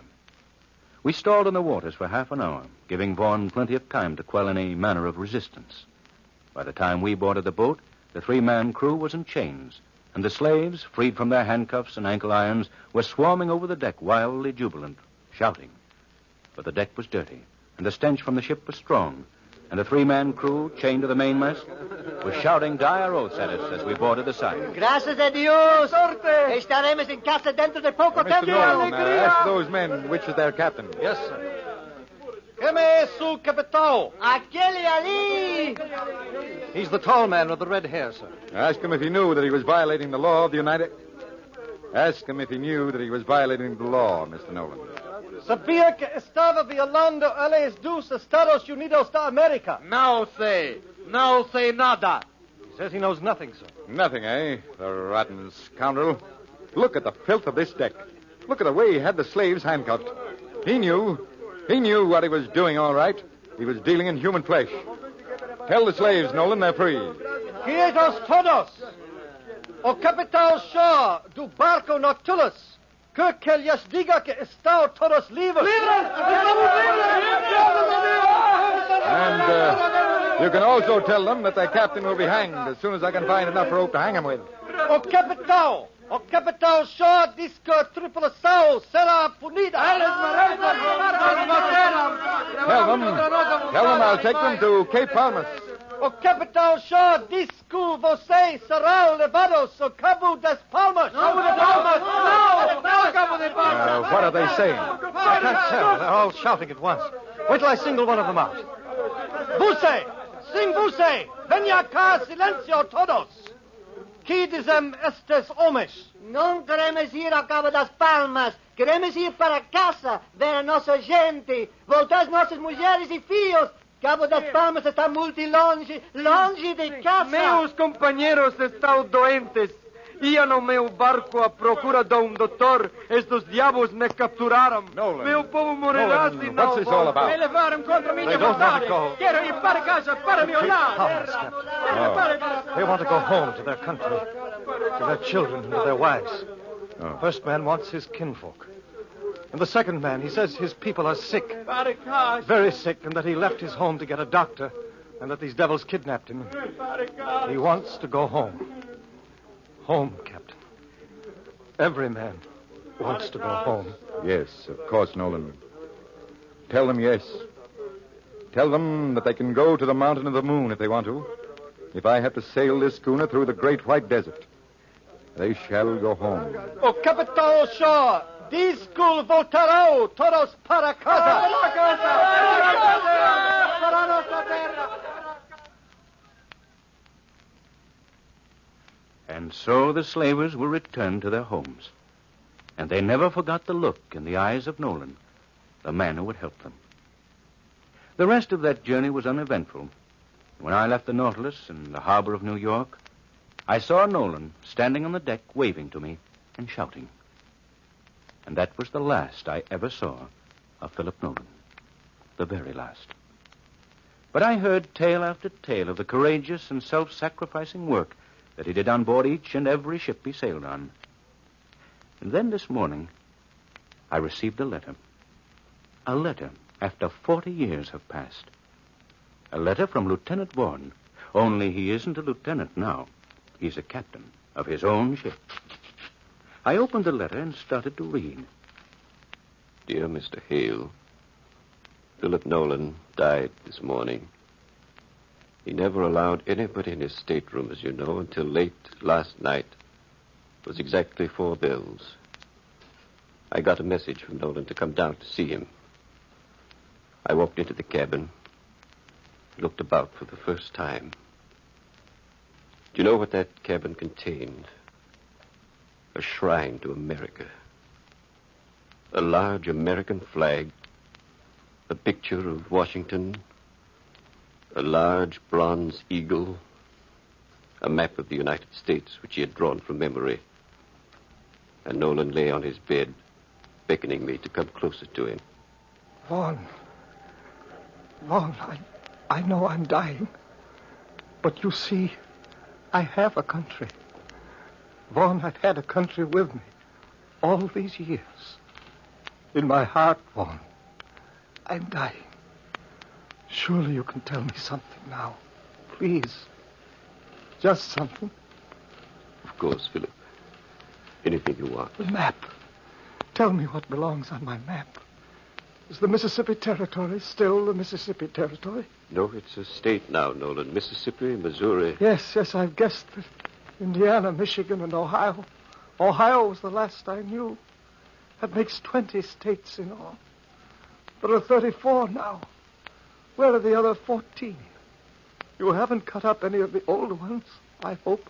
They're not cut up. You're all pretty in the new 14 on your map for you. Florida. Imagine Florida, state. Iowa, Illinois, Louisiana. What about Texas? What happened to Texas, Vaughn? Texas is part of the Union. Wonderful. Wonderful. And Arkansas. There's a good American name for you. Did you hear me say it, Vaughn? American. American. American. American. I said it, Vaughn. On this whole ship, in the whole of America, There's not a better American than myself. Not one better in the world. Is therefore. Not a better one anywhere, Philip. You're a real American. Thank you. Thank you. And his last wish was to have a gravestone somewhere in the United States. Do you think you can arrange for that gravestone, Hale? The letter was signed, Sincerely yours, Richard Vaughan, Captain, United States Navy. And in a churchyard in his own United States, there is a gravestone in memory of Philip Nolan, Lieutenant in the Army of the United States. He loved his country as no other man loved her, but no man deserved less at her hands.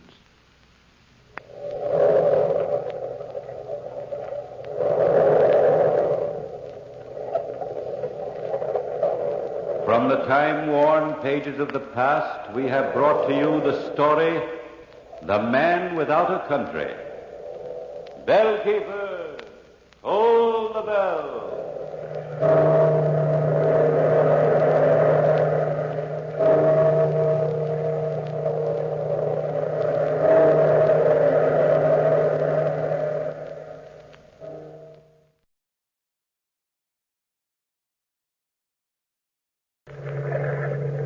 We are met in this cave by the restless sea to reveal the horror in man's mind.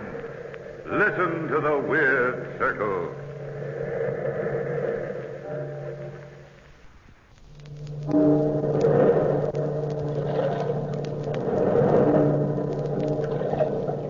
Listen to the waves. Listen closely, for you will hear the crying of lost souls. Our story discloses the horror in man's mind. This is a tale of the house and the brain. Come with me to London, through the heavy fog of the city to a large house in the suburbs. A young couple enter the portals of that house to attend an art auction. Strange. It seems very wonderful. Well, hello, Jim. We've been looking all over for you. We've got quite a crowd here today. Paul Whitney, Sandra, I'm glad you've come. I thought you two were refugees from this sort of thing. Well, frankly, Jim, I've suddenly conceived a passion for good oil paintings, and I'm going to buy this fabulous painting of the ancient cutthroat. Well, to tell you the truth, Jim, she suddenly conceived a passion for cutthroats, ancient or otherwise. Oh, my husband abuses me. I'm too nice to her, or she'd never be interested in any other man. But, darling, the man in the portrait's been dead 400 years. Dead or living, he's not beyond your charms. Oh, but my husband loves me, Jim. Must be my fatal fascination. Yeah. But I didn't come here to talk with you, even if it is fun. I came here to see that oil painting. Oh, it's quite a painting. Yes, so we've heard. It's in my study. Come and take a look before the auction starts. Now, don't fall in love with it, Sandy. No matter how you feel about 15th century reprobates, I'm not going to spend a fortune buying useless pictures. Well, there's the picture. What do you think? He has a face you'll never forget. And a reputation. Yes, sir. He lived a full life. You know, he was supposed to have been fabulously wealthy. But when he died, his fortune disappeared. Oh, my dumpling aunt. He looks like the kind of man who sticks pins in people for the devil of it. Sandra. The strangest thing about the picture is the man's eyes. You get the feeling that the eyes are alive. Yes, very definitely. Clever work. Paul. What's the matter with you, Sandra? I could have sworn I've seen that man in London recently. What man? The one in the picture. What? He's been dead 400 years. Stop snickering at me, Jim. I know what I've seen. Impossible. The only thing left of the Honorable Cutthroat Richards is the house on Orchard Street. He built it 450 years ago, and it's never been really habitable since. Why? Well, this is your chance to laugh at me. It's haunted. Haunted? Oh, not really. Really? Oh, Jim, I've never met a ghost. And you never will, Sandra. Jim, oh, Jim, please, oh, please. Imagine a really, truly ghost. Wonderful, Jim. Take us over. Or, better yet, I'll rent the place for a week. I've heard a lot about ghosts, but I've never been able to pin one down. You know, I've been a student of the occult for a long time. Jim, please. Oh, Sandra, I'm serious. It's dangerous business, this ghost hunting. Please, fella, anything to get Sandra's mind off buying that picture. Very well, but you'll find some very real ghosts over there. The housekeeper, Mrs. Browning, will rent you a room if you want one. But she's the only person who's ever been able to stay in the old house. Thanks, old man. Come along, Sandra. But the picture. Hang the picture, my sweet. I've got a genuine ghost for you.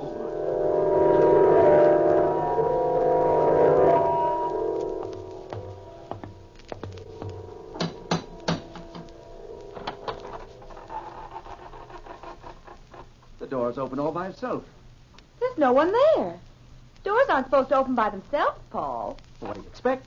The house is haunted, isn't it? Door slammed by himself, too. Woo, tricky place, isn't it? You frightened? Not in the least. And it isn't my knees that are shaking, Pet. It's yours. Wonder where the housekeeper is. Her name's Mrs. Browning. Call her and see what happens. All right. Miss Browning. Don't poke me, Paul. I didn't poke you. Well, I didn't poke myself. Oh, hey. I wonder if we're alone. Look behind me, Paul. If it's a ghost, I don't want to meet it quite yet. Silly, it's broad daylight. Anybody knows ghosts never appear until nightfall. Paul, look. It's a child's footprint right there in front of me, a wet footprint. Great heavens. No, another one. Looks like the footprint of a child who's taken a bath. Oh, my chubby, yeah. Listen. The footprints lead upstairs. Shall we follow? Well, it's the obvious thing to do. Ghastly cold in here, Sandy, isn't it? Ghostly cold, at any rate. You're not quite up to form, old girl. You sure you want to go through with this? No, I'm positive. Almost, anyway. Sandy, the footprints. They disappear. Maybe it's all done with mirrors. Good afternoon.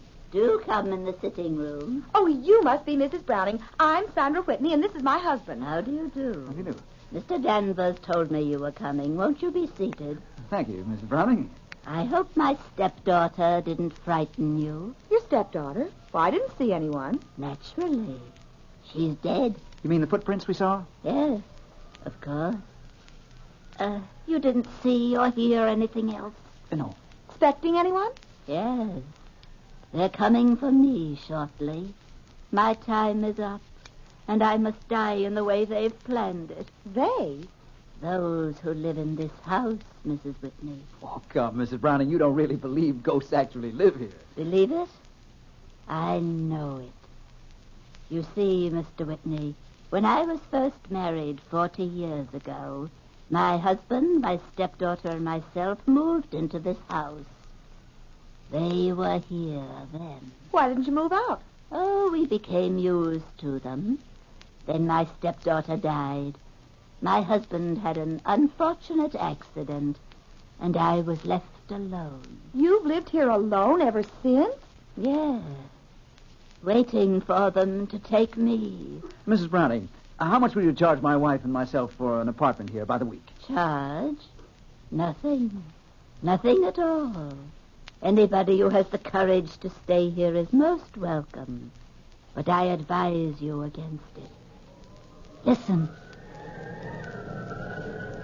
What is it? Souls crying for release. Release from him. Oh, come, Mrs. Browning. You don't believe me? You will when you move in. When can I expect you? Tonight at 8. How about it, Paul? That sounds jolly. You'll use the east wing. I'll have a fire lit for you. But let me warn you once again. They'll be waiting for you day and night.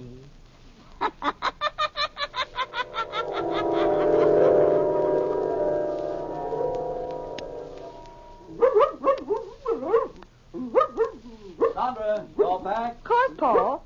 Down, Blackie. Down, I say. Oh, if you keep squirming, I'll never get you on a leash. I'd better take some pistols along with us. Well, I'm not at all sure you can shoot a ghost, Paul. I'm not at all sure it is a ghost. Something awfully phony about all that. Oh, no. My intuition says there were ghosts in that house, darling, and I've a very perceptive intuition. Sandra, you're not going to take Blackie with you. Well, of course I am. He's a watchdog, isn't he? But a dog. Now, darling, remember how nicely he caught pheasant last year. But pheasant aren't the same thing as ghosts at all. Stuff and nonsense. You ready? All ready. And here's your coat, dear. Oh, look out the window, Paul. So peaceful out there. You've always been partial to twilight. Oh, reminds me of the time you courted me. It was such a nice time. Paul, that man, the one on the street. What man? The one standing right out there. Look at him. That's the same man whose portrait we saw at Jim Danvers' house today. Sandra, where are you going? To talk to him, Pat, of course.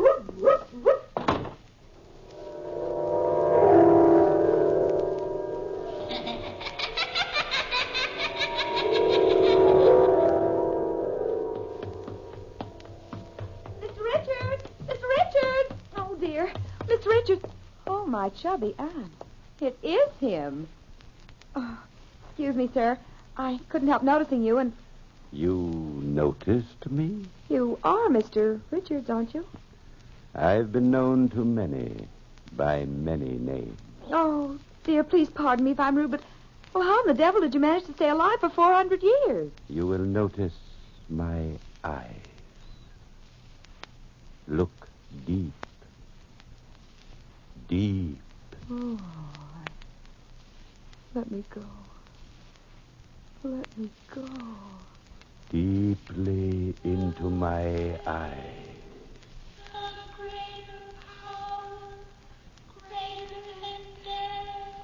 You've never seen me before. You don't know me. You can never remember me again.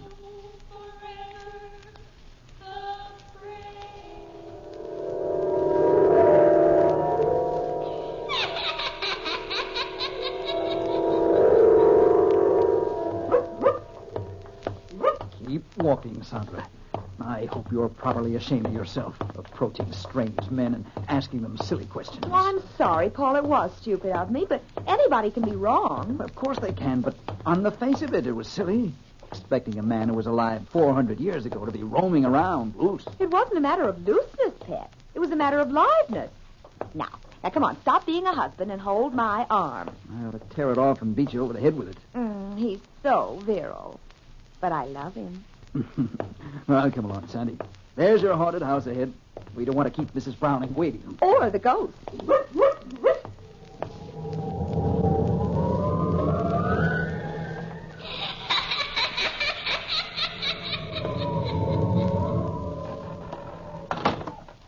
That door again. Insidious feeling, doors opening and slamming. Mrs. Browning!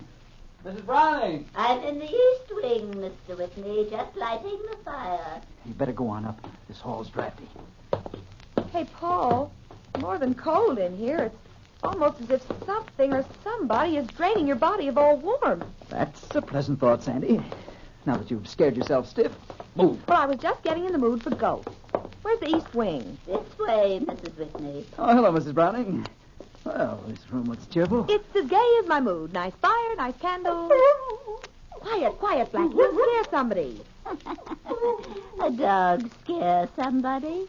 Not tonight. They came tonight. What came tonight? You see. Better make yourselves at home while you can. Blackie, sit down. Over here, Blackie. Look at him, Paul. The hairs on his head are standing on end. Be quiet, Blackie. Blackie! Look, I told you they were here. A luminous mass. A blue mass. Sandy, be careful. It's materializing. Coming for me. I knew it. Coming for me. Oh, Mrs. Browning, Paul. Fingers are choking her. Good heavens. Mrs. Browning. Paul, stop this horrible thing. Sandy. Sandy. It's horrible. It's all right, Sandra. All right, darling. Oh, it's gone, hasn't it? Yes. It's gone. But Mrs. Browning, she's dead.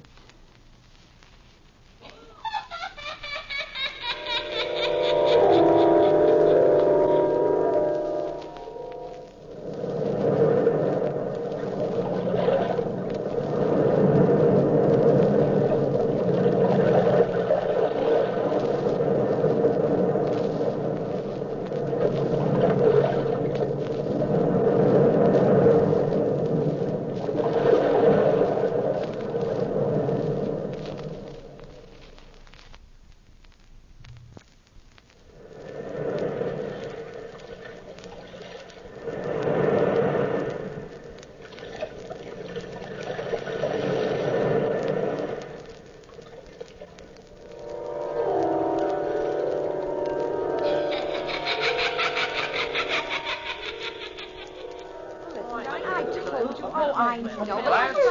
Quiet. to believe it. Quiet!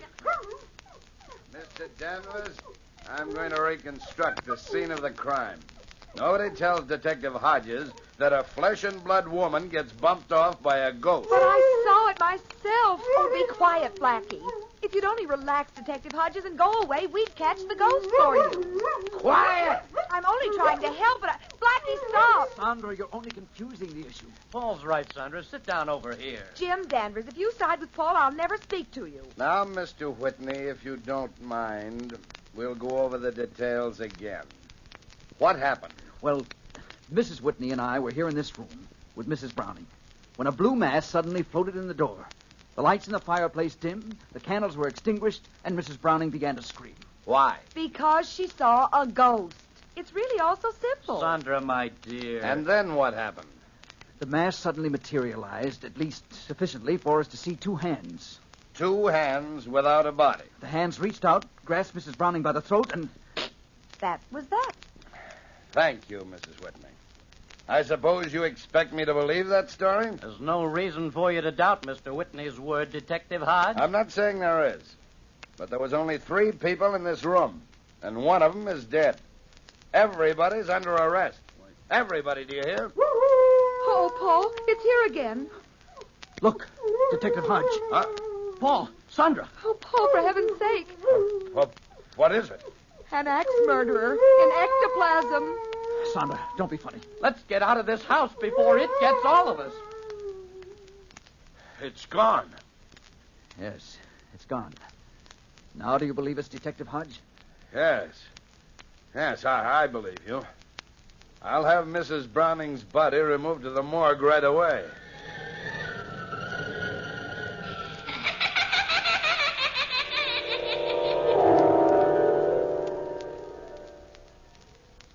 Paul, if you insist on staying in this house overnight, I'll not be responsible for what happens. But, Jim, I'm convinced that there are no such things as ghosts. Now, please, Jim, take Sandra back home and leave me. I'm not budging without you, Pet. Sandra, don't be foolish. Well, no matter what you two do, I'm not staying here. Oh, go, old fuzzy beard. Take thy tired body and deliver it to a safe, warm bed. Poor Jim. Scared of a little ghost. It's 11 p.m. already. Well, good night, Paul, Sandra. Nighty-night, Jim. What was that? You mean the footfalls? Yes, what is it? The housekeeper's dead stepdaughter. You see? It's all so simple. Good grief. Good night.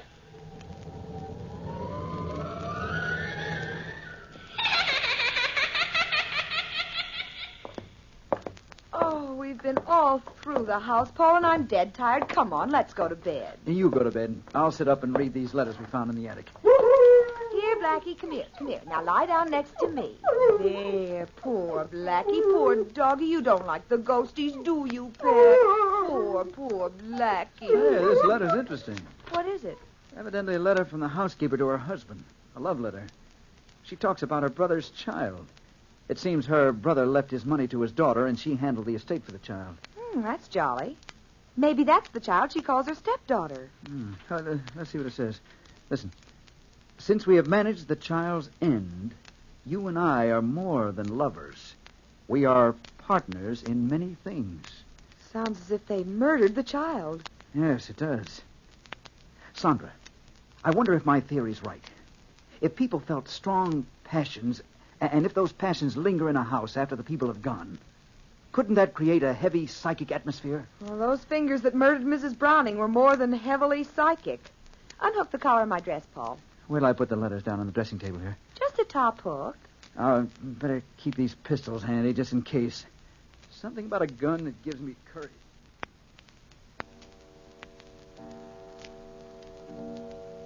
Funny. Oh, it's midnight. I'm tired and nothing's funny. You know Mrs. Browning's sitting room? It seems to be an extra addition to this house. It juts out from the rest of the building like a sleeping porch. What's funny about that? Well, that horrible cold and the footfalls all seem to emanate from that room. Oh, you and your logical mind. Oh. What's the matter, Sandy? Oh, look. The fire's dimming. Oh. Just like a great black shadow standing in front of it. Give me my gun. Here, dear. Shh, Blackie, shh. Look, Sandy. A hand reaching out from the wall. The letters. It's got the letters. Great Scott. Oh, my chubby aunt. Watch it. It's the hand of the housekeeper. How do you know? It's got the same ring on she had on this afternoon. If that's not a ghost, I've never seen one. The fire's going out, Sandra. Sandra! It's all around us! Sandra! Sandra!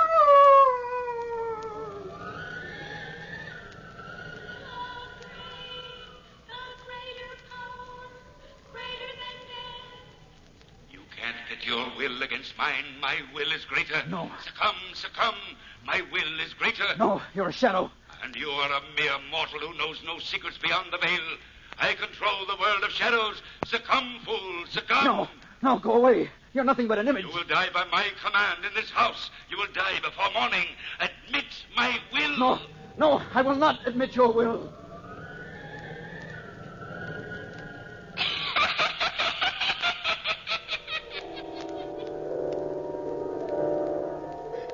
Sandra, you're safe now on your own home. Just lie still, darling, and drink this. Paul. I was a fool to allow you to stay in that accursed place last night. I ought to have my head examined. I came over as soon as I got your message, Paul. Oh, come on in, Jim. Sandra's recovering from a bit of a shock. Yes, I heard about it.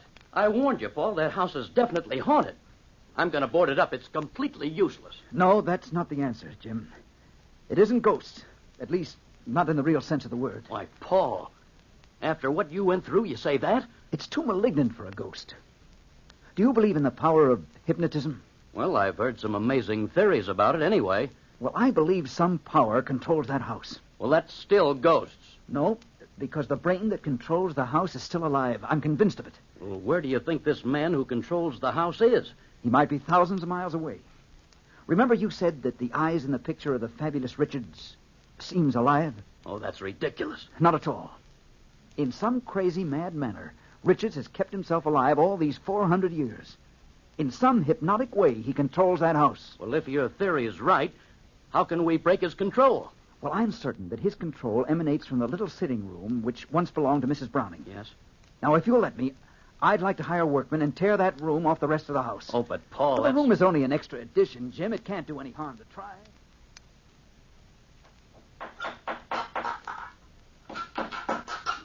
Okay, pull up more of that flooring. Did you hurt yourself climbing that partition, Sandra? No.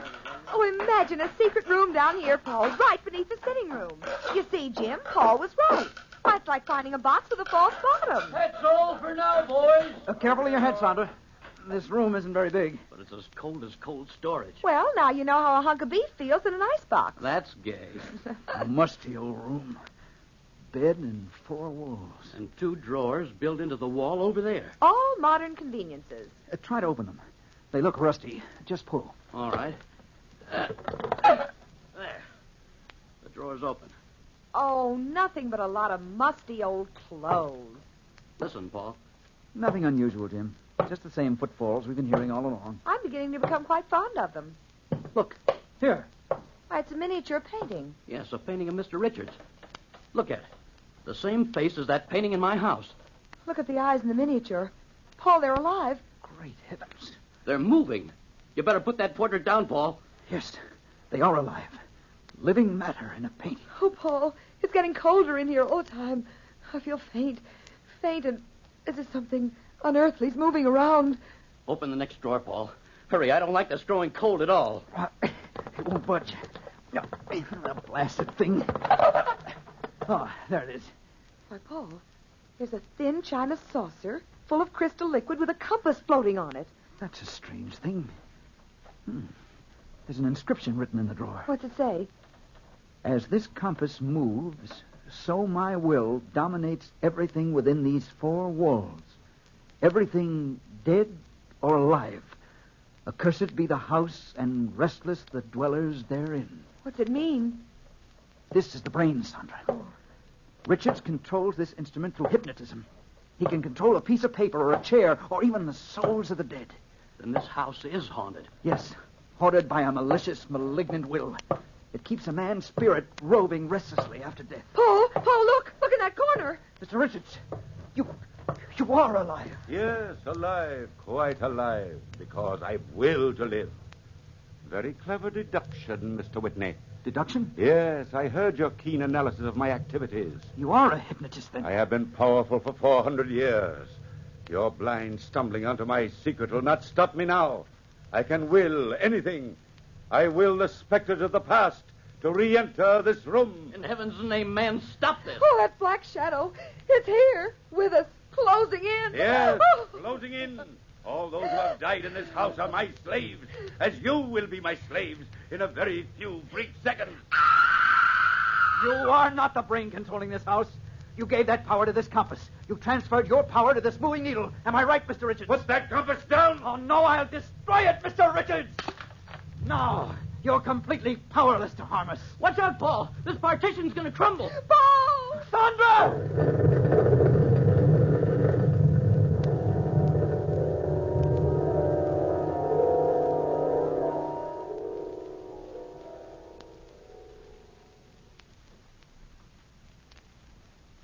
Gosh, Paul, it's good to be back in our own home. What happened to Mr. Richards when the partition collapsed, Jim? Well, the workmen searched the debris around the house for Mr. Richards' body, but no trace of him was found. I'm afraid that he escaped. Oh, no. You mean he's still alive and free, Jim? Yes, indeed. That's just what I mean. Well, he won't be for long, Sandra. People everywhere will be warned, and every corner of this earth will be looking for him. Even his will can't defy the world, Sandra. No one man can ever fight the world.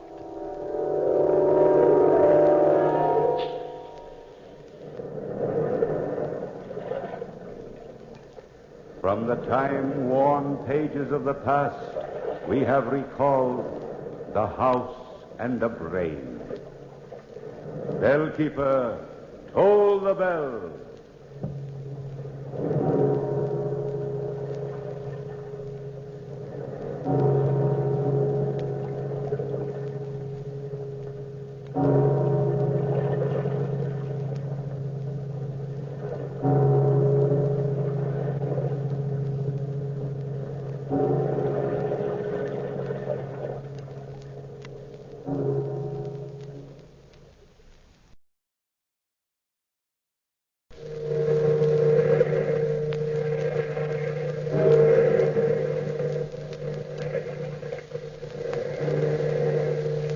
Out of the past, phantoms of a world gone by speak again the immortal tale.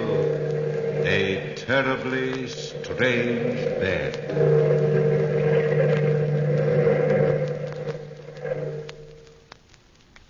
Jack Westcott was the best friend I ever had. He was the gayest of people. That was until we left America. I was writing a book about historic murder cases and had come to Paris to do some research work. Jack was fascinated with my work. Strangely fascinated. Almost horribly so. He enjoyed finding twisted minds and probing them. His hunger for crime was bound to end in tragedy. On the last evening of our visit in Paris, we were walking on the left bank of the Seine River when Jack noticed a crowd gathered about our old friend, the head of the Paris police force, Inspector Duval. I was in a hurry to return to the hotel to finish writing my murder manuscript. The deadline was in the morning. But Jack insisted. What's the excitement all about, Duval? Well, hello, Mr. Westcott. Still looking for ancient murders, Mr. Manning? Not tonight, Duval. Ancient or otherwise. Stick around, Mr. Manning. I'll show you a murder the likes of which you've never seen before. Okay, boys. Drag it out of the river. What is it, Inspector? A corpse, Monsieur Westcott. A corpse that's been squashed thin as a piece of paper. Oh, let's see it. Oh, what do you mean, thin as a piece of paper? Bring it over here, boys. Right under the gaslight. Horrible-looking thing, isn't it? Horrible and fascinating. Why, it looks like it got squeezed in a giant press. We've had an epidemic of these corpses lately. Any idea who's doing it? Not even a vague notion, Mr. Hey, you! You, the fat man! You mean me, Inspector? Yes, I mean you, fat man. How come you're always around when we pull a corpse out of the river? Why? I enjoy murder. You enjoy it? You enjoy murder? It appeals to my sense of the artistic. Oh, it does. Well, there's something fascinating about these bodies. Something for a connoisseur alone to appreciate. The symmetry of the remains. The beautifully flawless flatness of the corpse. the hollow in the stomach. Lying in this puddle of gaslight, this mass of flesh and bones makes a nice picture. I should enjoy painting this if I could paint. I know what you mean, fat man, but wouldn't you prefer probing the mind of a man who conceived this crime? A man's mind is his secret self. Well, enjoy the ghastly spectacle, my friend. Enjoy it.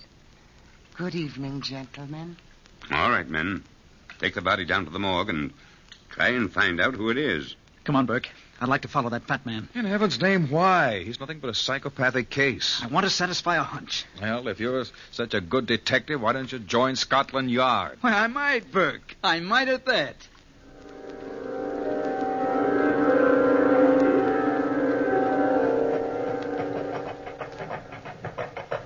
Where the devil has that gross piece of flesh disappeared to now? He was right in front of us until we turned this corner. Well, we've lost him, Jack. And I don't wonder. We've passed through every side street in the whole city. If you ask me, he knows he was being followed. Good. If he knows, he'll show his hand sooner. Now, the only place he could have gone around here is into the back door of this house. I wonder what house this is. It's a gloomy dump. Let's go back to the hotel, Jack. I've got to finish that manuscript tonight. Looks like a public bar to me. The La Belle Tavern. Are you coming with me, Burke, or are you going home? I'm with you, old boy. I brought you to Paris, and by heaven, I'm going to return you to America. Now, this must be the doorbell. Here goes. And Burke, no matter what I do tonight, don't worry. Come in, gentlemen. Come in.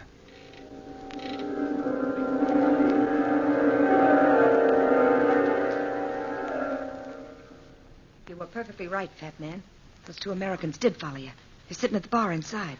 The Americans value their lives so slightly. Amazing, isn't it, Cecilia? Their lives. Our lives. They might be cops. I don't want to get my neck in a noose. To be quite candid, I am not interested in your neck. You're so impatient, and impatience is an evil ascribed to the very young.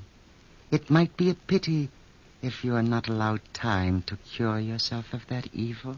Don't threaten me, you fat pig. You pig. I'd hoped to slap some sense into that lovely but empty head. Obviously, my stupid pigeon, those two Americans are wealthy. They would enjoy our roulette table.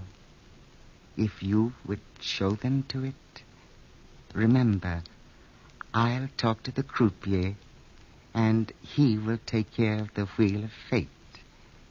If you don't do your part well, you'll face a lifetime in jail. What happens if they get wise? Room 16? But, of course. Let me go. I knew you'd understand. Yeah, I understand. There's something so gay about Americans, I always say. I hope you boys don't mind if I stick around. Well, miss, Not at all, miss. Not at all. You can call me Cecilia. How about another drink? Oh, that's fine. 3 more of the same, bartender.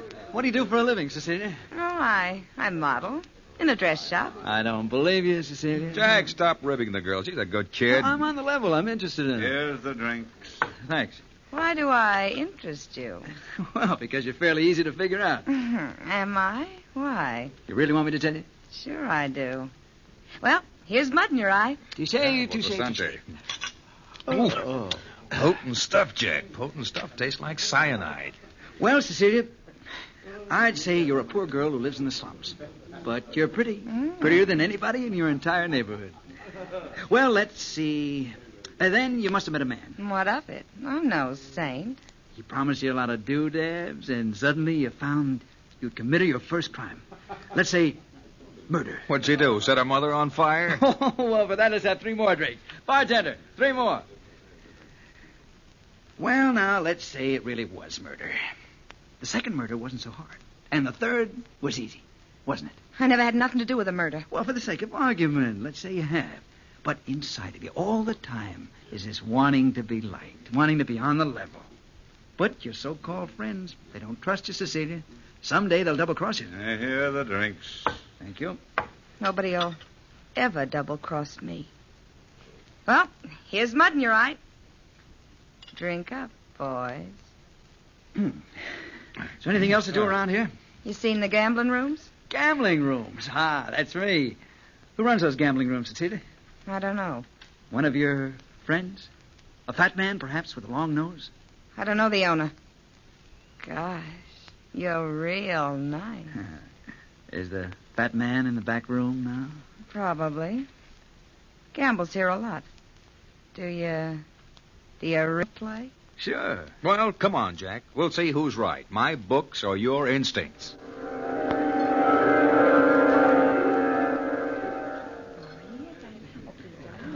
Number 21 wins. Jack, the fat man's in the corner of the room. Yeah, I saw him, Burke. And he saw you, old boy. Don't think he didn't. Come on, boys, let's play. Money, money, money. Place your bets, gentlemen. They'll make some room for us over here. Come on. 25 here. Hello, Cecilia. Hello, Monty Lauriard. You playing again? I thought you lost every cent you owned last night. A desperate man finds desperate ways to raise money. Even murder, eh? We heard about it. Perhaps, and perhaps not. I'd like you to meet some new friends of mine, Monty. This is Jack Westcott and Burke Manning. Monty Lauriard. How do you do? Money, money, money, gentlemen. Place your bets. I bet 30 francs on odd. How about 100 francs on number 13? Good boy, Jack. The play is dead. Round and round the little ball goes. Where she stops, nobody knows. Hey, Burke, I feel a little dizzy. You've had too much to drink, pal, and those drinks were strong.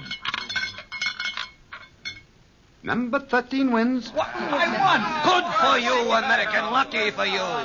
I won the first time I ever played here, but never again. Money, money, money, money, money, money, money. That was the first time Jack won in that incredible evening.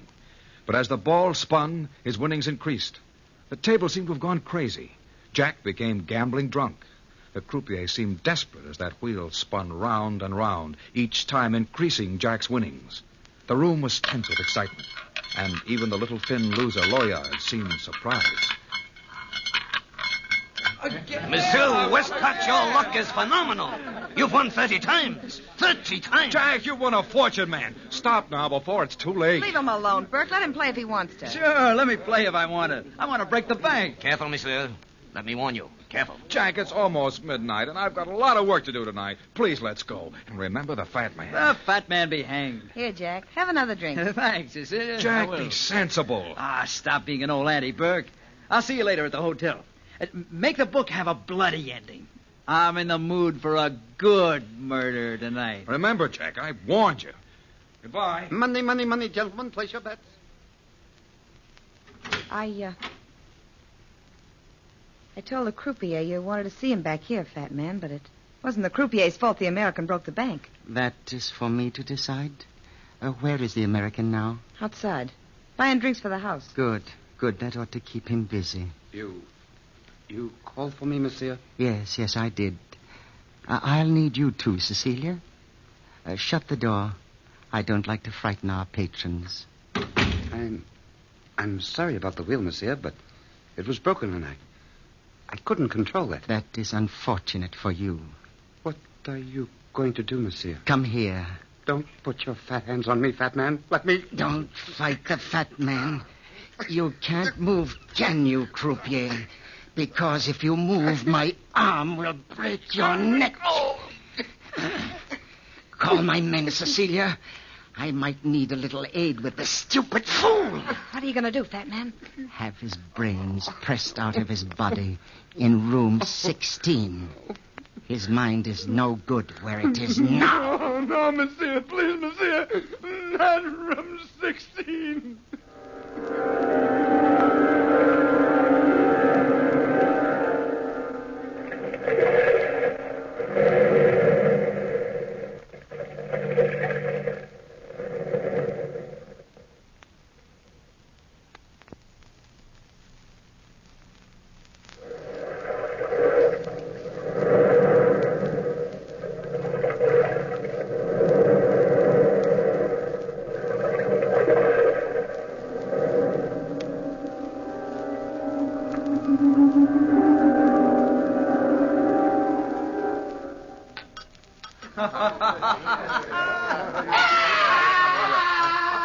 What's that?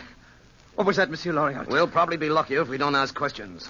I want another drink. Jack, listen to me. Put on your hat and coat and leave this place. You're being watched all the time. Who's watching me? Hello, Jack. Oh, have a drink. No, Jack. You've had enough to drink.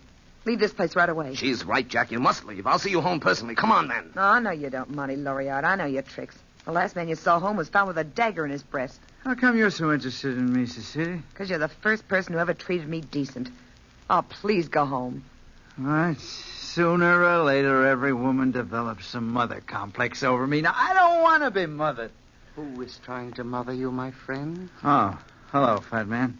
Cecilia is. Ah, she's developed a rather latent maternal instinct. I think a maternal instinct is out of place tonight.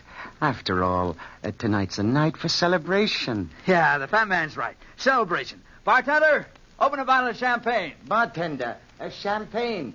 Champagne for Monsieur Westcott. Won't you join us, Cecilia? Yeah. Of course I will. Here is the champagne, monsieur. Won't you drink with us, Monsieur Loriot? No, thank you, fat man. I don't think so. I never enjoyed toasting to death. Death?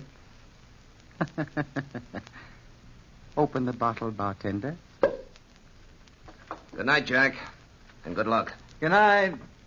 Good night, good night, good night, good night, good night.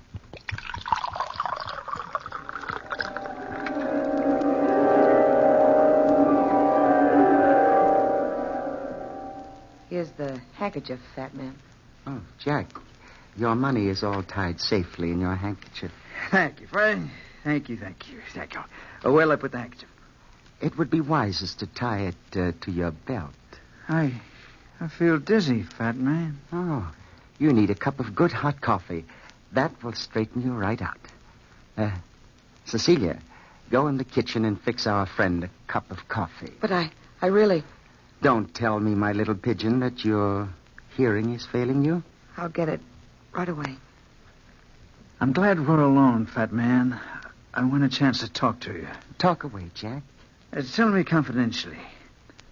Why do you enjoy seeing a mutilated body dragged out of the river? There's beauty in death. In the act of death? Or in the recovery of a body after life has left it? In both. Then do you enjoy committing a crime? Perhaps. Perhaps it would be pleasant to watch a man die. Slowly. Very slowly. In order to see life leave the body. Say that you and I watched a murder by pressure. What would happen? I'm interested, fat man. What would happen? The face is the first part affected. It would turn red, and the victim would probably feel hot blood pounding in his brain, pounding like steel hammers. Mm-hmm. Then his eyes would feel sore, as if the fluid creating sight were ebbing slowly away. That would be painful? Painful but glorious. His face would discolor. The pressure on his chest would be so great he'd try to scream, cry out, but he couldn't. He wouldn't be able to move, not a limb, not a muscle. He'd be paralyzed. I'd see to that. And in that moment, all the horror that is in man's mind would be indelibly imprinted on the brain until a sudden crushing noise would blot out thought. And what would that crushing noise be? The pulverizing of the human bone. Here's the coffee, fat man. Ah, let me see it. Tastes all right. Here you are, Jack. This will fix you. No, I don't think I want any. If you'll pardon me, I'm so dizzy. So frightfully dizzy. Oh, of course you are. Here, Jack, drink it. Drink it, my friend. My good, good friend. If you don't want to drink it, Jack, don't. Open your mouth, my friend. It will sober you very quickly. No, Open your mouth. There. Now, how do you feel? I'm sick. I'm sick. It's dope, isn't it? It's dope. Let me... Oh. Our friend Jack is asleep, Cecilia. Call the bartender. I think our friend will spend the night with us in room 16.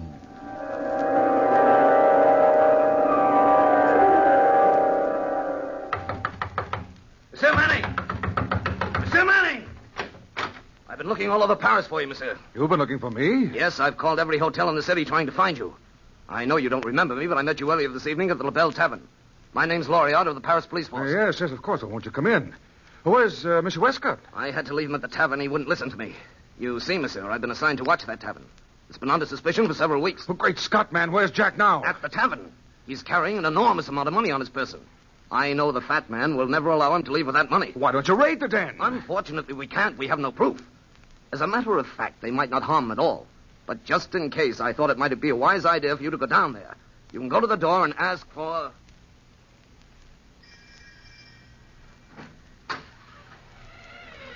Yes? What do you want? You're the bartender, aren't you? I am not Napoleon's grandma. What do you want? My friend Jack Westcott hasn't come back to the hotel as yet. We've been waiting for him, and I thought that he probably decided to spend the night here at your place, and Your friend is not here.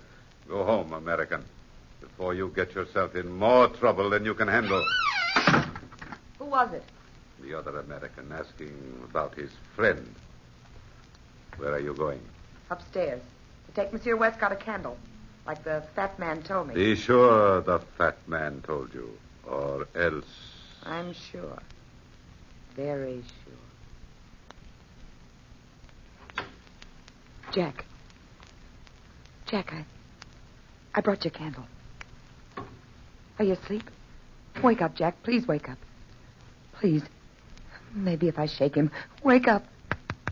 Oh, I hate to slap you, but your life depends on it. What is it? Oh, wake up, wake up. Cecilia, my dear. Jack. Jack. Luckily, he's still asleep. Come, Cecilia. Let our friend sleep. I'm so sick. So dizzy and sick. Why didn't she let me sleep? Oh, I feel paralyzed. I can't move at all. Just as if I'm drugged. Maybe if I concentrate on the room, I'll go to sleep. Funny. Funny that a French gambling house should have a bedroom. What is an old English four-poster bed doing in a French room anyway? What a heavy canopy over my head. So solid looking. Almost as if it were made of steel. The mattress is so hard. I must concentrate on something. The picture above my head is just even with the canopy. An evil-looking Spaniard with 5 feathers in his head. The eyes moved. I'm certain of it. The eyes moved. I wonder if I dare look up again. I was sure there were 5 feathers. Now there are only 4. 4 feathers. 4 feathers. Now 3 feathers. I wonder who's outside my door. I'll try to sleep. No, look at the picture. What? The feathers have disappeared. I can barely even see the face. God in heaven. The canopy is being lowered on me. That's what it is. The canopy. I can't move. The paper-thin corpse. Oh, I gotta move. It's coming closer. Closer. Closer. Oh, squash me. Oh, I must move. I can't. Oh, it's almost down. Halfway down. Oh, I moved. Oh, just to crawl out of bed. Oh, if I get a crawl out of here.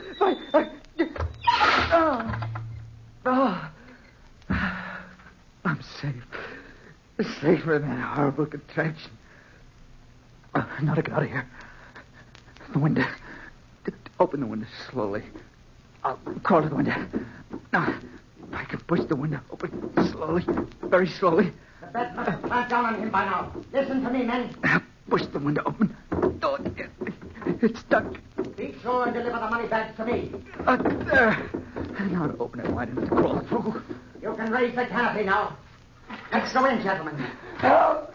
Help somebody! Help me! Get that man before he Help jumps out somebody! I've got him. Out the window! If the bed didn't work the first time, Mr. Westcott, I've ways and means of making it work the second, and perhaps it would be more pleasant to watch life ebb out in front of me. No. Place him carefully on the bed. Let me go. Let me go. Good. This ought to prove most enjoyable, Mr. Westcott. It's a pity you haven't my detached viewpoint. Let me go. Put him in. Then lower the canopy. No.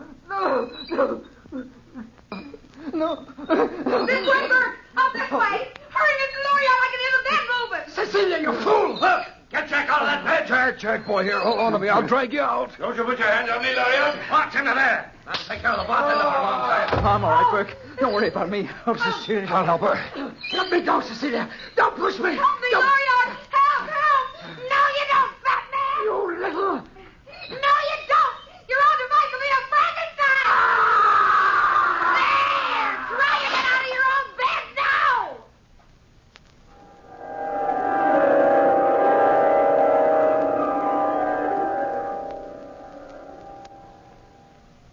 Well, Inspector Duval, that's the story. Loriard and Burke were waiting outside all the time. They saw me at the window, and Cecilia let them in. Close shave, eh? A lucky escape. Loriard and I pulled him out of the bed just in time, and Cecilia pushed the fat man under the canopy as it closed down. Must have been a horrible sight, Burke. Well, what about Cecilia, Inspector? What would they do to her? Unfortunately, the police can't find her. And I've instructed them not to look too hard.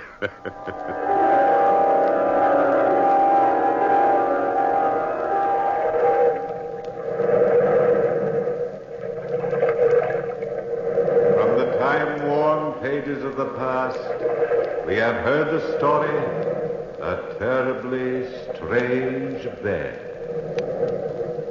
Bellkeeper, toll the bell.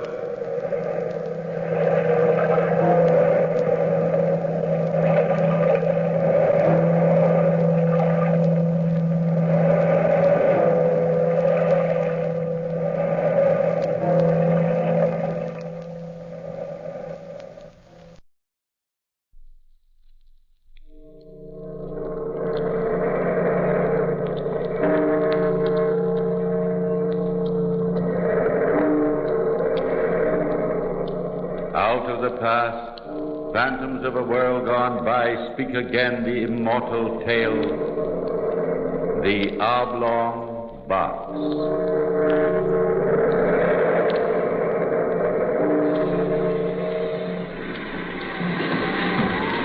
There, Captain. There she is. Hand me your glass. Aye. 5 aboard. Very well, turn about. We'll drop line and take them on. Aye, sir.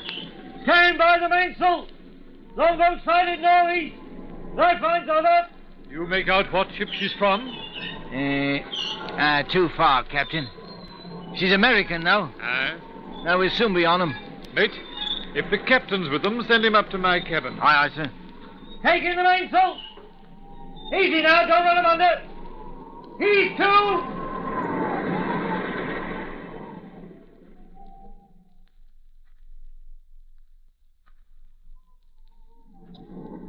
That's about all, Captain. We'd been at sea in the longboat for 2 days when you sighted us. Just about done in. My friend here, Mr. Allen, was the only passenger to survive. You say you're from the packet ship Independence, eh? Aye. What cargo were you carrying? Cotton, a little hemp, and some timber. I see. And that was all? Aye. Did you happen to pass some drift, Captain? We did. Nothing you just spoke of. Would you care for a little more grog, gentlemen? Oh, thank you. And you, sir? Yes. Yes, please. No, we passed nothing adrift that you mentioned. But, we did hoist aboard something rather strange, you might say. It may not have come from your ship, though. Could only make out the port of embarkation and the date. Charleston, South Carolina, August the 2nd, 1881. That was our port. That was our date of sailing. Captain, what was it you took aboard? 2 bodies. Passengers, I suppose. A man and a woman. Rather unusual, though. The woman was in a coffin, an oblong box. You seem startled, Mr. Allen. I am. And the man? That's the strange part. He was lashed to the coffin by an inch-thick rope. Oh. From your reaction, Mr. Allen, I presume you know something about the box? Yes, I'm afraid so. Then, Mr. Allen, suppose you relate the entire story. Very well. To tell you the truth, Captain, I'd intended telling no one. You see, as Captain Hardy told you, the dead man had been a friend of mine. I'd hoped the sea would keep its dead. The man whose body you found tied to that oblong box was an artist from New York. His name was Cornelius Wyatt. As I remember, Wyatt had been married only a few months when I met him quite by accident. It was at our port of sailing, Charleston. I'd been on board only a few minutes when I heard his voice calling me by my first name. I was quite surprised to see my old friend. Edgar Allan, hello there. Wyatt! Why, heavens, man. How are you? Huh? Oh, it's good to see you. How long has it been? Oh, a good year since I saw you last, at least. Let's see. Yes, since 1877. All the places to meet you. Now, tell me, Wyatt, is your wife aboard? My wife? Well, yes. Good. More people have raved about her astounding beauty to me than I could possibly count. I've sworn to see her with my own eyes. Where is she? I'm sorry, Edgar. I'm afraid that would be impossible. You see, she's ill in her cabin. Oh, what a shame. Well, then, later, I'm sure No. Really, I think she'll remain in bed for the rest of the trip. Her health wouldn't permit it. Oh, come, Wyatt. You wouldn't cheat me of this chance to meet your beautiful wife. The sea air'll do her good. Or is it because you're jealous of such beauty, huh? Please keep such remarks to yourself. My wife's appearance should be of no concern to you. Oh, but, Wyatt, I was only joking. I meant no harm. Your humor is not appreciated, Mr. Allen. Well, forgive me. I assure you I meant no harm. I beg pardon, sir. You Mr. Wyatt? Yes? That there box of yours, you're having it shipped in the hold? Confound it, man. How many times must I give these instructions? My cabin, you understand? It must be put in my cabin. Must I tell the captain himself? Sorry, sir, but there's hardly any room for such a large box in your... I don't care how little room there is. That box will go into my cabin if I have to move it there myself. Well, sir. Sorry, sir. Confounded fools. Must I beg them to carry out my instructions? Is that the box? Excuse me, Mr. Allen. The clumsy fools may drop it. I'd better watch them. I'll see you later.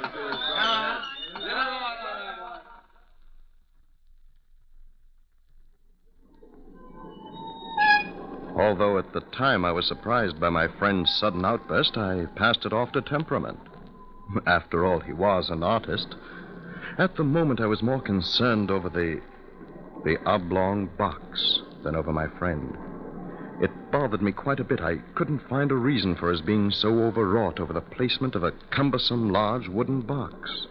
And furthermore, I couldn't find a reason for his use of one that shape. It was about 6 feet long and 2.5 feet wide. To me, its contents were a mystery. At first, I excused it as containing a number of his precious paintings. About 3 days out of Charleston, I met Wyatt again. He was walking about the deck. As I approached him, he cordially offered me his hand. Hello there. Hello, Wyatt.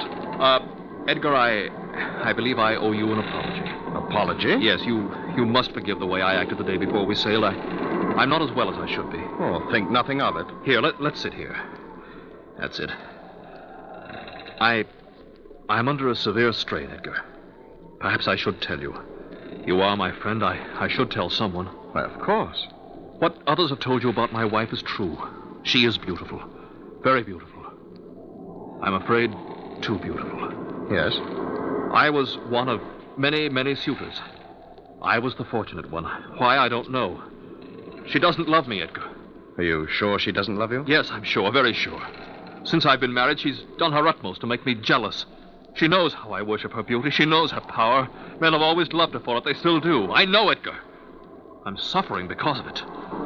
There are men today who would give anything for my wife's hand. Anything. She knows it. She taunts me with it continuously. The way she looks at me, laughs at me. You're in love with her? Desperately. You'd never give her up? Never. And she knows this? Of course. That's why she taunts me. Well, perhaps if I could see her... No. She's still ill. Oh, I'm sorry. This trip. You know why I'm going to Canada? Do you know why? Paintings? I am taking her away. Away from all those men. She'll learn to love me. I'll make her. I'll keep her beauty for myself. Perhaps this is an extreme. Extreme? No, it's the only thing to do. You don't know the torture I've suffered. Well, let's talk no more about it. I feel better now. As you wish. You will keep my confidence? Oh, without question. Now, how's your painting coming, Wyatt? I haven't touched a brush in months. But the canvases you brought aboard, weren't they yours? Canvases? I suppose they were in the large box you have in your cabin. Why do you suppose that? Well, because of its unusual size. That box doesn't concern you. It's none of your business. I didn't say that I... Don't ever mention that box again. I forbid you. You hear? Don't ever mention that box again.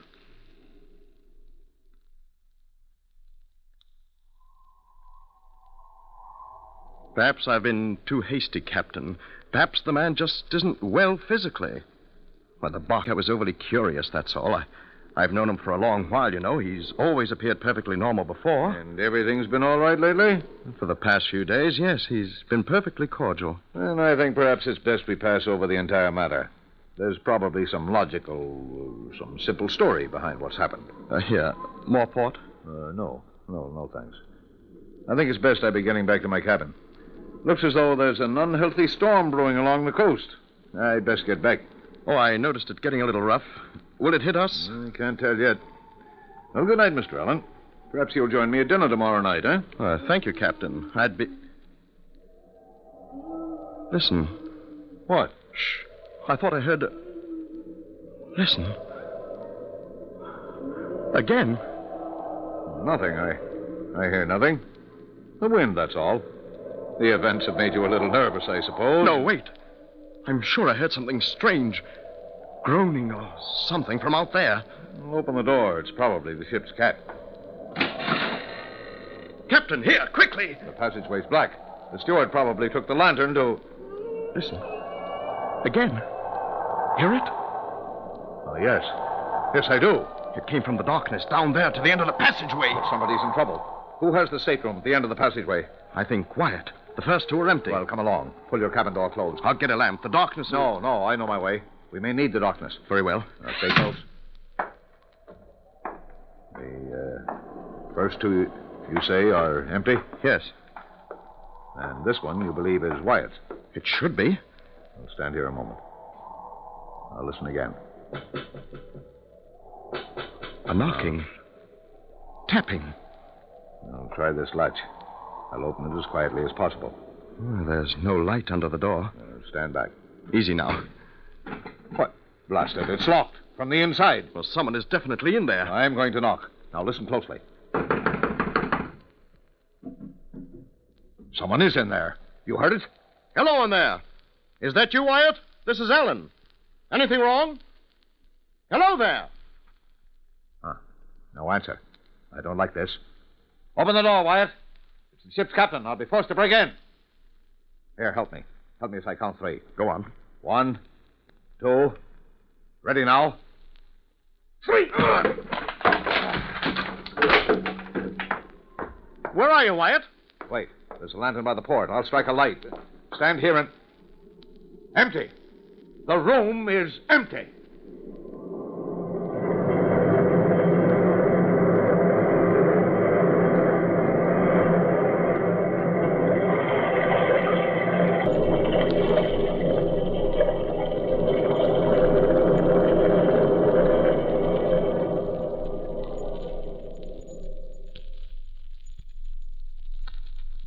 For a moment, both of us stood there, in the gloom of Wyatt's cabin.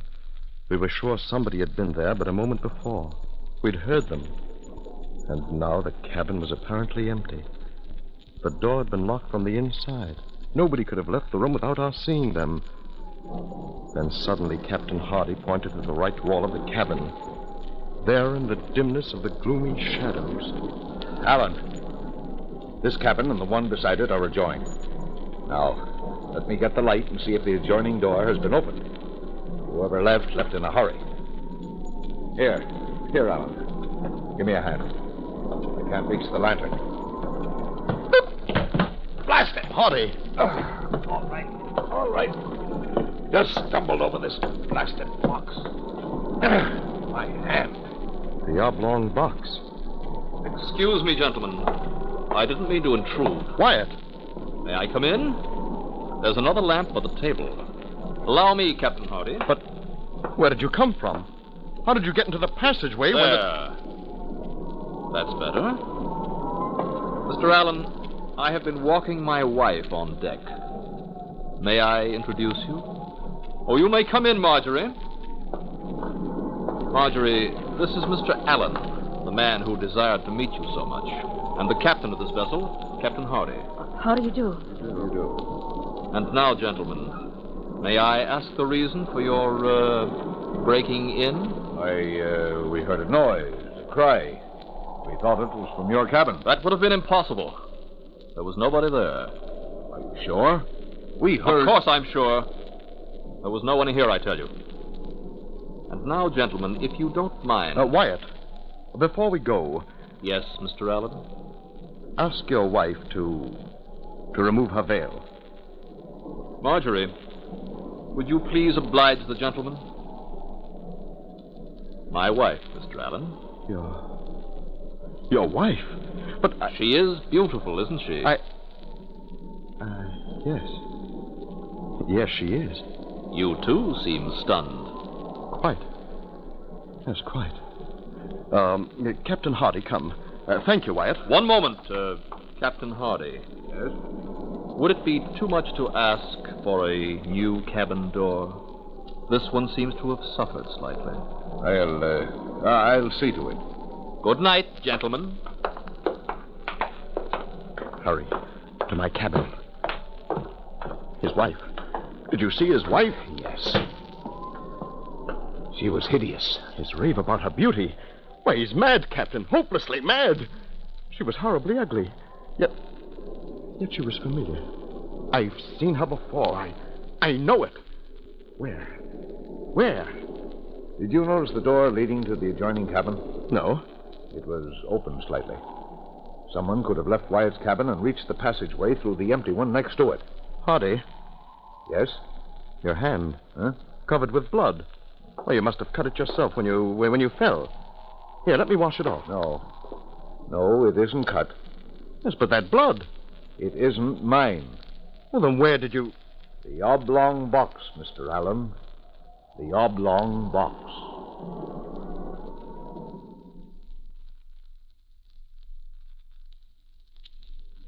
What was behind this terrible mystery, neither of us knew.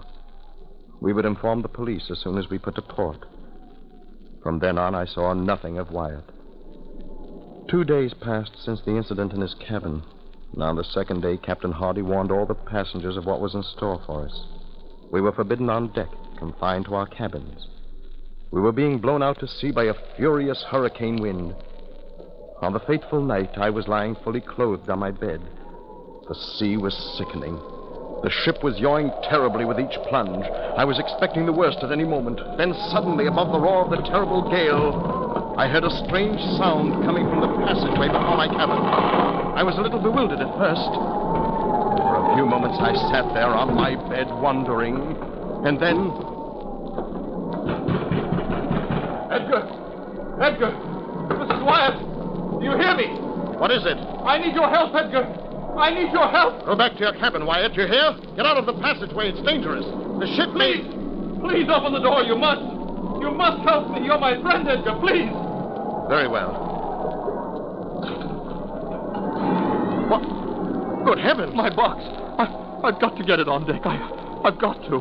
The ship may break in two at any moment. Please help me. I can't manage it alone. Please. Well, you must be completely insane. The storm is too high. It's suicide, I tell you. You'll be blown overboard. Just to the door. You don't have to go on deck. I have some rope. I'll lash myself to the stays. I'll be safe. Please. Yes, but your wife. You can't leave your wife alone now. Go back to her. Snap out of it. Just up the stairs. Please, Edgar. You're my friend. Please, Edgar, please. Very well.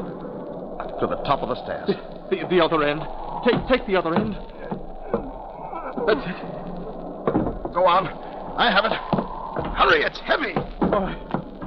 Here. This way. Up these stairs. I've got it. Here. Don't drop it, Edgar. Don't drop it. All right. All right. A little further, Edgar. Just a little further.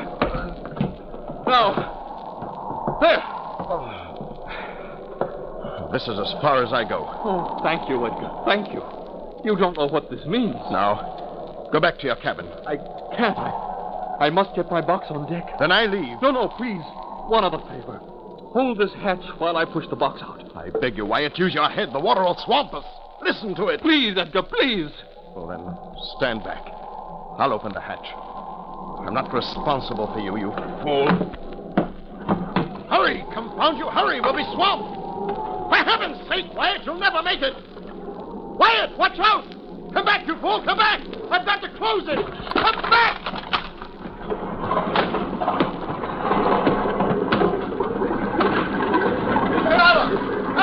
Hold that hatch. Get back. Captain, here, help me. Help me. Close it quickly. In the heaven's name, hurry. Now, push.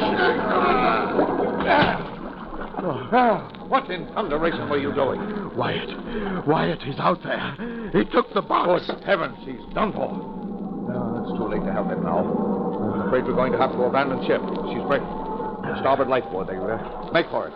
Yes, but Mrs. Wyatt, she's below. She'll be killed. I'll get her first. The starboard boat, Edgar. The starboard boat. Mrs. Wyatt, to the boats. Mrs. Wyatt, we're sinking. Come on. Where is he? Where is he? Hurry this way. Run. No, wait, please. Please, listen. In the name of heaven, woman, come on, quick. No time to lose. Good Lord. Mrs. Wyatt. Mrs. Wyatt!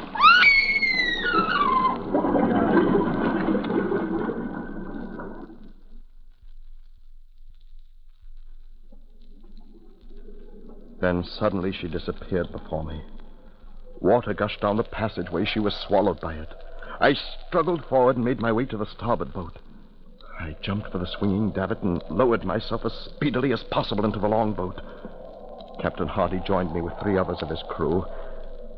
And then, just as we pushed out from the trembling mass of wreckage, I saw it. Hardy did too. Standing to aft, I saw Wyatt. He was binding himself tightly to the oblong box. He stood there for a moment. I thought, laughing. Then in one brief instant, he was gone with the ship. Into the sea. And, that's all? Yes. I see. Would you gentlemen be so kind as to follow me? This should prove rather interesting. This way, gentlemen.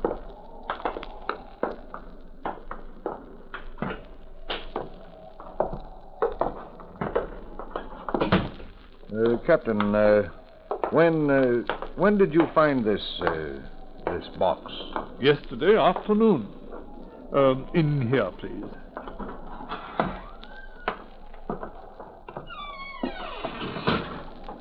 Mr. Allen, hand me that lantern. And watch the stairs, please. They're rather sharp here.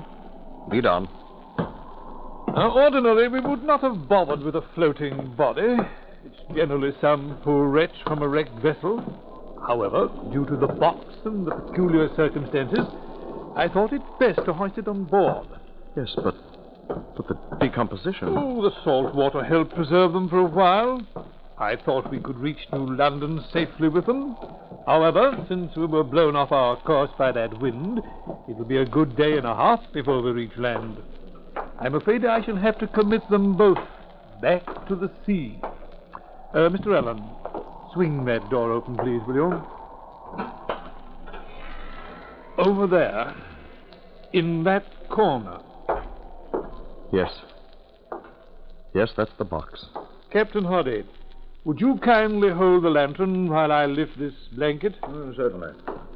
Is this the man you call Wyatt? Poor devil. Hardly recognizable. Yes, that's Wyatt. And now, Mr. Allen, if you would give me a hand with the top of this box. It had been firmly nailed. However, we pried it loose when we took it aboard. Just pull at that end carefully.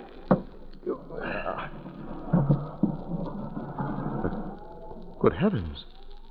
Even after 2 days at sea, death did not destroy that waxen beauty. It's almost impossible. Still so beautiful. You notice the wound over the heart. Yes. Mr. Allen, that was the beauty Mr. Wyatt talked of. Why, of course. This must have been his wife. But wait, the other Mrs. Wyatt. Oh, yes, of course. I knew I'd seen her somewhere before. The maid. Their personal maid. Yes, now I remember. She tried to tell me something before she drowned. Wyatt murdered his real wife. If only we had done something sooner. Murdered his wife? How could he? Why? Insanely jealous. Terribly jealous. To die with her would be better than to live with her and her beauty. He planned to murder her on that trip when I saw them stowing that box. Remember the groans? She was murdered that night. The blood, it was fresh. Remember the tapping we heard as he nailed her in this coffin. Hardy, I think we'd better leave. Yes. Yes, Wyatt. Your wife is very, very beautiful.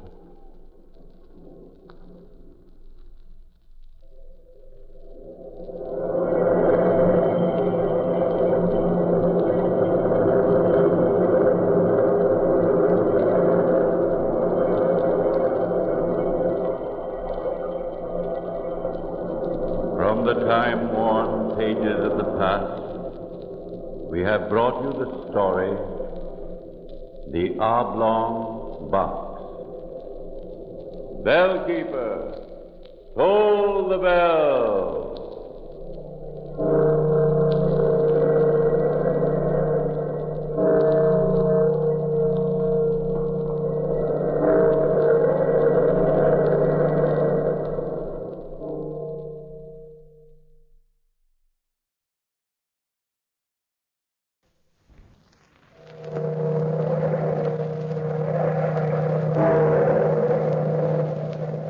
Out of the past, phantoms of a world gone by speak again their immortal tale, the Hauler.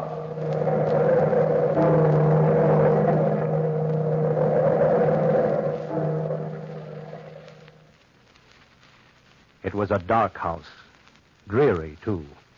Shadows crept down the walls like loathsome vermin. The house was old and filled with memories of better days, like the man who lived there. He was old and gnarled and alone. He'd pass the lonely hours by sitting on the porch of his home, watching the boats sail up and down the river. He was happy living alone in that old house, until one day a tall, three-rigged Brazilian schooner floated past his shores, casting a shadow on the banks of the river. A shadow over the old house. A shadow over the old man. A living shadow which crept into his mind. He wrote a letter to his young cousin, Madame Renée Sable, who was living in Paris, begging her to visit him. She read the letter over several times, then took it to a friend of hers, a doctor, Dr. Perron, to ask his advice. She was young and in Paris, and she didn't believe in the old man's shadow. I had to come to you, Dr. Perron, because this letter worries me so. You've known my cousin, Gabriel Bouvet, for a long time, and he's not the sort of man given to hallucinations. He seems to be a very sound old man. But living alone the way he does... Nonsense. Living alone has nothing to do with it. Well, suppose you read me the letter, Madame Saul. Of course. It all seems like so much poppycock. Listen. Be honored by a visit from you at your earliest convenience. Isn't that like him? Yes, very much. You'll find me a changed man, my dear. Changed because he has come. You don't know what I'm talking about, and so I must explain. A shadow has crept into my home, a shadow which dominates me. You see what I mean, Doctor? Well, read on, Renee. Right. He is a creature from a land of shadows, but I tell you he does live. He lives here with me, and I'm afraid of him. Oh, Renee, he will dominate all of mankind, just as mankind has dominated the animal kingdom. We will become his chattel, his food and his slave, as the animals become ours. You see, Doctor? Yes, indeed I do. I wonder... Renee, how soon can you pack and be ready to leave? In about 2 hours. Well, fine. I'll have the horse and buggy hitched and call for you then. I think we'd better go down to him as soon as possible. Doctor, surely you don't believe in this invisible creature. Well, surely, Renee, I don't doubt the wind just because I can't see it.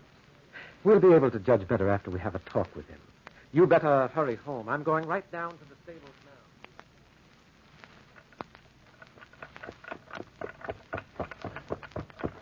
It's been a long trip, Doctor. I hope we don't frighten my cousin by coming at this hour. That's his house right over there, isn't it? Yes, right at the end of the road. Huh. Gloomy-looking old place. Very gloomy. It's so dark and so very old. Tell me, how long has Bouvet's wife been dead? For about 6 years now. Did you notice any perceptible change in him after she died? Nothing exceptional, except he became quieter and drew into himself more, if that's possible. Well, here we are. Yeah. Oh, there, boy. Oh. And so the doctor and the old man's cousin, Renee's son, entered the old house, expecting to find a man weakened by illness, haggard with lack of sleep. But instead, Gabriel Bouvet was in high spirits as he conducted his guests into the house. He made a special pot of tea, and then, as he passed the cream and sugar. Drink your tea, Renee. Stop being so nervous. Fidget. Always were a fidgety youngster. Makes me nervous. You were talking about the Brazilian boat, Monsieur Bouvet. What has the boat to do with this unknown shadow? You don't know, then? Frankly, no. Well, here. Look at this book. Huh? Study of a Scientific World. Open it. My eyes aren't as good as they used to be, or I'd read it to you myself. Page 72. What has this to do with the shadow which you see? Allow your friend the doctor to read the second paragraph. Well, listen to this, Renee. Sao Paulo, Brazil. A contagious madness has spread throughout Sao Paulo. The victims claim they are being possessed by creatures of darkness who feed only on milk and water. Medical savants have been rushed to their aid. But that's in Brazil, cousin. I know. But the Brazilian boat sailed by my door. It's possible for this, whatever it is, to have escaped from the boat. Well, anything's possible, but this does seem a little improbable. But possession, that's talking of demons. This is a modern world. No one man can possess the power of ordering another's will. How little you know, cousin. Well, perhaps I am a fool of a girl, but anybody. No, not anybody, Renee. Not me, for instance. I believe in hypnotics. That's possession of a kind. Dr. Mesmer's nonsense. I don't believe in mesmerism. Well, I can prove it to you simply enough. How? If you're willing, we'll try a little experiment. You hypnotize? If you'll be a subject. Why, of course I will. That sounds like fun. Can I help in any way, Doctor? Yes, just blow out the candle. All but one. Certainly. I'll leave the corner candle on. All right now, Renee, if you'll close your eyes. My eyes are closed. And try to sleep. Sleep.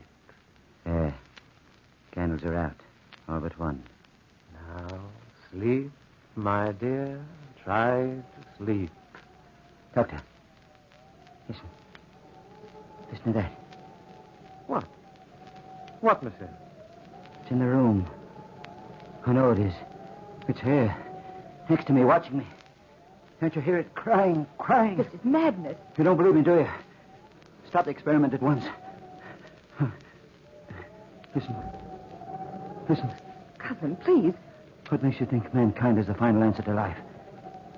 Perhaps there is a higher form of life. Form of life which can possess us and then destroy us. Isn't that possible, Doctor? Well, yes, anything is possible. And take my word for it. Humanity is lost unless we destroy it. Look. I always carry a knife with me, waiting for the time I can destroy him. Listen. It's come for me. Come for possession of me. It's come. It's the horror. The horror. And it's come.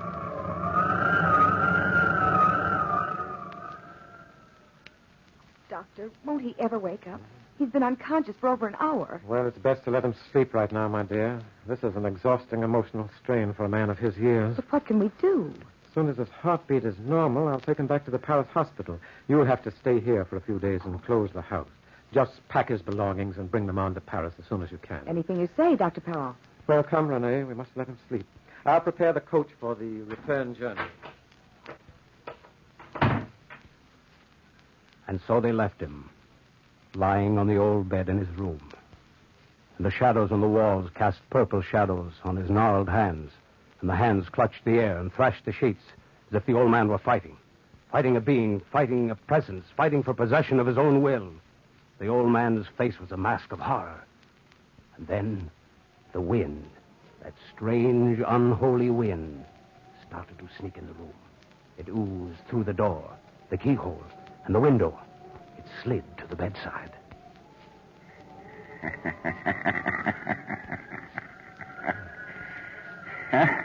No. You're possessed and owned. I know you watch me night and day. Night and day, night and day. Well, I'll get away from you. I've got to get away from you. I won't give in without a struggle. You'll have to give in because nobody believes you. Leave me alone. Leave me alone. Watching you. Leave me alone. I'll never leave you alone. Never. But I shall be free of you. You can't be free of me. I'm part of you. If I stay here. They'll call you mad. But if I leave the house. You'll die. I'll leave you here. You can't follow me. I'll go far away. So far, nobody will find me. Oh, I've got one hand on your heart, Bouvet, and one in the room. If you leave, your heart will be torn from you, torn from your body, torn from your soul.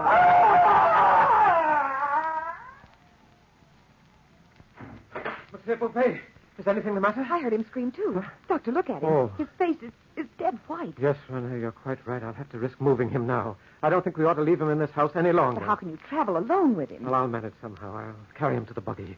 He can sleep as we drive along. I can manage somehow. That is, if you don't mind staying here alone. Oh, I don't mind, Doctor. I've no patience with superstitious nonsense. Here, my dear, help me wrap him in this blanket. Of course, Doctor. There, that's fine. Now, hand me that other blanket over there. Here you are. That'll keep him warm on the journey. I'll send the coach back from Paris tomorrow evening to pick you up. You ought to be able to leave here by then. Don't worry about me, Dr. Perron. I'll be all right. That's what she thought then. But even as the doctor carried the old man out of the house to the carriage, a premonition of fear, a foreboding, reached out from the gathering shadows in the walls and left her trembling and weak. The doctor placed the old man in the carriage, and then that journey and the return to Paris started. They had traveled for about an hour. Bouvet awakened, sobbing out. You've taken me away. Away from my house, you fool. Bouvet, you must not excite yourself. Put his hands on my heart, and he's pulling on it. Doctor, take me back before I die. Nonsense, Bouvet. You must get away from that place. Take me back. Take me back, Doctor. You don't understand. Bouvet, sit down. You think I'm mad, don't you? But the hall exists.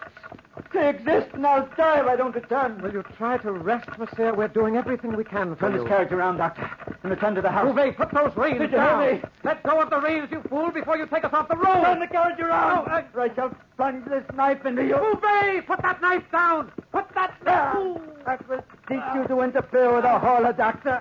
That will teach you. Now, get out of this carriage, Doctor. Bouvet. Before I plunge the dagger into your heart. Bouvet, you can't leave me here like this. I must leave you here. I must return to the house at once to destroy him. But he doesn't exist except in your own mind, Bouvet. He exists, and I'm going to him. Bouvet. Doctor. Dead. I'm coming, Master. Yeah, I'm coming, Master. I'm coming to destroy you, just as I destroyed him.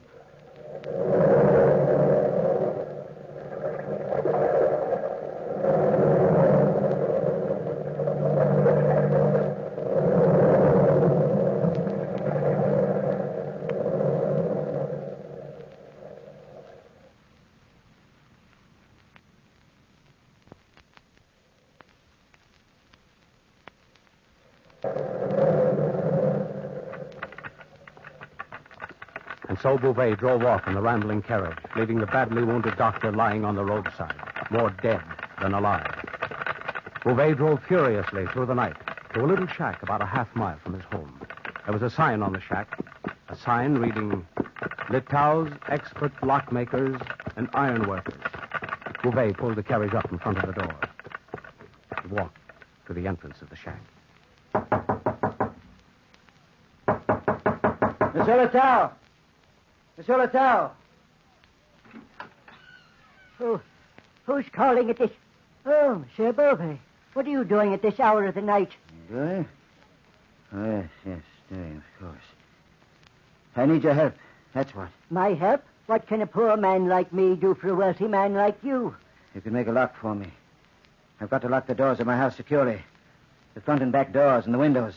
All the windows in my house.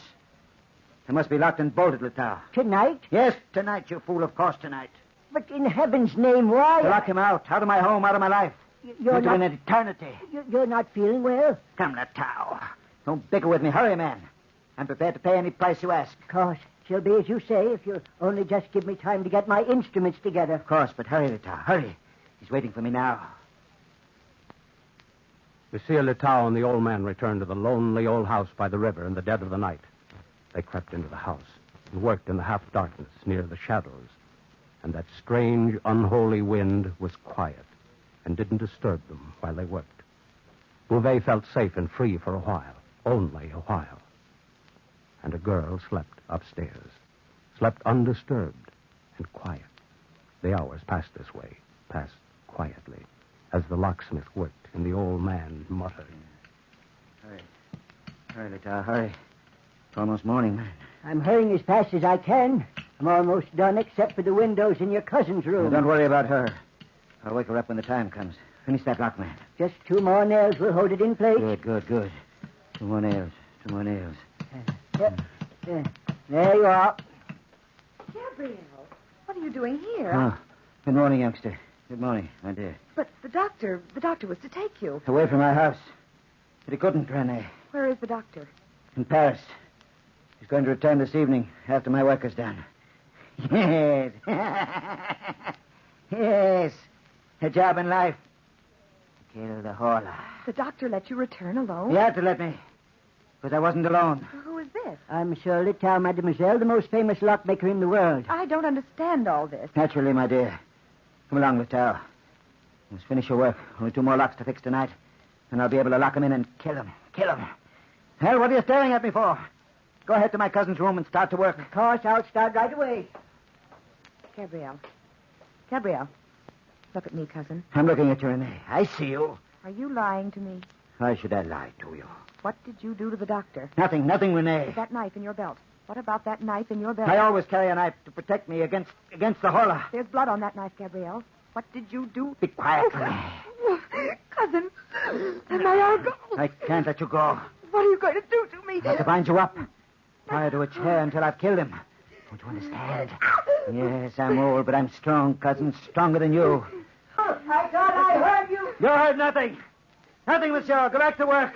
All right, I'm almost done. Now, come along, cousin. I'll have to tie you in the kitchen where you'll be out of harm's way until he's dead.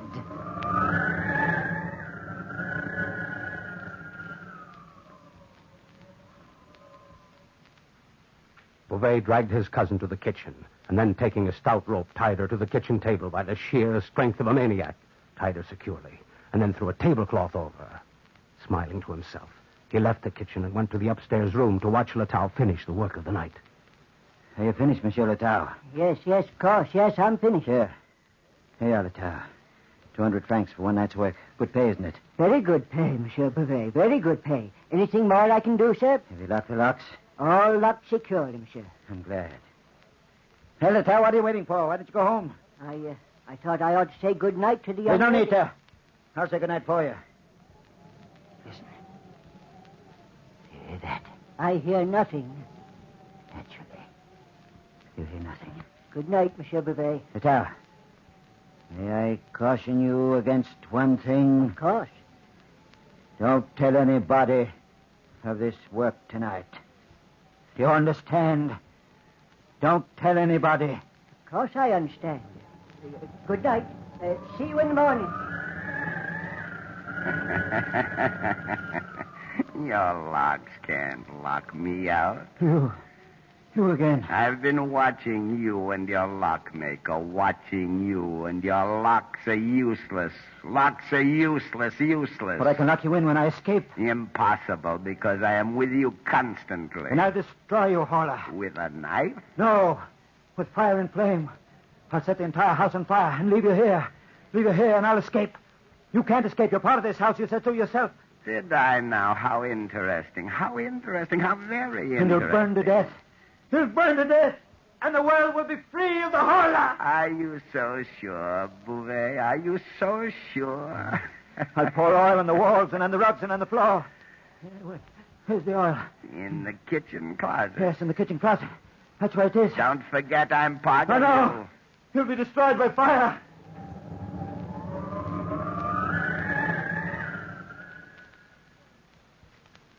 And while the frantic, distraught old man poured oil on the rugs and on the walls, Letao walked slowly home, worrying about his old friend Bouvet, worrying about the strangest actions he'd ever seen, worrying and trying to fit together the odd pieces of the puzzle in his mind.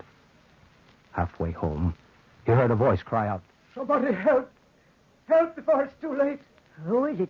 Oh, but it's the doctor. In heaven's name, what has happened to you? Help me. Oh, you're badly wounded. Here, allow me to help you stand on your feet. There now. Oh, I'm so weak. What's happened? The madman Bouvet, I was trying to take him to a hospital and he stabbed me. Madman? I thought so. I just finished making 24 sets of locks for him in his house. Letao, is Madame Saab still there? Yes. I thought I heard her cry out, but I wasn't sure. Well, we must get help to her immediately. That madman will do anything. Anything. Letao. Here, let me carry you, monsieur. Put your arm over my shoulder if you can. We'll get help as soon as possible. Hurry. Hurry, Letao. Hurry, man.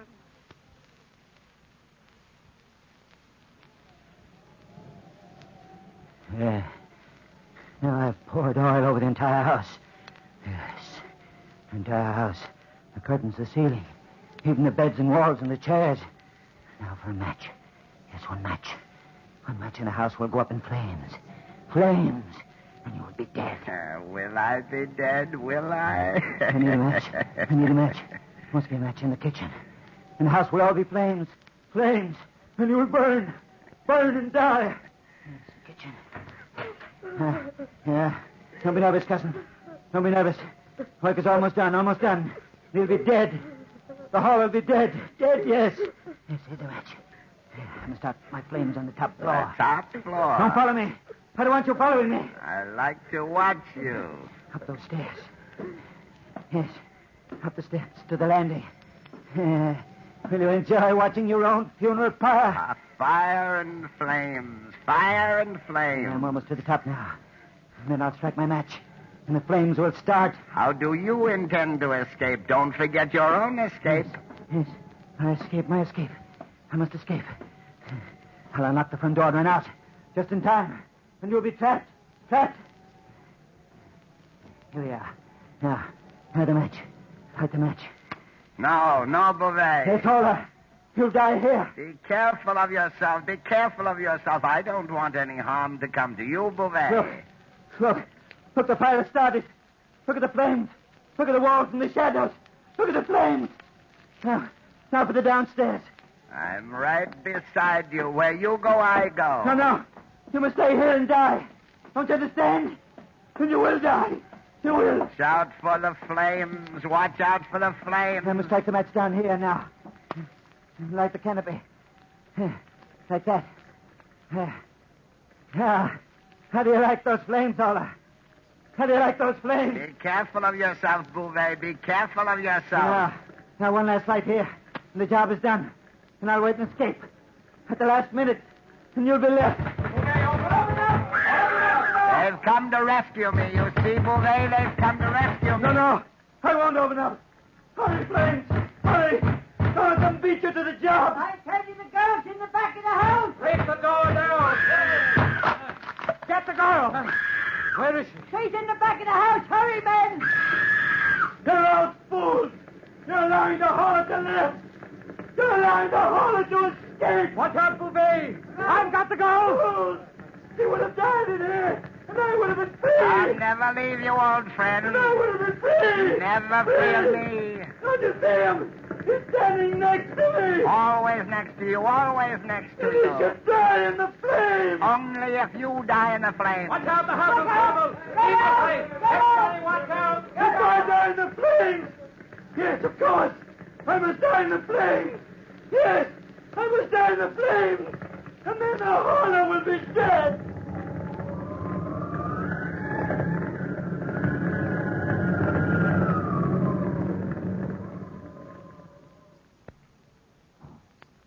And the old wild-eyed man rushed into the pile of burning timber among his old belongings and perished there.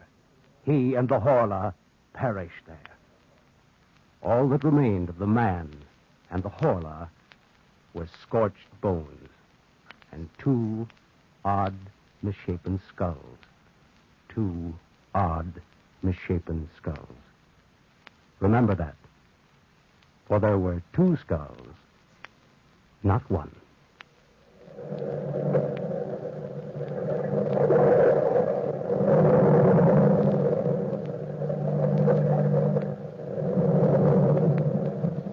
From the time-worn pages of the past, we have heard the famous story, the Horla.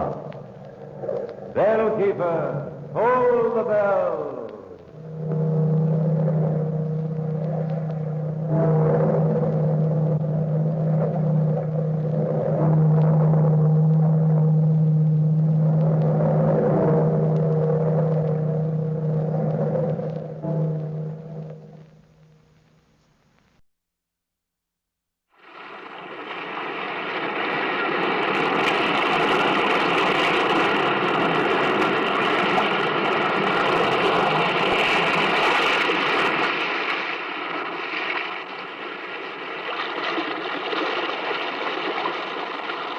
The weird circle.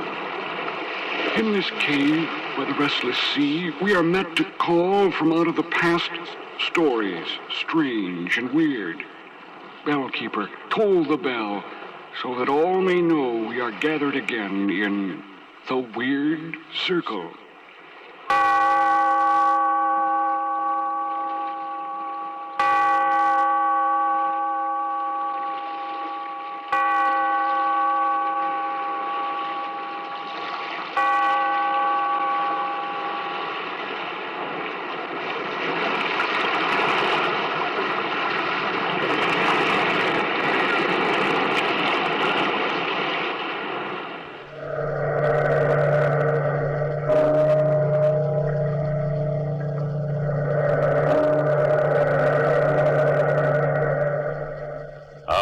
Past, phantoms of a world gone by speak again the immortal tale. Dr. Jekyll and Mr. Hyde.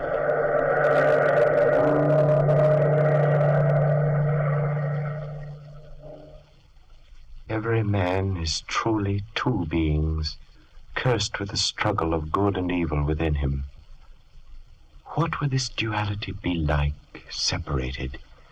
Each part living alone, the good companion, and then the pure and ugly evil of a man.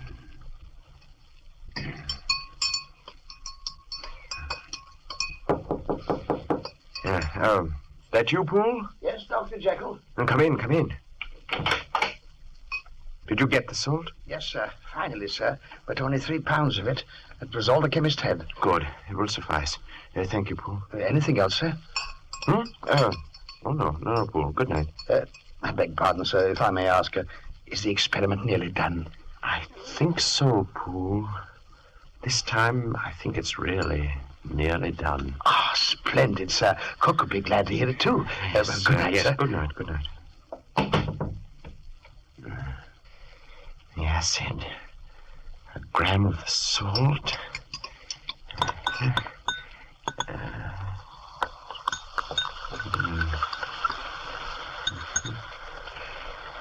Now,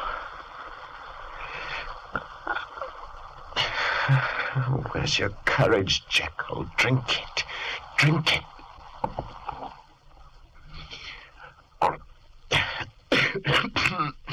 Oh.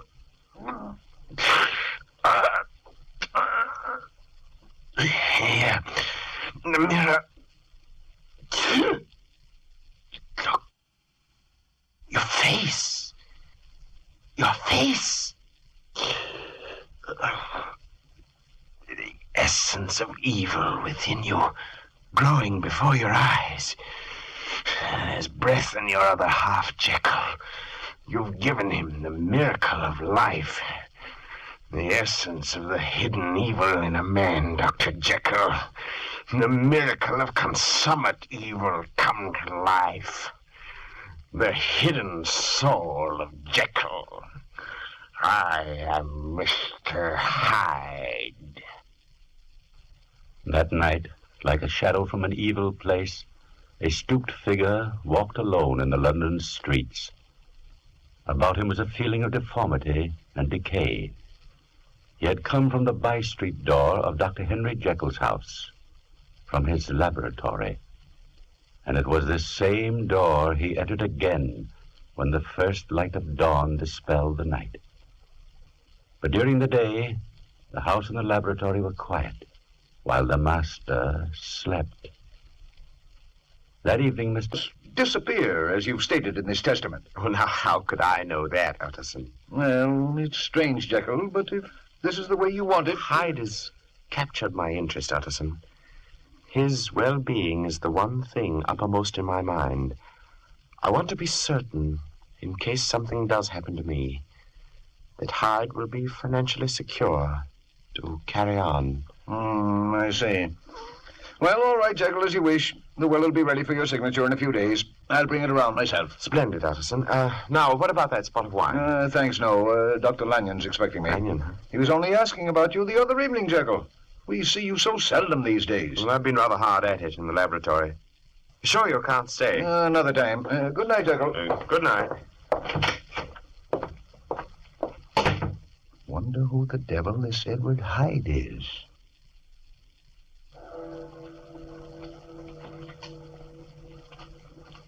Mr. Utterson was the first of many Londoners who were to wonder about the hideous spectre-like Mr. Hyde, who were to fear the shadows of night because of him. One evening, nearly a week later...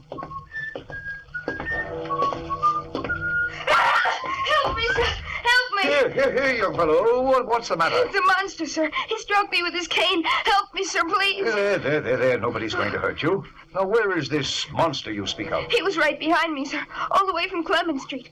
Look, there, under the corner light. You'll not let him come at me again, will you, sir? Will you? No, my lad. No harm will come to you. Oh, sir. He's seen us now. Oh, wait. By George, it is a monster. Look, sir, he's making for that doorway. The small one in the shadow, just there. So he is. Hey, here, fellow. Wait a minute there.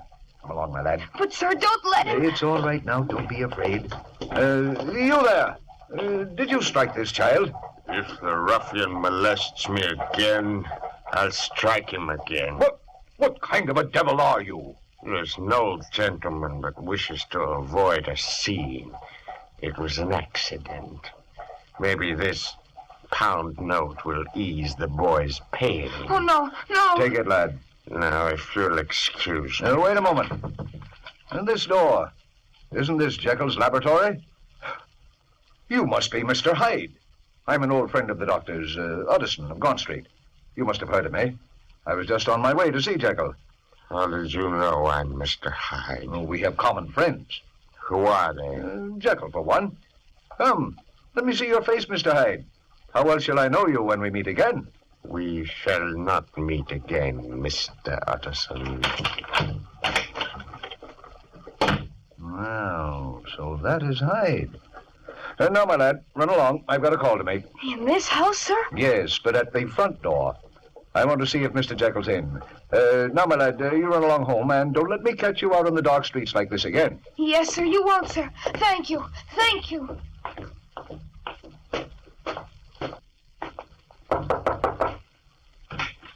Good evening, Poole.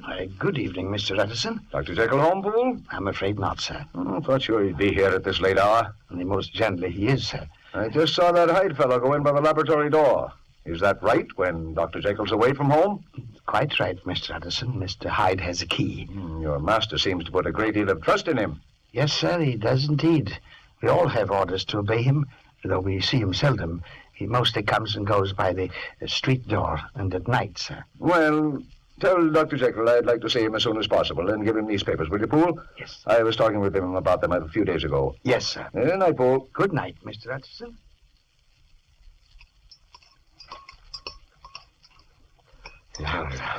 The sword, Mr. Hyde. Hurry. Mix it well. Pour the powder in slowly.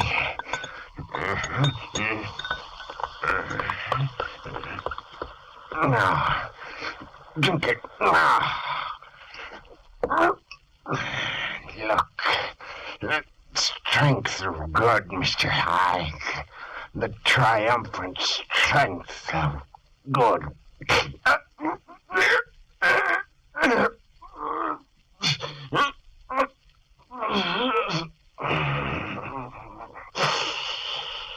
What a face. The terror of your eyes unclouding. The straightening of your crooked, evil soul. The masking of an ugly idol in the glass. It's the last of you, Mr. Hyde. You'll never exist again. What? Is that you, Dr. Jekyll? Yes, Poole. I'm so sorry, sir. I only just told Mr. Addison that you were not at home. I came in by the laboratory door, Poole. But Mr. Hyde, sir... Mr. Hyde is gone. Oh, I see. Mr. Addison left this paper envelope, sir. He asked also to see you as soon as possible. Well, thank you, Poole. Put it there. Shall I bring you some chocolate, sir? No. No, I'll go to bed. I'm very tired, Poole. I've been alone too much lately. What do you say to my taking your advice and having that dinner party? Oh, that would be like old times, sir. We'll talk it over tomorrow. Splendid, sir. And, Poole, I don't think Mr. Hyde will be back again.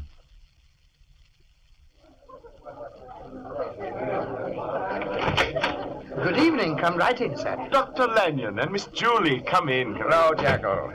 Good to see you out of that shell after all these months. This isn't going to be one of those stuffy dinner parties, is it? Pay no attention to him, Dr. Jekyll. Your hat and coat, Dr. Lanyon. Oh, yes, Poole. By the way, Jekyll. Yes. This is your walking stick, isn't it?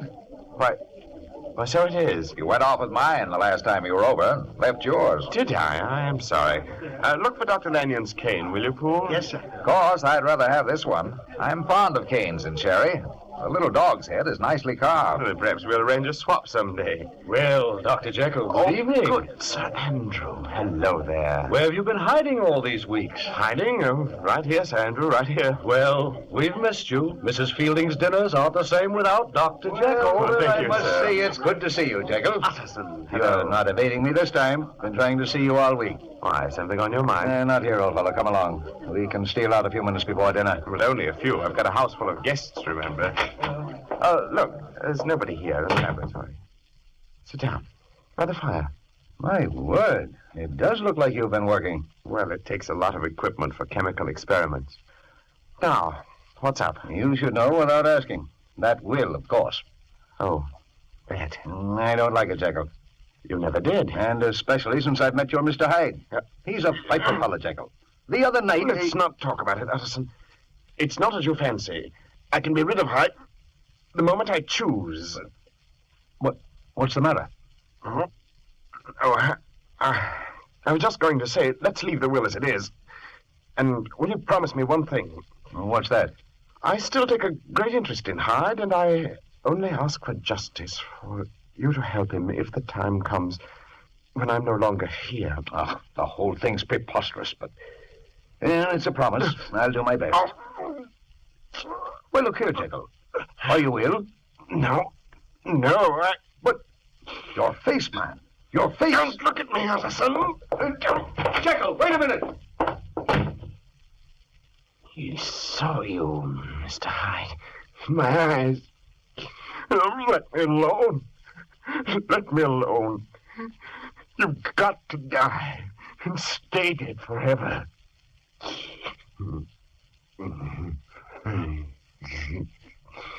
You're afraid, Mr. Hyde. Afraid of him. Can you kill the strongest force in the world? You've got to have the strength of Hyde to murder the inordinate strength of Hyde. You can't kill me, Jekyll. The good in you can never kill. And I shall never die. Not as long as you can live.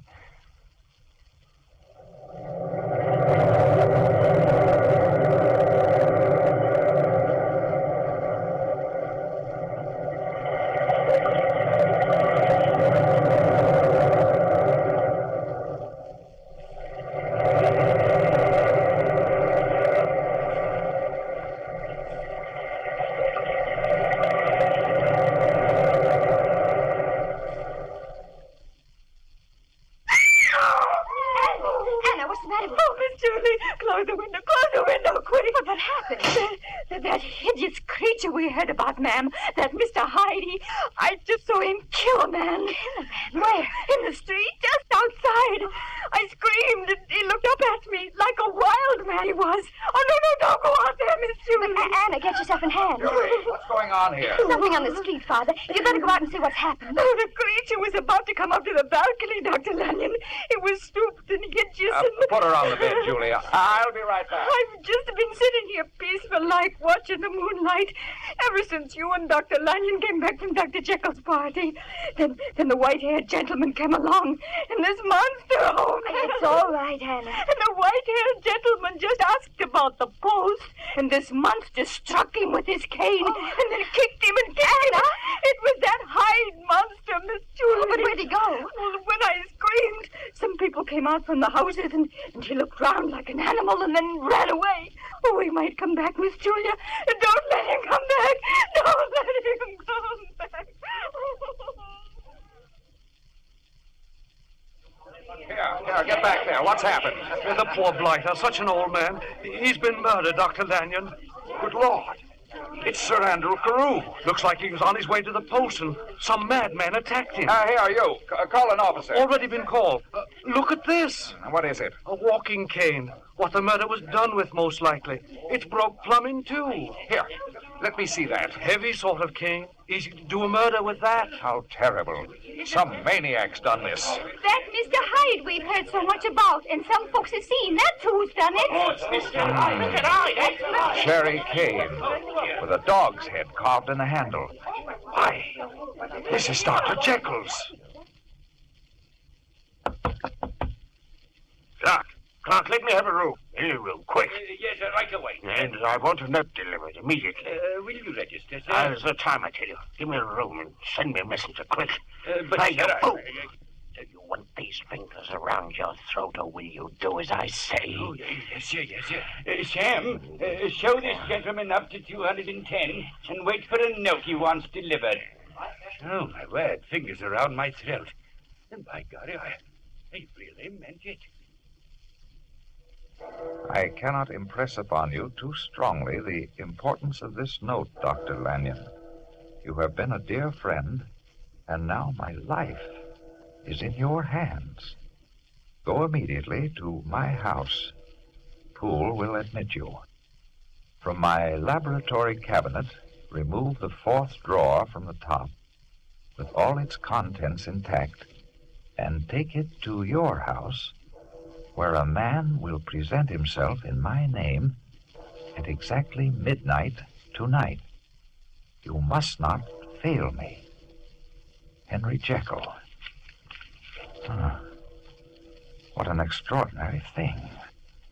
Well, I've done as Jekyll said. Now we'll see. Oh, right on the dot. Who's there? Are you from Jekyll? Yes, let me in. Lanyon, you got it. I have, but look here. No, waste time. Let me have the drawer. It's in my study, through that door there. Where is it? There, on the table. We've got a graduated glass. It's on the shelf beside you, but what are you going to do? I'm going to perform a miracle. Now look here. Jekyll didn't say anything about... If this is some fiendish thing Jekyll's cooked up, I'll be no partner to it.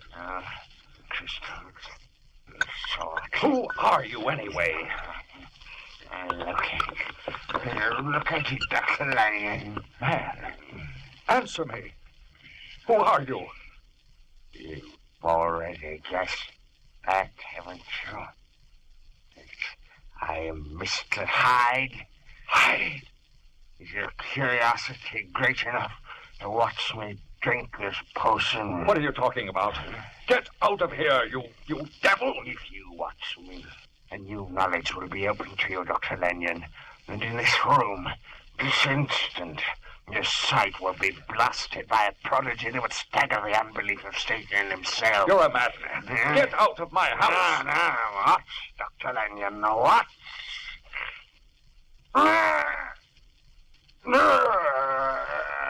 Jekyll. Jekyll. In heaven's name. It's you. The birth of a good man before your eyes. Now you see why I hid myself away all those weeks, Dr. Lanyon. Jekyll. What are you saying? At first, it took a strong draught of the formula to bring him to life. Weeks ago, that was. But now he's too strong. Now the Jekyll you see before you hasn't the power to keep him back. 2 hours from now, Dr. Lanyon, I'll be Mr. Hyde again. And no strength of my will can stop it. Jekyll, you're mad. Leave me alone. I've got to know more of the powder, Dr. Lanyon. In heaven's name, don't you see? I've got to find more of the powder. This was the last of it. Jekyll, have mercy. Let an old man alone. Together we can do it, Dr. Lanyon. Poole got the powder for me, but the shop where he got it has no more. It must have contained some impurity that did the trick. You've got to help me find out what that impurity was. Dr. Lanyon, you've got to help me murder this evil Hyde in my soul. Jekyll. Stop. What? Stop. Dr. Lanyon. Dr. Lanyon! No!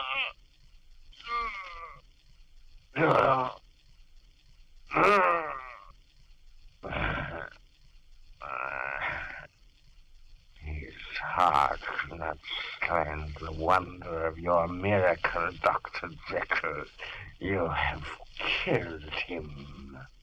The one man who could save your life is dead.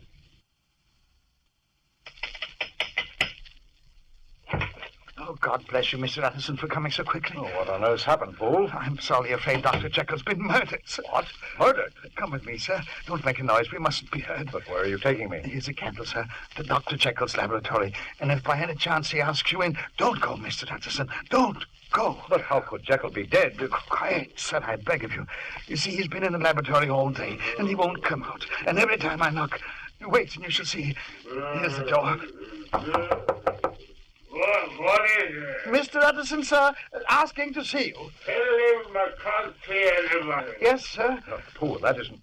Well, that doesn't sound like Jekyll to me. No, sir, I'm glad to hear you say so, because Mr. Utterson, whatever is in there, cries to heaven for help and wails and sobs. What are you driving at, Poole? Well, sir, it all began early this morning after they'd found Dr. Lanyon dead. Yes, I saw him. Such terror in his face. Well, sir, it was sometimes Dr. Jekyll's way to leave orders on a sheet of paper outside this door. And since early this morning, sir, we've had nothing else except notes at the closed door and food left outside to be smuggled in when nobody was looking. A dozen times, Mr. Utterson, those notes were sent me flying all over London to wholesale chemists for a certain powder. But every time, soon after I brought it back, there'd be another paper telling me to return it because it wasn't right, sir. And this drug, sir, is wanted very badly. Then maybe it is Jekyll, Poole. Maybe... Oh, sir, do you think I wouldn't know my master after 20 years? That thing in there, Mr. Utterson, had done away with Dr. Jekyll. Then who do you think it is in there? I give you my Bible word, Mr. Utterson. It's that monster, Mr. Hyde. That's what I thought. Come on, we've got to break in. Yes, sir. We need an axe, something to pry the door with. Well, I have the tools here. I've also taken the liberty of sending a footman with the boy around by the by-street entrance, just in case. And I have a gun here, sir. Good. But can they catch him if he tries to escape? They can, sir. Here's the axe. Here, hold the candle. Right. I'm going to knock first. Right. Mr. Hyde, will you let me in? I can't see anybody. Go away. If you don't open the door, I'm going to break it down. Utterson, in heaven's name, have mercy. Leave me alone. Oh, stand back. If you value your life, stay away. We're coming in there, Mr. Hyde. No. If you break down the door, I'll kill you. Do you hear me? I'll kill you. No. Mr. Utterson, wait. I'll unlock the door. Give me that gun, Poole. The door's unlocked. Open it and come in if you dare. Stand behind me, Poole. I'm going to push it open. Oh, it's the monster. Mr. Utterson has got a knife. Stay back from us, Mr. Hyde. Here you see evil incarnate, Mr. Utterson. And murder is my forte. So you have murdered Dr. Jekyll? Because he wished me dead. Now both of you shall die. Coming at us, sir. Stay back, Mr. Hyde. Utterson, look out. Now. Is he dead, sir? He's dead, Poole. Then we must find Dr. Jekyll.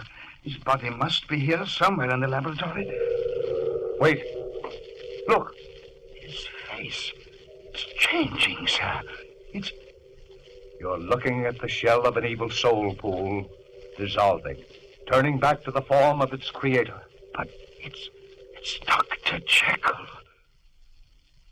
What does it mean, Mr. Utterson? It means the evil man is dead, Poole. For here lies the better half of his duality. Triumphant.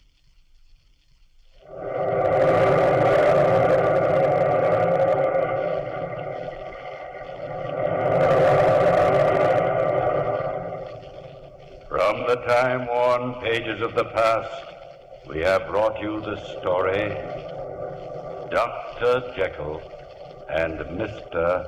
Hyde. Bellkeeper, toll the bell.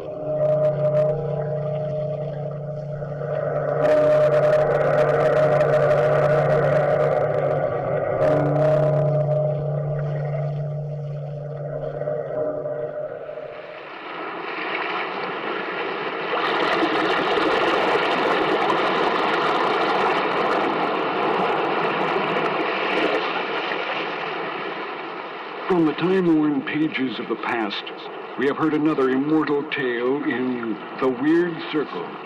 Bellkeeper, toll the bell.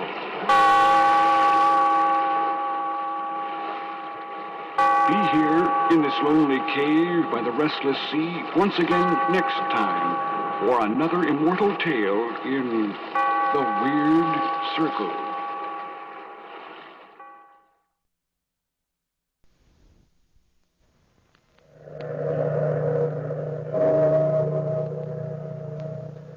Out of the past, phantoms of a world gone by speak again their immortal tale, a passion in the desert.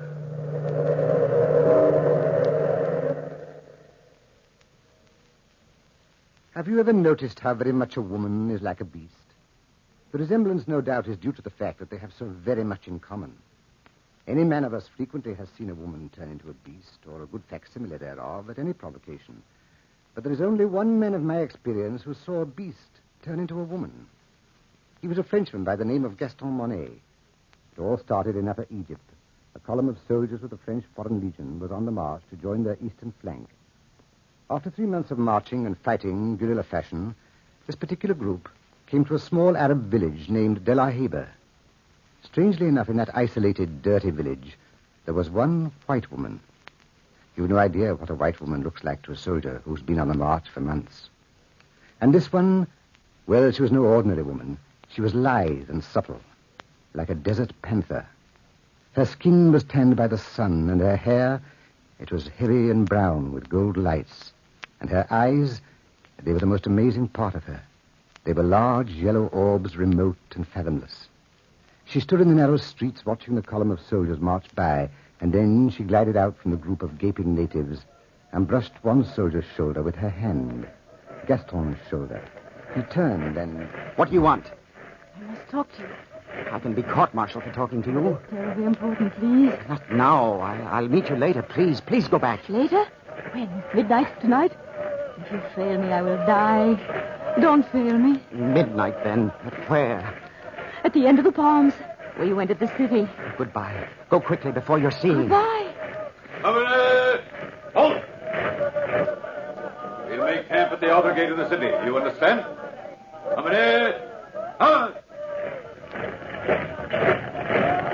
Michel, wasn't she a beauty? What are you talking about, Gaston? I did not see anybody. The white girl, the one who talked to me. Gaston, have you lost your mind completely? Nobody talked to you. You are seeing things. But the woman who whispered to me. Woman? Just a group of natives and a tame panther. You've quite an eye for women, Michel. But you missed this one. And I'm to see her again. Tonight at midnight. And so it was that night when the moon was yellow in the sky. Gaston sneaked away from camp and walked down the street, walked to the end of the mud-banked road. He saw the girl standing under the palms, and his pulse quickened.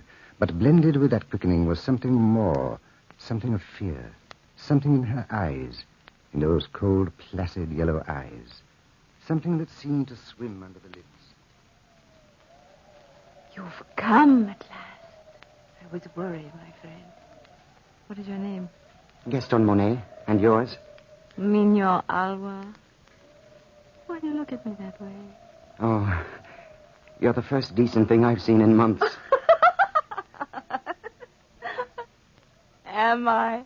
Tell me, why did you ask me, out of all of the others, to meet you here tonight? I mean, it is strange, isn't it? Perhaps it is fate. And besides, I am in trouble. I'm stranded here.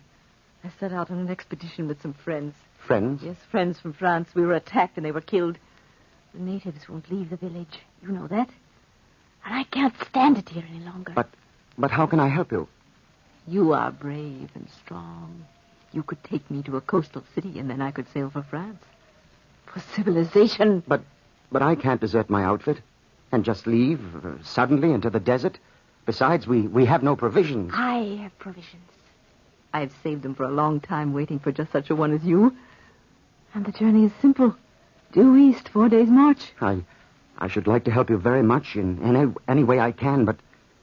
Oh, confound it, that's desertion. I just can't, woman. If you leave me here now, I will die. I will die in this place. Gaston, please. Gaston, don't refuse me. Please don't. It was warm out that evening. Warm. And the desert moon plays tricks with a man's mind.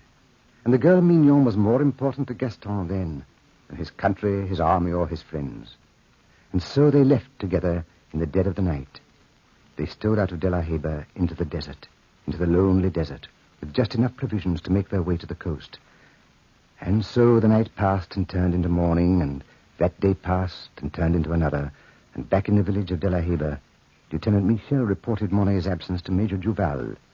The alarm was given, and the barracks were searched. And the search was fruitless. Lieutenant Michel reporting, sir. Yes, Lieutenant. The entire city has been searched, sir, but not a sign of him. I'm afraid, sir, it is desertion. I thought so. Gaston Monet never was army material. Weak. He'll never get away. We should let him die in that desert. Please, sir.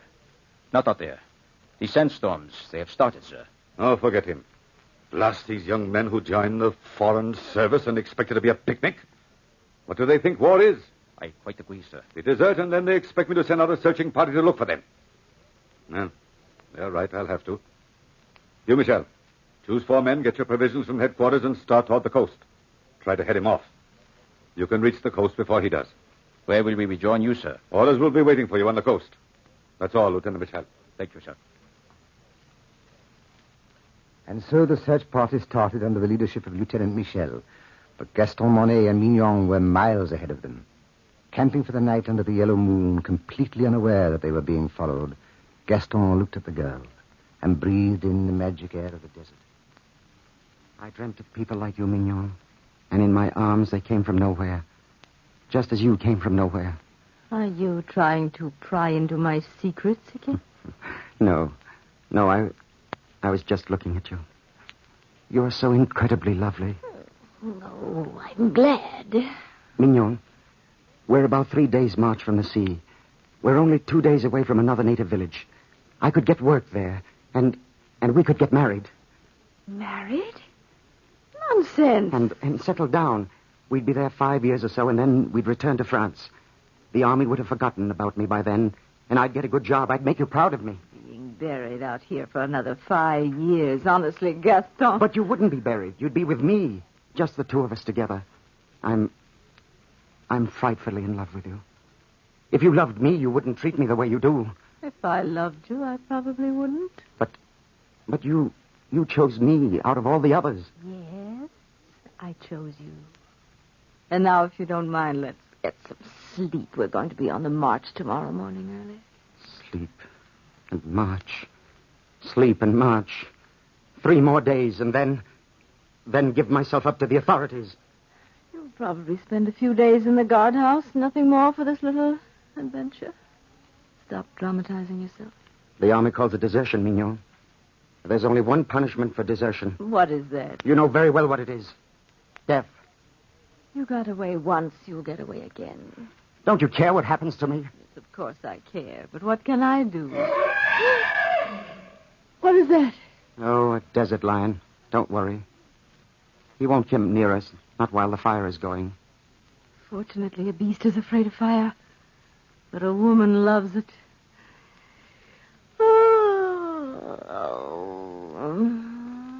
Good night, Gaston. Good night, Mignon. Well, such a hurt way to say good night.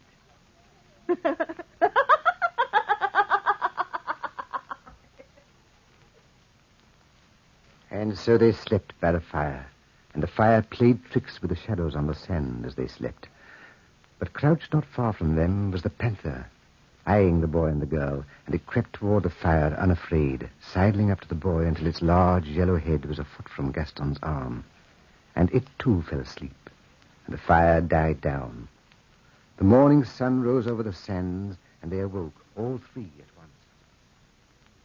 Gaston, look, next to you. Where's my rifle? I've got it.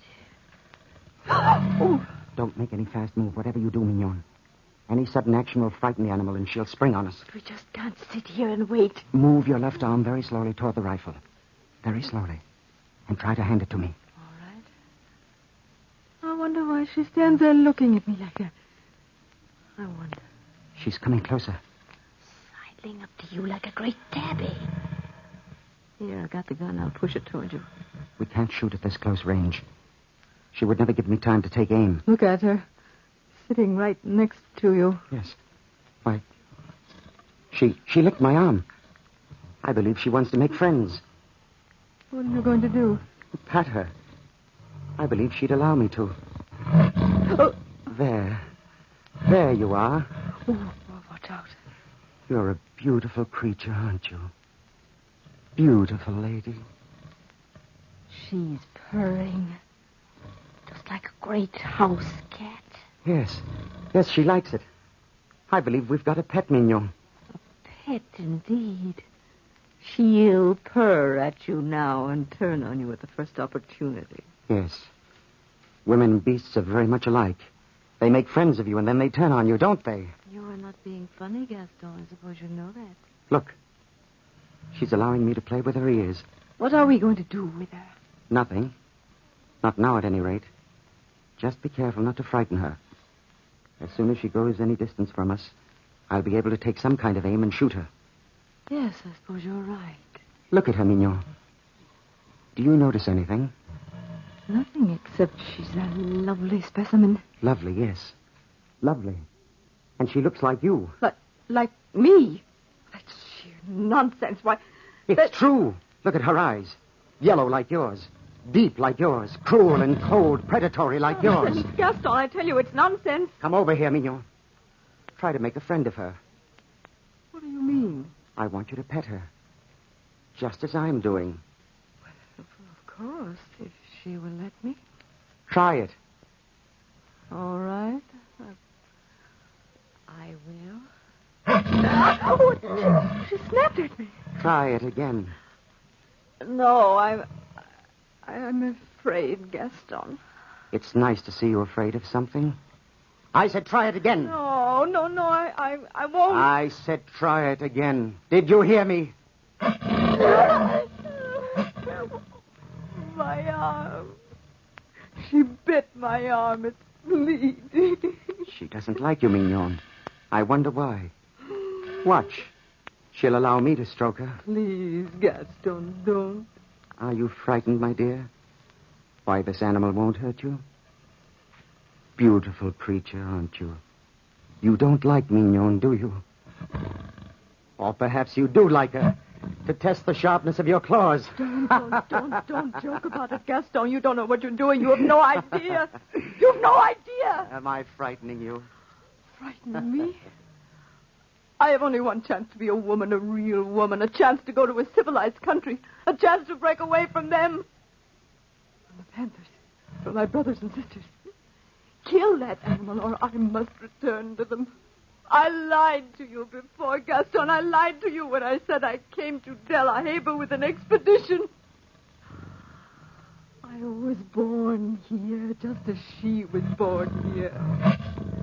And there is a kinship between us. Yes, a kinship you will never understand. Please, Gaston, kill that beast!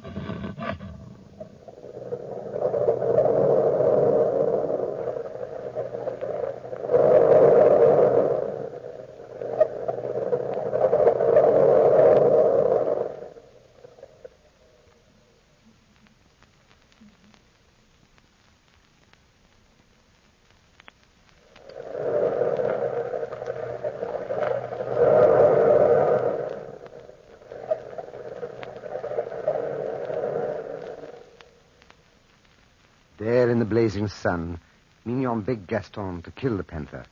But Gaston insisted that all three travel toward the coast together. Why, he never knew. It was as if some power stronger than himself forced him on. The beautifully sleek creature followed behind Gaston and the girl, at times coming up to rub her fine, sleek body against his leg and growled, baring her fangs at the girl. When night began to creep over the sands like some monstrous dark hand, they stopped, not far from an oasis. We'll make camp here, Mignon. Yes, here in the desert. I'm so tired, Gaston. Are you? Poor little girl. How about you, beautiful lady? You'd better spread out the blankets and the food. I'll get some water. Oh, don't leave me alone with her, please, Gaston. She won't hurt you if you leave her alone. Oh, you don't know what you're saying. I'll be back directly. The water's only some half-mile away. Call for help if you need any. Gaston, please, Gaston. What are you afraid of? I said I'd be right back, and the animal might follow me. But she's not following you. She's staying Sit still. here. She won't hurt you. You've got the gun just in case. Gaston, please. Don't tease me. You don't know what you're doing. I like to see you frightened, Mignon. You who are so sure of yourself. I'll be back directly. Nice little lady. Lie still. Let me point the gun.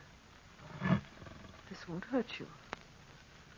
Why do you look at me like that? Yes, Gaston is right. We are alike. Our eyes, our souls, and our emotions. No, little lady, stay where you are until I get an aim. A perfect aim. No!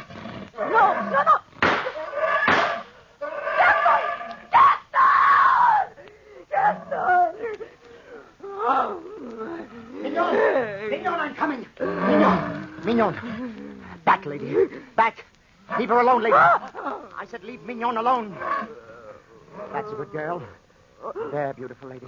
Oh, Gaston. Mignon. Don't let me die here. You were a fool, Mignon, a fool. She wouldn't have hurt you if you hadn't tried to shoot her. I was frightened of her. I was so frightened. Yes, She's so like me, and she knows it. She not only wanted to kill me, she wanted more. She wanted to absorb a human soul in that animal body. My soul.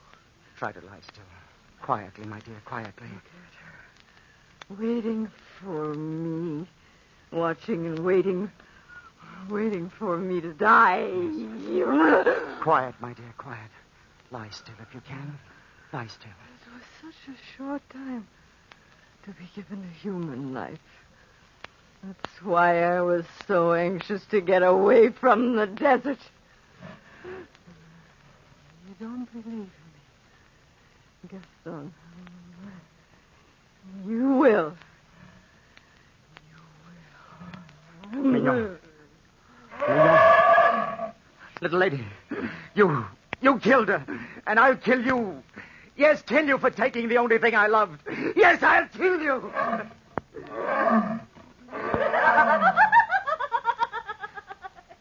Mignon. Mignon, where are you? But you're dead. You're dead, aren't you? But I heard you laugh. Or was it the panther? Mignon, your laugh came from the throat of the panther. Can it be the blending of two souls? The soul of a woman and a beast? If I kill the panther, then I kill you. For you live in her, little lady. And you are Mignon.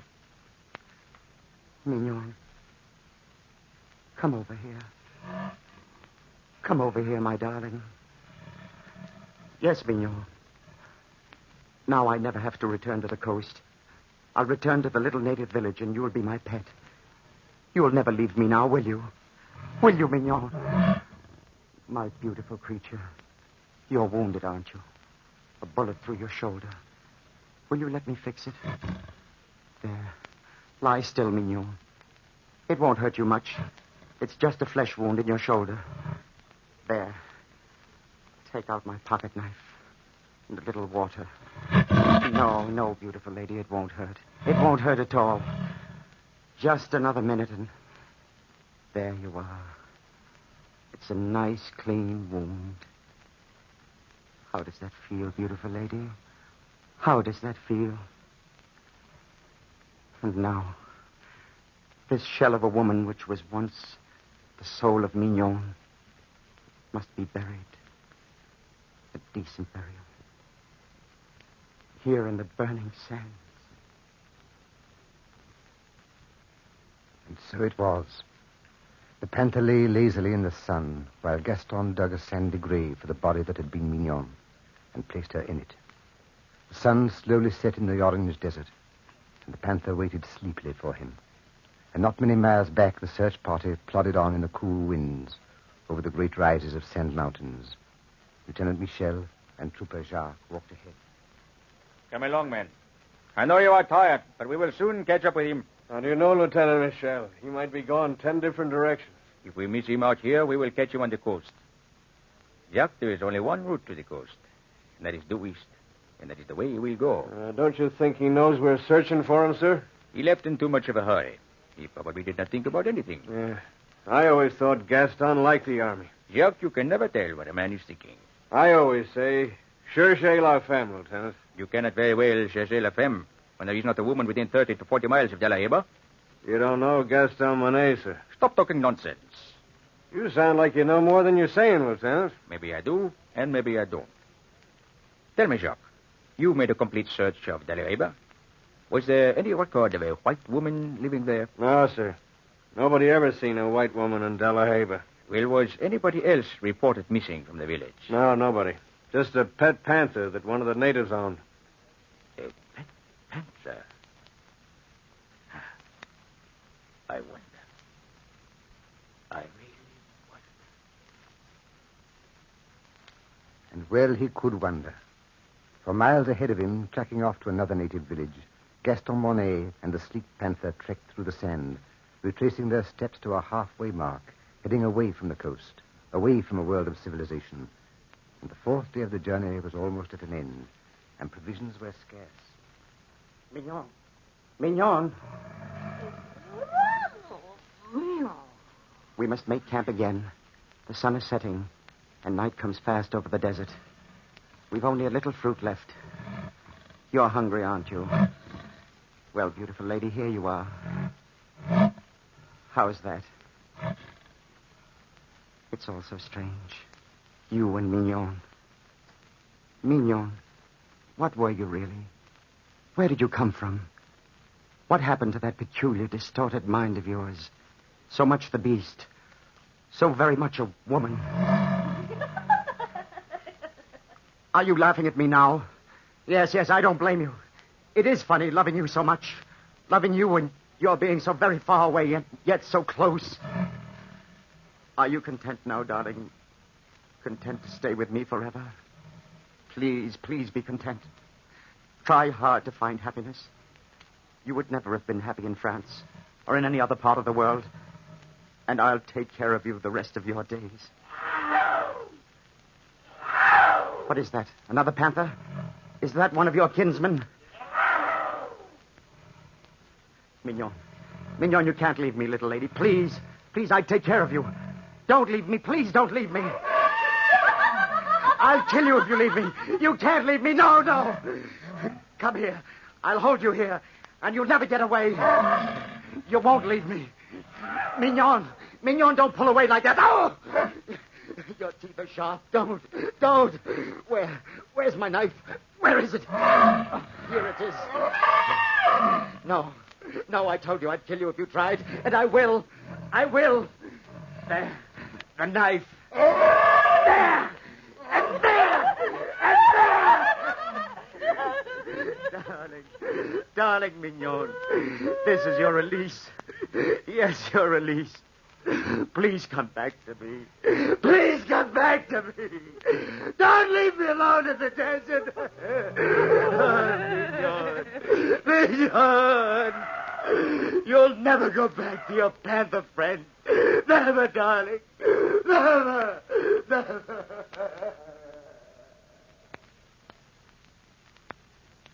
And the blood flowed freely from the wounded beast's heart, staining the yellow sands crimson. And Gaston turned toward the fading sun, his face streaked by tears, stained by sand. And walking away from the beast, he looked toward the sky. Then, falling face forward on the sand, he lay under the hot desert sun. Toward evening, as the sun set in the sky, the four-man searching party reached the blood-stained sand. And then... Lieutenant Michel, look. Eh? The panther. Dead. Sacre bleu. Body covered with knife wounds. Look behind him. Gaston! Oh, it's no use, sir. Gaston Monet's been dead for well over 12 hours. Dead? The panther's body covered with knife wounds, and Gaston's body absolutely unharmed. Funny, ain't it? Not too funny. I wonder if that's the pet panther that disappeared. Probably. Jacques, never mention that in the report to Major Duval. Just write desertion due to insanity. Insanity, sir? Yes, Jacques. Insanity. Caused by desert madness.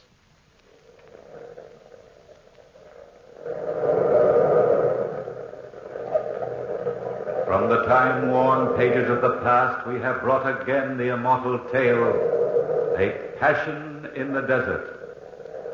Bellkeeper, toll the bell.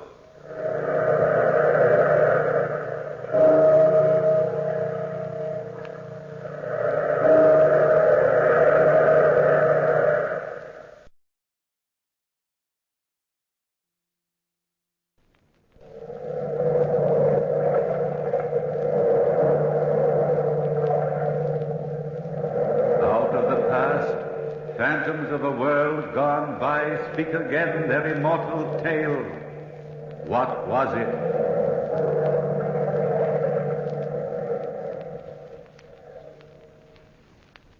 All right, then. What was it? What was it? Nobody knows. But the house was haunted by something or somebody. The boarders here at Mrs. Dimity's boarding house didn't believe in ghosts either, myself included. But we were curious about them. That's why we voted to move into the old brownstone house on 49th Street. And once we were in, we were still convinced that ghosts don't venture abroad in a New York tenement building. The only one who wasn't quite convinced that ghosts exist only in storybooks was old Mrs. Dimity herself. But her favorite roomer, young, handsome Ned Saunders, and myself, I'm Dr. Hammond, we refused to believe the ghostly nonsense. Anne Mitchell, the young sculptress who lived there, was frankly curious, while the Countess Harkavy, a fortune-teller of some renown and a psychic of questionable fame, was delighted at the idea of living in a haunted house. That was in a business way, of course. It was around 11 o'clock at night when the boarders, who were then assembled in that dark, dreary living room, first heard what some claimed was a ghostly presence.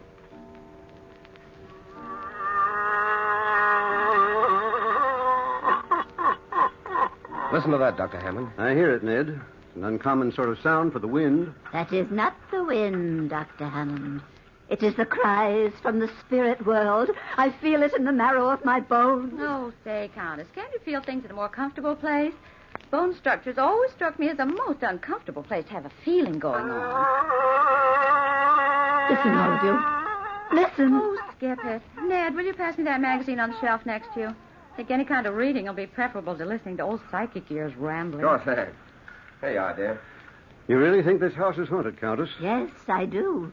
It would be a fortunate thing for your business if the United States of America could be made ghost-conscious. Dr. Hammond, you'll live to regret that remark. The Countess will take you seriously. I am serious. And talking of taking things seriously, when are you going to start taking me seriously, Anne? When you start to make a living, Ned. Oh, someday I hope I won't have to try and sell my sculptures. All art is conceived out of the fires of struggle. Well, I'm tired of struggling. Oh, if I could just create something out of the ordinary for an art exhibit, I could make a couple of $100. I've been working 3 months for an idea, and I haven't done a thing. My poor dear Anne, as long as you doubt the extraordinary, how can you create it? She's got you there, Anne. Yes, she has, Dr. Hammond. Well, what would you suggest as a good subject for Anne to sculpt, Countess? Well, a denizen of the other world, perhaps? Oh, sure. That's rather a hot place for a girl to venture in order to sculpt the devil, isn't it? Don't speak so lightly of his satanic highness. No one knows where the devil's hand may be next. How about sculpting me, Anne? I'm an extraordinary young man. That you are, darling. Extraordinarily broke, at any rate. Oh, the woes of the world revolve on that ugly stuff called money. People take money much too seriously, Ned. Well, frankly, Dr. Hammond, if I had some of it, I wouldn't take it at all seriously. I'd scatter it around the world like a veritable windmill. Oh, frivolity. That's your trouble, my dear friends. Frivolity. You feed on it. Here in this very house is a poor, earthbound spirit, and yet you ignore it. Come, Countess, you don't expect us to take it seriously? I expect nothing. What do you expect us to do? Call the spirit in and ask him to sit for me? Possibly, Anne. Possibly. Come, Countess, you're joking. I have never been more serious in my life. I think we ought to hold a seance and command the spirits to enter the room. That would be interesting, at least scientifically so. Oh, nonsense, Doctor. Besides, Mrs. Dimity would never stand for it. Ever since she moved us into this house, she's been scared stiff of the very idea of spirits. Have you seen the amulet she's been wearing? Yes. She carries it around like a sword. Why don't we ask her? Oh, we were just talking about you, Mrs. Dimity. Oh, dear. I tell you, I just can't stand being alone in my room. I just know something was in there with me, Anne. I just know it. The spirits probably have been attracted to you, Mrs. Dimity. I've always felt you're strongly psychic. Oh, don't say it, Countess. Don't even think about it. It was all a mistake, moving into this house. All a mistake. I've just never been as nervous. Dr. Hammond, feel my pulse. Feel it. It's practically non-pulse, so to speak. Well, I wouldn't take it seriously, Mrs. Dimity. We all know there are no such things as spirits. You see, we've been talking about the ghost for so long that at times we half believe, but that's purely imagination. It wasn't imagination at all, Dr. Hammond. You know very well there are only 5 of us living here. You 4 were downstairs, and I was alone upstairs, and, oh, I did hear footsteps in the hall. I opened the door, and I felt something cold touch me. Ah, you see, I knew it.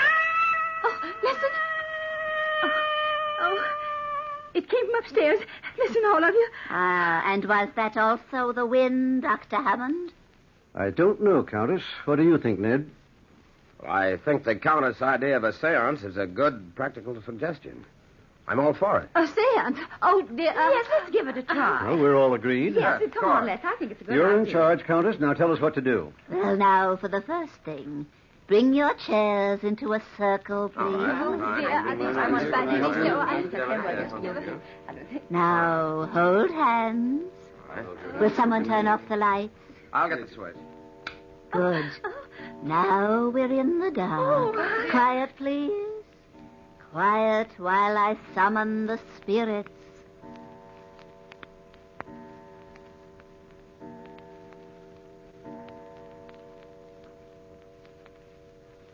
It is midnight, O spirits, midnight. Enter the portals of our room and speak to us. Speak to us. We are gathered to commune with you who have passed on. Withhold not your secrets. Speak. Speak.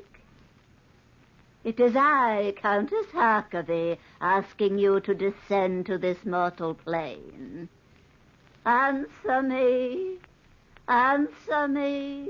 If my Uncle Ezekiel's in the room and wants to talk to me, I'd talk to him, Countess. Yes, Mrs. Dimity. Ned, stop squeezing my hand. I'm not squeezing your hand, Anne. Or whatever you're doing, stop doing I'm not doing it. anything. Ouch, doggone it. What's the matter with you, Anne? Oh, you're so coy, pinching me now. I'm not pinching you. My hands are in my lap. Well, who's ever sitting next to me? Stop it. Dr. Hammond. I'm sitting across from you, Anne. Mrs. Dimity. Oh, dear. I wouldn't have the courage to squeeze anybody's hand at this point. Ouch. Well, whoever it is. Turn on the light, somebody. Turn on the light. No. Somebody's got hold of my No, hand. don't turn on the lights.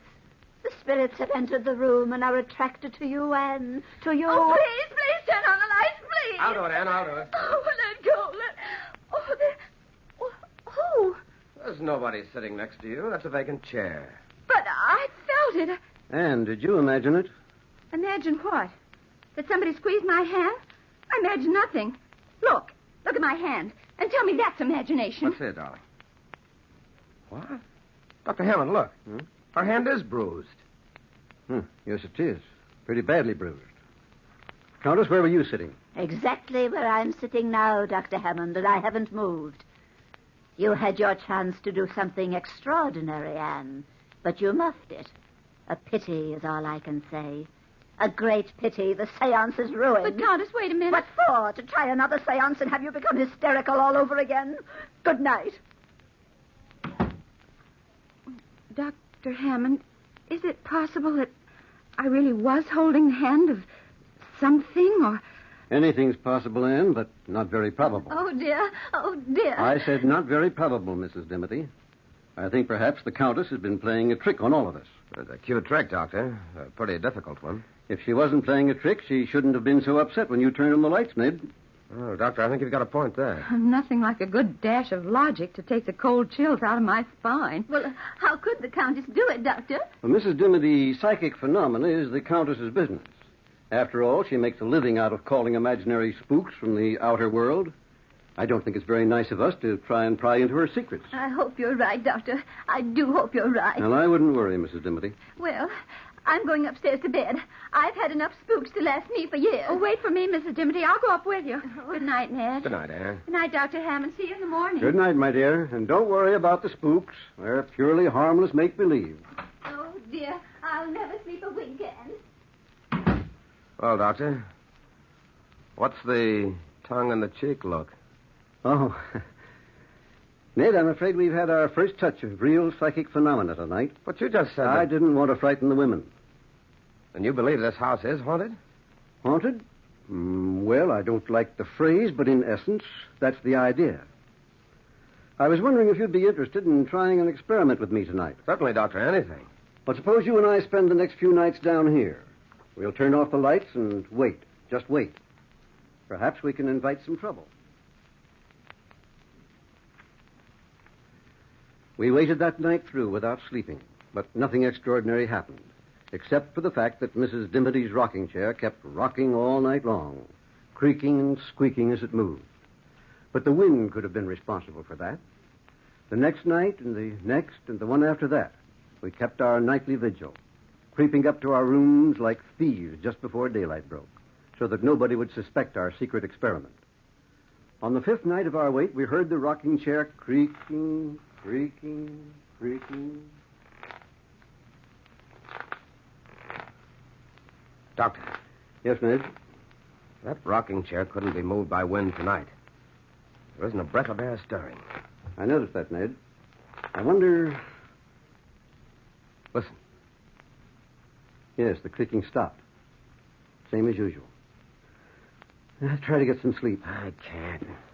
I'm as nervous as a cat over this whole thing. Yes, I'm jittery, too. Ouch, let me... What's the matter, Ned? I don't know. Somebody's attacked me. Help me, Doctor. Help me. It's got its arms around my throat. There, I feel it. We'll find out who this ghost is in a short time. There, I've got his arms, Ned. My throat. Let go of my throat. There. It's first. Can you hang on to him alone, Doctor? I think so, but he's as strong as an ox. No, you don't.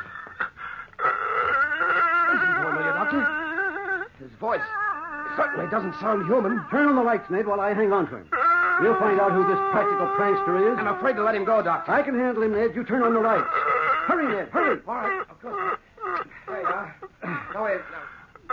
Doctor, where is he? He's right in front. I've got him by the arms. I'm hanging on to it. Now, this is amazing. Amazing, Doctor.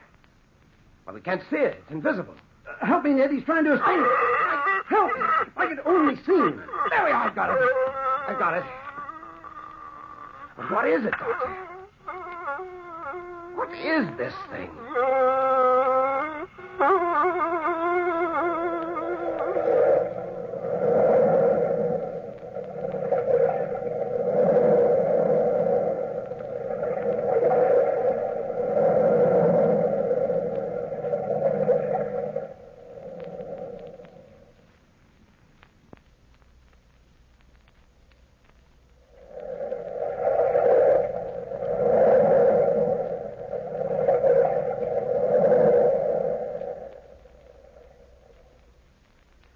What was it? I didn't know as I held the grisly thing in my arms. It struggled and sobbed and moaned exactly as a beast would struggle and moan. An invisible beast. That was the horror of it. An invisible beast. I sent Ned to the basement of the old brownstone to get some stout rope. At least we could prevent this horror from escaping. That's what I thought then. Well, Ned returned shortly from the basement and opened the door. Here you are, Dr. Hammond. Oh, quickly, Ned. Bind its legs. I can't hang on to it much longer. Not as young as I used to be. All right, Doctor, I'll manage. Somehow, I try to hold him on the floor. Yes, of course. There you are, Ned. Now, quickly. Its feet are still for the minute. There. I got the rope about him. Look. Huh? A perfect loop around nothing but empty air. Hold him, and I'll bind the rope around him. Oh, quickly, Ned. There we are. That covers his feet. Now I'll bring it up here and around his legs. Here, give me the rope, and I'll bind his hands. All right. We're getting him bound up like an Egyptian mummy. There, that does it. What a relief to be able to let that awful thing go. All right, I'll take the rope now, Doctor, and bind it to this chair. He won't get away now, I'll guarantee that. It isn't very large, is it? No, about the size of a small boy. Yeah, but what is it? Have you ever encountered anything like this before? Well, frankly, Ned, never. Look at my hands, bitten and bruised. I wonder if I'll ever be able to move them again. What are we going to do with the darn thing now? I don't think that's our responsibility, Ned. I think we'd better call the boarders together and let them in on the secret. Would you like me to get them, Doctor? Yes, wake them up. But don't tell them why. Just ask them to come down here, and I'll throw this rug over the chair so that they won't see the ropes right away.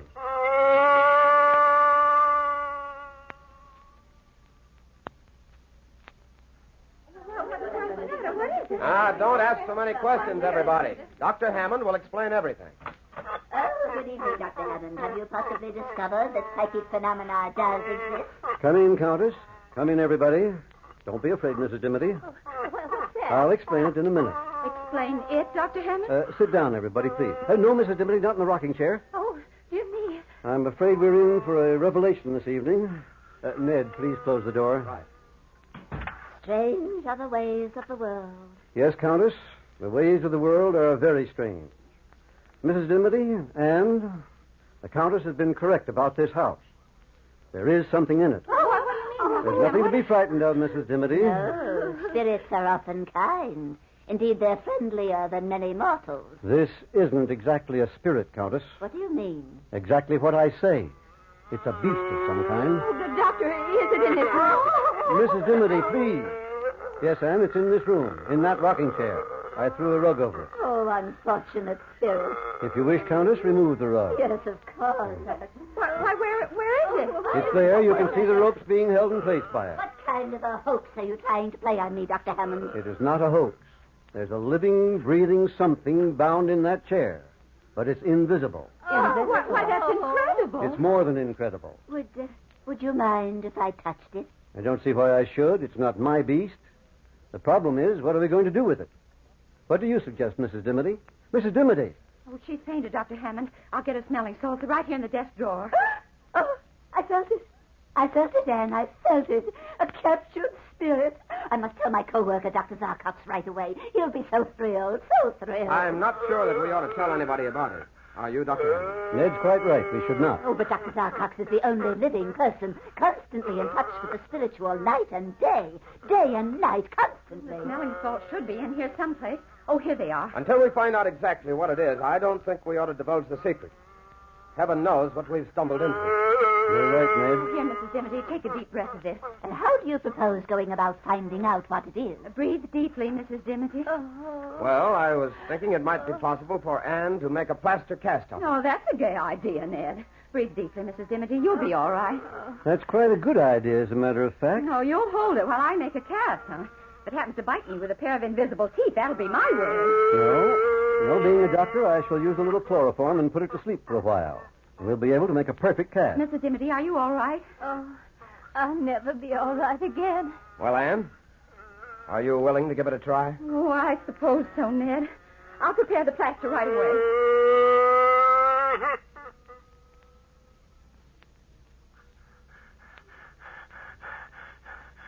There we are, Anne. The chloroform has worked perfectly. Whatever it is, it's asleep. Before you start with the plaster, I should like to listen to his heart with a stethoscope. Certainly, Doctor. Normal. A little faster than is normal for a human being, but maybe we're not dealing with a human being. Yes, Doctor, that's very possible. Ned, would you hand me that container near you? Certainly, Anne. Here you are. Thanks, Ned. Well, Dr. Hammond, are you ready? Yes, Anne, whenever you are. Oh, we might as well start. 2:00. We ought to be through by 7. And so Anne started to work to cover that invisible form with moist plaster. We watched her spellbound. The hideousness of the rough object which soon met our eyes was appalling. Anne's hands shook perceptibly as she forced herself to complete what she had started. Minutes changed into hours. The mold was completed, and we had a rough idea of this figure. Then Anne allowed the mold to dry. By morning, we had a rough facsimile of the invisible beast. How can I describe what it looked like, when it looked like nothing so much as a demon out of hell itself? Yes, shaped like a man with long, sinewy arms, but it was small, only 4 feet or so high. Its muscular development was amazing, and the face looked like a cannibal's, a demon.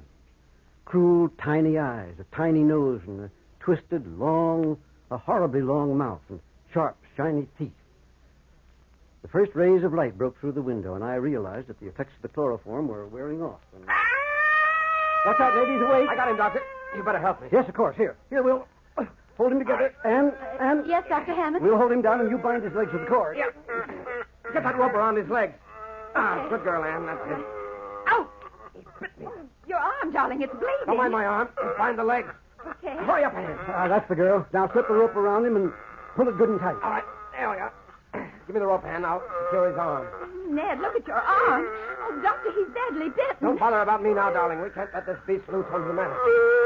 That face you've done, Anne, looks like the face of a man-eater. Yeah, it does. Give me a hand, Dr. Hammond. We'll put it back in the chair and tie it. Okay, Ned, now. 1, 2, lift. There. Now, tie the darn thing there. What do you think we ought to do with it now? I don't know. You're the doctor. Well? I think we all need some sleep. First, I'll tend to that arm of yours, Ned, and then we'll leave the thing here for a while. Doctor, do you think we dare leave it here quite safely? Well, judging from the way Ned's got it tied up, I think so. Not even a spirit could get out of those ropes. Come on, Ned. I want to take a look at that arm of yours. Oh, I'm tired. I'll leave the little statue in here till morning. You know, Doctor, that makes an interesting study, doesn't it? Yes, quite an interesting one. Extraordinary piece of work, one might say. Well, good night, Anne. Come on, Ned. Let's get that arm bandaged. We'll all think more clearly in the morning.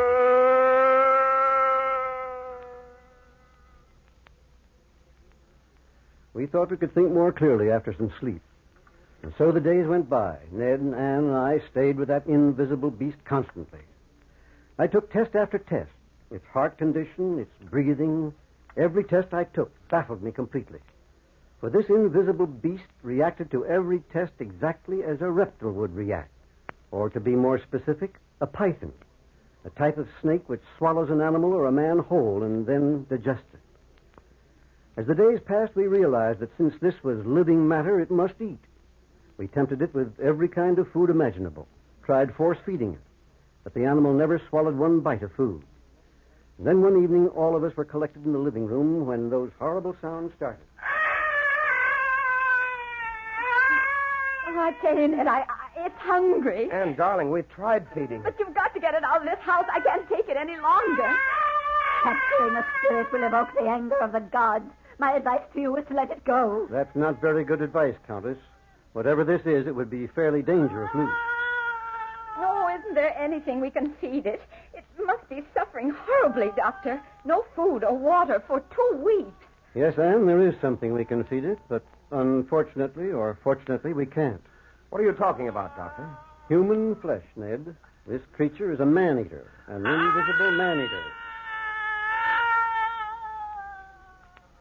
There's only one thing for us to do. Call the police and the medical society and turn it over to them. There's nothing more we can do. Oh, you'll regret this, Doctor. You'll regret it. You can't evoke the anger of the spirit world without payment in full. Anne, will you make the call? Certainly, Doctor. I'll go with you, darling. Don't tell them anything about it. Just ask them to come over here immediately.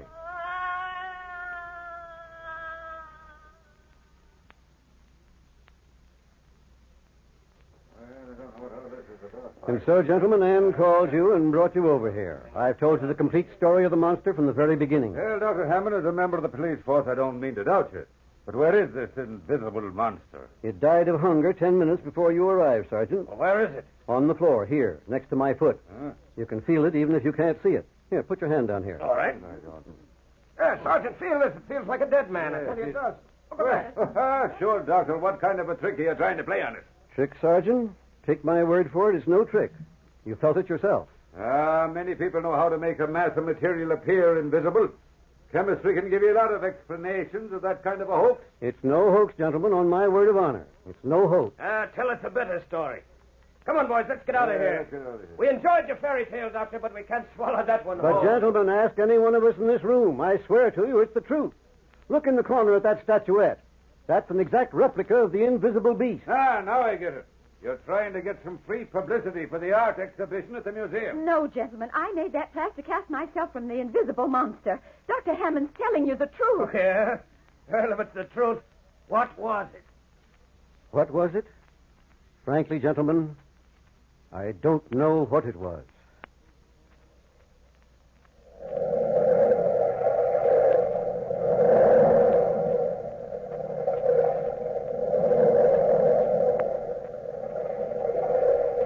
From the time-worn pages of the past, you have heard, what was it?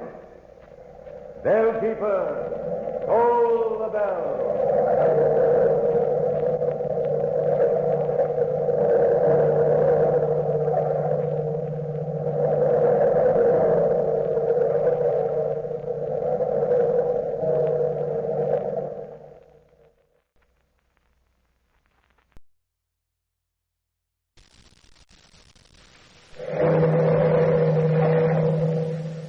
Listen to the wave. Listen to the bell. Listen to the weird circle.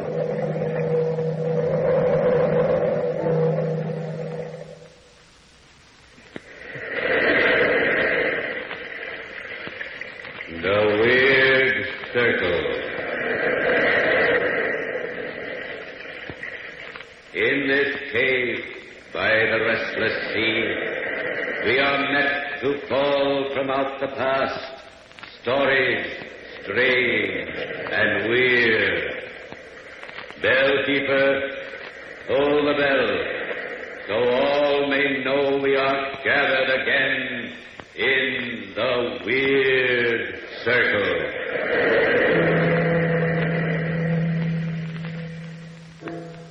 The Trial for Murder. That's the title of tonight's Weird Circle story, brought to you by Ogden's. From the pen of the noted author, Charles Dickens, The Trial for Murder provides excellent story material for a smooth radio adaptation. Speaking of smoothness and adaptability, you'll find Ogden's Fine Cut a smooth echo. And if you look for a product that's completely adaptable to the smoker's taste, well, it's simple to make smoking satisfaction come true with Ogden's. Yes, on all counts, Ogden's provides genuine smoking enjoyment. You'll find Ogden's easy to roll, delightful to smoke. Yes, easy to roll, delightful to smoke. And now the Ogden's Playhouse presents The Trial for Murder by Charles Dickens.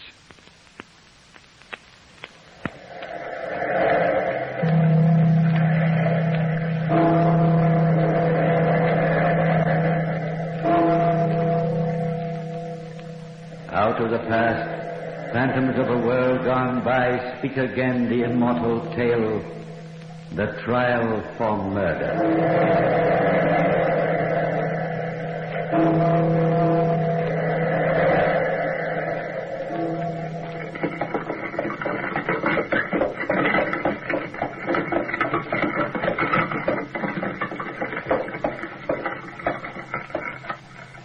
Here we are, Mr. Trelawney.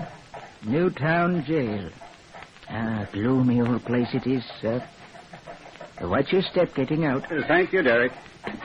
I can find you a place up at one of those garret windows if you like. Then you can see the hanging. No, Derek. I didn't come down here to watch the hanging of Peter Cook. Then, begging your pardon, sir, I don't understand. It's hard to explain. It's as though some strange force has urged me to come here today. I've felt it ever since the trial ended. Well, sir, I, for one, never did believe all that rubbish they were whispering about you during the trial. Supernatural powers. Mr. Trelawney can read the witnesses' minds. Why, there never was a more practical man than you, sir. As foreman of the jury, I tried my best to be fair, Derek. But I can't think back on the trial without a shudder. It was a nightmare, an ugly dream. Oh, look, sir. Yeah? The flag is up. Your Peter Cook is dead. Yes. Ah. And suddenly a great weight seems lifted from my soul. Strange. Why, I feel happy for the first time since it all began. Robert Blackwell has just come out to the prison gate, sir. I think he's coming over here. Even a great lawyer like Blackwell couldn't stop you from hanging Peter Cook. Oh, this is a fortunate meeting. I've long wanted to talk to you. It's Mr. Trelawney, isn't it? Yes, Mr. Blackwell, I'm at your service. Even though you'll never persuade me Peter Cook wasn't guilty of murder. He was, sir. He was. Confessed at the last minute. Oh. I was completely taken in by a scoundrel. Disagreeable business, the whole thing. Well, would you care to join me for a stroll? I'd be delighted, Mr. Blackwell. That will be all, Derek. I'll be home for dinner. Yes, sir. I suppose there are many questions in your mind. Mr. Trelawney, from the moment you appeared in the jury box and my client leaped to his feet screaming that you must be challenged, I felt you were the key to the whole mysterious business. I was, through no fault of my own. In a way, I was a puppet moved about by forces that can't be explained in any logical way. I've long wanted to tell the whole story. Just what I was hoping for, my friend. I've long wanted to hear it. Well, I warn you, Mr. Blackwell, you won't believe me. You'll laugh at me, call me crazy. Not at all, Mr. Trelawney. Now, here's a quiet little park. Let's rest on this bench while we chat. All right, sir. As I was saying, Mr. Trelawney, I have every reason to believe you implicitly. Well, then you have more faith in me than I had in myself. Do you know that after the trial I went to a specialist? And it was with relief that I heard him say that I was sound in body and mind. Excellent. And now a confession from the counsel for the defense. I had you checked on, sir, after several incidents that seemed unbelievable, you understand. And you found... That you are a well-known bank director, respected and admired. A man of character and integrity, not given to imagination and fancy. Oh, I'm flattered. But was that sufficient proof? Perhaps not. However, on 4 different occasions during the trial, I was startled by a sense of someone standing at my elbow. A weird sensation, the sort of chilly presence that made the hair stiffen at the back of my neck. You may recall that during my summation, I lost my place and glanced quickly in back of me. You certainly looked startled. There was no one there, of course. Ah, but there was. It was John Talbot. John Talbot? The dead man? The man murdered by Peter Cook. I saw him frequently during the trial. But, my good man, such things don't happen. I told you you'd call me crazy. But it was as much a fact as 2 and 2 make 4. And at least, Mr. Blackwell, you've given me a motive for telling my strange story. First, let me tell you that I don't follow crime stories in the daily papers. And it wasn't until much later that I discovered that this first incident took place before Peter Cook was even suspected or arrested. I was standing by the window in my apartment overlooking the park. Derek, my servant, was in the room at the time. Shall I lay out your evening clothes, Mr. Trelawney? If you will, Derek. But first, take a look out this window. Something strange going on. What is it, sir? Well, do you see that man approaching from Berkeley Street? The one with his collar turned up? Yes, sir. He seems to be in a bit of a hurry. Well, watch the way he keeps glancing in back of him. That man thinks he's being followed. I'd say he acts a bit frightened, sir. You're right, Derek. Oh, and now I see the reason. Good heavens. What a peculiar-looking chap following him. Huh. No wonder he wants to get away from him. Where, sir? Stand over here. You can see him now, Derek. No hat, his hair blowing in the wind. He has the whitest, most unhealthy-looking face I think I ever saw. I don't see him, sir. Well, you must be blind, Derek. He's practically in front of the window now. Look. Oh, he sees us. And he's pointing at the chap with his collar turned up. I don't like the look in his eyes, Derek. He must be a madman. Doesn't he look mad to you? I'm sorry, sir, but I don't see a soul. What's that? I don't see anyone there, sir. Well, you must be crazy, Derek. Oh, he's moving away now, but looking back over his shoulder and still pointing. Are you quite sure you're feeling well, Mr. Trelawney? If you're trying to be annoying, Derek, you're succeeding admirably. Is this your idea of a joke? No, sir. I'm very sorry, sir. May I draw the blinds? Please do. Let's have no more of this nonsense. Serves me right for not minding my own business. Yes, sir. What's that? I mean, no, sir. That is, shall I lay out your evening clothes? Yes, I'll change in the dressing room. It's warm there. Derek, did you leave the dressing room door ajar? No, sir. I closed it tight to keep the heat in. Well, it's ajar now. Wait a minute. I have a feeling there's someone in there. That's impossible, sir. We'd have to go through this room to get there, and we'd have seen anybody who did so. Yes, you're right, of course. Look, and remember. Derek, did you hear something? No, sir. What is it? There's someone in that room. Open the door wide. Yes, sir. There. You see, Mr. Trelawney, there's nobody there. If I may say so, sir, your imagine... What's the matter, Derek? I don't know, sir. All of a sudden, I felt cold. Sort of a chill came over me. You didn't see anyone in there when I opened the door, did you, sir? I thought I did. Just for a flash. It was the white-faced man I saw on the street a moment ago. And that's the truth, as you recall it, looking back? I'm certain of it. Moreover, Derek came to believe me. That chill of death that he felt convinced him. It's odd that neither one of us connected the incident in any way with the summons for jury duty that he brought to me at breakfast the next morning. As a busy man, I was merely annoyed with what I thought would be some dull civil case. But several days later, I arrived at the courthouse. I remembered so clearly the dim, gaslit passageways to the court. I remember that black, heavy fog hanging like murky curtains outside the great windows. I think I moved as one in a dream until you and the prosecutor started examining the jurors. As I stepped into the box, I remember your client, Peter Cook, leaping to his feet. I demand that you challenge that man, Mr. Blackwood. He'll hang me, sure. I want a fair trial. I demand that you challenge him. Please, Mr. Cook. Your Honor, I ask your forgiveness for this outburst. My client is unstrung. With your permission, however, I will examine the juror. Your name, sir? Hugh Trelawney. Do you know the defendant, Peter Cook? No, sir. Never saw him before? I believe I saw him in front of my home several days ago. He was being followed at the time. At least he looks like the man I have in mind. I'm sure I don't need to remind you that you're under oath, sir. Now, my client seems to believe that you are prejudiced against him in some way. Is that true? I know absolutely nothing about him. So far as I know, I've never spoken to him or read anything about the case. I have no personal interest in the matter whatsoever. Your Honor, my client, Peter Cook, seems to have been a bit hasty in his remarks. I feel he's made a mistake. I withdraw my challenge.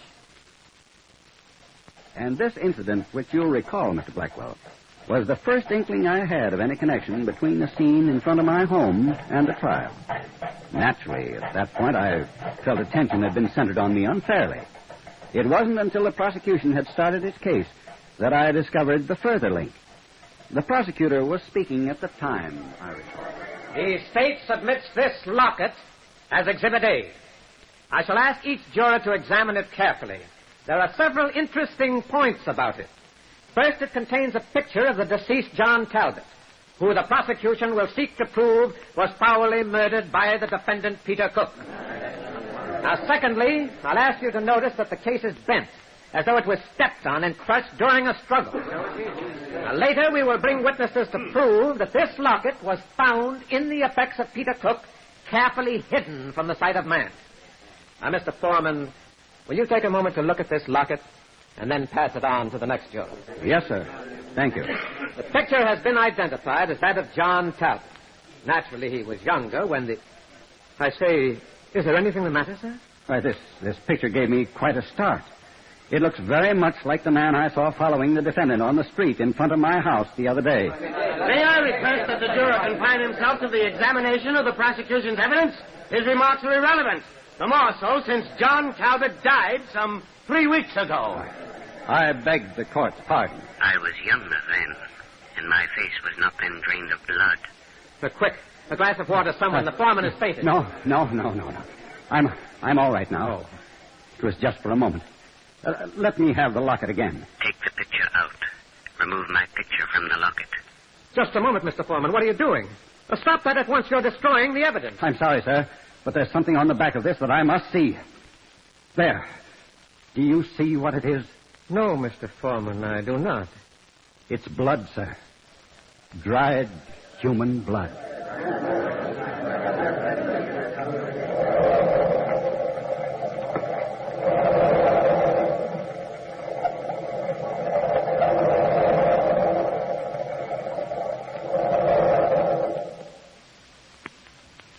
In Charles Dickens, we meet a writer of many facets and strange parallels. An author with the faculty of applying his genius to all fields of plot, from a tender, romantic turn to such a story as we hear tonight. The story of a juryman invested with incredible and supernatural powers of judgment. Friends, the judgment of the Canadian roll-your-own-smokers jury regarding the excellence of Ogden's fine-cut tobacco has been unanimous. Yes, ask the person who likes to roll his own cigarettes to name his choice of tobacco, and it's almost certain that his verdict will be Ogden's. You see, Ogden's has been pleasing the majority of roll-your-own smokers and making new friends right down through the years. Try Ogden's. Taste the rich, mellow goodness of tobaccos that are sun-ripened for absolute smoking satisfaction. You'll find Ogden's easy to roll, delightful to smoke. Yes, easy to roll, delightful to smoke. Back now to Hugh Trelawney and the trial for murder. Trelawney has found that of all those concerned in the trial, he alone can see and hear the ghost of the murdered man, John Talbot. As foreman of the jury, his questions have revealed important evidence against the defendant, Peter Cook. Right now, he's explaining to the prosecutor how this mysterious voice guided the course of the trial.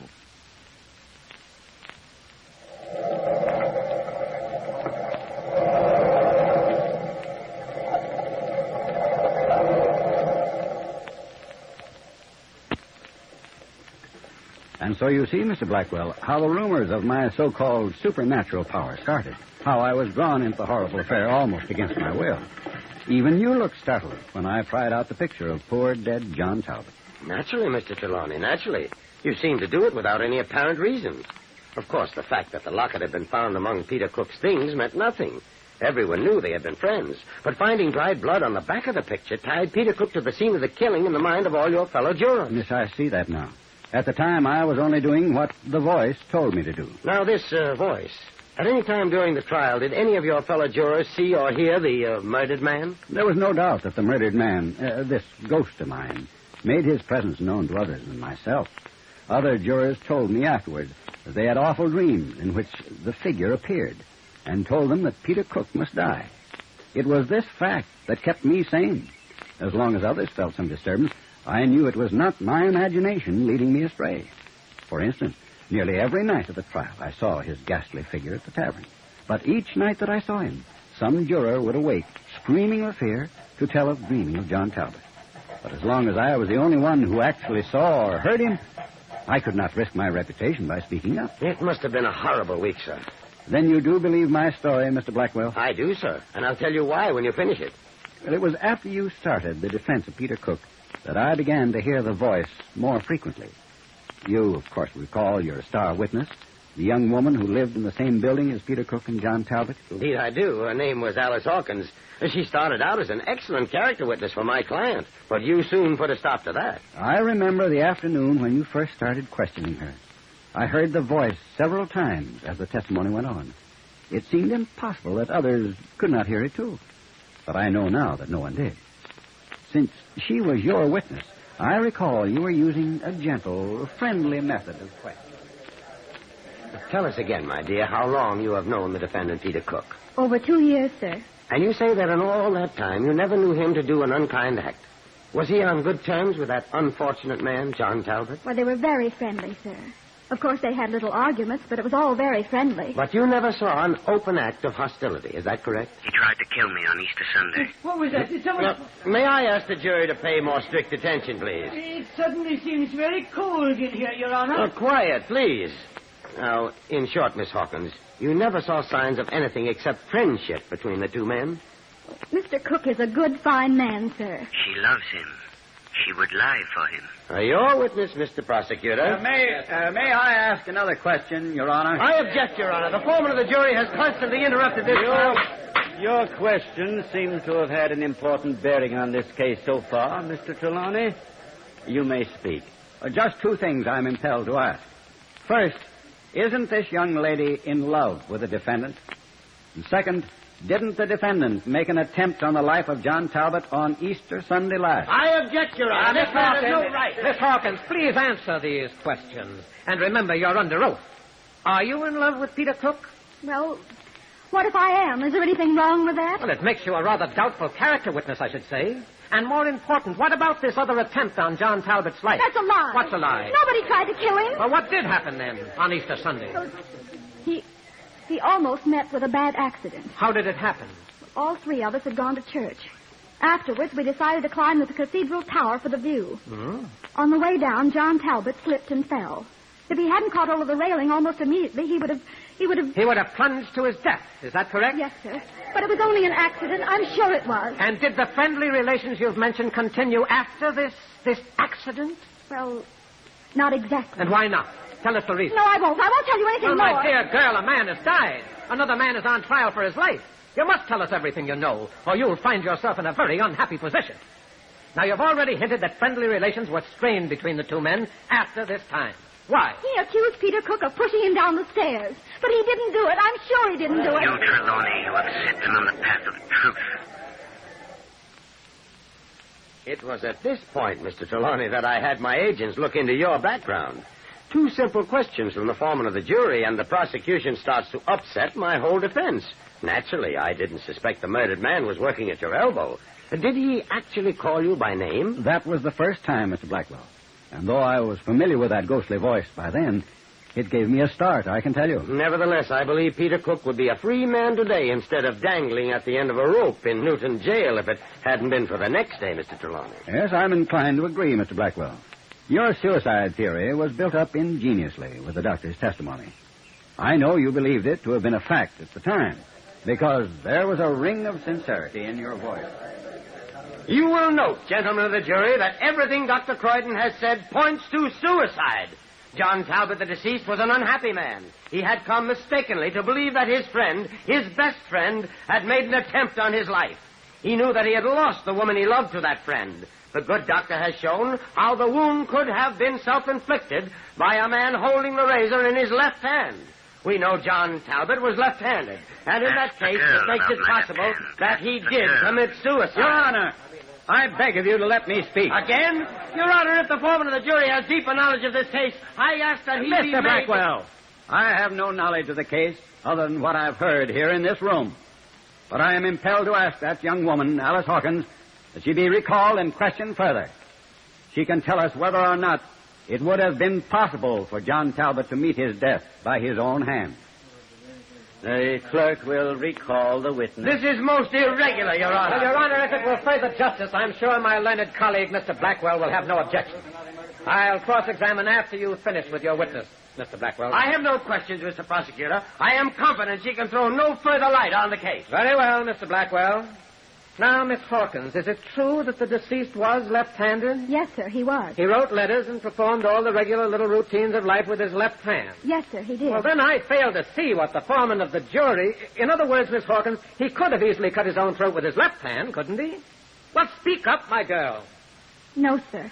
It would have been impossible. You have done well, Trelawney. You have done well. You see, sir, it was this way. I don't think anyone knew about it but me. John Talbot was very sensitive about it.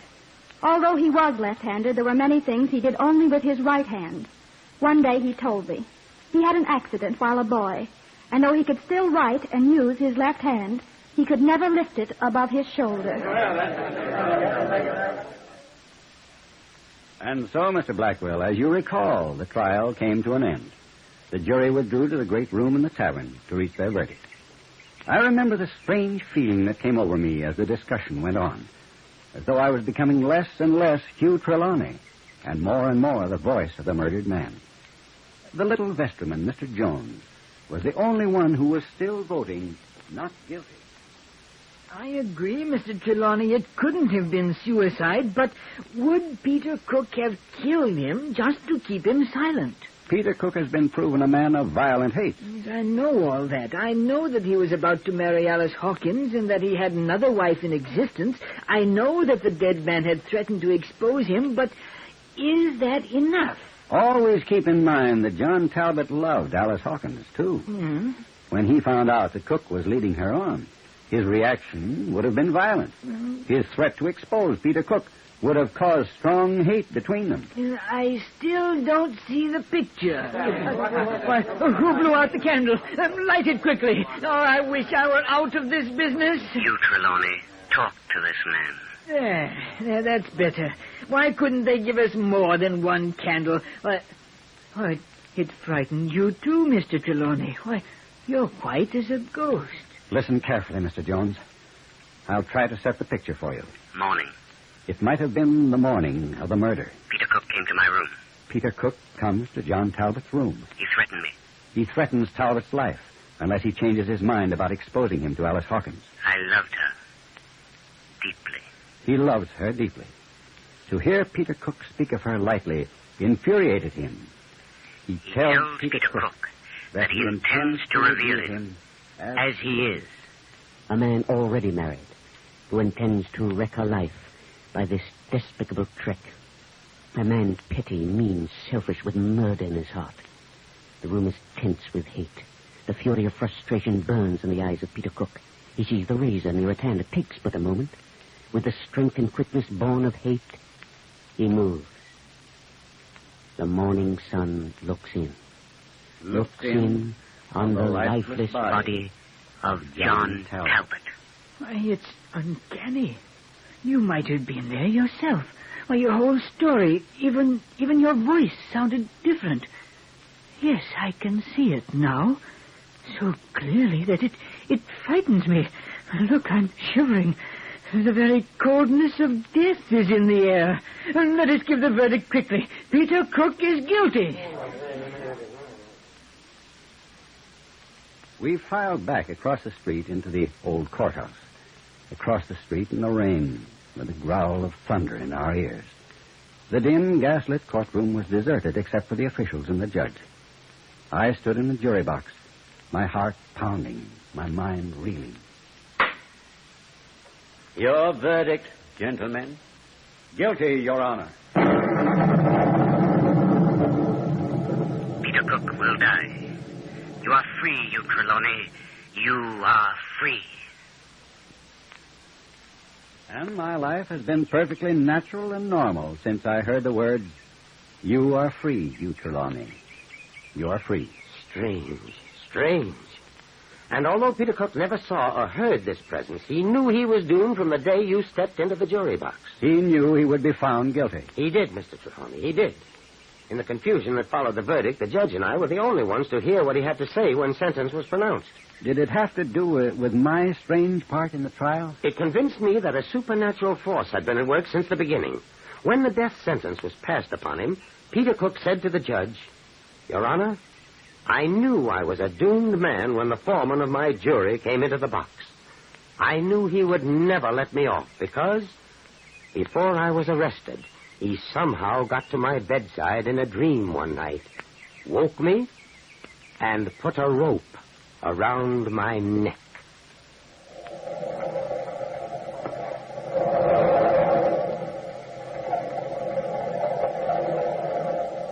From the time-worn pages of the past, we have brought you the story, The Trial for Murder. Bellkeeper, toll the bell.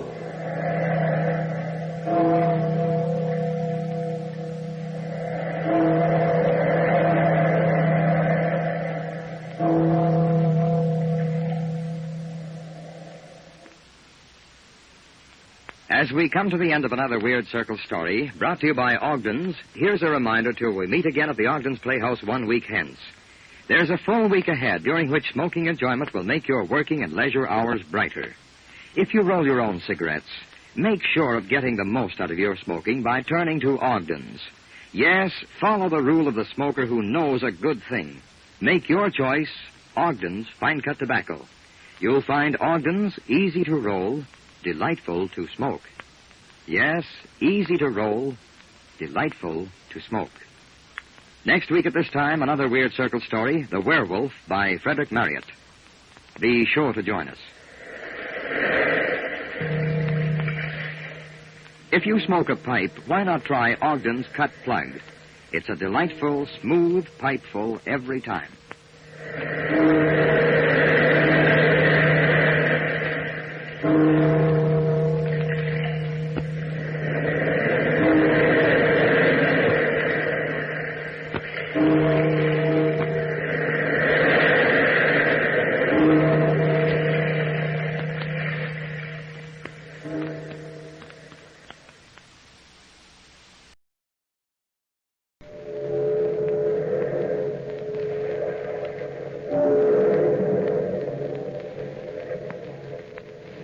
Out of the past, phantoms of a world gone by speak again their immortal tale, the Vendetta.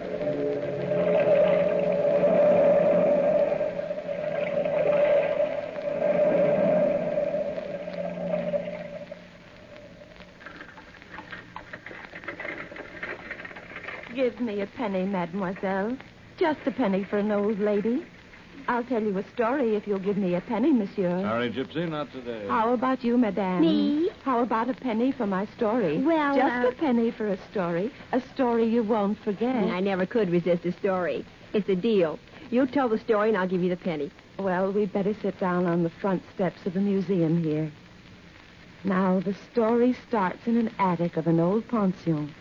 The story is of two lovers who were sitting together in an old attic in a two-gabled building where the wind softly shook the old shutters as it blew by.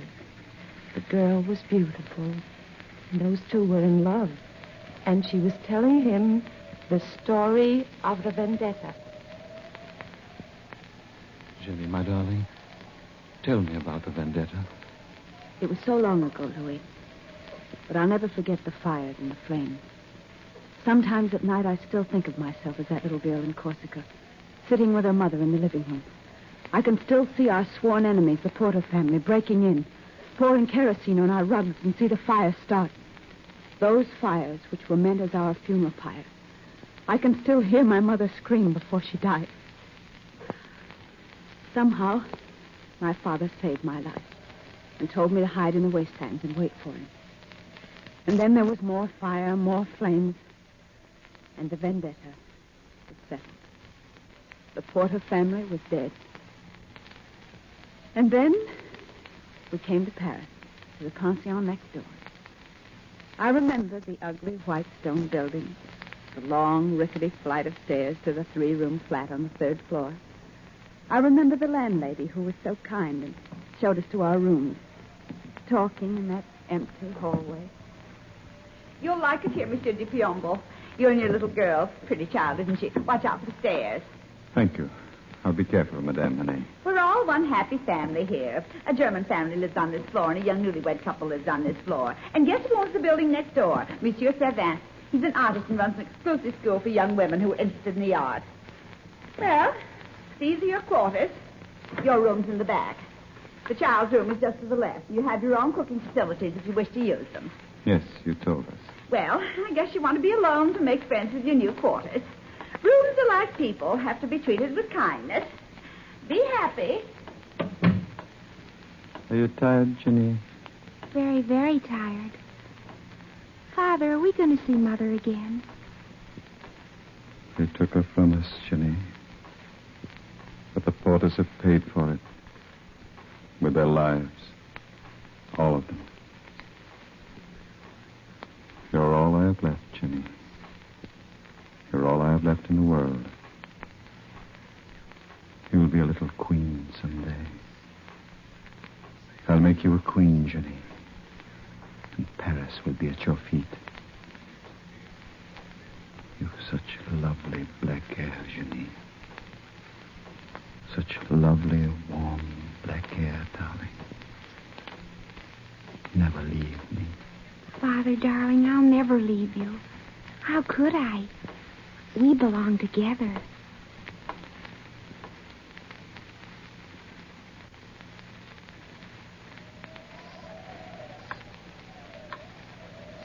And so you and your father lived in the pension? And you were happy, Jenny? Oh, so happy, Louis. You've no idea. Well, when I was 20 years old, I started to paint. Our landlady showed my painting to Monsieur Savin, and Monsieur granted me a scholarship in his school. My easel was in the corner of the studio, and when I climbed on a chair, I could peer through the skylight into Monsieur Savin's attic across the way in the other gable. The attic always fascinated me. It was dark and lonely, and struck a responsive chord somewhere inside me. And then last week, I saw you there, darling. And I knew you were wounded. I started to paint you. I stood on the chair looking at you. Laurie was singing behind me, and Amelia was talking too much. The little chime clock on the wall chattered, too.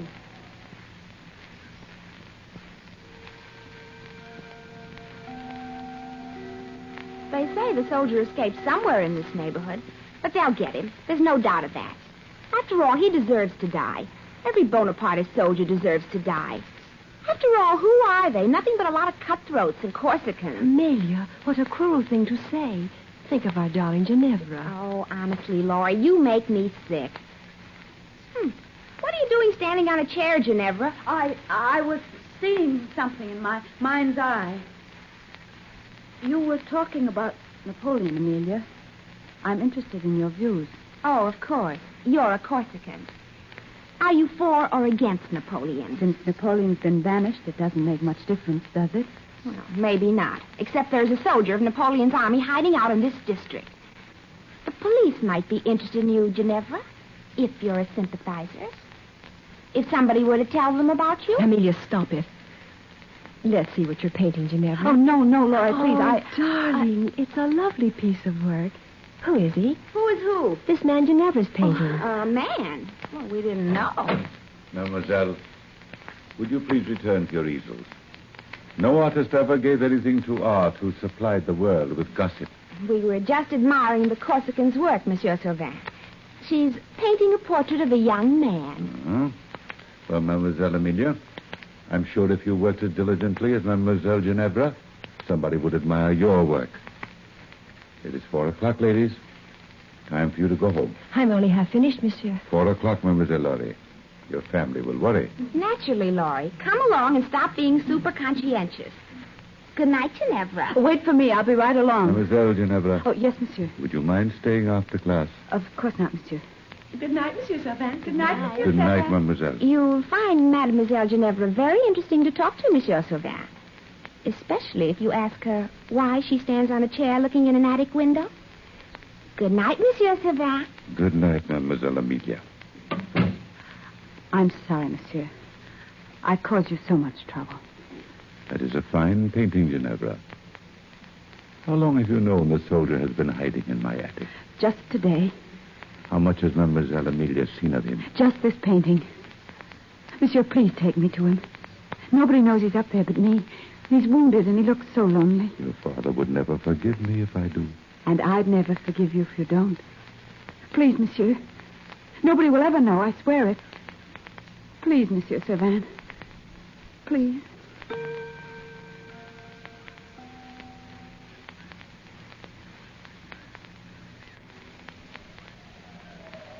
And so he brought me to the attic.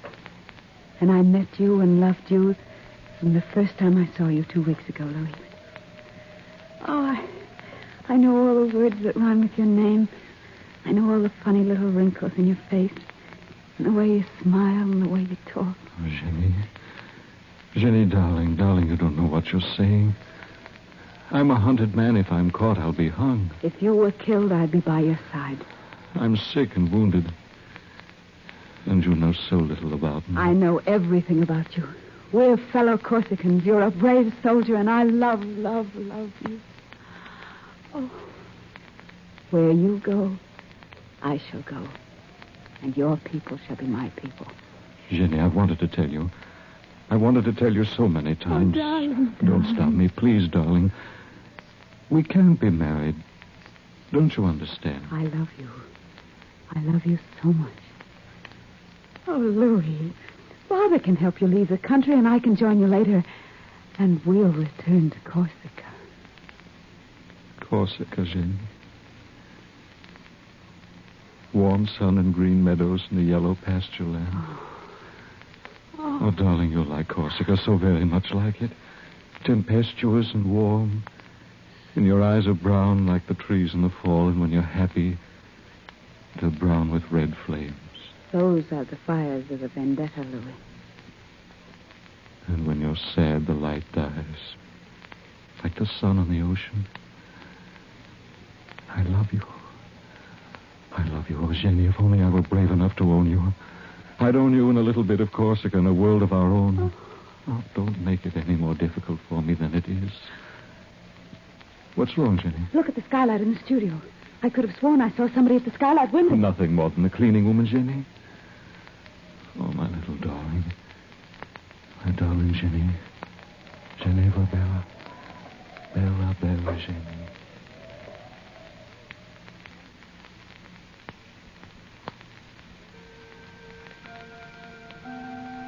What are you doing standing on the chair looking out the skylight window, Amelia? Oh. What are you looking at?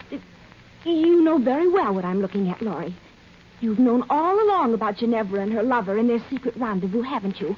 What if I have? My father, as head of the Paris police force, will be very much interested in finding this escaped soldier. If you help the soldier escape, I'll tell my father you helped him to escape. They'll put you in jail, Laurie. In a dark hole of a jail with rats and roaches, and they'll forget about you and... Let me go, that is, Amelia. if you don't keep your mouth shut. My arm. What are you going to do, Amelia? Wait and see, Laurie. And if you want to stay out of jail, you keep your mouth shut. I think I'd better see Ginevra's father.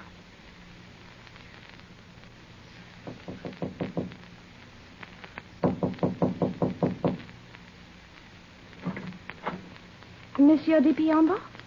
Yes? I'm Amelia Farrar, a schoolmate of your daughter's. Oh, please come in, mademoiselle. My daughter is late from school, but I'm sure she'll be home soon.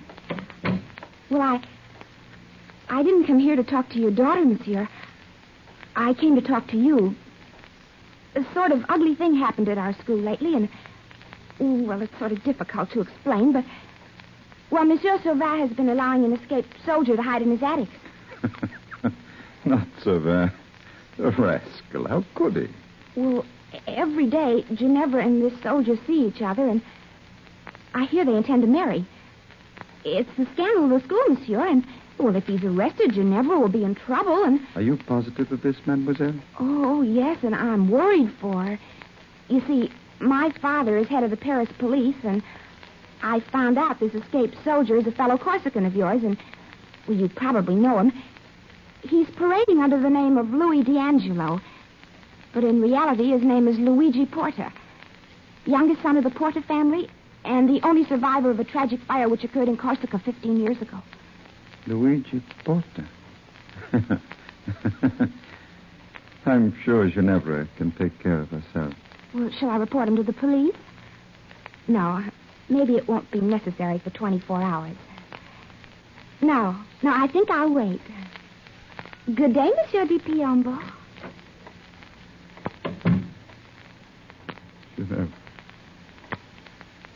Ginevra, Bella.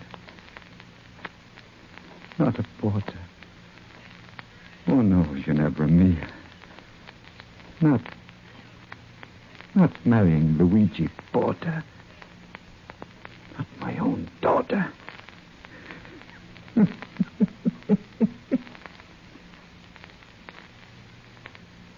Blood in my hands cannot be my daughter's.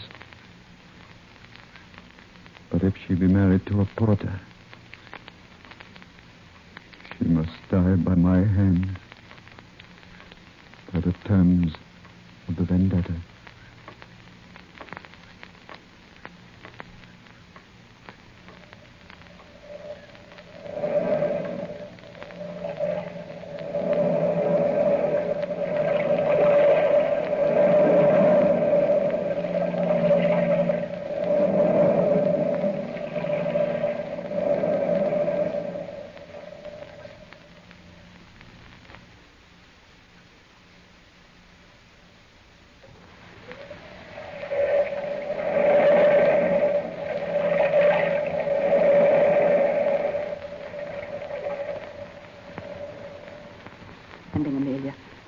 What were you doing in my father's apartment? Don't you wish you knew? Tell me, Amelia, or I'll... We've told the Corsicans were true that wasn't till now. Don't speak so loud. What do you know about it? What do you know? Everything. I know that you're Corsican sick and peasant blood you have. Oh, you'll be sorry, Ginevra. Very sorry for this. Amelia. Stop following me. I must know the truth. Did you tell my father about... Meeting a lover in secret? Yes. It's time somebody stopped you. Who did you say this secret lover of mine was? I didn't know you knew. I thought you at least had lost. Did you tell my father? Well, I told your father. Goodbye, little princess. For someone I'm doing out here. Oh, mademoiselle. Oh, pauvre petite. Mademoiselle, don't cry. If somebody hurt our feelings, you'll... Madame, would you do me a favor? Go upstairs to my father and take me out on an errand. Please, Madame. Poor child, are you in trouble? Please, for the love of heaven, go upstairs and tell my father you sent me out. And make the lie good. Make him believe it. You must make him believe it, Madame. Please, go upstairs now. Go upstairs right this minute. Mind, Monsieur de Piombo, if Ginevra went on this little errand for me. Just a few blocks away to the butcher, and I've hurt my foot. Naturally, your foot. Stubbed the toe. For a stubbed toe, you walk very well. Thank you, monsieur. Very well indeed. I think I'd better go downstairs. Don't. Please don't. I'd much rather you wait up here, Madame Monet, so that I may see this parcel Ginevra is to bring you. But monsieur... I said we'll wait up here, Madame. 6 o'clock. We'll wait till 7, Madame. Till 7. She's not here by then. You and I will find her ourselves. I had to warn you, Louis. You're in such danger. Don't you understand? Father will kill you if the vendetta returns. Jenny, oh, Jenny. Luigi or Louis, it makes no difference to me. Love knows no names. And I love you, Luigi Porter, with my whole heart. But if we're married, you'll become a porter. And by the terms of the vendetta, as long as the Piombo lives, all porters must die. If you become my wife, you must die as well as I. Without you, Louis, I wouldn't be alive. My life, my love. We'll take our chance. If only Monsieur Servin is right. If only he can get us out of the country at midnight. We must believe it. Darling, as soon as the priest arrives and we're married, I'll return home and wait. I'll wait until midnight. Be careful, darling. Be careful. Nothing can go wrong, Luigi. The carriage will be waiting, and Savin has our passports already. How can you get out of the house without your father suspecting? I'll find a way somehow. Oh, Monsieur Savin, you frightened me. I'm sorry, my dear, but the priest is waiting for you. Darling Ginevra, take my arm, my sweet. Oh. Lead the way, Monsieur Servin.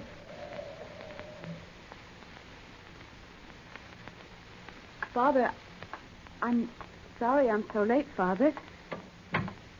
Are you angry with me? How could I be, Bellissima? Tea is ready, Ginevra. Been ready a long time. Waiting for you. I'm so sorry. Shall I warm the water? It's not necessary. Come, Carissima. Sit by the window with me. As you did when you were a little girl. Very little girl. Of course. How gay the table looks, Father. Almost as if we were celebrating something. Candlesticks, the best tea plate. Sit down, darling. Here, next to me. And the very best teapot. And the old Corsican knife. It's a lovely knife. I've always loved